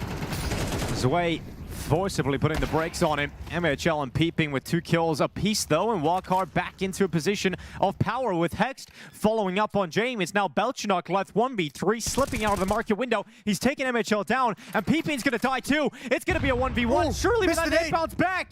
Oh, that nade has saved the day here for Wildcard. The fact that it bounces off the wall, but he's got another one. I can't believe it. That one surely gets him. Yep. No, Peeping is dodging them. And Hex arrives. Oh my God, how is Belchinok not got that kill with the nade? What is happening in this game? Oh, what is happening? He missed the nade to such a crazy degree. Lands that, it's a 1v1. Yeah, and then it's 1v1, and the onus is on the Wildcard player to come out and get the bomb, and you've got all the advantages. Belchinok, I mean, look, we've all experienced it. Like, I'm not going to say that nade miss is bad, but we've all been knocked off of our game by just having a tough sequence of events, and he's had to have a tough sequence of events for 44 rounds now. Yeah, Hex is really catching up now as well to Wreck. There you go. There we go, Belchinok, double kill, starting things. Jame off the top of the stairs. Hex sending 1 kill back onto Shello, but the bomb's over at A, so it doesn't really matter what he does here. MHL also getting spammed down, so a strong round win there for PARIVISION. Okay, well, we got one. Just like we did in the last overtime. I was going to say, I feel like this is the story of PARIVISION's overtime. Is like, all right, well, at least we got one. Well, we got one, so we can get another overtime. They haven't had any chances to win the game in overtime. Nope. All their chances to win came in regulation. Now in overtime, yep, and now in overtime, it's been 5 chances for Wildcard across the 3 overtimes that we've played. So 22-23, he's back. Give him the hand talk.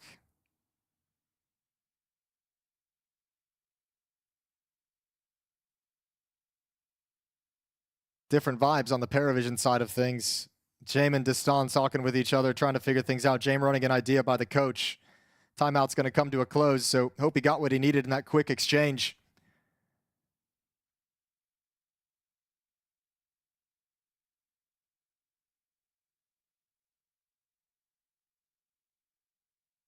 Op in the hands of MHL. No op for the T side on Jame. He wants all AKs. And where are they going with this T round? Okay. So 2 players start over towards A, 1 at ramp, 1 at Palace here for PARIVISION, 3 towards top mid.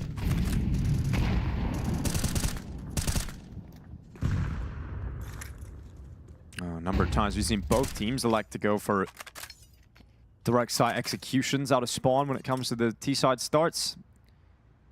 Yeah, none of them have been able to really make the defaults work with any crazy consistency. And I mean, when you keep just having success on the executes, PARIVISION's at least kind of coming back and trying to make this work now.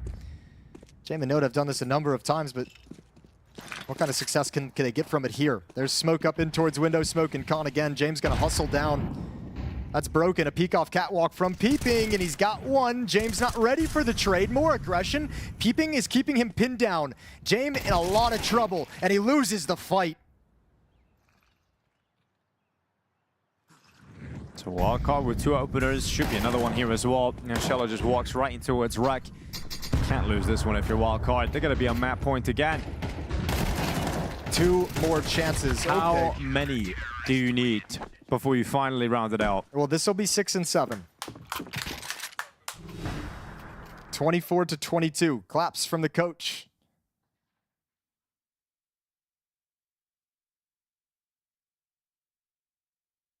And freeze time is going to come down.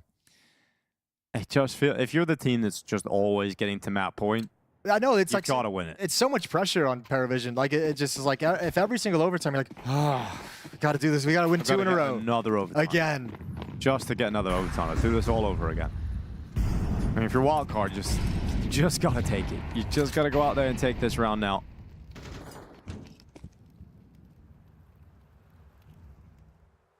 They're coming at the B bomb site. They've come at Hexed a couple of times. He's been able to step up even when he doesn't have the best weapon. And he's definitely been very strong here in overtime. He spots them, he blocks them. How many can he get? Spraying down, they're out the window. Shello's already in the side, smoke break. Hex gets nothing. Not a single kill. That's going to be PARIVISION into the site, and that should be the round. Once you get 2 entries like that, there's just really such a difficult road ahead of you to get back into the round. Yeah, you're going to come see what you can find here if you're Wildcard, see if they're going to give up any kills. MHL wants to prioritize the op, so I'll take it back. They're just going to back away right out of the gate. Make sure the economy isn't going to be an issue whatsoever in the last round. Okay, well, it falls to the 7th chance to close out the map. Where would you rank this, Dinko, in the PARIVISION Wildcard versus the NIP Amcal saga?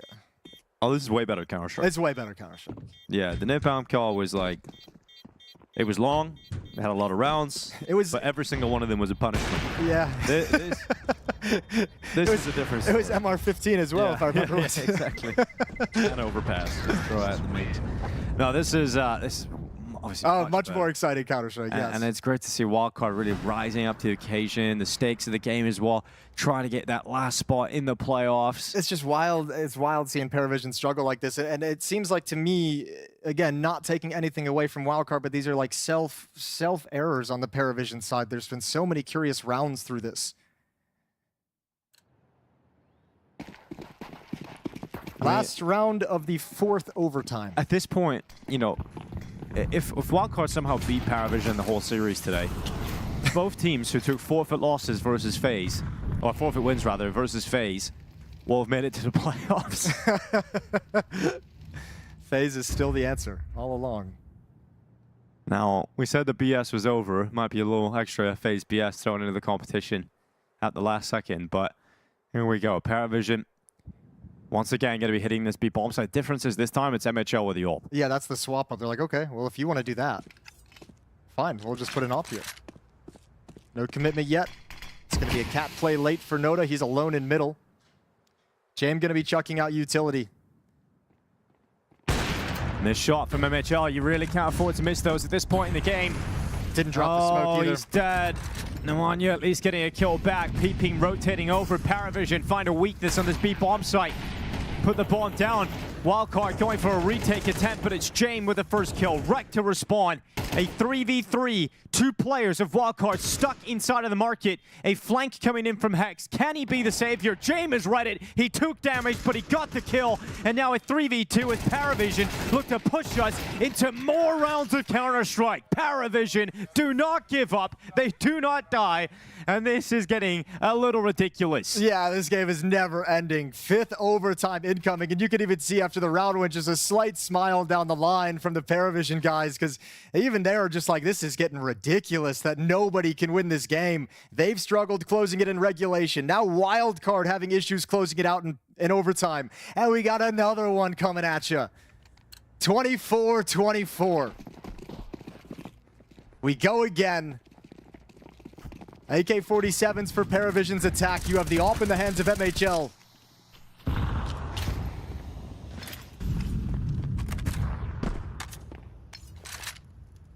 Aren't we supposed to get beer when it goes this late? Yeah, I always see beer pictures from the arenas. Do we not do that at the studios? It's just those ones? Yeah, and the group stage as well. You know? I wouldn't mind that, though. The PGL thing.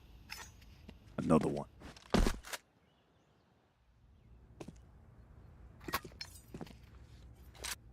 Yeah, just to make it clear, we're not opposed to the idea.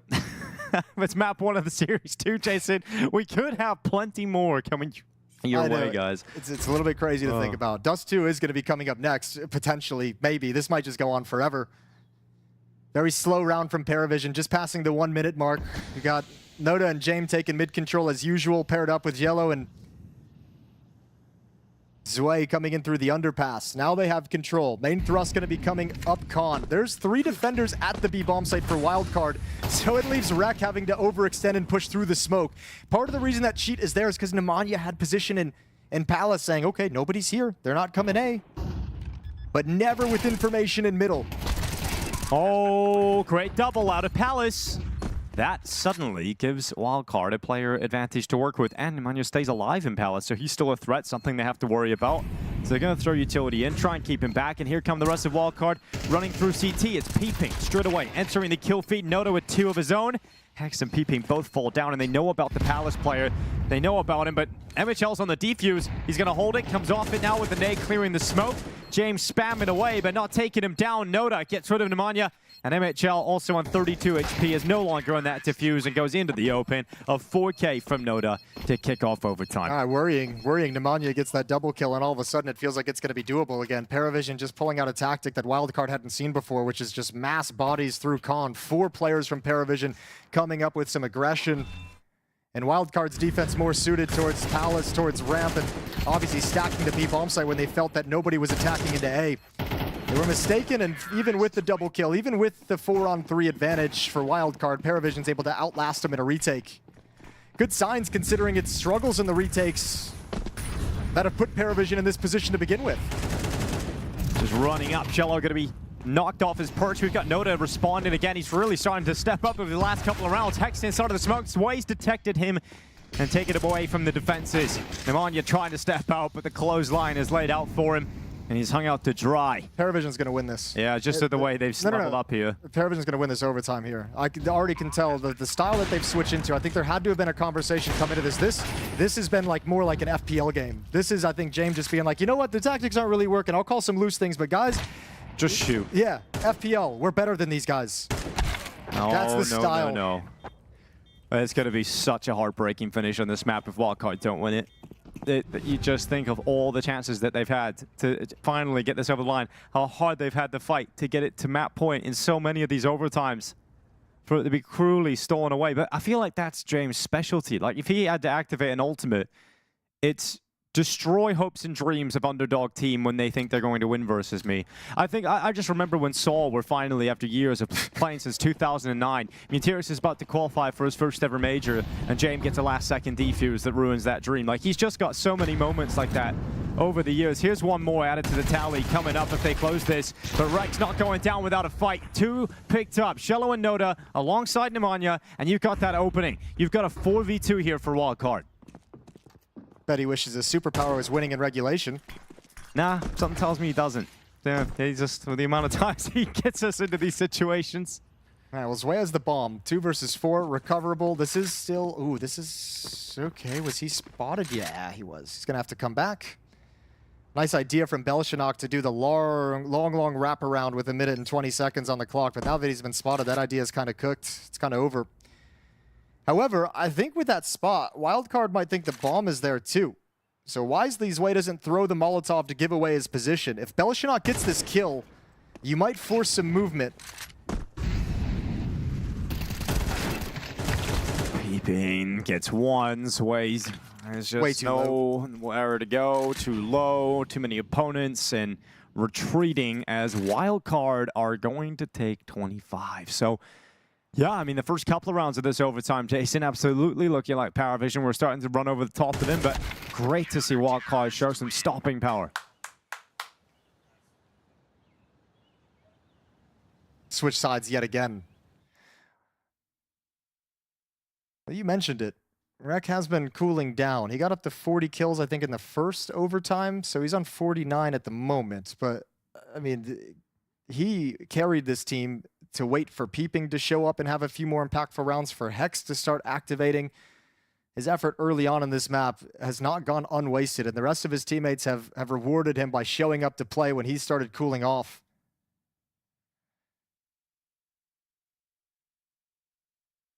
PARIVISION used their timeout in overtime. That comes to its conclusion. Round 52 set to begin.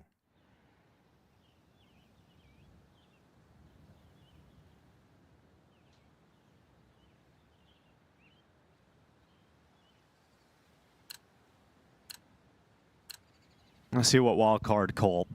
Like, it's a real test for an inexperienced team. You know, this deep in the game, where you go, who keeps coming up with the ideas, and it's going to be quicker into middle. Going to send some of their forces straight down here. They've occupied mid almost instantly.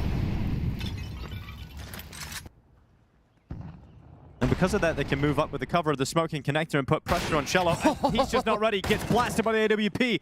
Now, Zway knows what's coming at him. He just steps into the open. Now, he could have bought some time for that rotation to arrive, but the fact that he dies so quickly... Well, it takes away your ability to actually get out of market is what it does. Yeah. And it just leaves your teammates in a really tough spot here. A 3v4 retake of this B bomb site. All players coming through market. Oh, smoked off, blinded, shot by the op. James got to run away. Tight game again. Yeah, you don't want to rebuild it. You don't want to rebuy this AWP core. Yeah, 26-26. 28 is the winning number. Are Wildcard going to do it again? Are they going to get to map point again? This is even after losing the first 2 rounds of this overtime. They took the op away, so they very well could. That op is going to have to get passed over to Jane by a different teammate, and then PARIVISION is going to be under some pressure to win this round, or else you have economic implications for the final one. So op again comes out. M4s otherwise for PARIVISION. Op and AKs for Wildcard.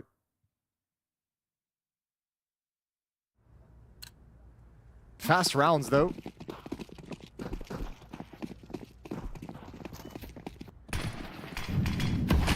Window smoke and smoke at the base of Catwalk to allow for mid-control on Wildcard side. That's going to be MHL and Peeping working in tandem there. Nemanja in position at the underpass with Rek paired up with him. It's Hex watching for any kind of Palace aggression from PARIVISION CT side, but they haven't played it too aggressive of a CT side.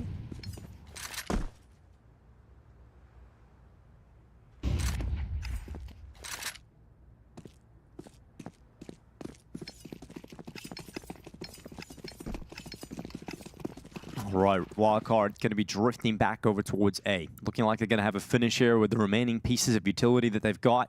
You'll have Nemanja trying to activate a lurk out through underpass. Try and deal some damage coming up through connector. Also assisting with some utility. Window smoke to deny information and try and keep attentions drawn away from what is going to be this hit towards the A site. Utility is now put in place. Shello stands on top of the wood, waiting for a Palace peek. This is, give Belashanok one good A-hold. Give him one. He's blinded. No one's watching Pulls Palace. back towards default. Yep, paranoid about Palace for good reason. There is a player up there, but it's Shello delivering 2 kills from under the wood. Peeping and Rek both gone. Those are 2 players that were finding some heavy impact when it comes to the A entry. So Hex is going to have to filter in. He's done well. He's still a problem out from Palace, but his teammates are all gone. So Hex can't really do anything from that point onwards. So PARIVISION with a strong hold of that A site, and it is PARIVISION for the first time in overtimes getting up to map points. Yeah, their first chance since overtime started. It's so brutal, but now you got to just seize it. That's what James saying in this freeze time is just like, it's taken us 5 overtimes to get to a chance where we can actually win this game here. Let's capitalize. Let's not send this. Let's not have this go to a 6th overtime. Let's put him away now. Move on to Dust 2.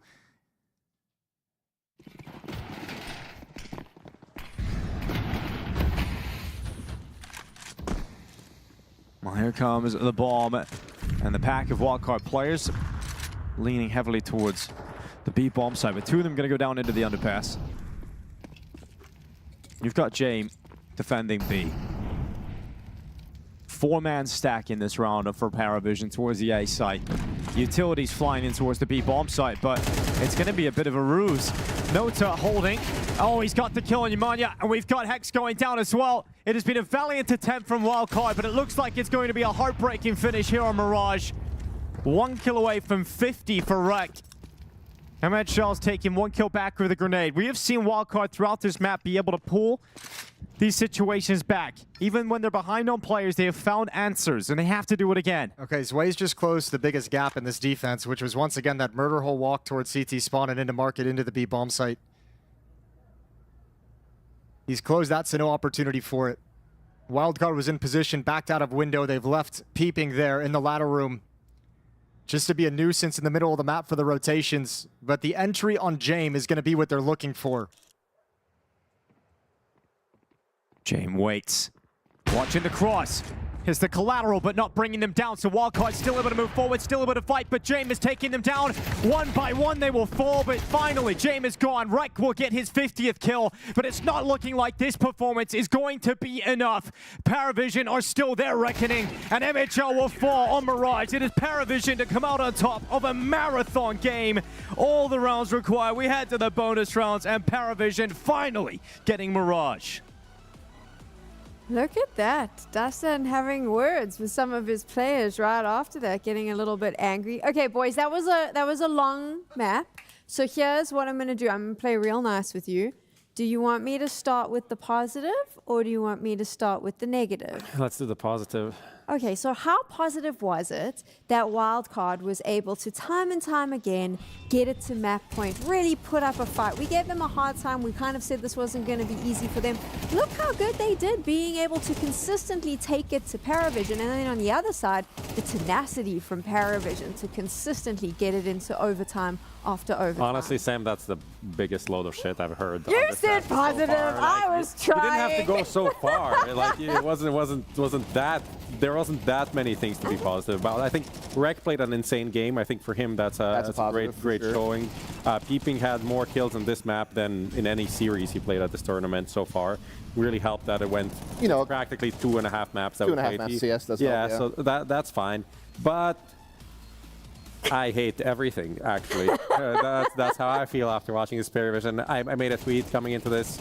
We need a clean game from PARIVISION here against Wildcard. Clean 2-0. This was anything but that. Yeah, I mean, look, from the Wildcard side, it's expected, right? You know, they haven't been together for that long. They lack experience. They just got their in-game leader like a couple of weeks ago. They're not going to have all the protocols in place. They're not going to play tidy CS. They're really reliant right now on just playing like fast-paced, scrappy, like very simple plays, and then they have basics of their positions figured out defensively, but nothing really fleshed out. Meanwhile, for PARIVISION, there's no freaking excuse. Like, this is a map you have been playing a lot lately, and now, you know, they nearly lost it again. Like, look how long this highlight reel is. But hold on here, Dust. I am going to jump onto the other side. When you are playing the current HLTV 5th ranked team in the world, and you get it to map point that many times, the only people you have to blame for not closing that out is yourself. You had opportunity after opportunity, and I'm not going to fall on the, oh, you lack experience, you're not that good. You took it there time and time again. You could not close it, not once, not twice, not 3 times, not 4 times. That's something Wildcard's going to have to sit outside and discuss, because it was just... I love that the scoreboard is just like, I don't understand. The scoreboard just doesn't work anymore. I don't understand like, what's just happening. Like, does not compute. Oh, there we go. Here we go. Bam! Look at them rounds played. Yeah. Wow. Yeah. What was weird about it, though, is like if you just look at one of the things we always talked about with PARIVISION is like individual performance and players not stepping up and people being inconsistent. And when you look at the fragging, it doesn't look that bad on the surface, but when you dig into the finer details, the biggest issue for PARIVISION on this map is that they just don't have the same level of sharpness to how they approach this map compared to others in the pool. I mean, we've seen it time and time again. They had Nota being 20-11 with 5-0 opening kills early on, like when they had a lead, like 10-4, 11-5 lead. So they were in the position to close out, you know, the Dastan quote we had, we need a start. You had him. You had everything in your power just to, like, you know, win 2 more rounds, close out. Don't let all of these retakes come in and just, you know, kill the guy coming in. Don't play scared. But they're very scared the way they're playing, and it's kind of surprising to see this team. Obviously, you want to play the fundamentals properly, but part of the fundamentals is this is not like matchmaking silver. It's like, don't peek. You need to peek, but you need to peek together. Decide where you're going to plant. You play for that after plant. It's kind of these things that were missing from PARIVISION. I think, again, we can all agree PARIVISION played terribly. They're weak on this map. They were making terrible mistakes. But again, I just I fall back on that wildcard argument where I feel like this was your opportunity to get this map win. There was time and time again. What could wildcard have done differently to close this up? Because it felt like every time they got it there, I don't want to say choked, but they sort of just lost that momentum. I don't think that's a too unfair way to put it. I mean, at the end of the day, Peeping dropped 30 kills, but he also had 3 rounds where he kind of threw it for them. He had that one flank, which spawned 28 HLTV threads with his name, unfortunately. But then he also had 2 rounds where he had the bomb, and then he went for plays instead of just, you know, playing for the bomb, planting the bomb. That's kind of usually how you win a round on the T side. Yeah, I mean, it's one of those things where when you get into the weeds of an overtime and you just struggle to close and you've gone through 1 overtime and 2 overtimes and 3 overtimes, unfortunately, everything is gone now. Like, at this point, like, you have no pages left to turn in the playbook. Now you're just having to play off of natural reactions and just, you know, trying to shake off all the pressure and just kind of focus up and stay in line. It tests your mental stamina. It tests all sorts of things. And yeah, Wildcard just didn't have it. But if we're being honest and we're looking at the expectations that we have for both of these teams, you know, the expectations are just much higher for PARIVISION. I'm sorry. They've now played their last 12 games of Mirage. They've lost 10 of them. This very nearly many times was going to be the 11th loss. And the way that they look on this map compared to the rest of their pool is just atrocious. And it's really simple stuff. You know, it's situations where they're very disjointed in post plants, or they're playing too scared. And when they play too scared, you have rounds where they just line up on one extremity of the map for like 30, 40 seconds. They have no presence anywhere else on the map, and they get beat by 1 smoke grenade or like 1 double kill. Just loses them the whole round because they're not doing anything. We actually have a round that you wanted to The round 78 or something like this. I think that was the round that you wanted to highlight. 35. Could be around whatever. Yeah, anyway, look, this is just one example of a round where literally all of them are still alive with 30 seconds left on the clock, and 1 smoke grenade in B apartments kills them. Then they run through the smoke 1 by 1, no pop flash, no proper spacing to trade. It's just really basic stuff. And I know this is just 1 round, but you can go through this game and you're going to see many instances of that same thing, where they're just not really creating enough presence and giving themselves the options they need. There's barely any map control being played on this map. Yeah. And it was so bizarre to watch. I mean, honestly, the first half of the map where PARIVISION went 8-4 up, like their A bomb site was also horrible. So essentially, all Wildcard needed to do is just do an exec on A, and it was kind of an insta win. So then they realized there's no point doing anything on around the map anywhere else. It's just doing direct bomb site hits. But then PARIVISION, when they tried doing them, they didn't really find any success on the map control or getting in any, like, you know, you get into a ladder room and then you execute A, or you get in connector and then you execute A. All of these splits simply for PARIVISION are not connecting in the right way. Let me pose this question to you though. So we're talking here about PARIVISION and we're saying how like the fundamentals weren't there and they were just making these like basic mistakes. But this is the same team that when we're in Cluj or we're watching other events and they're going up against the best of the best, we talk about how strong their fundamentals are, how well their reads are. So why is there such a difference between that PARIVISION and this one? There's a clear discrepancy between how they play against underdogs and how they play against top 5 teams in the world. It's very evident, you know, map pool wide really. And then part of it is going to be that when they face teams that are a little bit scrappier or play a little bit unorthodox, or they play a disruptive play style that kind of interferes with PARIVISION's perfect system they're trying to build out the course of a round, they struggle to handle, you know, the reactions. You know, like some of these players struggle to handle when a wrench gets thrown into the plans and they're not being guided correctly by whatever step in the protocol list that they're on right now. So yeah, they do have a weakness against teams who play them scrimmy, whatever you want to call the word, right? If we're using some slang around the scene. But I also do think that Mirage in particular is probably the one where I see it the most. And it's a glaring weakness to the point where they need to start banning this map, in my opinion. Like, I have not seen anything in the last several months on Mirage that has any hope that they'll ever beat an elite team on this map. They're going on to Dust 2, though. And I mean, at the start of this event, Dust, you yourself said, they're one of the best teams in the world on Dust 2. They lost to FOOTS. They lost to 3D Max. Correct. Now they go up against Wildcard. What needs to change from PARIVISION? Just got to tidy it up. I mean, at the end of the day, like these post plants can't be happening with. They are, and again, they need to be either playing the punchier style of CS that we saw them kind of come up with, or they're going to need to, you know, at least be able to create a little bit more presence all across the map to keep defenses guessing. And again, like we talk about how they played till the last 20, 30 seconds of the clock. That's always been a Jane trademark style, and it's fine. But you have to leave yourself some outs, or you have to at least have some type of advantages to try to close out those rounds in those last 20 to 30 seconds. Yeah, and I mean, this PARIVISION has been really good at being faster, just going for a quick execute off spawn. or stuff like that. And now it's really this Mirage was a Virtus Pro Jame special. So I think that's part of it. The other part is just like generally it is a different ballgame when you are the favorite. And I think this is something PARIVISION are still learning to deal with, is like knowing you should win this map. They have come out of nowhere. They got to these big tournaments, and every time they face like a Falcons, they face a Vitality, a Mouse, they at least in their minds are underdogs. They will be maybe for a bit more, but against Wildcard, they're not underdogs. They know they need to be winning, and it's a different thing. I think Dustin, even before the game against Falcons or after the game, he was like, I thought we were going to get smashed. And then they play against Navi, they lose, and he's again, I thought we were going to lose anyway. This was a good game, guys. They can't think like that against Wildcard, and I think this is something they're getting used to. So you think it's a mental issue with this team? Yeah, but surely. It has to be. Like you said, I mean, there's a different kind of pressure and expectation that you feel when you are the one that's supposed to be winning. Like, it was all fine and well when they went to Bounty and no one expected much out of them, and they're getting these wins over Spirit, catching them with the new in-game leader, or catching Falcons with the stand-in, or when they go into Cluj and they have a deep run all the way to the Grand Finals, beating Falcons yet again, and Zwei just having life games against Falcons over and over again. Like, it's great when you're able to get these wins over teams people feel like you should lose to, but like you said, when you get put up and like now they're the favorites to win the whole tournament, we've seen them struggle against multiple teams so far. They nearly just lost that map as well. Like, yeah, it's a different type of choking factor that you have to get past. Yes or no? Are they still the favorites to win this after the performance of you've course. just seen? I don't think they're 100%. the favorite. You don't think they're the favorite out of two teams? Who is the favorite? There's only one favorite. No, I think you mean you don't. I thought this tournament was wide open. I thought this tournament was wide open. I really did. Like, yeah, PARIVISION comes in with the highest ranking, but I really felt like MongolZ or Astralis or Foot all had reasonable chances to win. Oh, this tournament. you're saying for the tournament? I thought for the map. Oh yeah. Like, definitely the favorite of the game. No doubt about that. No doubt about that. Definitely the favorite in this game. Still the favorite for the game, but question marks about whether or not they can close it up for the entire tournament. We'll have to find out if Wildcard can pull some magic out of their hat, even this up, or if PARIVISION is going to the playoffs. We're going to take a quick break because you definitely need to go and get some refreshments, and we'll see you in a bit.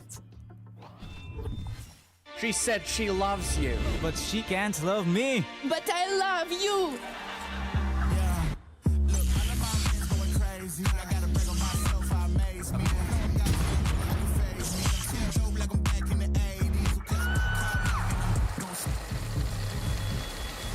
I won't play window anymore. What's going on? Play your role.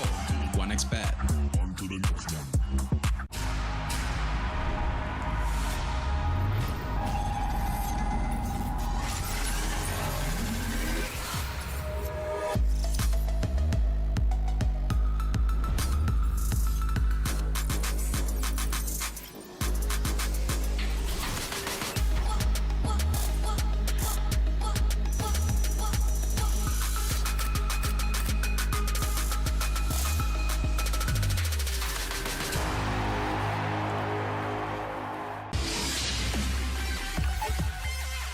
The human body was built to move, not trapped at a desk in one singular posture for 12 hours a day.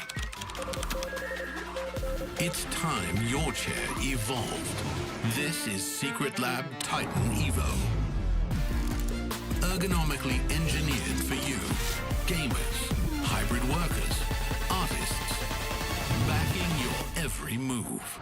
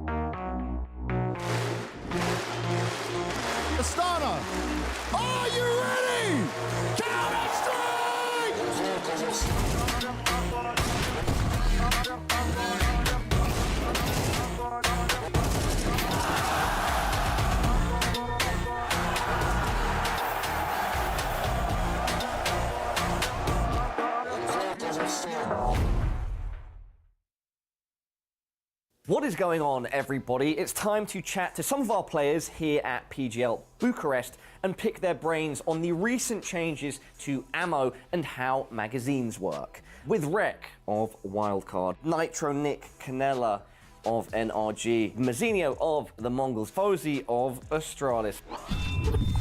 Have you run out of bullets yet? Yeah, I think the biggest change I've felt is like pistol round. For USP, for instance, like you're shooting 4 bullets and you forget about it. I feel like that's where you're really giving it most thought, because you only have, what, I think 12 rounds and then 3 clips on the USP, I believe. So I definitely ran out of ammo on a pistol round. I had to pick up another pistol and stuff like that. I think I've ran out of bullets like maybe once or twice with my pistol on a pistol round, specifically CT side.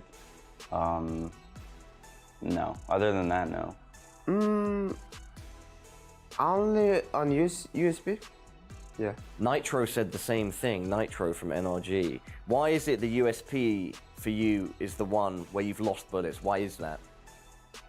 I don't know, it's like pitch round, and sometimes I go Mirage B and like shooting window vents, then reload, then watch, like check my bullet and 1 magazine, 12 bullets. So that sucks.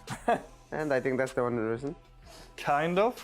I think it was like the first day of the update on like a pistol round or something, where I don't know, maybe I shot like a bullet in spawn or something and then reloaded, and then like I was behind a smoke and reloaded. But luckily we had the drop dualies to some other guys, so there was a USP left in spawn, so I could run back and pick that up. It's funny that you say this, because again, a common theme with all the pros we've asked is that the most glaring difference is pistols. So are you in agreement there? Is that the case? Yeah, I think so. Also, maybe the M4 silencer compared to the A4. I think maybe some people are going to use the A4 a bit more now. I think I've seen that at least like in practice and stuff like that.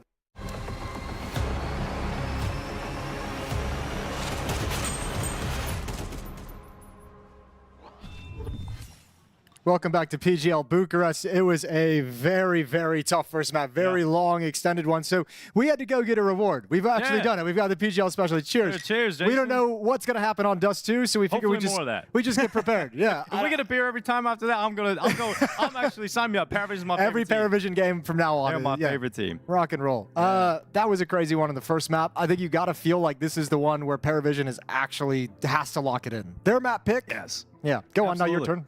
Yeah, I would very much like to see PARIVISION step it up a gear, though. You know, like Wildcard, great performance, fantastic work out of them, but it's just got to be so heartbreaking and deflating to get it so close to the finish line so many times and then still have it ripped out of your hands right at the end. Yeah. I just don't know how you bounce back from that mentally. I don't know if Rek is going to be able to have another 50-kill game and Hex to catch up and, you know, Peeping even breaking 30. So I think it's just hard to see how Wildcard are going to get that recipe again, and I do feel like PARIVISION eventually are just going to edge out this series.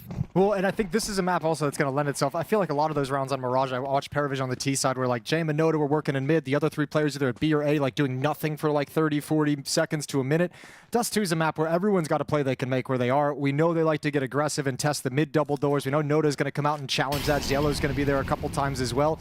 So there's a little bit more options here for PARIVISION. I think the offense can get rolling a little bit quicker. Sway Hulk. Okay, instantly deleted. Just 2 melt away in front of his crosshair. And that bomb plant's coming in over towards the A side. Yeah, PARIVISION love that aggression towards short. That's just like, oh, great. They're actually pushing and crunching in middle. Perfect. We'll just escalate. We'll speed up towards long, and we'll get in and get the bomb planted. Jumping up on the boxes. Rek is going to make his move. He got the 50 kills on Mirage. This time going to get shut down in the pistol. Trying to get back in here, MHL. Oh, he's done well. He's grabbed Shello. He's knocked him out of there. Second kill from MHL. And now Nota all of a sudden holding on, but the kill comes in from Hex, and he gets to the defusal. Fist bumps are coming in. Yeah, he's comfortable on the stick. And that's going to be Wildcard somehow picking up this pistol round. Not a great sign seeing PARIVISION struggle with the post plant right out of the gate in the pistol. That was one of the key features on Mirage that like kind of lended itself to Wildcard being able to force us into overtime. But at least you get the bomb plant. We'll see if that shapes up as time goes on. Some nice shooting from Wildcard as well. Have to give some credit. MHL hit some absolute bangers. This one right here, Obviously turning to get this one over at long. Jello can't complete the kill. MHL just a beast down the stretch, and Hex finishes it off. So pistol round for Wildcard. We've got 2 Galils, a Scout, and 2 Tech 9s for PARIVISION.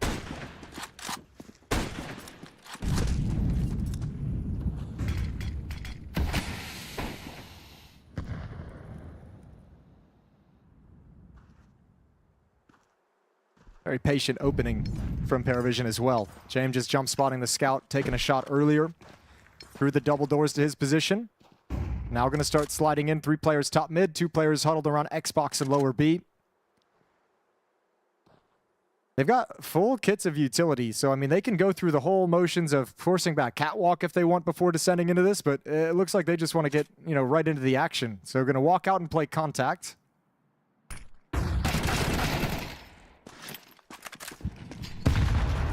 That's why you don't use the FAMAS, kids. Yeah, it sucks. There we go. Finally, Jason's turned against the FAMAS. Took a while, but we're there now. The Galil is superior as well. We're going to get to see Zwei wield that alongside Belchanok. So you lose the pistol round, but you get to go for worst buy, and now you've got an opening kill. But Hex could unravel all that success. He's come through at a pretty good time to catch the jumping player, and it's Zwei who tries to mount the Xbox, who ends up getting caught. Interesting. What do you do now? Noda does get the kill on peeping eventually. MHL's got to slide out towards long, but his attention's taken. He's going to go down. It's just a matter of when, because he's getting pinched out from long. There he goes, and now Nemanja has to fight in this direction. 1 kill is his. Another low HP player there, and Jello doesn't want to mess with the jumping M4, so it takes him a second to get the bomb planted. A 2-on-3. This is unconfirmed damage for the most part, but they're still going to come go for it and test. Next, up on top. Okay, that's why you use the FAMAS. That's why you use the FAMAS. Yeah, really good work from Hex. Making it look stylish. Now we've got Nota 6 HP. It's over. Yeah, it's planted behind the boxes. You got a smoke as well. Nota 6 HP. And they've got too much health for that grenade to really do anything. So that'll end up being a second round for Wildcard. Had to fight hard for it in the end.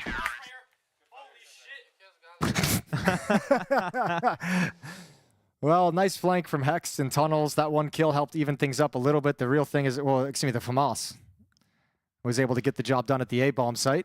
All right, there's 2 ways of looking at it. I know I came in with a negative stance. Sure. I was saying, you know, Wildcard, the way they lose that is so heartbreaking. Does it shatter their mentality? But I guess there's another way of looking at it. And as if you're positive, you know, you can say, oh, look, we rise to the level of PARIVISION today. You know, we played them real close. We had so many chances to win that. Like, well, surprise yourself with your level and then focus on the positives, I guess. This is where we have this conversation. I mentioned it earlier during the previous map, kind of the events that these teams had been to. Philadelphia, Miami for Wildcard, Urban Riga Open, Radio Popular Roman Imperium Cup, and now PGL Bucharest 2026. So this is their Super Bowl, right? Like this is the big event for them to like kind of show what they've got. The first time this year where it's like we actually get to test ourselves and show the world what we can do against a tier 1 team. So they're going to be locked in and focused this whole time. It's not, I think, more for Wildcard. I think it's the length of that Mirage game. That could be something they struggle with, especially if this series goes to 3 maps. Maybe it shows up later on in Dust 2 in the second half. But the kind of exhaustion from playing that long of a game and like the mental drain it takes on your focus, that's what I'm curious to see if it slips on the Wildcard side. Ticket the Molotov gets a sound cue, so the defense comes hustling back, but Noda recognizes that situation as well, so he wants to challenge, keep him pinned down, and he will. 2 kills, 3 kills in quick succession. And, well, in return as well, Nemanja with the MP9. Okay. Why not? Yep. Well, that has just completely thrown a spanner to the works here for PARIVISION. They now have to recover this, and they don't have the bomb in their possession. PARIVISION just can't like get anything going their way that they could just like hang on to. There's always a rebuttal. That's kind of what you were just touching on right there. Wildcard able to step up against this team whenever they've been when required to.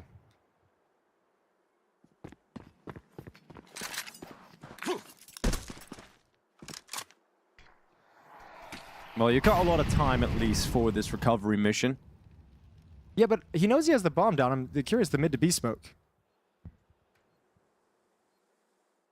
Here we go towards Catwalk. A clash as they turn the corner. Yeah, James taking Hex away. It's got to be an ace now for Nemanja. And he's going to handle it! He's got it! All 5 kills, an ace on the wild card. And that's exactly what he was hoping for. Holy hell, the MP9 jump up for a triple kill, and those shots with the Galil are incredible. Just pinpoint precision. Here's the recovery. All of his teammates have gone down. No one from PARIVISION ready for that. Nade pulled on the third player, but those two shots are no chance for Zwei and Jame.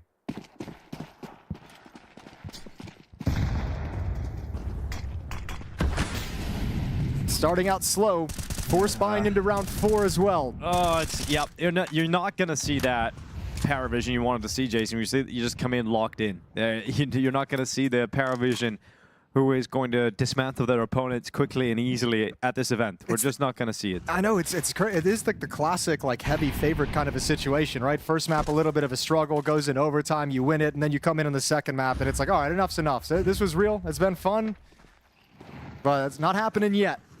I mean, our desk were highlighting the fact that they keep going to these 2 maps. They're just losing them. Like, PARIVISION just struggling. You know, lost to 3 Max. On Dust 2 yesterday, 13-9.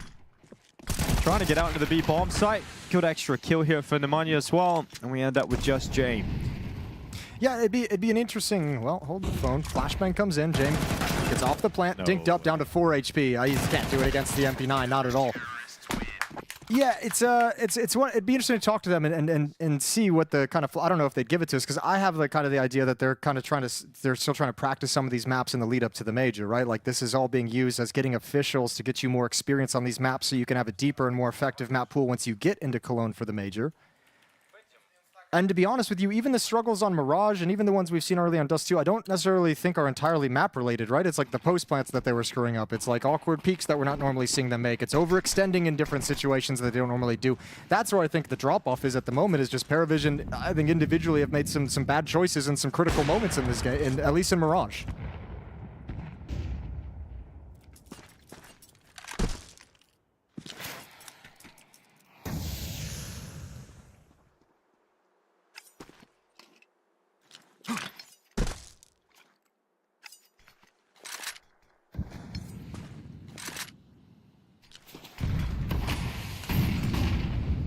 Oh, Jame. Trying to get through the mid doors. A little flasher on the corner here from Shello just to make sure that it got some short control.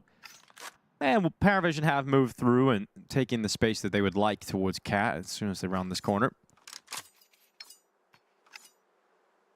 And they'll realize Wildcard actually letting them have it. They don't mind playing this back from the ramp because they have got MHL's AWP over here. It can be a real threat to this PARIVISION attack. They have nothing to combat it. They have 1 flashbang. Ooh. Here it comes. Good shot from MHL. Not blinded at all. Second kill as well. Yeah, just easy pickings there for MHL. And now if you're PARIVISION, you're down to 2 players, one of which is 19 HP. You're no closer to a bomb plant at all. So while you're eventually getting that kill on Wreck, you've got one of the wildcard players in middle, and Hex will still win that fight regardless. But Zwei not going to take even a step closer to that bomb site. Got to be very happy with this start to Dust 2 if you're wildcard. And probably even more disappointed about the Mirage loss now as well. Yeah, you know, that kind of point that you made earlier about like having that kind of like looking at the positive angle and saying like, okay, we at least showed we can compete with them like that. There's some reality to that, because I mean, if I'm the coach, that's my halftime speech as well, right? When you go out there, I'm not focusing on tactics. I'm just saying, guys, we just took what you said, the eighth ranked team in the world to 5 overtimes, right, and lost it by 1 round. We got 50 kills on Rec, like. You know, that is what you're emphasizing, is that these guys aren't as good as you probably made it out to be before you stepped into the server, that now that you've played a map inside the server with them, you can have the confidence to challenge them on the next map in the series that you might not have previously had. So Wildcard really digging deep in these first 5 rounds. That's a second timeout from PARIVISION burned real early on.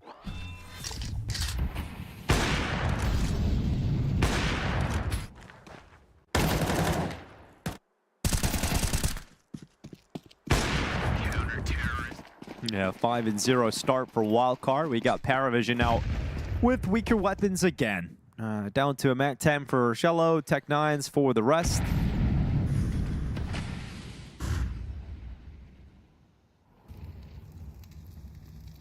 Wildcard should be taking 6 in a row here. Although these are the kind of rounds of PARIVISION somehow do end up winning this one. They can kind of kickstart you back into the half. Haven't really shown that they're going to get close to those yet, though.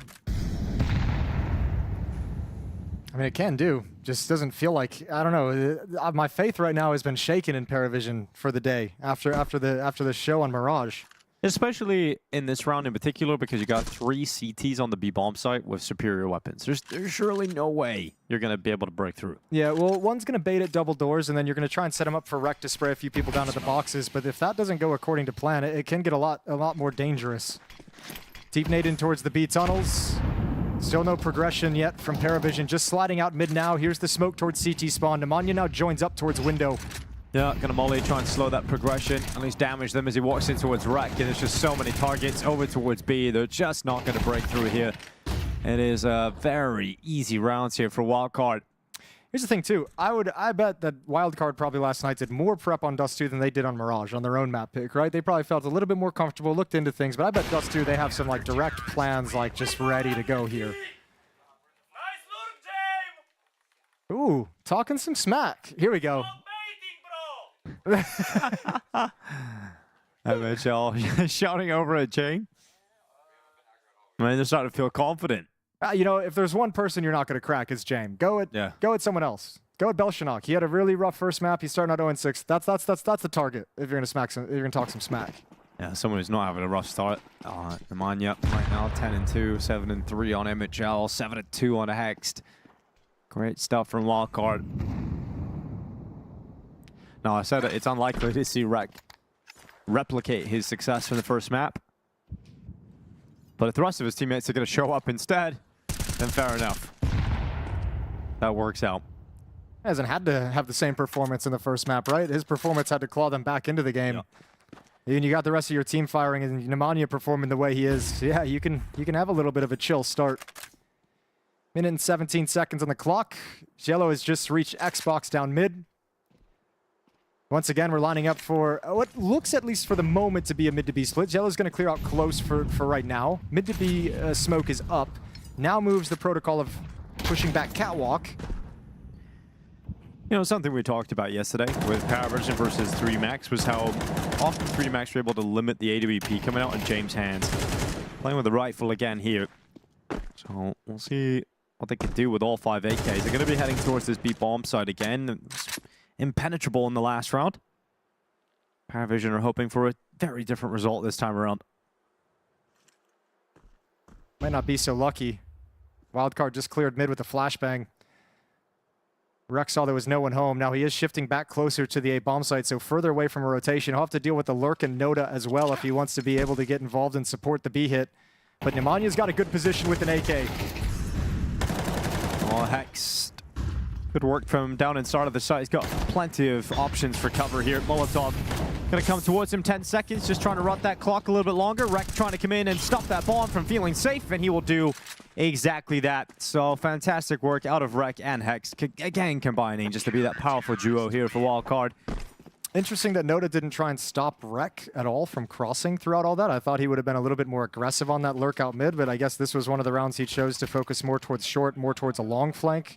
There was a pressure from Peeping, who did step in towards the long cave earlier in the round, so that might have been what caused Noda to kind of have his focus in that direction rather than middle. But Rec getting over that fast and being able to pop in just as soon as Hex goes down is just a death sentence. 7-0. PARIVISION getting goose-egged. That's not a golden goose. Not at all. Just a regular old goose. Well, you could tell PARIVISION want to establish some success at the B bomb site before they look elsewhere. Well, there's finally a kill. Finally a clean entry. Nemanja just goes in. MHL's AWP's connected, shutting them down. Smoke comes in a little bit late. And that'll end up being a 2v3. Now, you have got MHL on 4 HP. Rec now on 29. Bomb not planted, though, for PARIVISION. Yeah, and when do you want to begin this retake? Do you try and time it with the bomb tap? Do you try and get... Ooh! Oh, that's a nice little steal away there from Zwei. Ooh. And even better as Rec is baited in through the window. So MHL, you are going to step up next, and Zwei has some fun. Okay, so... Yeah. Don't even have to do the retake. Yeah, there you go. One by one through the window. to their death. One way to accomplish it. 6-round lead now. PARIVISION get their first round on the board. Finally, timeout from the CT side from Wildcard to talk things over. PARIVISION have already used 2 of theirs, so I can't imagine there's a world in which Dastan uses his final timeout in this half, but happy to take advantage of Wildcard calling one right now, because they're looking to make sure that PARIVISION can't string 2 together and start building into this half.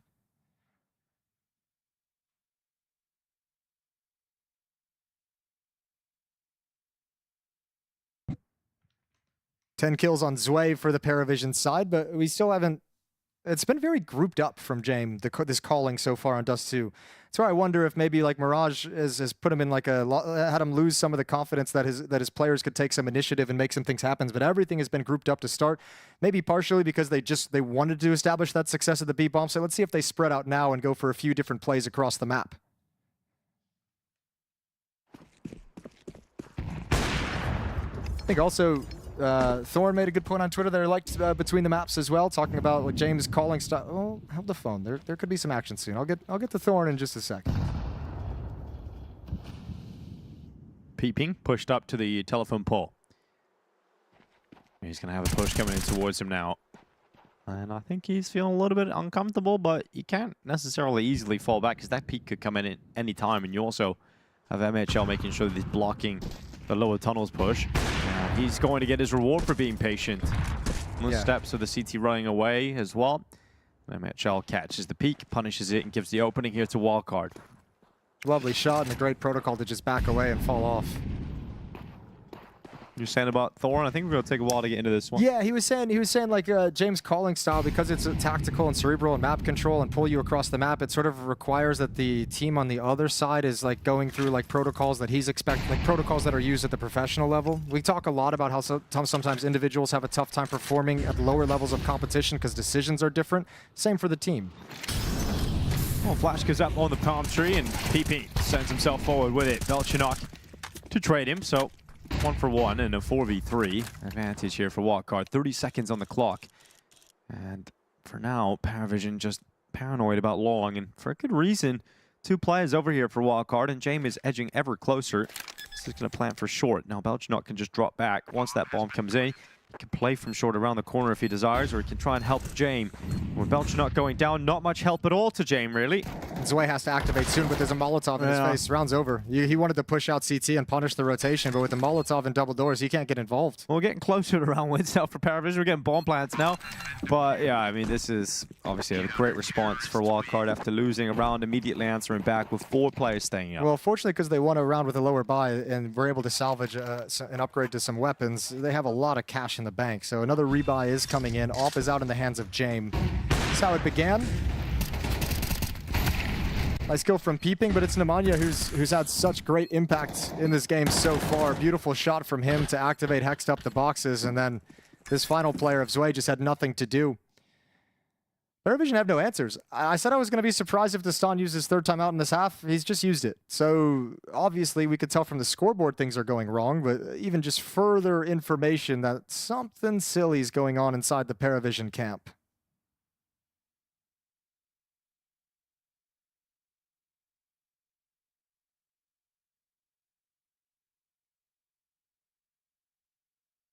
So freeze time will come to a close. Round 10. And PARIVISION still haven't figured this out whatsoever, where they can find impact. Jame, he's been good on the cross all week. This time a narrow miss as Nemanja is able to make it over safely.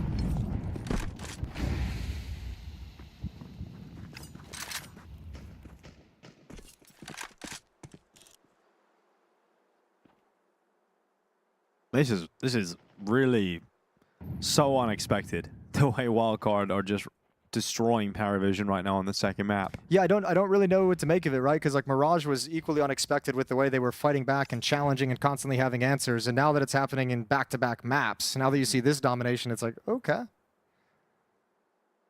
MHL waiting for that long push coming out. Flash arrives, but he still takes the shot, and Belchinok moved on the first timing. Now Jamie's ready to punish. Now Peeping needs one, and he just can't get it. So at least PARIVISION have won out the long fight. Rek needs to make a decision if he wants to fight long or short, and he's going to have to fight short as they're the first one swinging out. He needs this kill quick and clean. Yeah, he has got it. He's just not ready for that second player because he was worried about the long timing. He didn't have any support to feel comfortable focusing solely on short. So the site has been taken. Hex now arriving on the rotation. Bomb isn't planted yet. So he can still be a bit of a nuisance. They just don't have the utility to make that plant difficult. So you can just put it down behind the boxes straight away here. Nemanja going to move up. This is very sneaky, but the problem is you got a player like Goose, and you're obviously so focused on the player you know about, standing on default. So Hex just has to fall back, has to save the weapon, and a second round for PARIVISION. They're going to look to get some exits on the way out, but James is here with the AWP to try and punish that peak. He heads back towards pit, so Hex is going to have his shot. Two players crossing, and just decides to give it up. Values his own money more. So second round for PARIVISION. On a recovery mission, just carve out enough rounds to play with and give them some breathing room when they switch sides at half. Now on 2. If he can get, if PARIVISION can get themselves 4 rounds here, then it's still doable, but that feels like the minimum, right? Yeah, it's doable, and I mean, I think you can almost kind of call it excellent in the context of being down, what, 8-1 at one point, you know, like 6-0 at one point.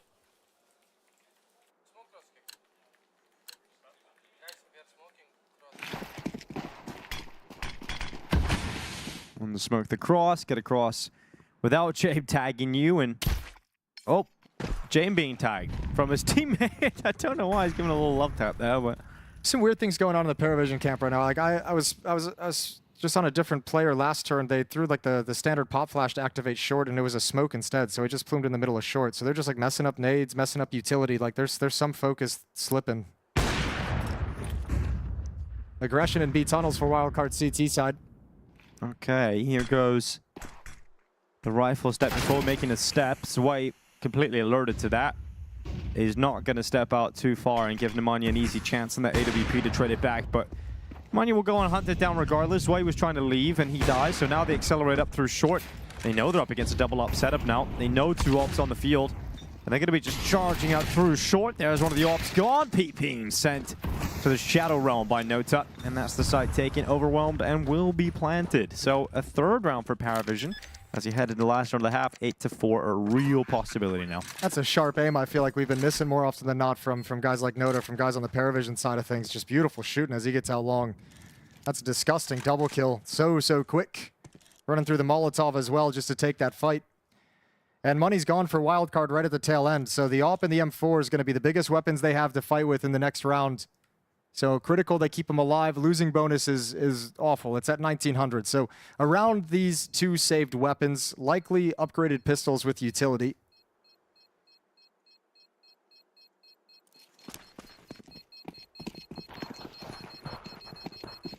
And PARIVISION closed the gap.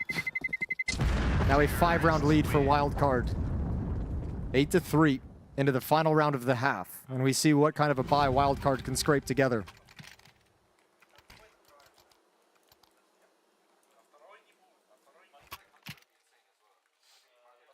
X buys Nemanja a FAMAS, who in return drops a 5.7, so an extra rifle in the field. And we go live to close out the half. PARIVISION sending 4 players immediately towards the B bomb site. There's a tag from James on the cross. Nemanja's going to hear the footsteps. I don't think PARIVISION's going to be slowing down. Smoke coming in now, and that's the signal to pause. Yep, a hold. We see PARIVISION do this all the time when they send massive bodies. It's like, okay, if they don't smoke, we're just going to walk in. If they do smoke, we'll just call it off and go elsewhere. However, they're bottlenecked now because of the lower aggression. Nobody's there to trade with Jello. Nobody's there to support with utility. And I think now PARIVISION's probably feeling like the B hit is their only option. Yeah, well, Hexter's got a little 5-7 out, taking it for a spin, but just gets trampled as they make their way into the B site. What? Oh, that's a little bit of luck. MHL right to the smoke, and the door has connected on towards Nota. That has given Wildcard a player advantage in the last round of the half. In a retake, they must go for it. They're hoping this boost kinetic kill on Belchenok as well. They spot him, they spam him down, but they're not connecting. Just don't backtrack Belchenok into that scope. You gotta wait, you gotta buy time for Peeping to get on this flank. He's only got a 5.7, it's gonna be hard to manage, but you need to have that second front available to you, so don't die until he's prepared. He's also the player with utility. He's got a Molotov and a flash. Okay, here they go. Ready at the window. James rifle. Oh, goes out for the peek. He's not going to just sit back and wait for you to come to him. Peeping's got his frag, but Sway on the double. Now they know where Peeping's coming from. He's running them down. Time is running thin, but both headshots there for Peeping. But is the time there for him? And he's running away. There's no time, and it will be a 4th round secured by PARIVISION. Lovely shooting, but had to run to pick up the kit, so just not enough time for the defuse. Heartbreaker at the end. But Wildcard do kind of make the retake look doable, or they do actually kind of get the kills. 4 of the last 5 for PARIVISION. This half was a disaster up until round 8. And then finally PARIVISION started rolling with things. Just comes so late in the day, and now you hope they can carry that over to the CT side. And again, we'll just say this, I mean, throughout this group stage where they've played so many Dust 2s, James AWP has been so influential, especially on the CT side. So let's see if the captain can get that weapon out as soon as humanly possible and bring it to bear to bring his team back into this game. Jello ends the half with 1 kill. Belshinok ends the half with 2 kills. Fragging has just been an issue. So mental. Yeah, just unfortunate for Wildcard not being able to get in on this last round in time and Peeping. Great clutch in terms of getting the kills. Just sad he just didn't have the time for it. 8-4. Let's see, PARIVISION, really important to win this pistol round, obviously. I think they could still come back even without it, but it's going to make their life a whole lot easier. Yeah, you got that one right. Molotov out towards short. Here's Yellow up towards top middle. Drop it back. Aggressive play doesn't result in a kill. Got the information they wanted, and PARIVISION's going to be well aware of this, what this utility means. They ran the exact same. Yeah, I mean, we heard in the break there with the interviews Paulo was doing, the players talking about how they're running out of ammo in these USPs only. And Vizinho talked about how he breaks the vent window and then reloads, and then breaks the window at the B-bomb site and then reloads. Is like the funniest thing in the world. Yeah. Just Counter-Strike muscle memory. Exactly, and it's probably you probably hate yourself after every time you do it. Like, I've just done it again. All right, Nota got the dualies out. Belchinok's got dual kills though, but they're gonna start falling away, and they're resetting. But Wildcard are down to 2 players. One of them's half HP. I just don't know how you win this round. Yeah, well, I mean, PARIVISION's tracking you the whole way as well. So even though they might not necessarily be a stop you from getting into the bomb site, you may be able to get a plant. The retake is going to be coming in 4-on-2. So Rekka's going to try and stay short. We'll take the risk that no one's over at long. Hasn't peeked. Oh, now he spots him. Now he spots him scaling. They're not as well, not holding him back whatsoever. Peeping does go down 1v3. Yeah, going to be tough for Rek here. It's going to be so many targets. As soon as he peeks around the corner, it's going to be the dual Berettas to take him down. And all right, PARIVISION, there you go. That's the pistol round to kick off this second half. Can start closing this gap rapidly. Now, there is a bomb plan for Wildcard, which means they can get a good 4 spot in the next round. So you still have an opportunity to try and slow this down for PARIVISION. But if you fail to win this next round, then PARIVISION are absolutely back in this game. Yeah, they will be. Great shooting from Belshinok. He had that tough half on Mirage CT side at the A bomb site that just felt like it was getting overrun round after round. Here he delivers you 2 great kills. Had a slow start on Dust 2. But maybe that success in the pistol round in the opening round of the second half can fire him up moving forward. James has the AWP. And he's going to have the pick early. They did not expect that.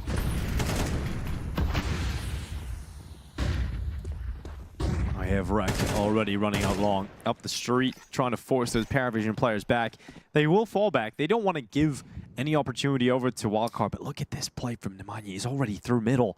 This could pull one of these kills back. Oh, but he gets spotted from the door, and he's going to be so frustrated that he had moved through. He thought he had found the way. I love the risk. I really do. I love that risk that you've taken there. Like, you know, you can't account for everything. Sure, maybe he could have looked at the double doors and gotten lucky with the shot, but you got to make a play like that in a round like this. Yeah, 4v5 with only pistols. The only thing you can do is backstab at the B bomb site to get your team into it, because now Belshinok, this is going to be easy picking.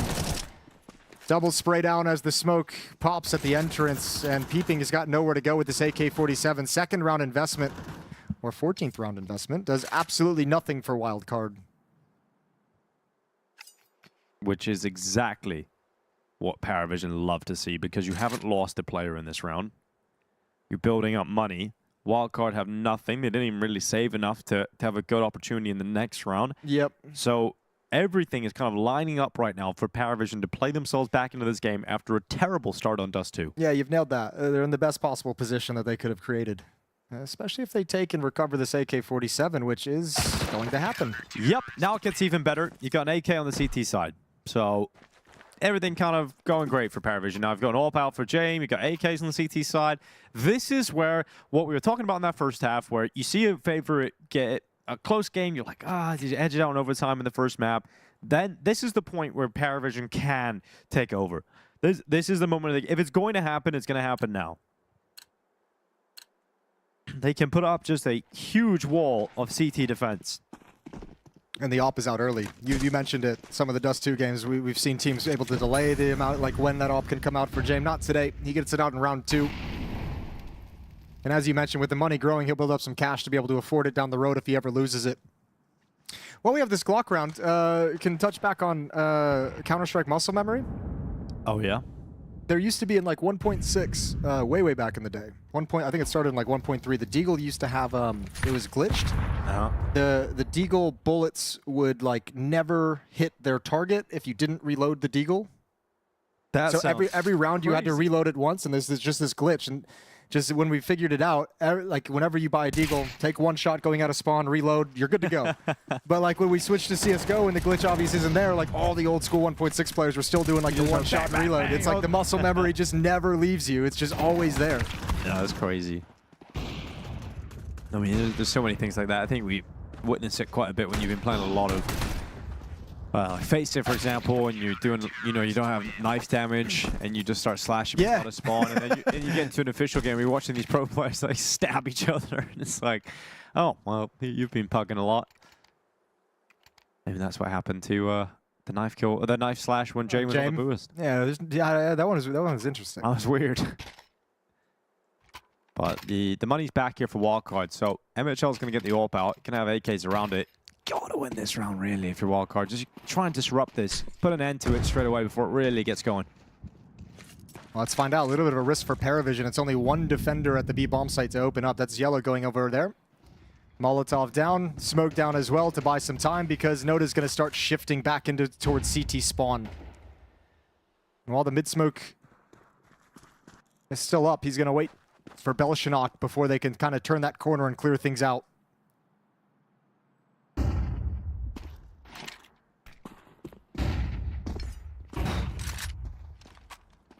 Interesting risk with the flashbang. Belshanac jumps to the other side. Now got a crossfire setup. Molotov to stall out the smoke. And James still has a strong position on short. So Wildcard gained control and map control of middle and Xbox, but have yet to do anything with it. That smoke and CT spawn is going to fade shortly. And a great position for Zoe out towards long at the double doors inside cave. So when he turns, he'll have a very fast flank.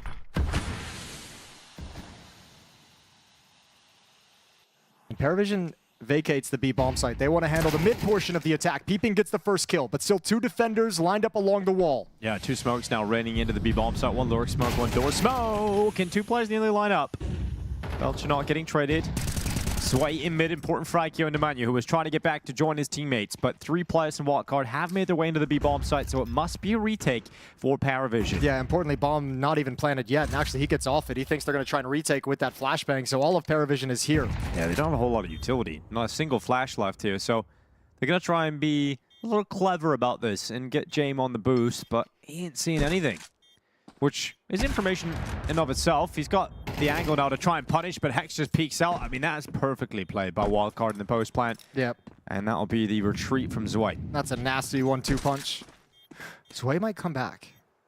No. Okay, he's gonna go for exits. I was like, does he? Yeah, I thought he maybe considered that he faked them out with the runaway. I mean, they're aware that he could be in the low tunnels. Yeah, I think damage is the name of the game for him. Just grab 1 kill. Maybe even the AWP after the bomb blows it. That was but a chance. Yeah, everyone kind of evacuates and no chance to retain anything. No chance for kills, no chance for the AWP on top of the boxes. 7-9, but plenty of money in the bank to be able to drop an AWP over to James, so they haven't lost out on that resource yet. Good catch from the observing team, spotting that AWP blast against the boxes towards CT. All right, well, it's not going to be just that smooth sailing comeback for PARIVISION. Wildcard disrupted immediately as soon as the guns get back in their hands. AWP pick up, and it's going to be Jame again wielding that, as you mentioned. Even if they lose it, they've got the money forward again. MHL, he's taking his for a spin out long. He's going to burn, and he'll fall back.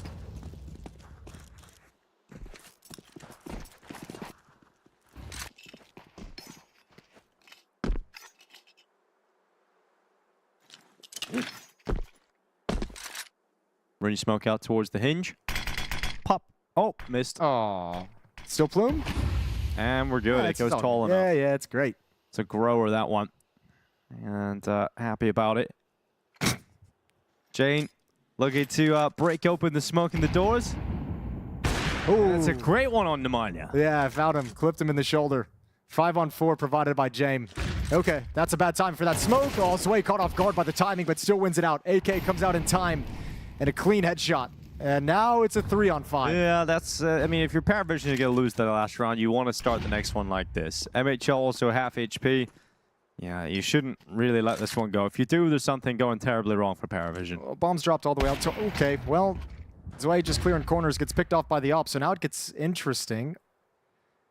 MHL doesn't want to go long solo with the bomb just in case.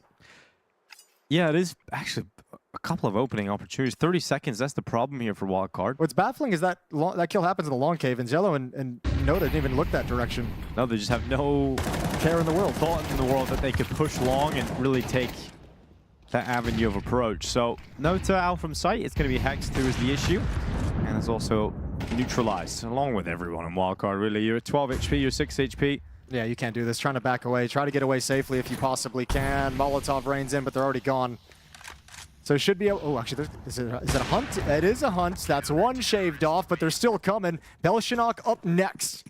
MHL just gets around the corner and hides inside the smoke, and PARIVISION call it off. They say we don't... that, though. They could have... for it. Yeah, but there's a couple players low, right? Ziello at 550. I think they're kind of playing this half as if they don't ever want to be reset. Yeah, that's fair. I mean, you want to always have a buy if you're PARIVISION, especially...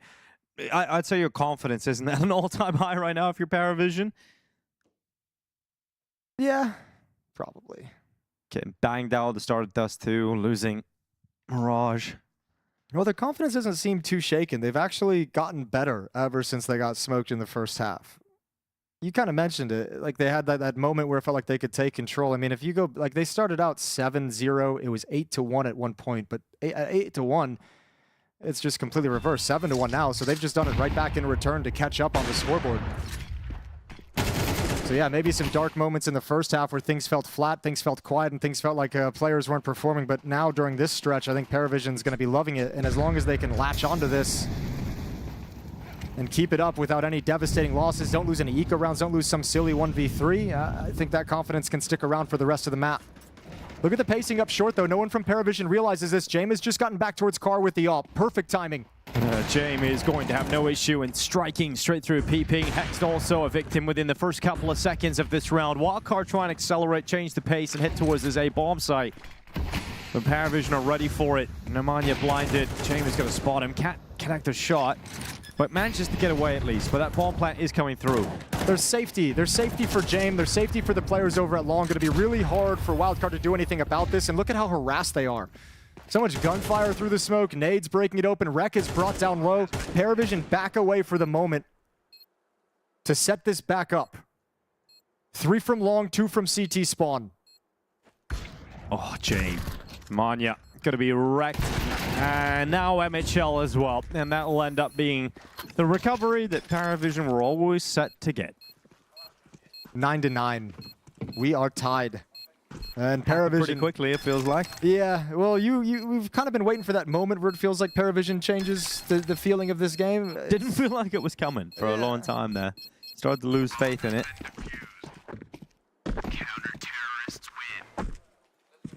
I think this might have been the round that actually does it. Let's see what Wildcard bring to the table. Full losing bonus and the bomb plant, so AK-47 on MHL, $3,900 on peeping he has yet to spend. So they are gonna step into this round. Rifles sold back, full-blown half-buy, Tech 9s and armor with utility.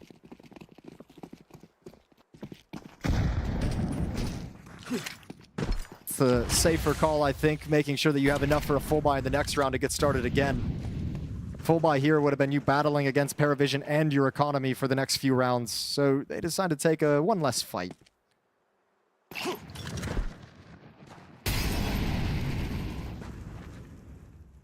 Nemanya's able to clear out Catwalk, able to mention nobody home, nobody aggressive, nobody peeking for information. Pressure again on Belshanok and Jello. The two lowest frag totals on the PARIVISION side. And now they've got to worry about middle as well. Bursting through it. Here comes a Wildcard trying to get into the site. Weaker weapons, but strength in numbers. Rek and Hex, Tech9s have carved up the B-bomb site defense. And you can't kill for this. So that's the round win. And 10-9, perfect moment to sprinkle one of these round victories in for Wildcard. Yeah, man, that kill in middle and CT spawn on top of the boxes over the smoke is just, that one hurts. You could see all PARIVISION defenders, Jello and Belshanok, just kind of turn, try and dump utility to delay that portion of the attack. They don't really have numbers. They just know at least one. And those Tech9s bursting through the smoke is just so tough to deal with when your attention is divided. So Wildcard right back up at 10. That whole philosophy of maybe PARIVISION taking control of the game in that previous round, it goes by the wayside. As Wildcard continue to fight back and reverse their fortunes. And with the half buy, without investing everything, their money's going to be awesome now. 5,800 on MHL, 5,800 on Peeping. They got rich real quick by winning that half buy. So PARIVISION reinvest. Their economy is just fine for the moment, but going to start chunking into it with these reinvestments. Round 20 set to begin.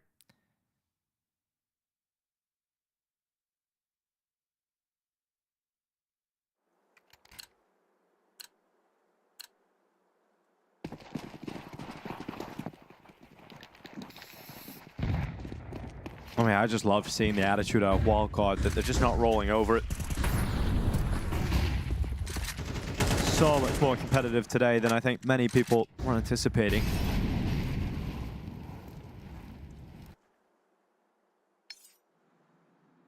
Jello moving into the lower tunnels. Good position to have so far. Continuing to move up.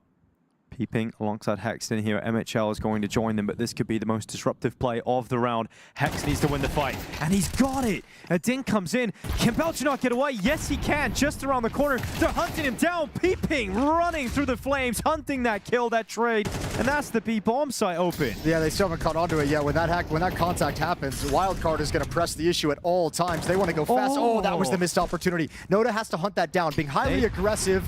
Oh, can that do it? Oh, it doesn't quite get around the corner. Held off by a Molotov as well, and I think because of the flames, James calls for the save. This is crazy. Wildcard pushing it up to 11. Okay, it's going to fall back now.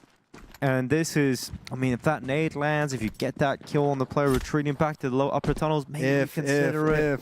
A lot of what ifs there for PARIVISION. Yes. But in the end, it's Wildcard again, that B-bomb site. I love the idea that Peeping is not having an amazing map, right? Like, he's not like having the most impact, the greatest kills, but that kill, like the fact that you hunt that kill down. Yeah, it's because by the sense of like the timing that he gets when he sees him jump around the corner, he's like, I'll run through this Molotov because I'm not running through it not knowing what the fight is. You know, there's only like 2 places he can be that I have to worry about when I get through the Molotov. It's going to be on those boxes or it's going to be car.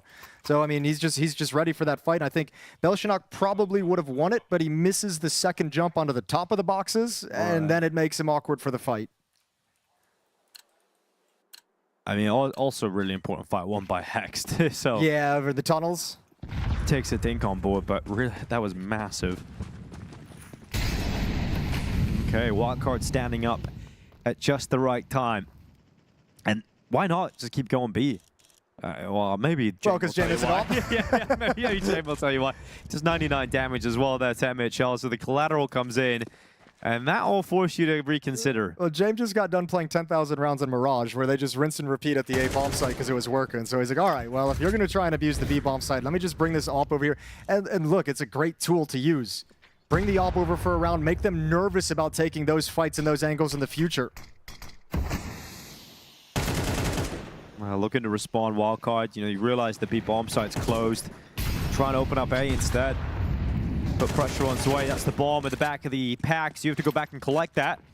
And that's the big issue here for Wildcard, because the other players are so committed either to the side or they're too far away in the form of MHL. But that kill comes through from Hex. The grenade is landed, so Sway's down. It's a 4v3, but Shello's now arriving on the rotation. Hex falls from the long player, and MHL's on 1 HP thanks to that collateral damage that James was able to dish out at the beginning of the round. So up to 10 now for PARIVISION, double figures reached. Yeah, we'll get an extended save for about 35 seconds as well, because no chance MHL is even going to try and go for this. Hate to say it, but we might be getting to that territory where we might get another overtime, Jason. Feels like it's a possibility. Why have you done that? Because I want another beer. That's fair.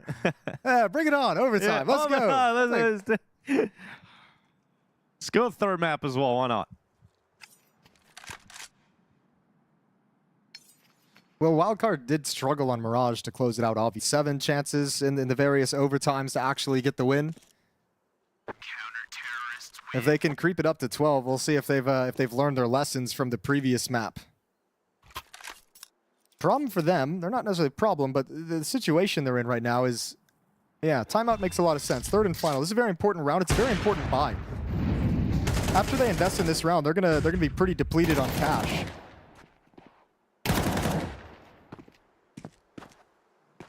So you have to be really, really careful. I mean, this round loses. PARIVISION's at, I mean, they're gonna be able to kind of creep up towards 12, but they'll have a great chance at it against a lower buy, a weaker buy. So a conversation in Wildcard to figure out how they want to handle this and get everyone prepared for an all-important round 22.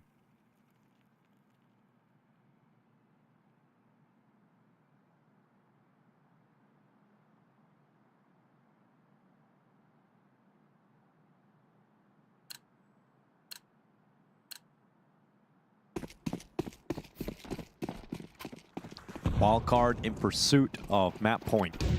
Quick long take. Gonna be blocked by fire. This is actually gonna go through it. I love that. That's why communicating rapidly. You can see peeping, only getting the one, but it's an important one kill. I like this from PARIVISION. They have all the information now as well. They pretty much know what's happening on the map. Oh, the swing inside the flames. Flashbang as well. Another one to try and delay this, but look how little Nemanja cares about all of that. Just blindly firing as he's running forward. That nade could clean him up, but he's tucked behind the box. Belch not keeping his head down. It goes on up.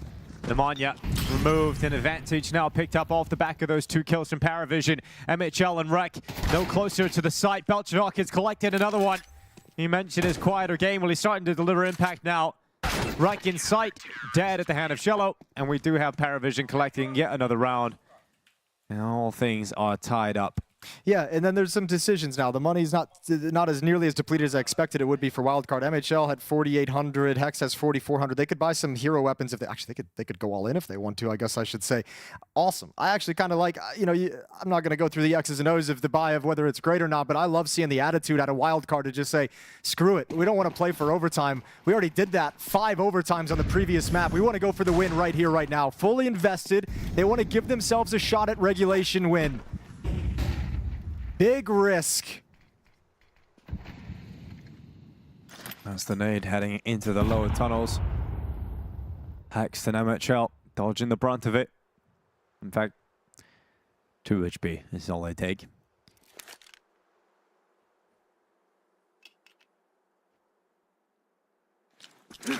Middle of the map controlled and Wildcard playing that pack mentality. Hex just making sure that their flank is safe from the upper tunnels. 3 players heading up short now. A little bit of smoke, a little bit of utility, simulating and execute onto this A bomb site. They're going to commit to it as well. So keeping his head down, trying to cross into the site. Smoke goes up. Oh, Nemanja straight away, removing his way. And they've broken into the site, so PARIVISION pressures on you. Otherwise, Wildcard head up to map point first. A 4v5 retake of this A-bomb site. They're going for it all day of the week, though. They got plenty of cash, so they're going to come for this. And they've got some utility left over as well. Creeping silently. They love to play contact to this point, and then they explode. Then they move in on the retake, so numbers no longer favor Wildcard. Time, though, certainly does. You've got to get a move on, and the kills are there from Noto and Shello at the right time. It's hexed all the way down in CT spawn, and PARIVISION make their way into the retake. They will grab map and series point, and that last spot in the playoffs looking like it's going to go the way of PARIVISION. Oh, that is a lovely retake. Such incredible shooting. And you could tell Wildcard thought they would have a little bit more time. They didn't think it would be that clean. That long rotation back to CT spawn meant to kind of dissuade and disorganize that retake as it's beginning is just seconds off the mark because there's no resistance. Clean shooting. PARIVISION 12-11. Final round. They get one chance to avoid overtimes. It's been a great matchup here for Wildcard. Incredible first map on Mirage. Individual performance from Rec hasn't continued here into Dust 2, but they've remained competitive versus PARIVISION. Just looking like it's going to be too much to handle. Not ready for that next progression here, Wildcard. It will be PARIVISION, who have been touted as favorites for this event, who have required every single day of the group stages. Every match required for PARIVISION. Every round, it feels like. But finally, they will be entering the playoffs. 3 kills away from doing so. Impressive look from Wildcard here, though, in this series, in their elimination. I mean, to come into this series where we had no expectations they'd be able to overcome this, and still obviously a chance they can take overtime, but been awesome to see what Wildcard can do. We haven't been able to see a lot of them at this level throughout the year. They've certainly put PARIVISION to the test here. Jane, good shot. Now just Rec and Hex stand in their way from the playoffs, and PARIVISION a long and labored group stage. What? Okay. A little bit of luck going Hex way there. Spray control off the charts. Yeah, he's managed that one. But a long and labored group stage. It looks like it's finally going to come to a close here for PARIVISION. And they will move into the playoffs. They get the result they've been looking for. Maybe not as easy as they would have liked, but PARIVISION will feature in the playoffs, called the favorites for the event. Well, they're not playing like it, and everyone's got to feel like that trophy is ripe for the taking. That's twice now I've seen Dustin giving Nota a mouthful after the map. We'll get into that in a little bit. But there it is. PARIVISION, they make it through to the playoffs here at PGL Bucharest, and we now have all of our playoffs teams. Wildcard put up a good fight there. And I mean, this is something we have to speak about. We consistently were saying, oh, PARIVISION is one of the best teams in the world on Dust 2. They almost took it back to overtime. So let's focus in a little bit about what we liked from Wildcard during this series. Yeah, I liked how explosive they were. I mean, just like they were really, again, just trying to play disruptive. They were trying to get in PARIVISION's face. They weren't letting them get comfortable in the early stages of rounds. And I mean, it felt like Nemanja got that ace, which included that crazy triple kill with the MP9. That moment just seemed to like really fuel Wildcard forward for the next several rounds. It just kept finding the opening pick. Nemanja kept being able to, get these 5-on-4 advantages for Wildcard, and they were doing a good job closing down those advantageous rounds. Yeah, I mean, not just that, the calling and just the way Nemanja played in general. I think he's been a bit of a revelation. Obviously, he's been playing in the Tier 3 online circuit for a while, has a bit of a, some people would say a reputation. I don't know if that's the right word, but, people thought he was sus for certain times for zero tenacity. Some of the games that they were winning and then losing, but you see him now on LAN, he's proven he's a real deal, not just calling, fragging as well, putting himself in these positions where he can make the difference. I think it's been quite a joy to watch him. I agree. I mean, again, like the fact that he's fragging at such a high level, and we kind of talked about before the game started, he was going for a crazy amount of opening attempts on the T side in particular, and also playing aggressive CT positions that, just you don't see that many IGLs going for as much as he was going for, and he was definitely getting a lot of success in those attempts. Yeah, MHL also had a good first half, I would say. On the second half, he had some opportunities, didn't really make the most of it. And yeah, I mean, Wildcard will be at the same time happy with what they've shown and also extremely frustrated because 13-11, 28-26 against PARIVISION could have been a much better story. It's one of those horrible things where when someone comes onto HLTV tomorrow morning to look at the scoreline and they see 2-0 to PARIVISION, it doesn't really tell the full story, does it? No, but maybe there's someone that can tell us the whole story. We don't know yet. That might be a surprise, Prof. Standout player for you in this one, Dust? Ooh, that's a good question. I'm going to go with James Opping. I feel like that really was kind of one of the things that got them back into the game when they were behind the 8-ball and well behind. And it was also a lot of how they were able to close the game with some of the picks he was finding. So I'll give it to the leader. He did a good job. Yeah, Zway had some moments as well. I think he played a pretty solid game, and one of the few rounds in the first half that they managed to win was him doing like a triple kill on the B-bomb site on the post plant. So that was obviously crucial, considering it was 8-1 at one point, I think, for Wildcard, and then in the end, yeah, huge run that the young boy inspired. So Prof teased to this, but now I get to introduce him. Dustin is actually going to join us on the couch, so I'm going to call him in. I have 2 questions for him. Hello, how are you? Hello. I also want to talk with you. These games are unbelievable. You're really not beating the paid by the rounds allegations over there, Dawson. I'm just saying, man. Is there a bonus structure in the contract or something? I can start. Yeah, Okay. take it away. Oh, go on. We're not even going to ask First of all, we was in Schengen zone. We was after Rotterdam. We was inside the zone. We always together. Sometime we have. I think part of this results is a bit of tired. Yeah. Tired. Okay, but Vitality also tired. Yeah. They can go to Australia, to anywhere, any tournament, and can win because the skill level is enough to beat teams and win them easily.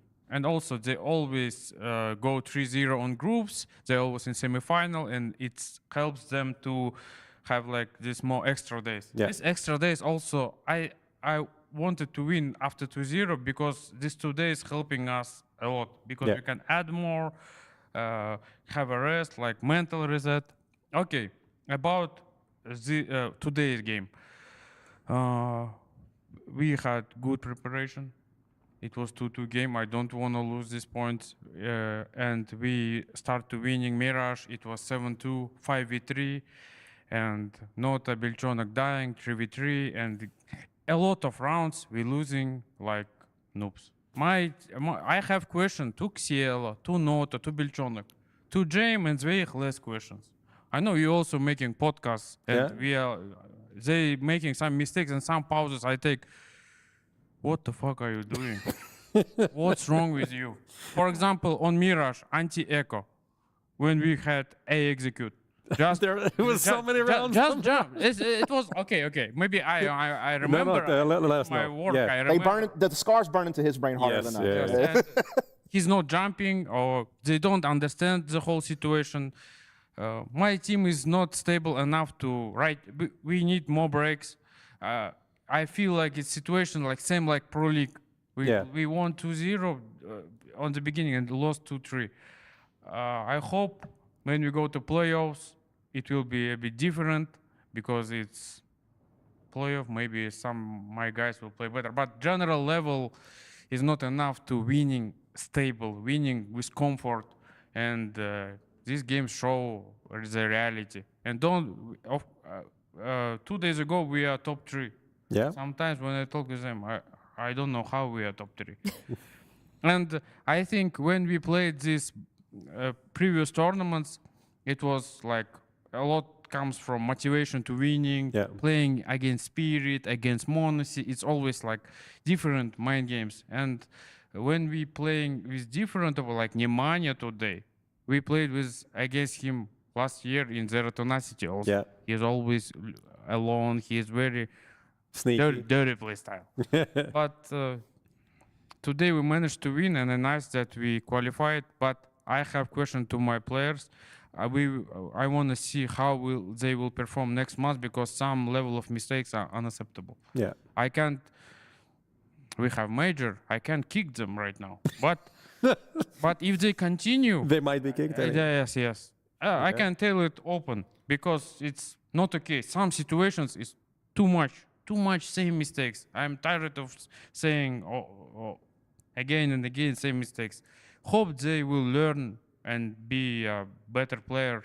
But in tier 1 elite games, we need really strong guys who play comfortable, like Makazi and Navi, Beat, I don't know, Robs, Nzaiwu, Dong, and my guys, at least 2 of them should play like 1.1 rating, please. 1.2, at least 1. We are all 1 ratings, we and Jame. Jame is good, always play comfortable. I think part of our success, we like start to be more experienced, we have more structure, and for us, it's always better to have more breaks. We can add more things, prepare more maps, and we will win comfortably and be prepared. When we are after tournament, we even don't go home. Every day game, every day new game, and we don't have, I think, mental reset to fight on 100%. That's the reality. So you're being very honest with us. So I'm going to test my luck here. I saw, and I think a lot of people watching at home saw, at the end of each map, you stood up and you had words with Nota, and you had quite a animated conversation. What were you saying to him? I saying bad words to him. What are you doing? You and bad words because. There you go. Oh, you watched Dust 2, yes? We did watch Dust 2, absolutely. 9-9. Uh-huh. He's on CT. Why he goes above? I don't know. He can, like, explode. reveal CT and play 100%. I don't know why he's doing that. And always there are kind of we call it brain locks. Yeah. Brain locks. When after the game, why are you doing? I'm watching them. What are you thinking right now? What are you doing? He can't answer. Tomorrow we have new game. Yeah. And yesterday after the game, it was hard talk. We had good preparation. It's wildcard. Today I was like Blade. I made all preparation. Even with this hard preparation, it was like close score. Yeah. At least I made everything what I can, and at least we won. Who will play tomorrow? We don't know I yet. don't know yet. We don't know yet. I think it should be updated soon. Yes. Yeah. Well, let's see. But They're generally Astralis or Foot, right? Yeah, Because Astralis or Foot. What else? I mean, maybe it's a 3-1 team, but we'll see. But generally, Bucharest is nice tournament. Everything is nice. I like this place. We qualified for first major in this studio with James. I don't know, even you guys was here. Yeah, it was probably. 2017 or 18. It was Boston major. It was our first international tournament here. Bucharest is very nice. PGL, it was our first tournament. And after tomorrow match, I send pictures of previous like stars of CIS, like Flame, Electronic, when they was in prime, Simple, how they want to win, how it's important to win every match. I don't know. It's what in mind of my players were like Bilchonek. I hope some of them will be. They should be talented. They should think about CS always. And I'm as a coach, James as in-game leader. We can't do much if they don't understand some situations. Yeah. Really quick, we actually do have the matchups. Okay, so let's we're going see. to pull them up now. So now we can see who you'll be playing tomorrow in the quarterfinals. Oh, MongolZ. We didn't play against them with this roster. Okay. How do you feel about that one? It's nice when we play with new opponent. It's good. I think they're in good form. I think we and MongolZ, we are in the zone. We are in stage 3. All good. They are on chill vibes. We are on chill vibes. And if you lose, nothing bad will happen. Okay, it's MongolZ. If they lose, they can. Or it's PARIVISION. You're more scared of playing against like MIBR, where you can lose 100 VRS points than MongolZ. Yes. Yeah. Of course. When I see like more than 50, I am more worried. Today was plus 92, I know, for wildcard, so I guess that stressed you out a bit. Yes. I mean, you had a great question, like when we were talking before, is like, why are you guys better against better teams and worse against worse teams? What is the difference in the players? Because it doesn't seem like you're making as many mistakes. Because elite teams have structure. They Okay. have coaches behind. They have like Nico in the team, for example. Like they have like some plans. They can't.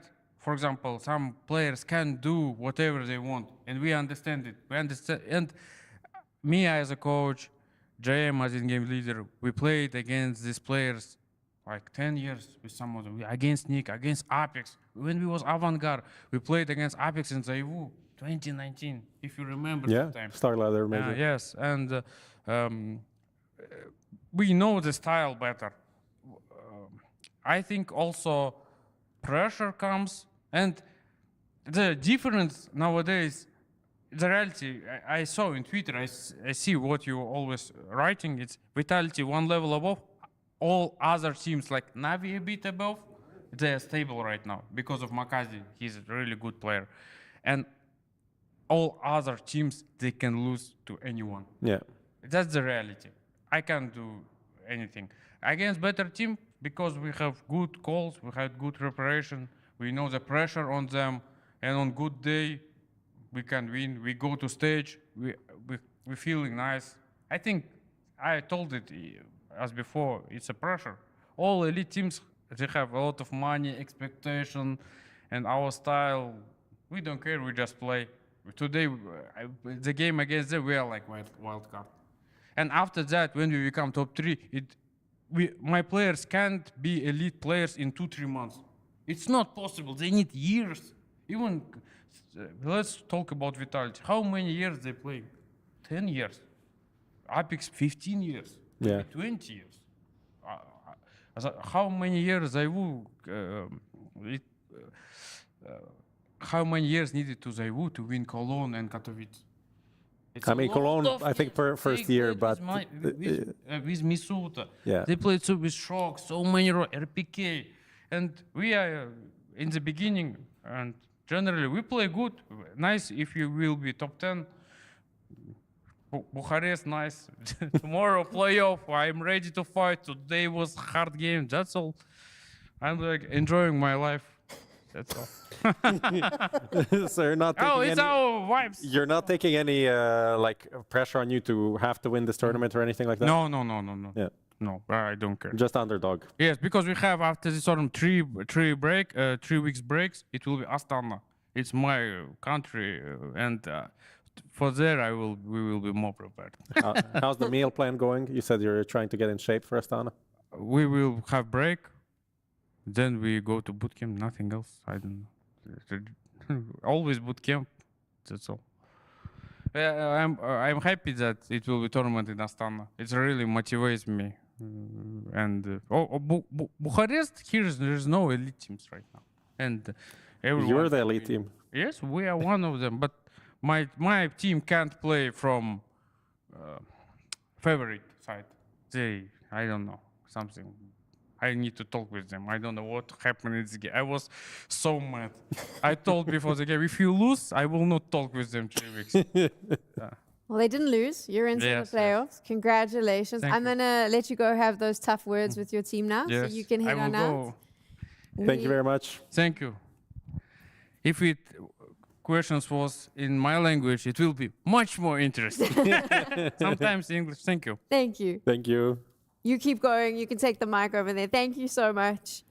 Those are my favorite types of interviews, the honesty that we get from coaches. I don't know if it was much of an interview as much as we were like, he was coming to a counseling session and we were just kind of like letting him lay on the couch, speak his feelings, you know. No, exactly, definitely will take it. You could watch that interview compared for to the ages and like learn so much from it. Like that's probably one of the greatest monologues from a top coach or player that I've probably heard ever. Like just how direct he was, how honest he was, a lot of the things that we feel he feels himself, and I'm sure it is frustrating. I mean, he said he was going to do a complete Blade today in the preparation. I think the post-match was also fully Blade. When Blade gets into the talking, it's just like you ask one question, then you leave the room for 10 minutes and come back, and it's like he's still talking. That's what I love though about like the CIS and Eastern European coaches. They will be dead honest afterwards, and like they'll own it. Like he'll be like, my players play badly, they'll own it. But then he literally said that he would kick someone if he could. Yeah. But then on the other side, you'll get like other coaches who you'll ask them and they just give you the same, we played our game, we have some mistakes. I much prefer those conversations because also like we were all watching the same game. We all saw the same faults that happened. So at least he owned them. Yeah, that was wild. That was wild. I seriously enjoyed the part where he said he did all his prep. He did the blades, so like nothing can be held against him, right? Let's take a look at the results from today and what our playoffs now look like. What an interesting mix of teams we have, gents. Yes. I mean, obviously started today with the FOKUS losing to Eyeballers. I think this is going to be a typical issue, like an issue that they need to get over. Like they look really good for good portions of a map, and then things just get out of control. Eyeballers then came out on top with, I want to say experience. JW has experience. The rest of the team is super new, and Maxter had a nice series right there. Well done by Bait. You know, I mean, this is a team that had some sparks, you know, at the end of last year, the team that we had a lot of hope in. Unfortunately, had kind of a rough start to this year, was able to win a smaller land coming into this event, and now they've been able to make another big playoff. And so, you know, Masters Bucharest, when they made the playoffs of that event, that was kind of one of the first real big ones going into the Budapest Major that kind of let them build a little bit of a reputation. So I'm happy to see them kind of recover a little bit and make their way into the playoffs as well. We're going to take a look at the playoffs bracket now, and I know there's lots of conversation about no big teams here, but there are two major winners in our playoffs. Jame and JW. Yeah, it was pretty cool, man. Yeah. All right, we got to give them their flowers. Yeah, I mean, you could also count the third one, Eyeballers coach Pita, coaching NIP in 2014 for their first and last major. So that's another one right there. This is a crazy bracket, man. Like, the bottom side is so heavy, and it is because, obviously, you know, PARIVISION was a team that many people expected to probably go 3-0 or 3-1, but because they kind of fumbled the ball a bit, they meet a 3-0 team in MongolZ, or 3-1 team in MongolZ, excuse me, in the bottom side of the bracket. And you have Foot there, that's a 3-0 team that's been really dangerous, and then Bait just getting through today. So, I mean, that is like the path of doom on the bottom side of the bracket, in my opinion. If you listen to what Dustin was saying, this is exactly the type of team they would want to draw up against, because he said they do play better against the more experienced teams. He explained there is an expectation of protocols. There's an expectation of how top teams play. MongolZ is as close to a top team as they're going to get. That's very true. I do think the one thing that could harm them in that series, though, is that, again, they do seem to struggle with teams that play like really disruptive CS and get in their face and don't let them really kind of play out the rounds at the pace and rhythm that they want to play at. And MongolZ is that kind of team that's going to bring it to you. And also, MongolZ is a team that loves to play Mirage, which has been a vulnerability for PARIVISION, you know, for a while now. So I do worry a little bit for them in that series. But yes, in theory, this is a team that they should understand more and have a better chance to kind of play up to that level, as opposed to, you know, struggling with a team that maybe is unorthodox and that they're not used to playing. Yeah, but great chance for also MIBR and 3D Max to make a deeper run here. Sure. Astralis is on that side of the bracket. Obviously, they have been pretty good, but I don't think they're undefeatable, unbeatable in any way. I was looking at some of their stats. They also have a crazy like 60% 4v5 win rate, which is like, that's kind of not possible to be that good when you lose a player. Like, when you lose a player, you should be less likely to win the round, not more likely. So I think there's a bit of a, you know, returning to a mean coming in for Astralis as well. It's been a cracker of a day, and we ended with a banger here in the group stages of PGL Bucharest. I am expecting much the same tomorrow, so go and get some rest. We got playoffs to get ready for, and we'll see you then.